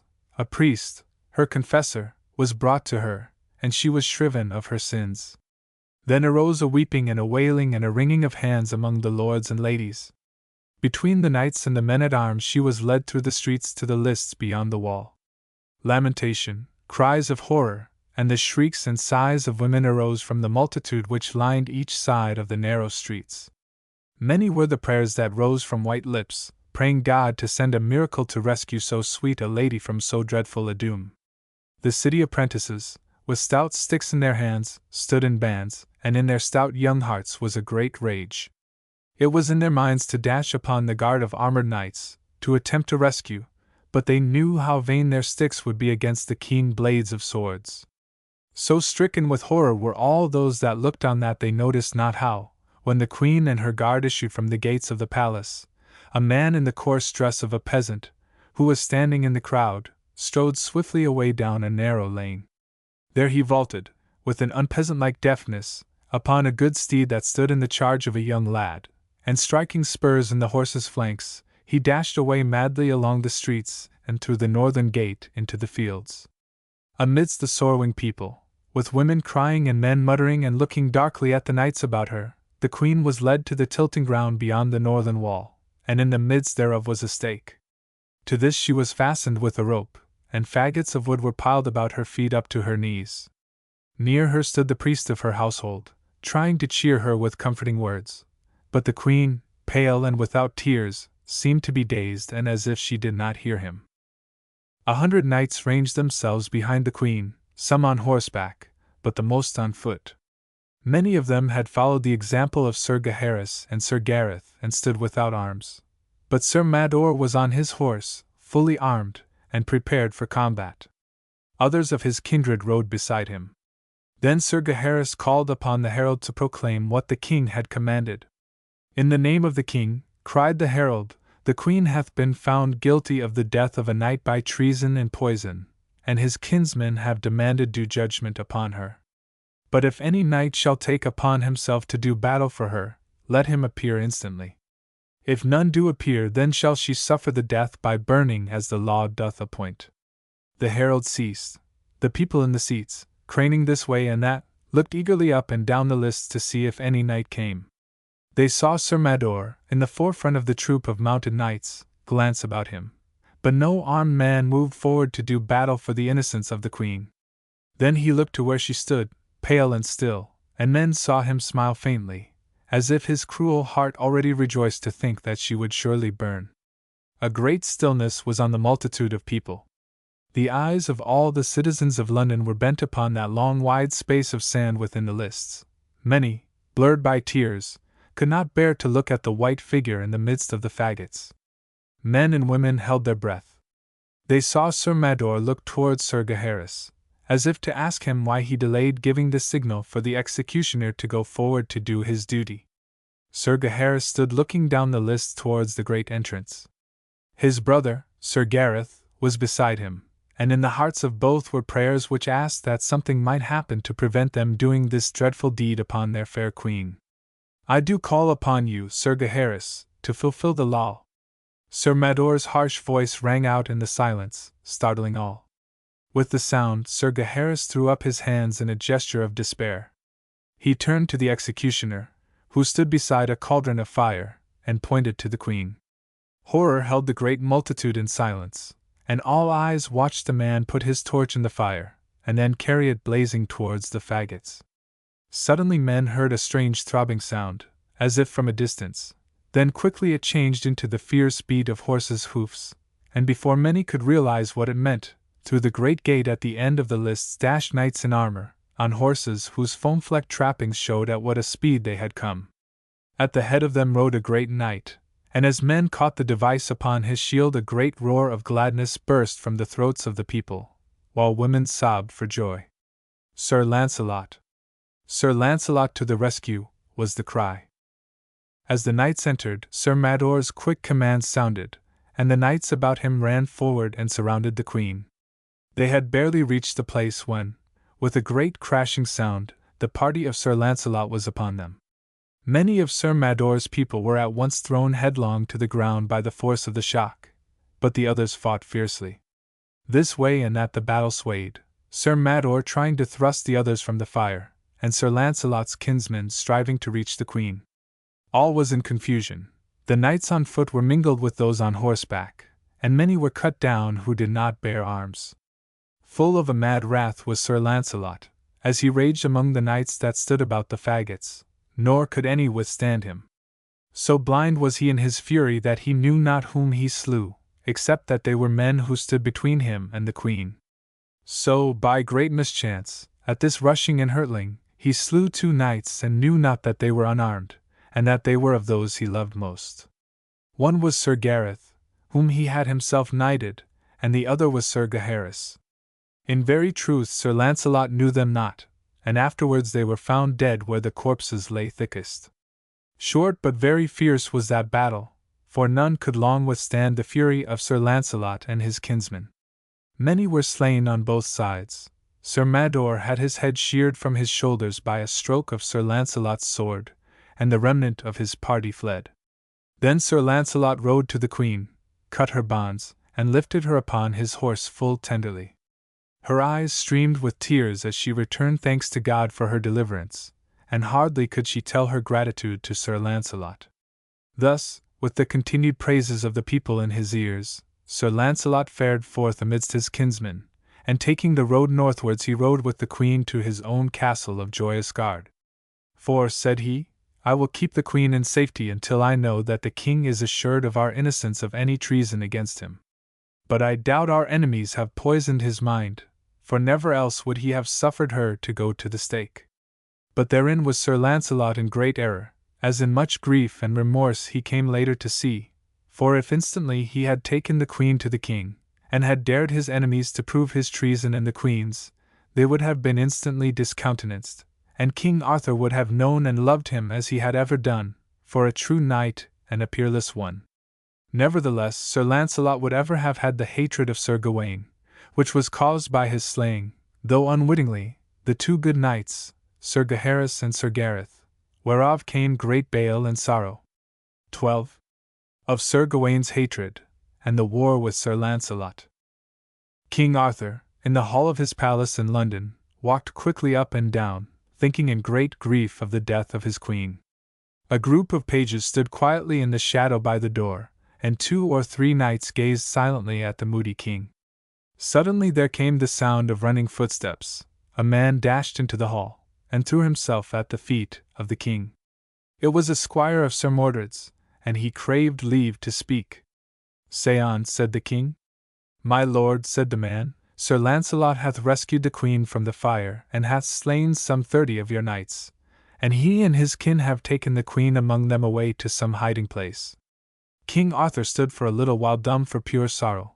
Then, turning away, he wrung his hands and cried with a voice whose sadness pierced every heart, "Alas, that ever I bear a crown, for now is the fairest fellowship of knights that ever the world held, scattered and broken."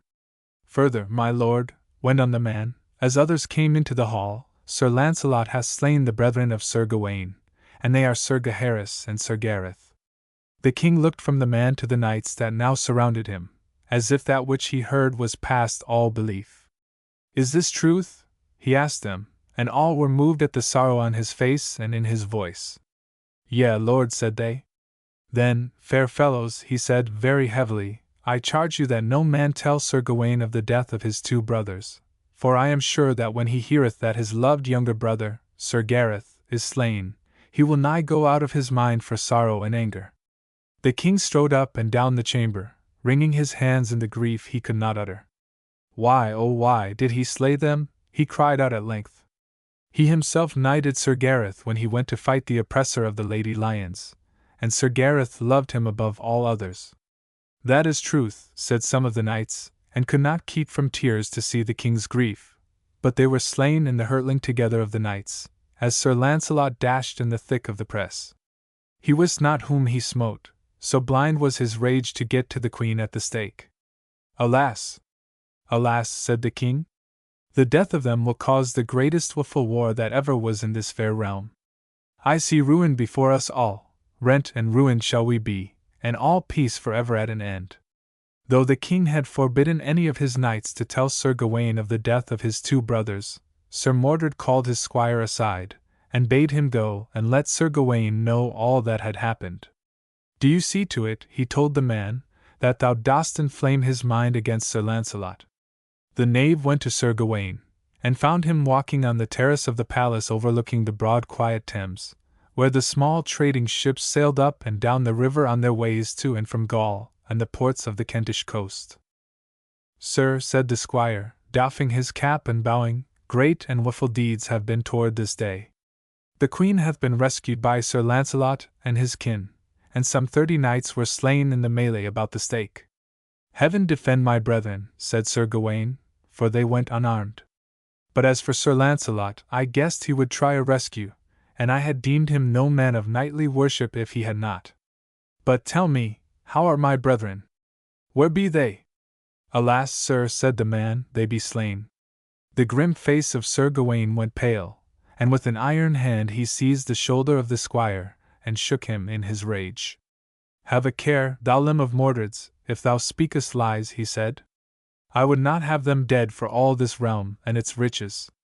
Where is my young brother Sir Gareth?" "Sir, I tell ye truth," said the man, "for I know how heavy would be your anger if I lied in this. Sir Gareth and Sir Gaheris are slain, and all good knights are mourning them, and in especial the king our master." Sir Gawaine took a step backwards and his face went pale and then it darkened with rage. "Tell me who slew them," he thundered. "Sir," replied the man, "Sir Lancelot slew them both." "False knave," cried Sir Gawaine, "I knew thou didst lie." He struck the man a great buffet on the head, so that he fell half dazed to the ground. "Ha! Ha! Thou lying talebearer," laughed Sir Gawaine, half relieved of his fears yet still half doubtful. "To tell me that Sir Lancelot slew them! Why, man, knowest thou of whom thou pratest? Sir Lancelot to slay my dear young brother Gareth. Why, man, Gareth loved Sir Lancelot as he loved me, not more than he loved me, but near as much, and Sir Lancelot was ever proud of him. 'twas he that knighted my young brother Gareth, brave and hardy, noble of mind and goodly of look. He would have stood with Lancelot against the king himself, so greatly he loved him. And thou, thou foul mouth, thou tellest me that Lancelot hath slain him. Begone from my sight, thou split tongue. Nevertheless, Sir Gawain, said the man, rising, Sir Lancelot slew them both in his rage. As he would, saving your presence, have slain you had you stood between him and the queen at the stake. At these words, stubbornly spoken in spite of the furious looks of Sir Gawain, the knight realized that the man was speaking the truth. His look was fixed on the face of the knave, and rage and grief filled his eyes as he grasped the fact that his beloved brother was really slain. Then the blood surged into his face, and he dashed away. Men started to see the wild figure of Sir Gawain rushing through the passages, his eyes bloodshot, his face white. At length he dashed into the presence of the king. Arthur stood sorrowing amidst his knights, but Sir Gawain rushed through them and faced the king. "Ha! King Arthur," he cried, half breathless, but in a great wild voice, "my good brother, Sir Gareth, is slain, and also Sir Gaheris. I cannot bear the thought of them slain. It cannot be true. I cannot believe it." "Nay, nor can any think upon it," said the king, "and keep from weeping." "Aye," said Sir Gawain in a terrible voice, "there shall be weeping, I trow, and that ere long. Sir, I will go see my dead brothers. I would kiss them ere they be laid in earth." "Nay, that may not be," said the king gently. "I knew how great would be thy sorrow, and that sight of them would drive thee mad. And I have caused them to be interred instantly." "Tell me," said Gawain, and men marveled to see the wild look in his eyes and to hear the fierce voice, "is it truth that Sir Lancelot slew them both?" "It is thus told me," said the king, "that in his fury Sir Lancelot knew not whom he smote." "But man," thundered Sir Gawain, "they bare no arms against him. Their hearts were with him, and young Gareth loved him as if Lancelot was his own brother." I know it," replied King Arthur. "But men say they were mingled in the thick press of the fight, and Lancelot knew not friend from foe, but struck down all that stood between him and the queen." For a space Sir Gawain was silent, and men looked upon him with awe and compassion. His mane of hair, grizzled and wild, was thrown back upon his shoulders, and his eyes flamed with a glowing light as of fire. Suddenly he stepped up to the king, and lifting his right hand said, in a voice that trembled with rage, "My lord, my king, and mine uncle, wit you well that now I make oath by my knighthood, that from this day I will seek Sir Lancelot, and never rest till he be slain, or he slay me.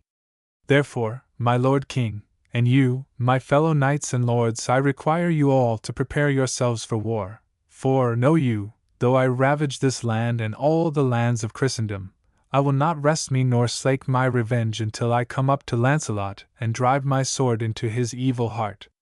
With that Sir Gawain strode from the room, and for a space all men were silent, so fierce and full of hatred had been his words. "I see well," said the king, "that the death of these twain knights will cause the deadliest war that hath ever raged, and never shall we have rest until Gawain do slay Lancelot or is slain by him. O Lancelot! Lancelot! My peerless knight, that ever thou shouldst be the cause of the ruin of this my fair kingdom."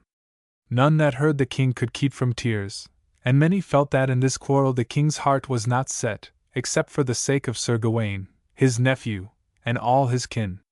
Then there were made great preparations in London and all the lands south of Trent, with sharpening of swords and spears, making of harness and beating of smiths' hammers on anvils.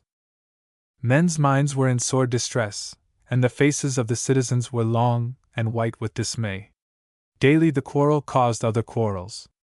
Many a group of knights came to high words, some taking the side of Lancelot and the queen, and others that of the king and Sir Gawain. Often they came to blows, and one or other of their number would be left writhing and groaning on the ground. Families broke up in bad blood by reason of it, for the sons would avow their intent to go and enlist with Lancelot, while the fathers, in high anger at such disloyalty to Arthur, would send their tall sons away, bidding them never to look upon their faces again. Women sorrowed and wept, for whichever side they took, it meant that one or other of their dear ones was opposed to them, and would go to battle, fighting against those of their own kin and of their own hearths. Towards midsummer the host was ready, and took the road to the north. The quarrel had been noised abroad throughout Britain, and many kings, dukes and barons came to the help of Arthur, so that his army was a great multitude. Yet many others had gone to Lancelot, where he lay in his castle of Joyous Gard, not far from Carlisle. Thither, in the month of July, when the husbandmen were looking to their ripening fields and thinking of harvest, King Arthur and Sir Gawain drew with their army and laid a siege against the castle of Joyous Gard, and against the walled town which it protected. But for all their engines of war, catapults which threw great stones, and ramming irons which battered the walls, they could not make a way into the place, and so lay about it until harvest time. One day, as Queen Guinevere stood at a window of the castle, she looked down at the tents of the besieging host, and her gaze lingered on the purple tent of King Arthur, with the banner of the Red Dragon on the pole above it. As she looked, she saw her husband issue from the tent and begin to walk up and down alone in a place apart. Very moody did he seem, as he strode to and fro with bent head. Sometimes he looked towards Joyous Gard, and then his face had a sad expression upon it which went to the queen's heart. She went to Sir Lancelot, and said, "Sir Lancelot, I would that this dreadful war were done, and that thou wert again friends and in peace with my dear lord. Something tells me that he sorrows to be at enmity with thee. Thou wert his most famous knight, and brought most worship to the fellowship of the Round Table. Wilt thou not try to speak to my lord? Tell him how evil were the false reports of the conspiracy against him, and that we are innocent of any treason against him and this dear land." "Lady," said Sir Lancelot, "on my knighthood I will try to accord with my lord. If our enemies have not quite poisoned his thoughts of us, he may listen and believe." Thereupon Sir Lancelot caused his trumpeter to sound from the walls, and asked that King Arthur would hold a parley with him. This was done, and Sir Pentred, a knight of King Arthur's, took the message to the king. In a little while King Arthur, with Sir Gawain and a company of his counsellors and knights, came beneath the walls, and the trumpeters blew a truce, and the bowmen ceased from letting fly their arrows and the men-at-arms from throwing spears. Then Sir Lancelot came down to a narrow window in the gate tower, and cried out to the king, "Most noble king, I think that neither of us may get honor from this war. Cannot we make an end of it?"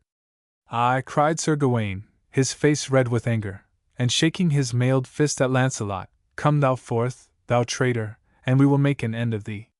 "Come forth," said the king, "and I will meet thee on the field. Thou hast slain 30 of my good knights, taken my queen from me, and plunged this realm in ruin." "Nay, lord, it was not I that caused this war," said Sir Lancelot. "I had been but a base knight to have suffered the noble lady my queen to be burned at the stake. And it passes me, my lord king, how thou couldst ever think to suffer her to be burned." "She was charged with poisoning a knight who slandered her," said the king. "I must see justice done on high and low, and though it grieved me to condemn her, I could do naught else. Moreover, if Sir Pinel spoke true, both you and she were conspiring to slay me and to rule this kingdom in my stead." "A foul lie, a black calumny," cried Sir Lancelot fiercely. "And I would answer for it with the strength which God might give me on any 6 of your knights that may say I am so black a traitor. I tell you, my lord king, and I swear it on my knighthood, and may death strike me now if I lie, that neither I nor the queen have ever had evil thoughts against your person, nor had designs upon your crown." At so solemn an oath men stood still and waited, for few doubted in those days that if a man who took so great an oath was speaking falsely, fire from heaven would instantly descend and consume him. The moments passed and nothing happened, and men breathed again. Sir Lancelot looked at the face of King Arthur, and saw by the light upon it that the king believed him, and Sir Lancelot rejoiced in his heart. He saw the king turn to Sir Gawain with a questioning air, as if he would ask what more his nephew wanted. But next moment, with a harsh laugh, Sir Gawain spoke. "Hark ye, Sir Lancelot, thou mayest swear to heaven as to some things, and there are those that may be moved by thy round oaths.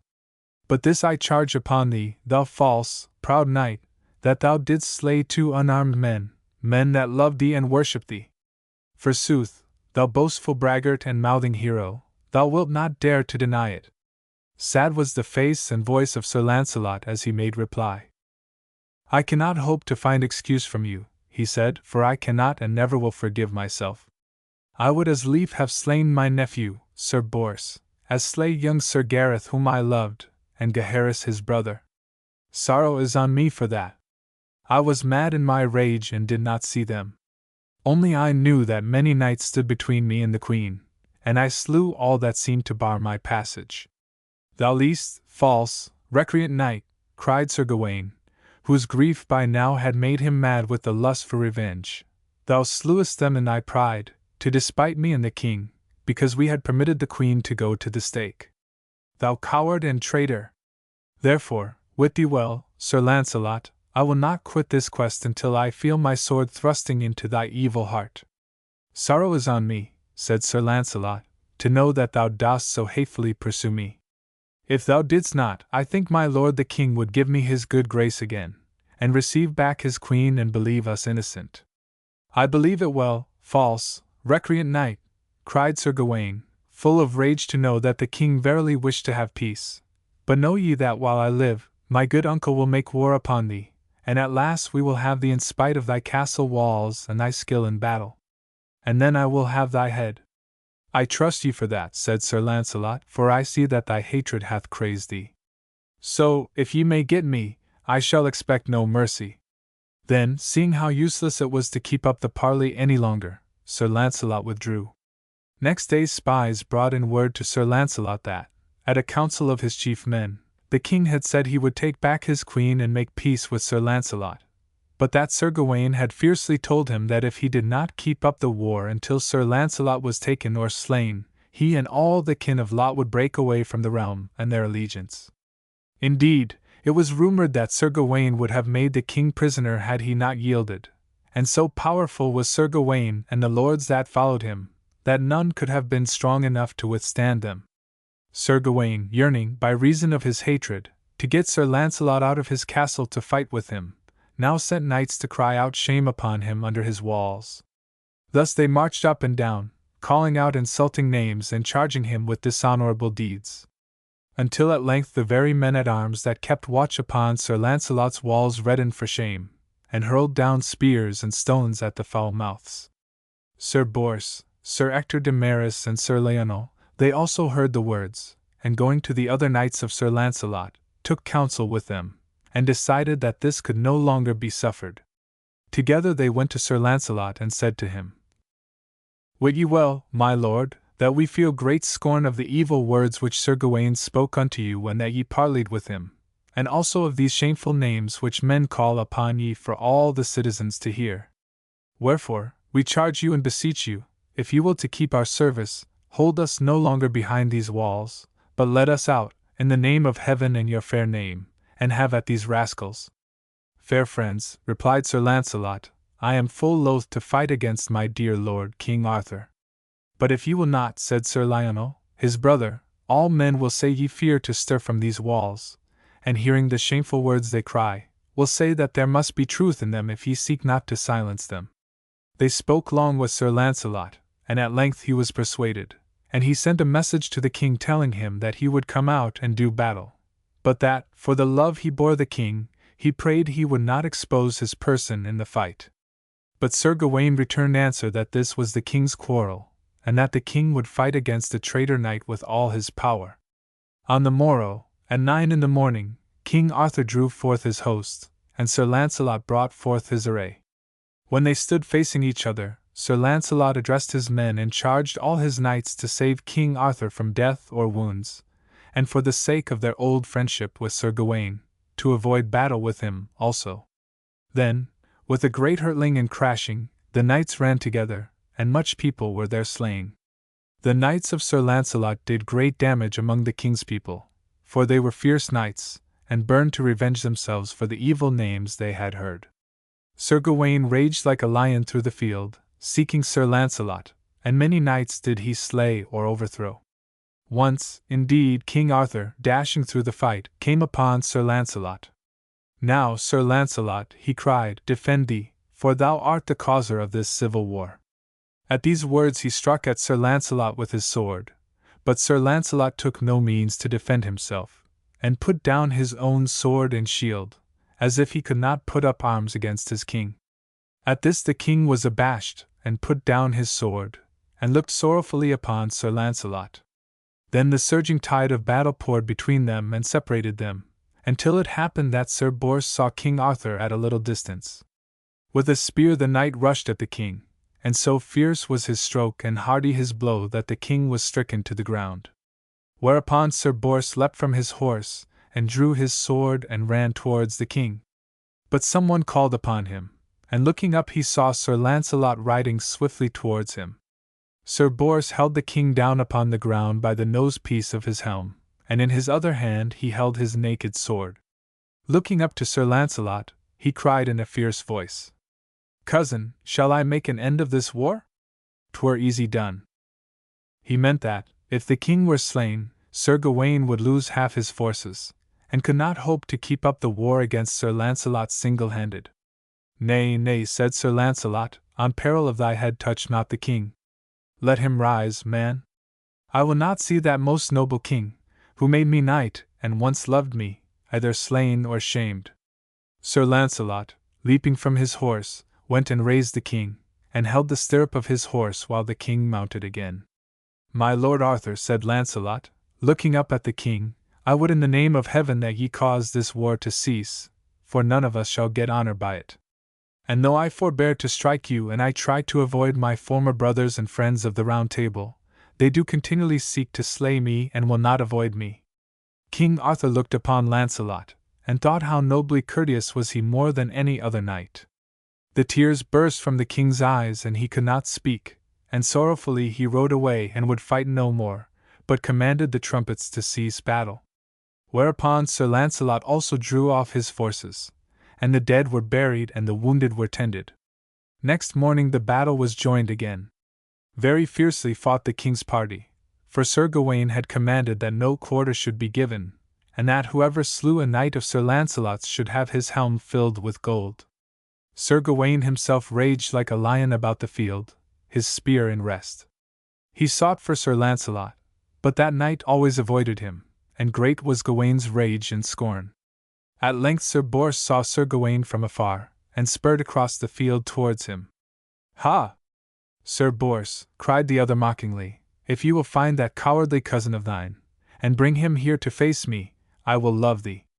"'Twere well I should not take thy words seriously," mocked Sir Bors in his turn. "For if I were to bring him to thee, thou wouldst sure repent it.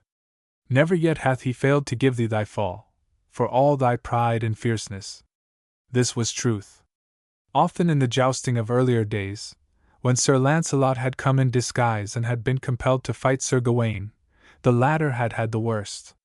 But Sir Lancelot, loving his old brother in arms as he did, had in later years avoided the assault with Sir Gawain, yet the greater prowess and skill of Sir Lancelot were doubted by none. Sir Gawain raged greatly at the words of Sir Bors, for he knew they were true, though he had wished they were not. "Thy vaunting of thy recreant kinsman's might will not avail thee," he cried furiously. "Defend thyself." "I came to have to do with thee," replied Sir Bors fiercely.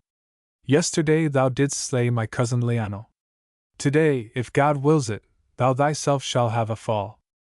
Then they set spurs to their horses and met together so furiously that the lance of either bore a great hole in the other's armor, and both were borne backwards off their horses, sorely wounded. Their friends came and took them up and tended them, but for many days either of the knights could move from their beds. When the knights of Sir Lancelot saw that Sir Bors was grievously wounded, they were wroth with their leader. Going to him, they charged him with injuring his own cause. "You will not exert yourself to slay these braggart foes of yours," they said to him. "What does it profit us that you avoid slaying knights because, though they are now your bitter foes, they were once brothers of the Round Table? Do they avoid ye, and seek not to slay you and us your kindred and friends? Sir Lionel is dead, and he is your brother, and Sir Gawk, Sir Griffith, Sir Saphir and Sir Conan, all good and mighty knights, are wounded sorely. You were ever courteous and kindly, Sir Lancelot," they ended, "but have a care lest now your courtesy ruin not your cause and us." Seeing by these words that he was like to chill the hearts of his friends if he continued to avoid slaying his enemies, Sir Lancelot sorrowfully promised that henceforth he would not stay his hand. After that he avoided none that came against him, though for very sorrow he could have wept when some knight, with whom in happier times he had drunk wine and jested at the board in Camelot, rushed at him with shrewd strokes to slay him. As the fight went on, the lust of battle grew in Sir Lancelot's heart, and manfully he fought, and with all his strength and skill he lay about him. By the time of evensong his party stood very well, and the king's side seemed dispirited and as if they would avoid the fierce rushes with which Sir Lancelot's knights attacked them. Staying his horse, Sir Lancelot looked over the field, and sorrowed to see how many dead there were, dead of whom many may have been slain by their own kindred. He saw how the horses of his knights were splashed with the blood that lay in pools here and there, and grief was heavy upon him. Sir Palom, a very valiant knight, came up to him. "See, Lord," he cried, "how our foes flinch from the fierce hurtling of our knights. They are dispirited by the wounding of Sir Gawain. Sir Kay is also wounded, and Sir Torrey is slain. Now, if you will take my advice, this day should cease this war once for all. Do ye gather all your forces, Lord, and I think with one great dash together ye should scatter their wavering knights, and this field would be won." "Alas," said Sir Lancelot, "I would not have it so. It cuts me to my heart to war as I do against my Lord Arthur, and to trample him and his people in the mire of defeat. Nay, I should suffer remorse till my last day." "My lord," said Sir Palom, "I think ye are unwise. Ye spare them thus to come again against ye. They will give ye no thanks, and if they could get you and yours at so great a disadvantage, would you well they would not spare you." But Sir Lancelot would not be moved, and in pity he ordered the trumpeters to sound the retreat. King Arthur did likewise, and each party retired in the twilight from the field, where the wounded lay groaning till death or succor came, and the dead lay still and pale, until the kindly earth was thrown over them. Some weeks passed in which the armies did not meet, for the host of King Arthur was not now so proud as they had been, seeing that they had lost many good knights, and Sir Lancelot would not of his own will sally out from his castle to fall upon the king.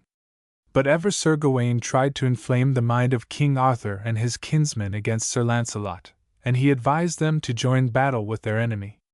Moreover, from the lands of his kingdom of Lothian, of which Sir Gawain was now king in the place of his dead father, King Lot, a great body of young knights and men-at-arms came, and the king's party began to recover their courage. Many began daily to ride to the walls of Joyous Gard, and by insult and evil names endeavored to tempt forth the men of Sir Lancelot. Soon the young knights clamored to King Arthur and Sir Gawain to permit them to attack the walls, and reluctantly the king consented to call his council for next day to devise some means of breaking down the castle. Headstrong was the counsel given by the young knights at that meeting, and greatly did King Arthur sorrow to feel that, for love of his nephew, Sir Gawain, he would be compelled to yield to their wild demands for further battle. Suddenly the door of the hall where sate the council was opened, and the porter of the gate appeared and approached the king. "My lord," he said, "the holy Bishop of London and King Geraint of Devon crave audience of you." Some of the fierce young knights scowled at the names and uttered cries of disgust. The king's face brightened, and before any could advise him against his will, he said, "Bid them enter instantly." "The meddling priest and the petty king that knoweth not his mind," sneered Sir Gawain, looking fiercely about the room. "I pray thee, uncle," he said to the king, "listen not to their womanish persuasions, if thou lovest me." King Arthur did not answer, but looked towards the door impatiently. Through this there came first 3 priests and 3 armed men, and behind them stepped an old and reverend man, the hair beside his tonsure white as driven snow, and falling over his white robe edged with red, that showed his rank as bishop. Then, towering above him, a noble knightly figure, came Geraint of Devon, grown nobler still since those noble days when he had proved himself to be a strong leader indeed, while men had thought him soft and foolish. All rose to their feet in reverence to the bishop, and fondly did King Arthur welcome Geraint, for this wise knight had from the first opposed Sir Gawain in this war, and had refused to fight against Sir Lancelot and the Queen, though he abetted not his service to the king. Dark was the look which Gawain darted at Geraint, but quiet yet fearless was Geraint's answering gaze. "What ye have to say," said Gawain angrily, "say it quickly and begone." If ye are still of two minds, there seems no need to speak, and there is no need to bring a bishop to your aid. Gawain, said King Geraint, and his voice was quiet, yet with a ring of menace in it, I think grief hath made you a little mad. Let the bishop speak, I pray ye. He hath a message for the king. My lord, said the bishop, I come from his holiness the Pope. At these words Sir Gawain started forward, his hand upon his sword, as if he would willingly in his madness slay the holy priest. And went on the bishop, his grave voice and his quiet look not bating for all the wrathful fire in Sir Gawain's eyes, I bear with me the bull of his holiness, see, here it is, by which his highness doth charge King Arthur of Britain, as he is a Christian king, to take back Queen Guinevere unto his love and worship, and to make peace with Sir Launcelot. The murmurs of the wild young knights rose in a sudden storm, while Sir Gawain glared with looks of hatred at King Geraint and the bishop. And if ye do not this command, rang out the voice of the bishop, and there was sorrow in its tone, and silence sank on all. If ye do not, then will his holiness excommunicate this land. None of ye here have seen so terrible a thing as a land laid under the interdict of the Holy Church, and rarely doth she find her children so stubbornly evil as to merit it. But the Father of the Church, seeing how this land is torn and rent by this bitter war between brothers, and fearful lest, while ye tear at each other's lives, the fierce and evil pagan will gain upon ye and beat the lives from both of ye, and possess this fair island and drive Christ and his religion from it utterly. Seeing all this, his holiness would pronounce the doom if ye are too stiff-necked to obey him. Then will ye see this land lie as if a curse were upon it. Your churches will be shut, and the relics of the holy saints will be laid in ashes, the priests will not give prayers nor the church its holy offices, and the dead shall lie uncoffined, for no prayers may be said over them. Say, then, King Arthur of Britain, what shall be the answer to the command of his holiness which here I lay before thee? With these words the bishop held a parchment rolled out between his hands before the eyes of the king. Men craned forward and saw the black writing on the white skin, and the great seals, or bulls, hanging from it, whereon those who could read saw the device of the Pope of Rome. Say, is this thy doing? Cried Sir Gawain fiercely, looking at King Geraint. Didst thou send this meddling priest to Rome to get this? That did I, replied Geraint. Then now I make this vow, thundered Sir Gawain, that though thou hast balked me of my vengeance now, I will mark thee, thou king of two minds, and be thou sure that ere long I will avenge me of this treachery, and that upon thy body and in thy blood. I mark thy words, Sir Gawain, said Geraint, whose eyes flashed fiercely, though his voice was calm, and I say again thou art mad.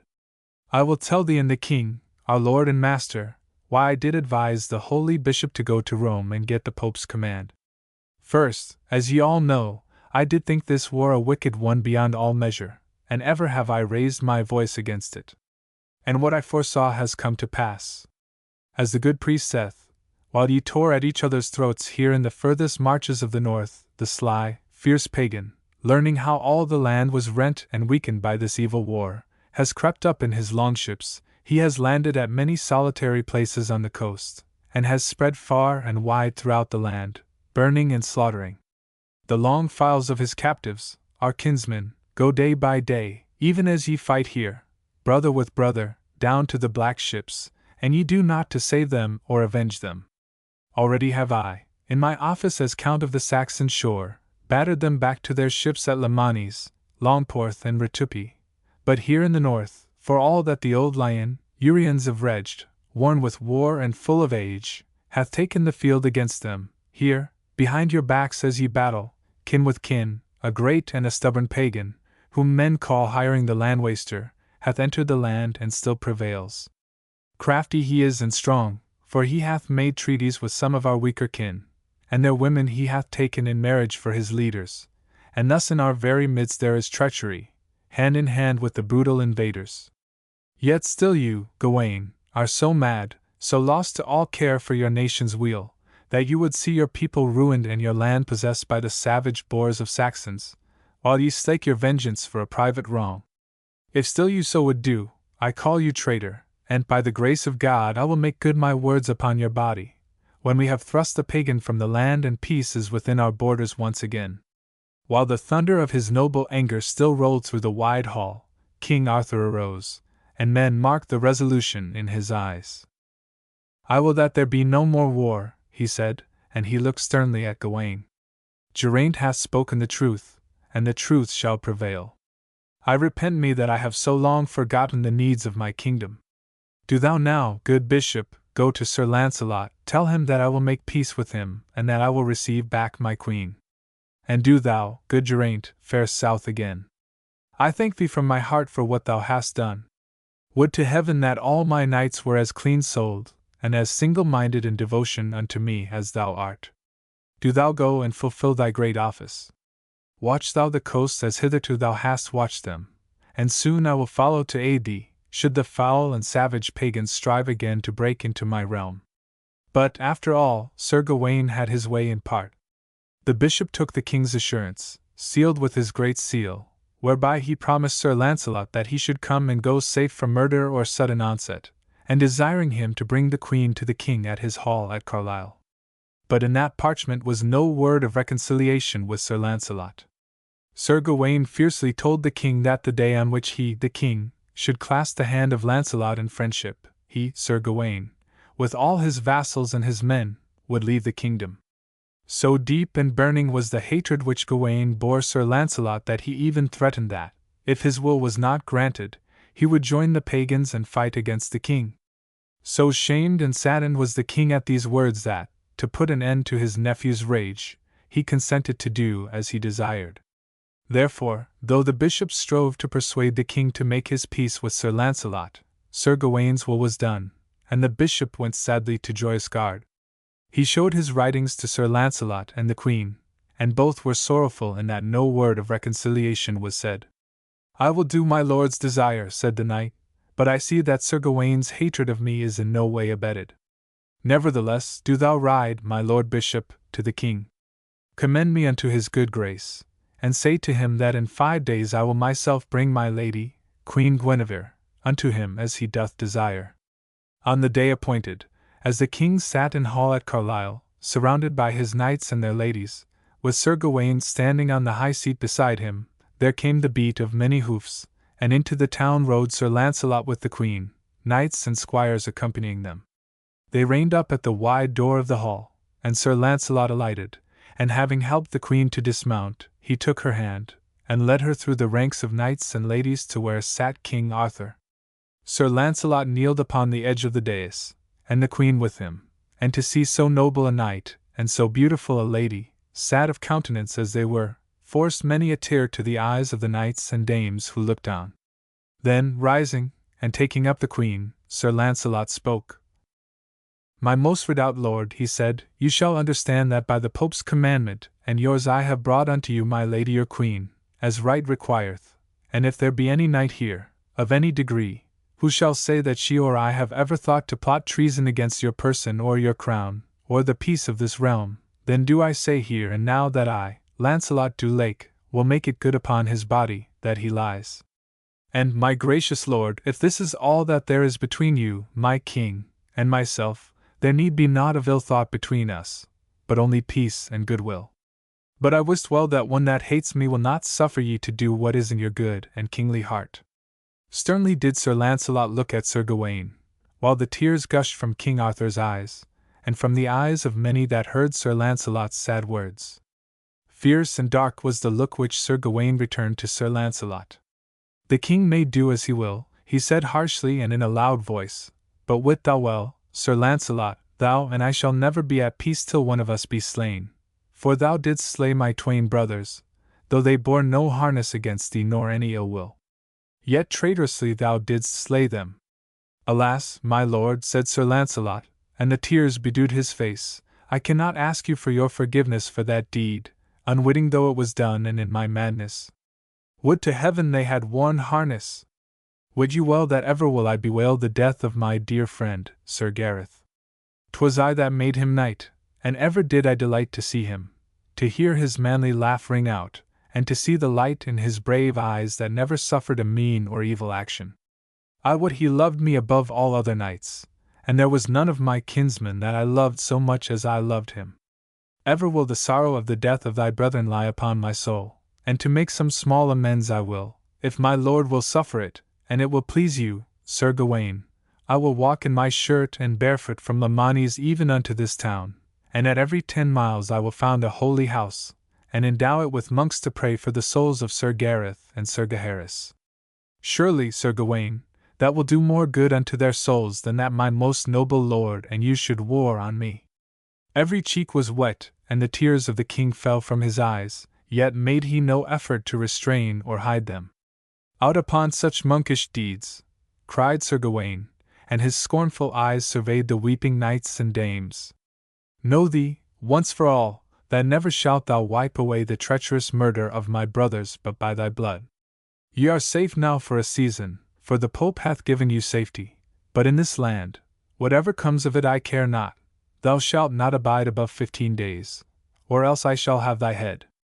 So make ye no more ado, but deliver the queen from thee, and get thee quickly out of this court, and out of this realm.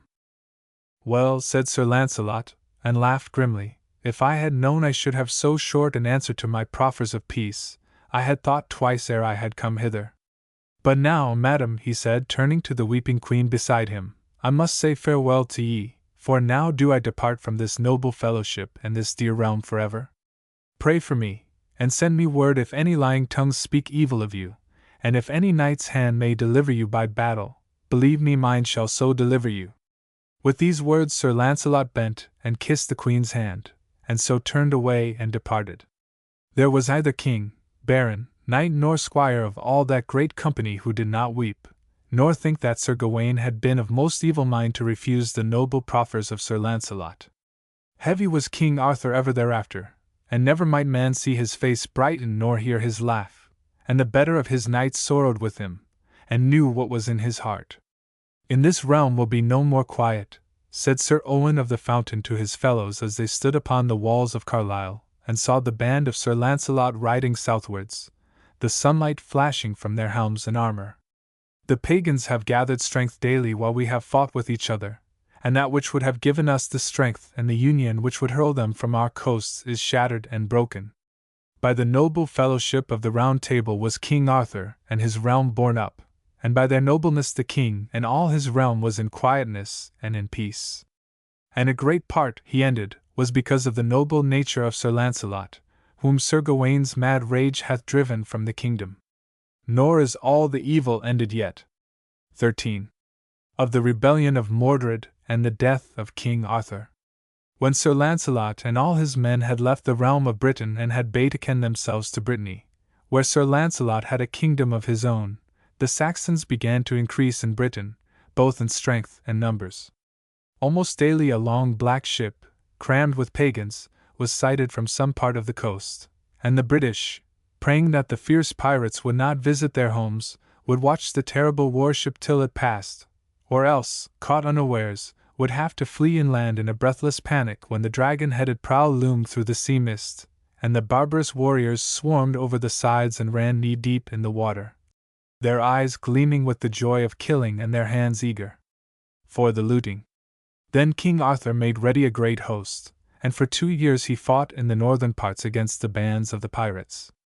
Swift were the blows he struck, for the great wide Roman roads were still open, not grass-grown and deserted, and with his mounted knights and men he could ride quickly from place to place, striking fiercely and scattering the foul pagans.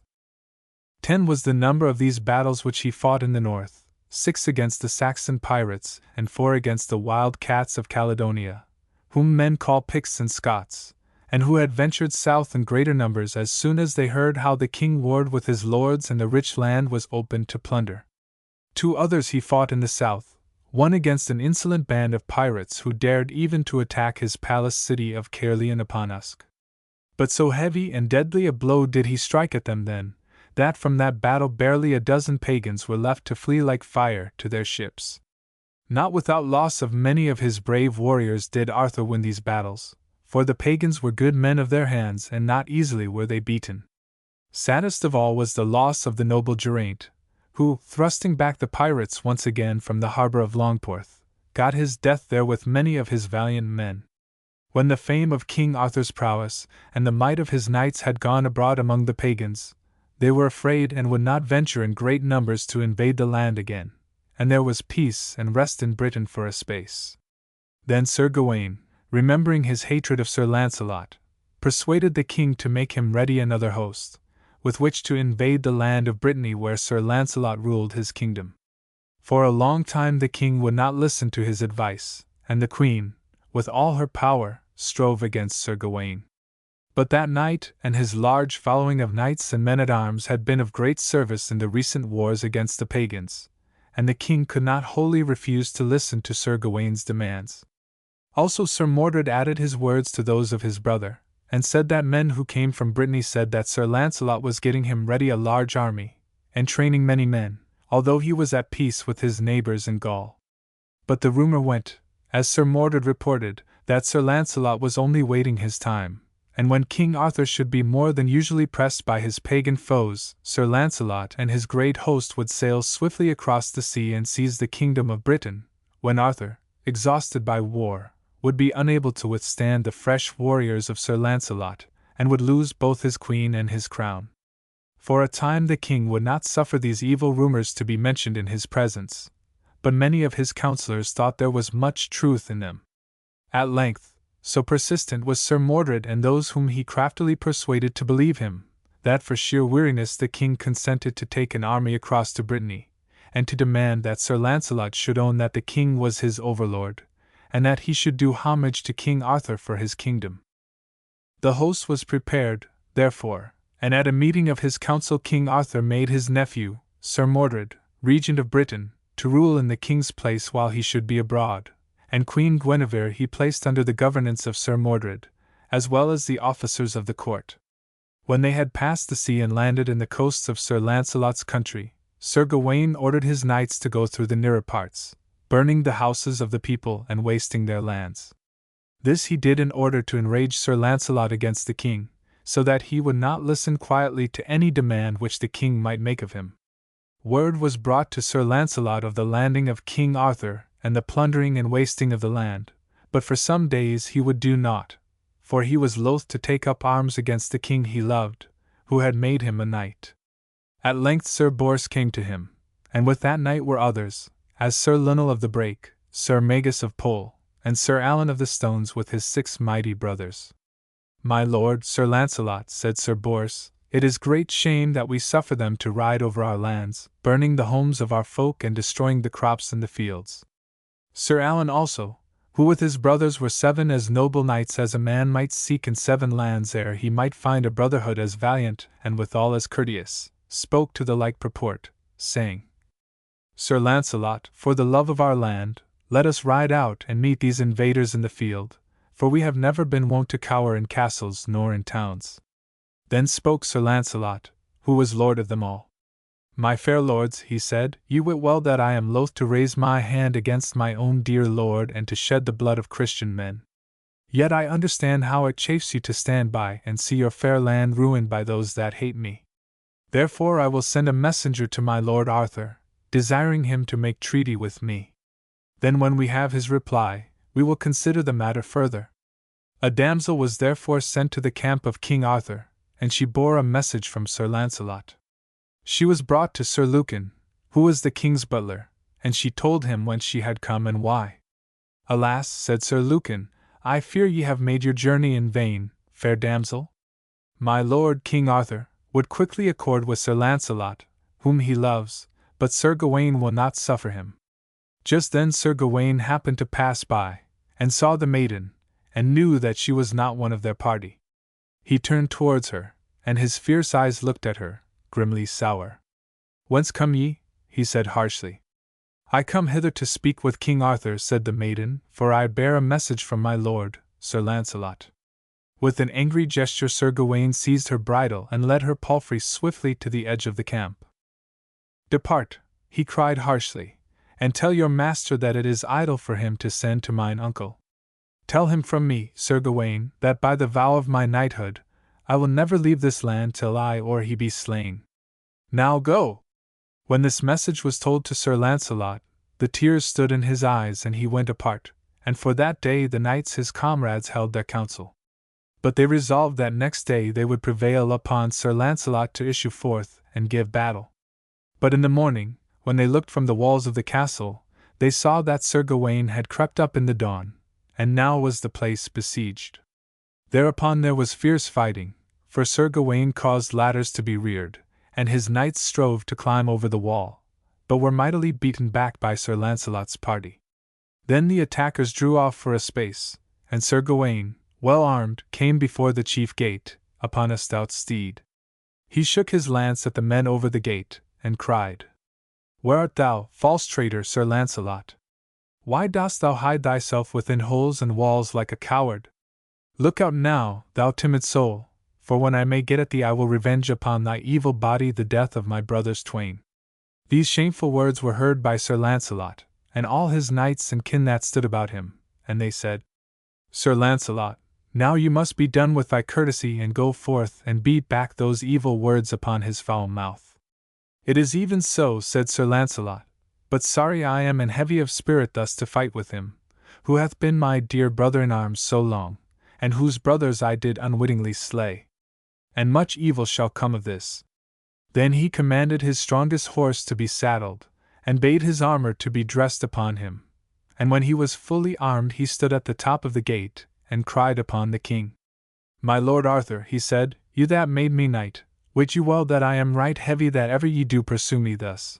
But now that Sir Gawain hath used villainous words about me, I must needs defend myself." Sir Gawain, seated upon his horse below, laughed grimly, and cried upon the other. "O Launcelot, Launcelot," he said, "what a man of words thou art! If thou darest to battle with me, cease thy babbling, man, and come off, and let us ease our hearts with strong blows." Then Sir Launcelot issued forth with many of his knights, and a covenant was made between the hosts that there should be no fighting until Sir Gawain and Sir Launcelot had fought together, and one was either dead or yielden. Thereupon the two knights departed some way and then came together with all the might of their horses, and each smote the other in the midst of the shield. So strong were the knights and stout and big the spears, that their horses could not stand the shock, and so fell to the ground. Then the knights quickly avoided their horses and dressed their shields, and fought fiercely together with their swords. So valiantly did each give and receive blows, and so heavy and grim was their fighting, that all the knights and lords that stood thereabout marveled thereat and were fain to say, in as many good words, that never had they seen such sword play. In a little while, so shrewd and skilful were they, both were wounded and the blood oozed from the joints of their armor, and it was great marvel to see that they could still stand, dashing their shields upon each other, and each beating upon the other with great slashes of their swords. And which was the stronger of the twain none might say. Now Sir Gawain had a magic power, which had been endowed upon him at his birth by a great witch who was a friend of his mother, the sorceress, Queen Morgan le Fay, wife of King Lot. No one knew of this secret power except King Arthur, and often had it availed Sir Gawain, so that in dire perils of onfall, sudden ambush, or long battle, it had given him the victory, when all about him had been slain or wounded or taken captive. The magic was that, from the hour of 9 until high noon, the strength of his body increased until it was 3 times his natural strength, which itself was full great, though in that, for deep wind and breath and might of arm, Sir Launcelot was the stronger. Now while they fought together, Sir Launcelot felt that Sir Gawain seemed not to weaken as time went on, and he marveled greatly. Then he felt that indeed Sir Gawain's strength was greater than it had been at the beginning, and a fear came into his heart that Sir Gawain was possessed of a demon. But Sir Launcelot was stout of heart as well as old in warcraft, and knew that if he could tire Sir Gawain he might, by one blow, get the better of him when he saw a good chance. Therefore Sir Launcelot began to husband his strength, and instead of spending it in feinting and attacking, he bore his shield ever before him, covering himself from the fierce blows of his enemy. Thus he kept up his own strength, but hard put to it was he when, towards midday, Sir Gawain seemed to have the might of a very giant, and the shield arm of Sir Launcelot was numbed by reason of the crashing blows which Sir Gawain's sword rained upon it. Great travail indeed had Sir Launcelot to stand up and not to yield, and while men marveled how he could endure, none knew all he suffered. Then, as the bell of the convent in the town boomed forth the hour of noon, Sir Gawain heaved up his sword for a final blow, but his sword descended just as the last stroke of 12 had died away, And Sir Lancelot marvelled to feel that what should have been so grievous a blow that, belike, he could not have stood before it, fell upon his shield with no more than the strength of the blow given by an ordinary man. When Sir Lancelot felt the might of Sir Gawain so suddenly give way, he drew himself up to his full height and said, Sir Gawain, I know not by what evil power ye have fought, but now I feel that ye have done. Now, my lord Sir Gawain, I must do my part, for none may know the great and grievous strokes I have endured this day with great pain. With that Sir Lancelot redoubled his blows, and the sword of Sir Gawain gave before the might of Sir Lancelot, and his shield was rent. Then Sir Lancelot gave so great a buffet on the helm of the other that Sir Gawain staggered, and with yet another blow Sir Lancelot hurled him headlong to the ground. Men held their breath, for now, after so fierce and stubborn a struggle, they felt sure that Sir Lancelot, hot and enraged against his enemy, would rip off the other's helm and strike his head off instantly. But instead, Sir Lancelot stood for a moment looking at his prostrate enemy. Then men gasped to see him thrust his sword into its scabbard with a clang, turn on his heel and begin to walk away. They saw the prone knight raise his head and look as if in surprise at the retreating figure of Sir Lancelot. Why dost thou depart? Cried Sir Gawain, rage in his mocking voice. Turn again, false knight, and slay me. If ye leave me thus, thou shalt gain nothing from it, for when I am whole I will slay thee when I may. Men marveled to hear a fallen foe use such shameful and hateful words, but they marveled much more when Sir Lancelot, turning, cried, I shall endure you, sir, if God give me grace, but wit you well, Sir Gawain, I will never smite you to death. Many that before had hated Sir Lancelot were moved by these noble words, and by the sight of his mercy, and they deemed that there was hardly another man in all Christendom that would have shown such nobility, save Sir Galahad and Sir Perceval, and they were dead. So Sir Lancelot went into the city, and Sir Gawain was borne into King Arthur's tent, and his wounds were cleaned and salved. Thus he lay for 3 weeks, hard of mood and bitter in his hatred, and longing eagerly to get well, so he might try again to slay Sir Lancelot. Meanwhile he prayed the king to attack Sir Lancelot's walls, to try to draw him forth, or to take the city by treachery. But the king would do naught.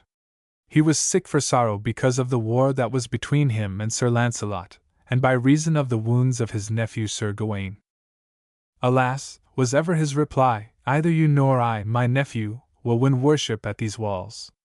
For we make war for no reason, with as noble a knight as ever drew breath, and one more merciful and courteous than any that ever graced the court of any Christian king. Nevertheless, replied Sir Gawain, raging at the king's love for Sir Lancelot, either his mercy nor courtesy would avail against my good sword, once I could sink it in his treacherous heart. As soon as Sir Gawain might walk and ride, he armed him at all points and mounted a great courser, and with a long wide spear in his hand he went spurring to the great gate of the town. Where art thou, Lancelot? He cried in a fierce voice. Come thou forth, traitor knight and recreant. I am here to revenge me on thy evil body for thy treacherous slaughter of my twain brothers. All this language Sir Lancelot heard, and leaning from the tower he thus spake. Sir Gawain, it sorrows me that ye will not cease your foul speaking.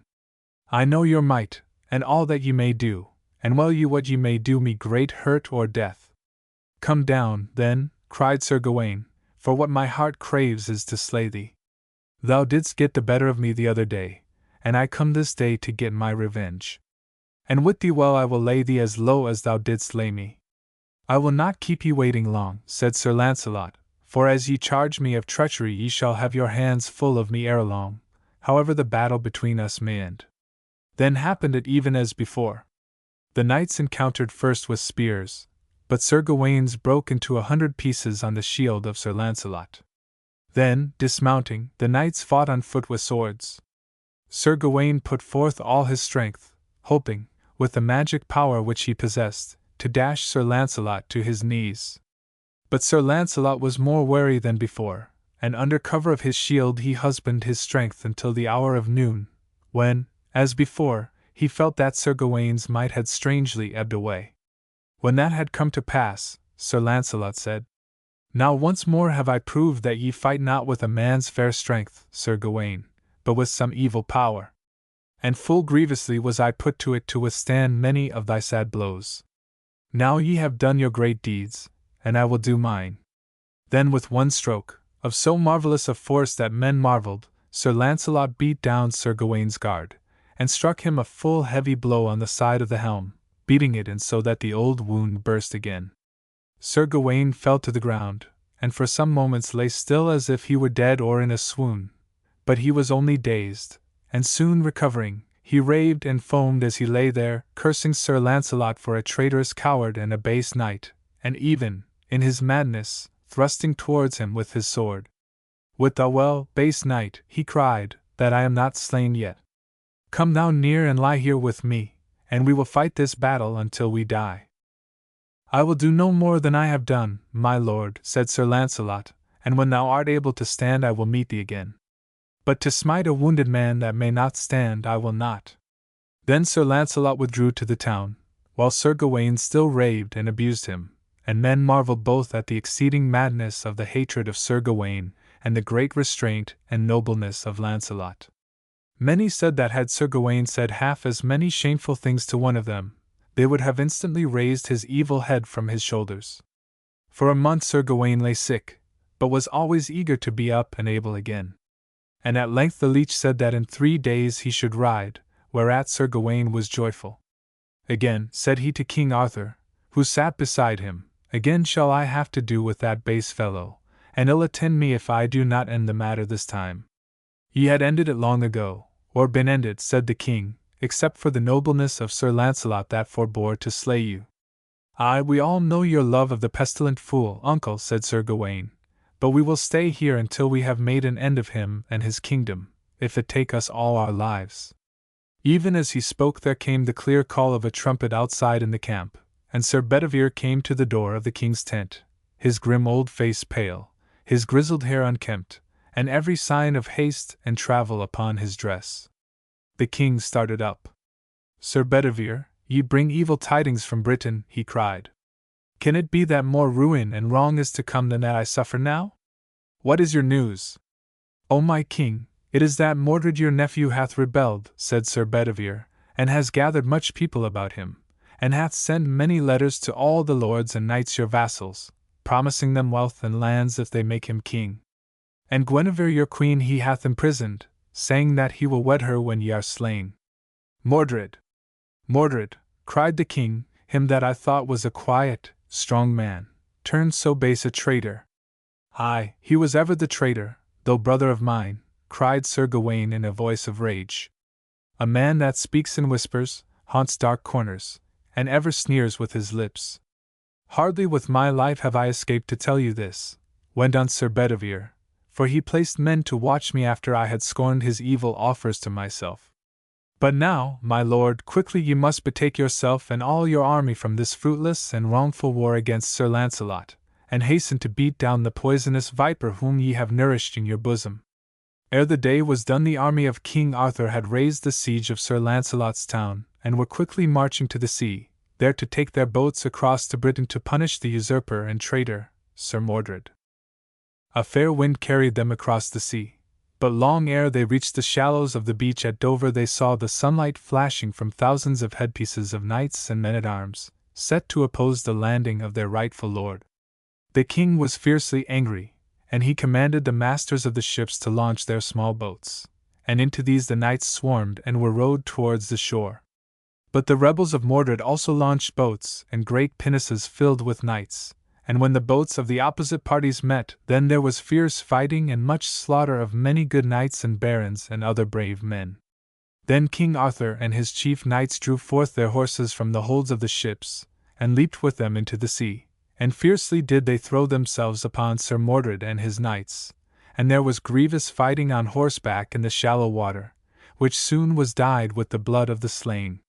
So stubborn were the king and his fighting men that the army of Mordred was forced to retreat towards the land, and then, when the king and Gawaine had trimmed their own ranks, order was given for one concerted rush against the enemy. The other side showed little fight now, and made no stand, but fled inland.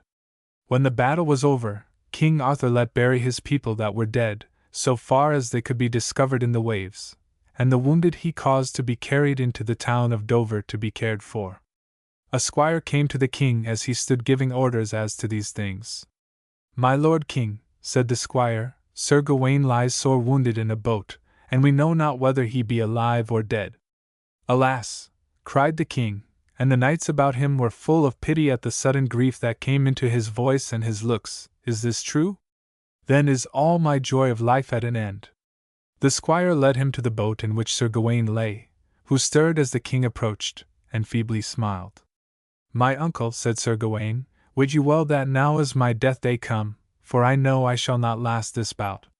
For I am smitten upon the wound which Sir Launcelot gave me, and I feel that now I shall die." "Alas, my sister's son," cried the king, taking Sir Gawain in his arms and kissing him, while the tears flowed down his cheeks, "this is the woefulest day of all my life. For if ye depart, Gawain, how solitary am I! Gawain! Gawain! In Sir Launcelot, and in thee had I most my love and my joy, and now shall I lose ye both, and all my earthly joy is gone from me."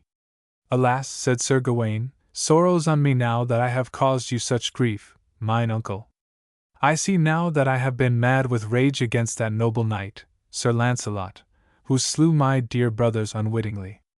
And now I repent me sorely. I would that I could live to repair the evil that I have done to you and to Sir Launcelot. But my time is come.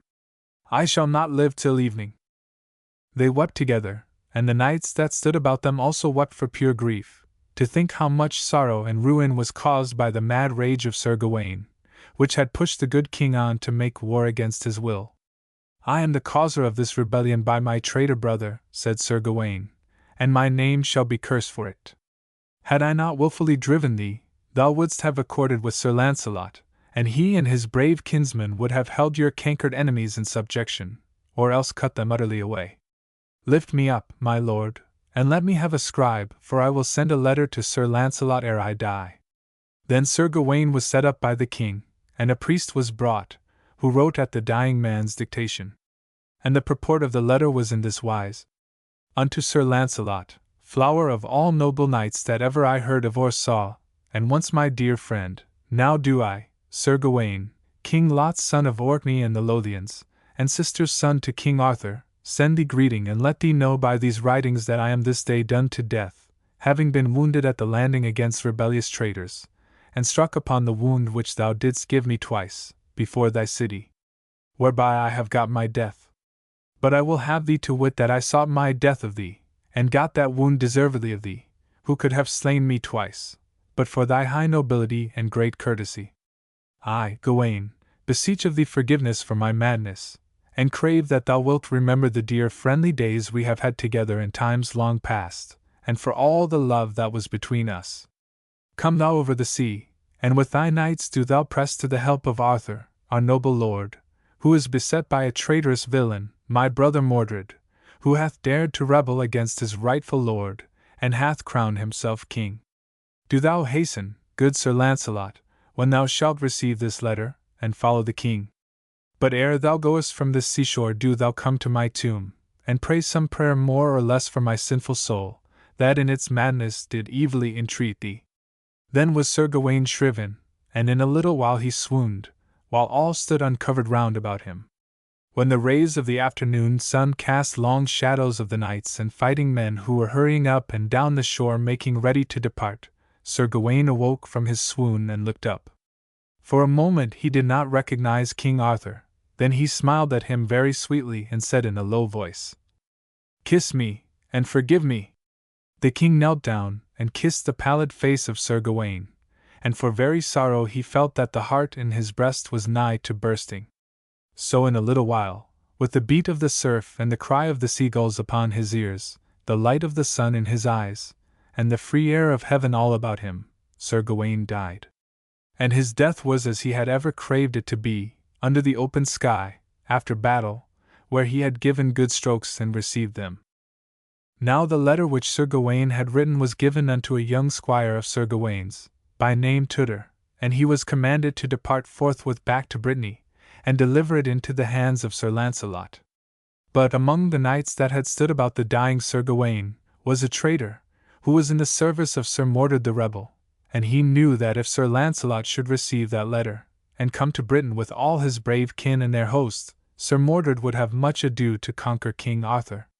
Therefore the traitor knight, whose name was Sir Fergus, did accost Tudur the squire, and with fair seeming told him that he also was bidden to go back to Brittany, to bring back certain jewels which the king in his hasty departure had left in his lodging at the town of Dole.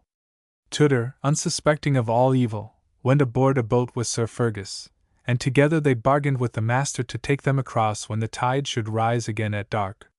Together they crossed the sea that night and took the road towards Sir Lancelot's town, and in a dark wood Sir Fergus set upon the squire, who fought bravely, but was slain at last, and the letter of Sir Gawain was taken by the traitor. Then, returning to the seashore, the wretch went aboard another boat, and chaffered with the merchant to take him across the sea to the town of Longporth, whence he thought to get quickly to Mordred, to receive from him the reward of his treachery and murder. But at night, as they sailed over the dark sea, a 50-oared longship, filled with Saxon pirates, crept upon them. The pagans poured over the sides, slew men almost in their sleep, and flung their bodies overboard. And though Fergus fought well, his head was almost struck from his body by a great shearing axe blow. When the pirates had taken all the goods they desired from the merchant vessel, they stove a hole in its side, and it sank to the bottom of the sea, so that no man ever again saw the letter which was meant for Sir Lancelot. For some weeks Sir Lancelot lay quiet, knowing naught of the death of Sir Gawain or of the letter desiring him to go to the help of King Arthur. Many rumors came to him, through the shipfolk, of the wicked rebellion of Sir Mordred, and though Sir Lancelot longed to go across to Britain and fight for King Arthur, his kinsman would not consent, but said it would be unseemly, unless the king craved his aid, and sued for pardon for making war against Sir Lancelot in his own country. Thus the precious weeks went by, and much ill fortune happened in Britain, that had ended otherwise if Sir Lancelot had been by the king. 3 days after the battle upon the shore, the king's host came up with the host of Sir Mordred on Barham Down. Many folks had joined the rebels' side, because they hated the king for making war upon Sir Lancelot, and the king was sorely hurt in his mind to see a banner borne by one part of the usurper's army, on which was the device of Sir Lancelot's.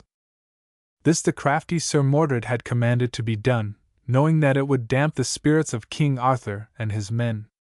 Verily, said King Arthur, my evil deeds have sprung up as armed men against me.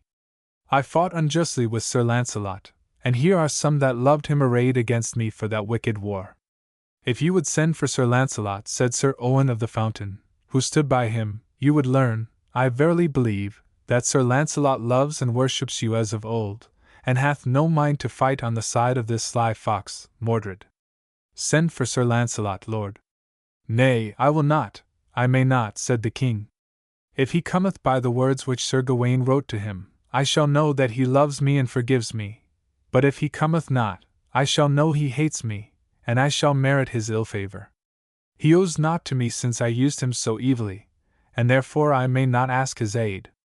All day the battle raged upon the great green down, and many were the fierce fights which took place upon the top thereof, where, behind great earthworks freshly timbered, the main host of Sir Mordred stood, the banner of the great red dragon in their midst.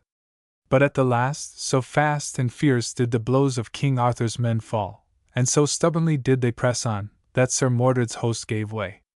Pouring forth by the upper gate, they ran pell-mell northwards, and the knights and fighting men of Arthur kept up with them for many miles, and there was a running fight and much wounding and slaying all through the fresh green countryside, where the hedges were laden with may-blossoms, and in the sky the larks were trilling. And that day many a wounded man crawled groaning into the thickets to die, many a chalky cartlet ran red with blood, and many a white face, with wide-open, sightless eyes, stared up at the blue sky, where the fleecy clouds sailed in the gentle wind. For 3 weeks after this battle both sides rested, and like great wrestlers gathered all their strength for one great struggle. Knights and riders were sent by both sides into all parts, with letters to lords and knights, charging them to take their sides in the war. Many people from about London came to the banner of Mordred, and the parts now called Kent, Sussex and Surrey, Essex and Suffolk held wholly with him, but those in the west, as Wales, Devon, Cornwall and the middle parts, thronged to the banner of the king. Few came from the north, for there the pagan pirates stalked with fire and sword through and through the land, and the British lords and chiefs that were alive had little power to stay them now.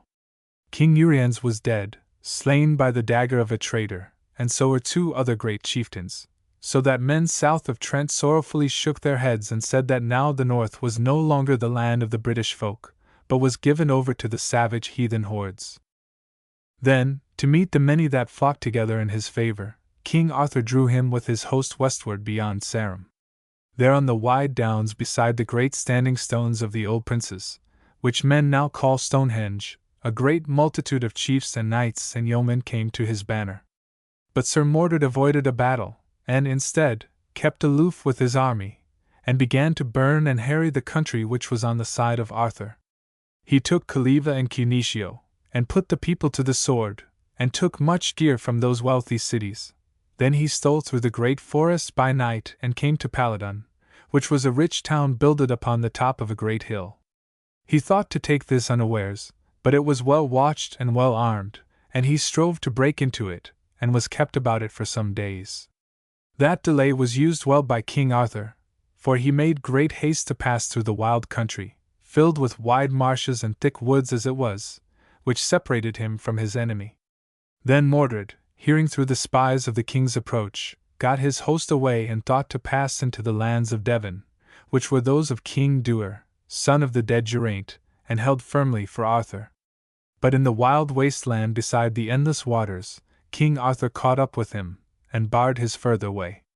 And the king remembered that this was that same land, full of gaunt standing stones and haunted by trolls and witches, where Merlin had once led him, and where he had gained the sword Excalibur. It was late in the day when the 2 armies faced each other, and both prepared to pass the night upon the field. Bitter was the wind that evening, and the skies were dun and leaden of hue, as if spring had been overcome by winter, and to shelter the king a tent had been put up in a little dark wood of stunted firs, called the Wood of Druid.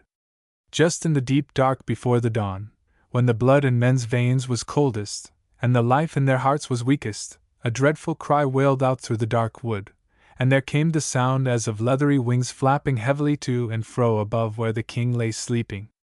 Men started up about their ashen fires, their faces blanching at the terror that cried in the dark, and they heard the wailing twice repeated, while none dared try to see the thing that wailed. Then, while their blood chilled and their breath stayed, they heard the heavy flapping pass over their heads and die away towards the camp of Mordred, and there in the distance did the 3 cries sound again.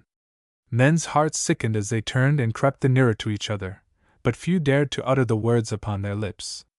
2 knights slept in the tent with King, Sir Kay and Sir Owen, and they lay in the dark, trembling at the cries of terrible import. When they passed, the knights would not move, fearing to be the first to speak. "My lords," came the quiet voice of King Arthur out of the dark, that was the voice of the Hag of Warning. "Men say it hath foretold the deaths of many of my house, but I know not. Yet will I take the issue as God shall give it me, trusting in his mercy and the blood of his Son Jesus, and him crucified."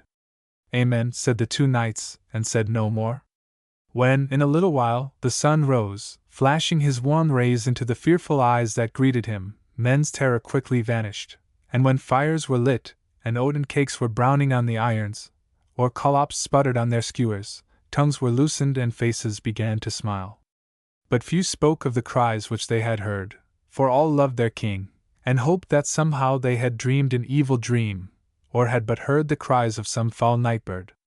Breakfast being ended, the captains and knights began to trim their men in army array, and talk was eager of the coming battle. Then were seen, coming from Sir Mordred's camp, 2 bishops, and these were taken at their desire to Arthur, where he stood surrounded by his knights and chieftains.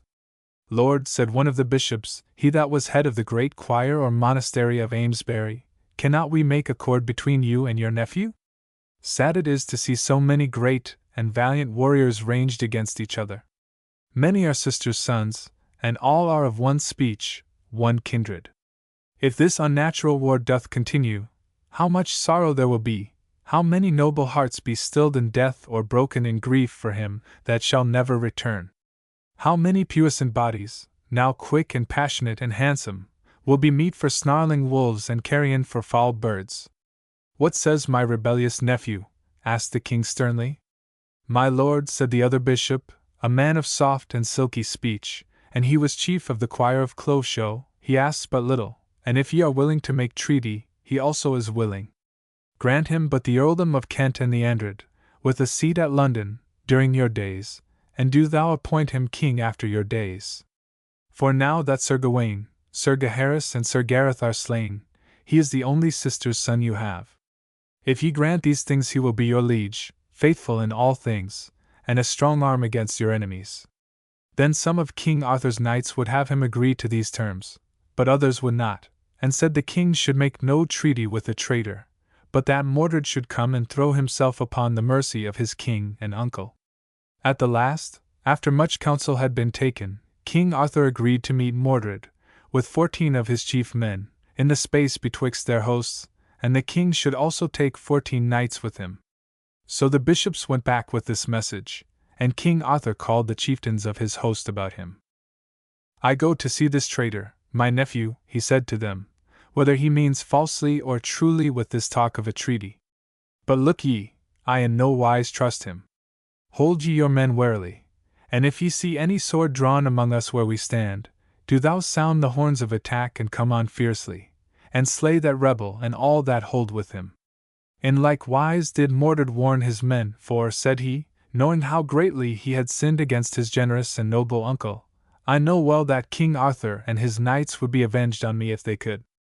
The party from each army went forward over the stony hillside, until they met midway between the armies, and men watched them keenly. King Arthur spoke chidingly to his nephew Mordred, who, sour and dark of face, looked craftily at the faces of his uncle and his knights.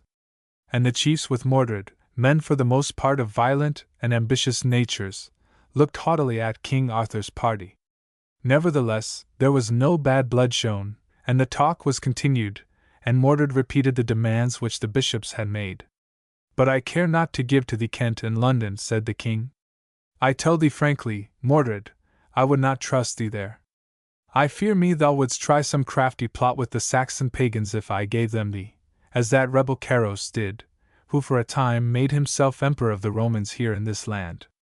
"Ha done, then, my father," said Gorfalk, the son of Mordred, an insolent young man. "Let us cease this. I doubt not we'd be big enough to get all the kingdom if we fight." The king looked sternly at the young man, and there was silence among them all as men waited for Arthur's reply. Then it happened that a young chieftain, standing near the king, felt something bite his foot where the low leathern shoe left it naked.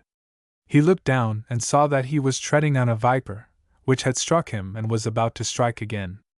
With a cry the knight stepped aside, drew his sword, and cut the reptile in two. As the blade flashed, silvery bright in the sunlight, a great hoarse cry rose like thunder from the two masses of men watching them on either side. Trumpets blared and horns squealed, and shouts of command rose sharp and keen. Instantly the men standing with Arthur and Mordred looked about them, saw where the young chieftain stood with drawn sword, and knew that now nothing could avert the battle. "The gods will have it so," sneered Mordred. Already the earth trembled and shook with the beat of 10,000 feet of the armies rushing together. A knight of Mordred's, drawing his sword, thrust it into the breast of one of Arthur's chieftains, with the cry, "This for thy land, Sir Dagon, that marches with mine!"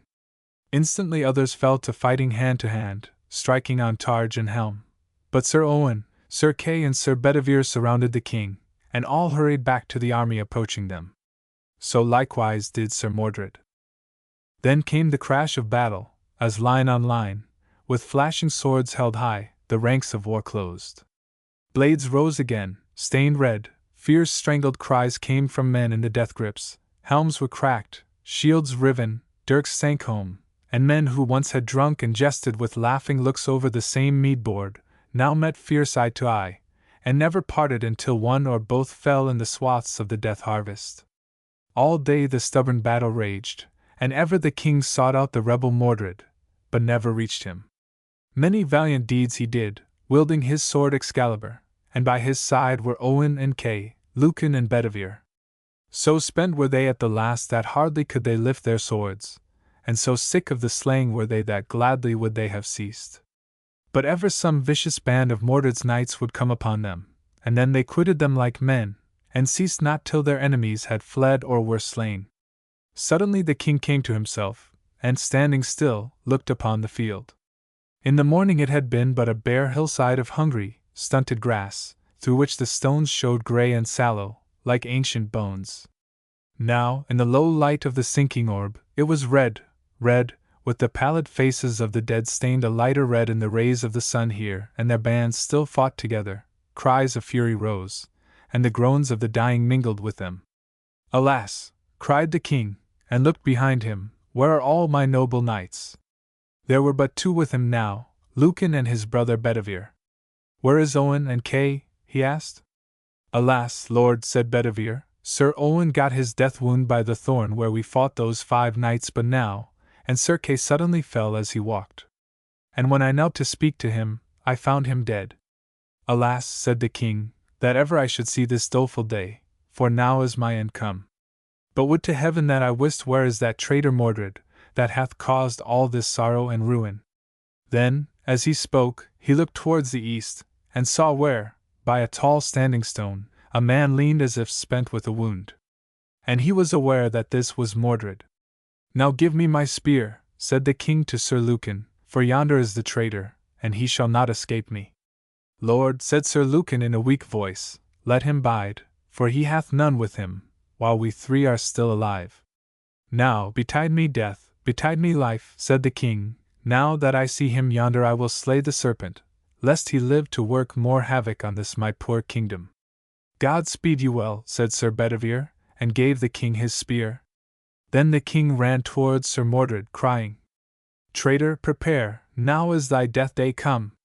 When Sir Mordred heard King Arthur he raised his head, then came towards the king with his sword in his hand. And there, in the shadow of the great stone, King Arthur smote Sir Mordred under the shield, with so keen a stroke of his spear that it went through the body and out beyond. Sir Mordred, feeling that death was upon him, thrust himself along the spear almost to the butt thereof, nigh where King Arthur held it, and grasping his sword in both his hands, he struck his uncle on the side of the head, with so keen and fierce a blow that the sword pierced the helm and the skull. With that stroke Sir Mordred fell stark dead to the earth, and the king sank in a swoon upon his body. Then Sir Bedivere and Sir Lucan, who were both sore wounded and weakly, came up, and between them, with many rests upon the way, took the king to a little combe beside the waters, and there they took off his helm and bathed his wound and bound it. After which the king felt easier. "We may do naught else with thee here, lord," said Sir Lucan, "and it were best that we got thee to some town." "It would be better so," said the king, "but I fear me I have my death wound." When they had rested Sir Lucan tried to rise so as to take up the king. "I may not rise," he cried, his hands upon his head, "my brain works so." Nevertheless, the knight staggered to his feet and lifted up the feet of the king. But the effort was too much for him, and with a deathly groan he fell to the ground, and when he had twitched and struggled a little he lay dead. "Alas," said the king, "this is to me a full heavy sight, to see this noble knight so die for my sake. He would not complain, so set was he to help me, and now his heart has broken." Then Sir Bedivere went to his brother and kissed him, and closed his eyes. "Now," said the king, "come hither to me, Bedivere, for my time goeth fast and I remember me of a promise." Therefore, he bade Sir Bedivere, "Do thou take Excalibur, my good sword, and go with it beyond the coombe's side there where a low thorn grows, and when thou comest there, I charge thee, throw my sword in that water, and come again and tell me what thou sayest." So Sir Bedivere departed with the sword, and on the way he looked at the sword, and saw how noble was the blade and how shining, and how the pommel and haft were full of precious stones. "If I throw this sword into the water," said Sir Bedivere to himself, "how great a sin 'twould be to waste so noble a weapon." Therefore he hid it in the branches of the thorn and returned to the king. "What sawest thou?" asked the king when Bedivere returned. "Sir," he said, "I saw the wind beat on the waves." "Ye have not done as I bid thee," said the king. "Now, therefore, do thou go again and do as I bid thee, and as thou art dear to me, spare it not, but throw it in." Then Sir Bedivere went back and took the sword in his hand. But again he could not bring himself to throw away that noble sword, so again he hid the sword and went back to the king. "What sawest thou this time?" said the king. "Lord," said Bedivere, "I saw the waters ebb and flow and the sedges trembling." "Ah, traitor untrue," said the king, deep sorrow in his voice, "who would have weened that thou who hast been so true and dear to me, and who hast been named a noble knight, would betray me for the jewels on a sword? Now go ye again, I charge thee, and as thou shalt answer for thy sins at the last day, throw ye the sword far into the waters." Then in heavy mood Sir Bedivere went the third time, and took the sword from its hiding place, and looking away from the weapon lest its beauty should soften him, he bound the girdle about the hilt, and then he threw the sword with all his might far out over the water. As he looked, inwardly lamenting, he saw the jewels flash in the low light as the sword passed through the air. Then suddenly, when it neared the water, he marveled to see a great arm and hand come up through the waves. The hand caught the weapon by the haft, shook it and brandished it thrice, and then vanished with the sword under the waves. With some fear in his heart, Sir Bedivere went back to the king and told him all that he had seen. "It is well," said the king. "Now have I performed my promise. Help me hence to some village, for I am cold and would die beneath a roof, if I may."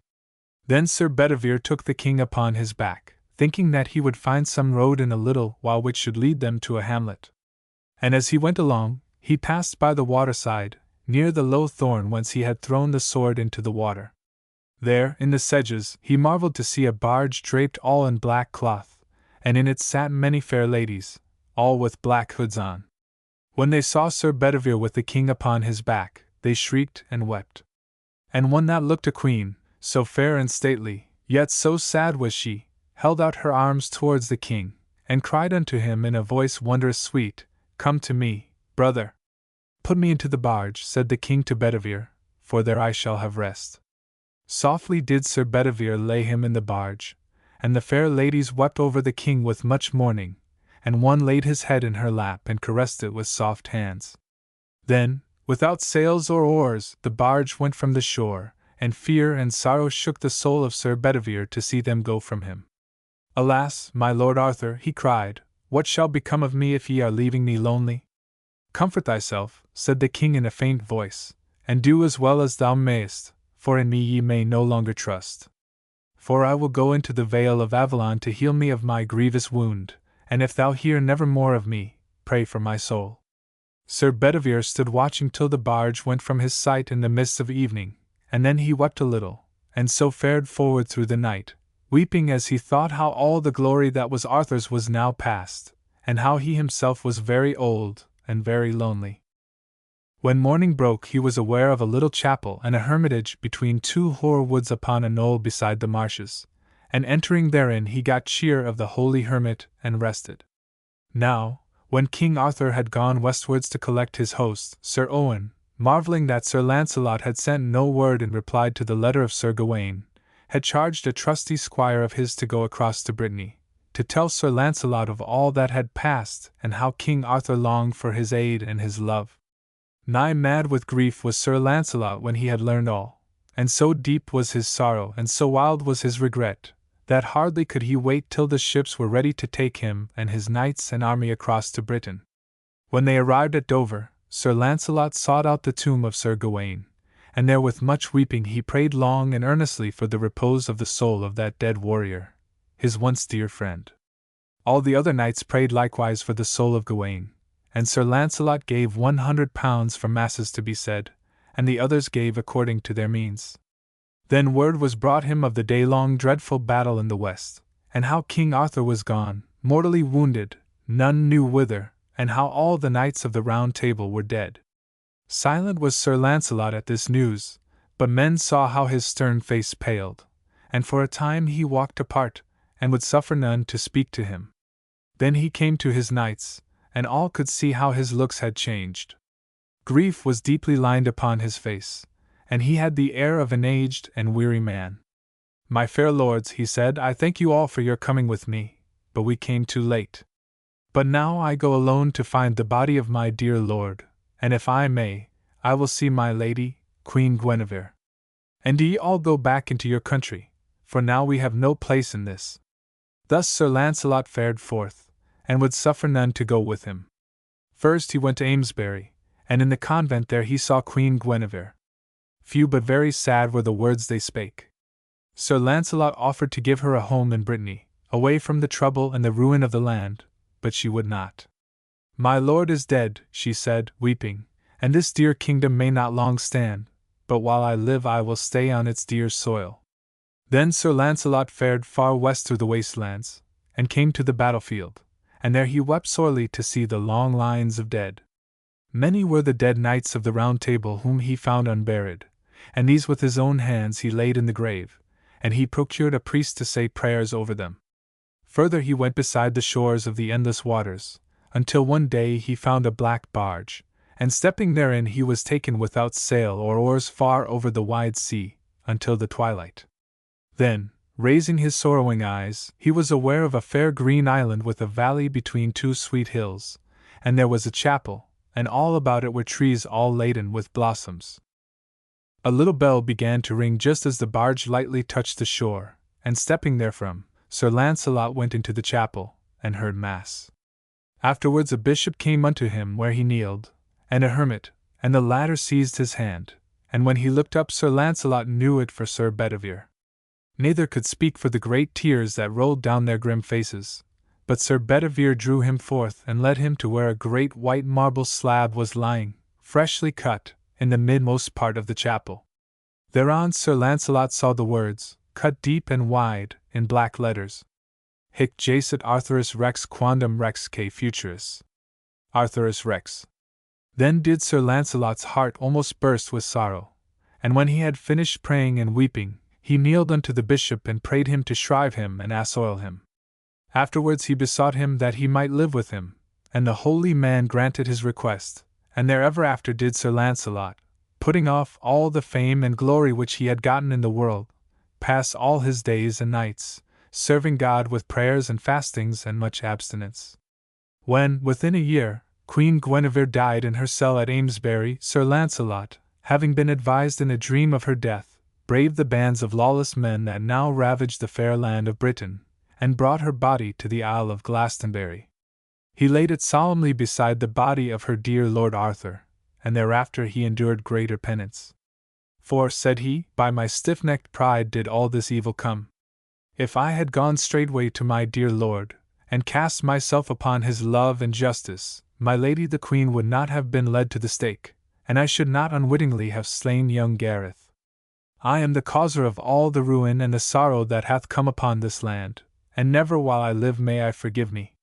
Thus evermore he prayed and mourned day and night, but sometimes he slumbered a broken sleep. He ate but little, and neither the bishop nor Sir Bedivere could make him take comfort. And if you would know the time and place where Lancelot was happiest, it was when he was lying on the tomb of King Arthur and Queen Guinevere. At last, on a sweet morn in June, they found him lying there, stark dead, but with a gentle smile upon his wasted face. And when they had made the mass of requiem, they laid him in the tomb at the feet of the king and the queen, and on the slab that covered him they caused these words to be graven: Here lieth Sir Lancelot du Lake, who was chief of all Christian knights, the most courteous man and the truest friend, the meekest doer of great deeds, and the gentlest to all ladies and weak creatures. R.I.P. Sir Lancelot du Lake. R.I.P.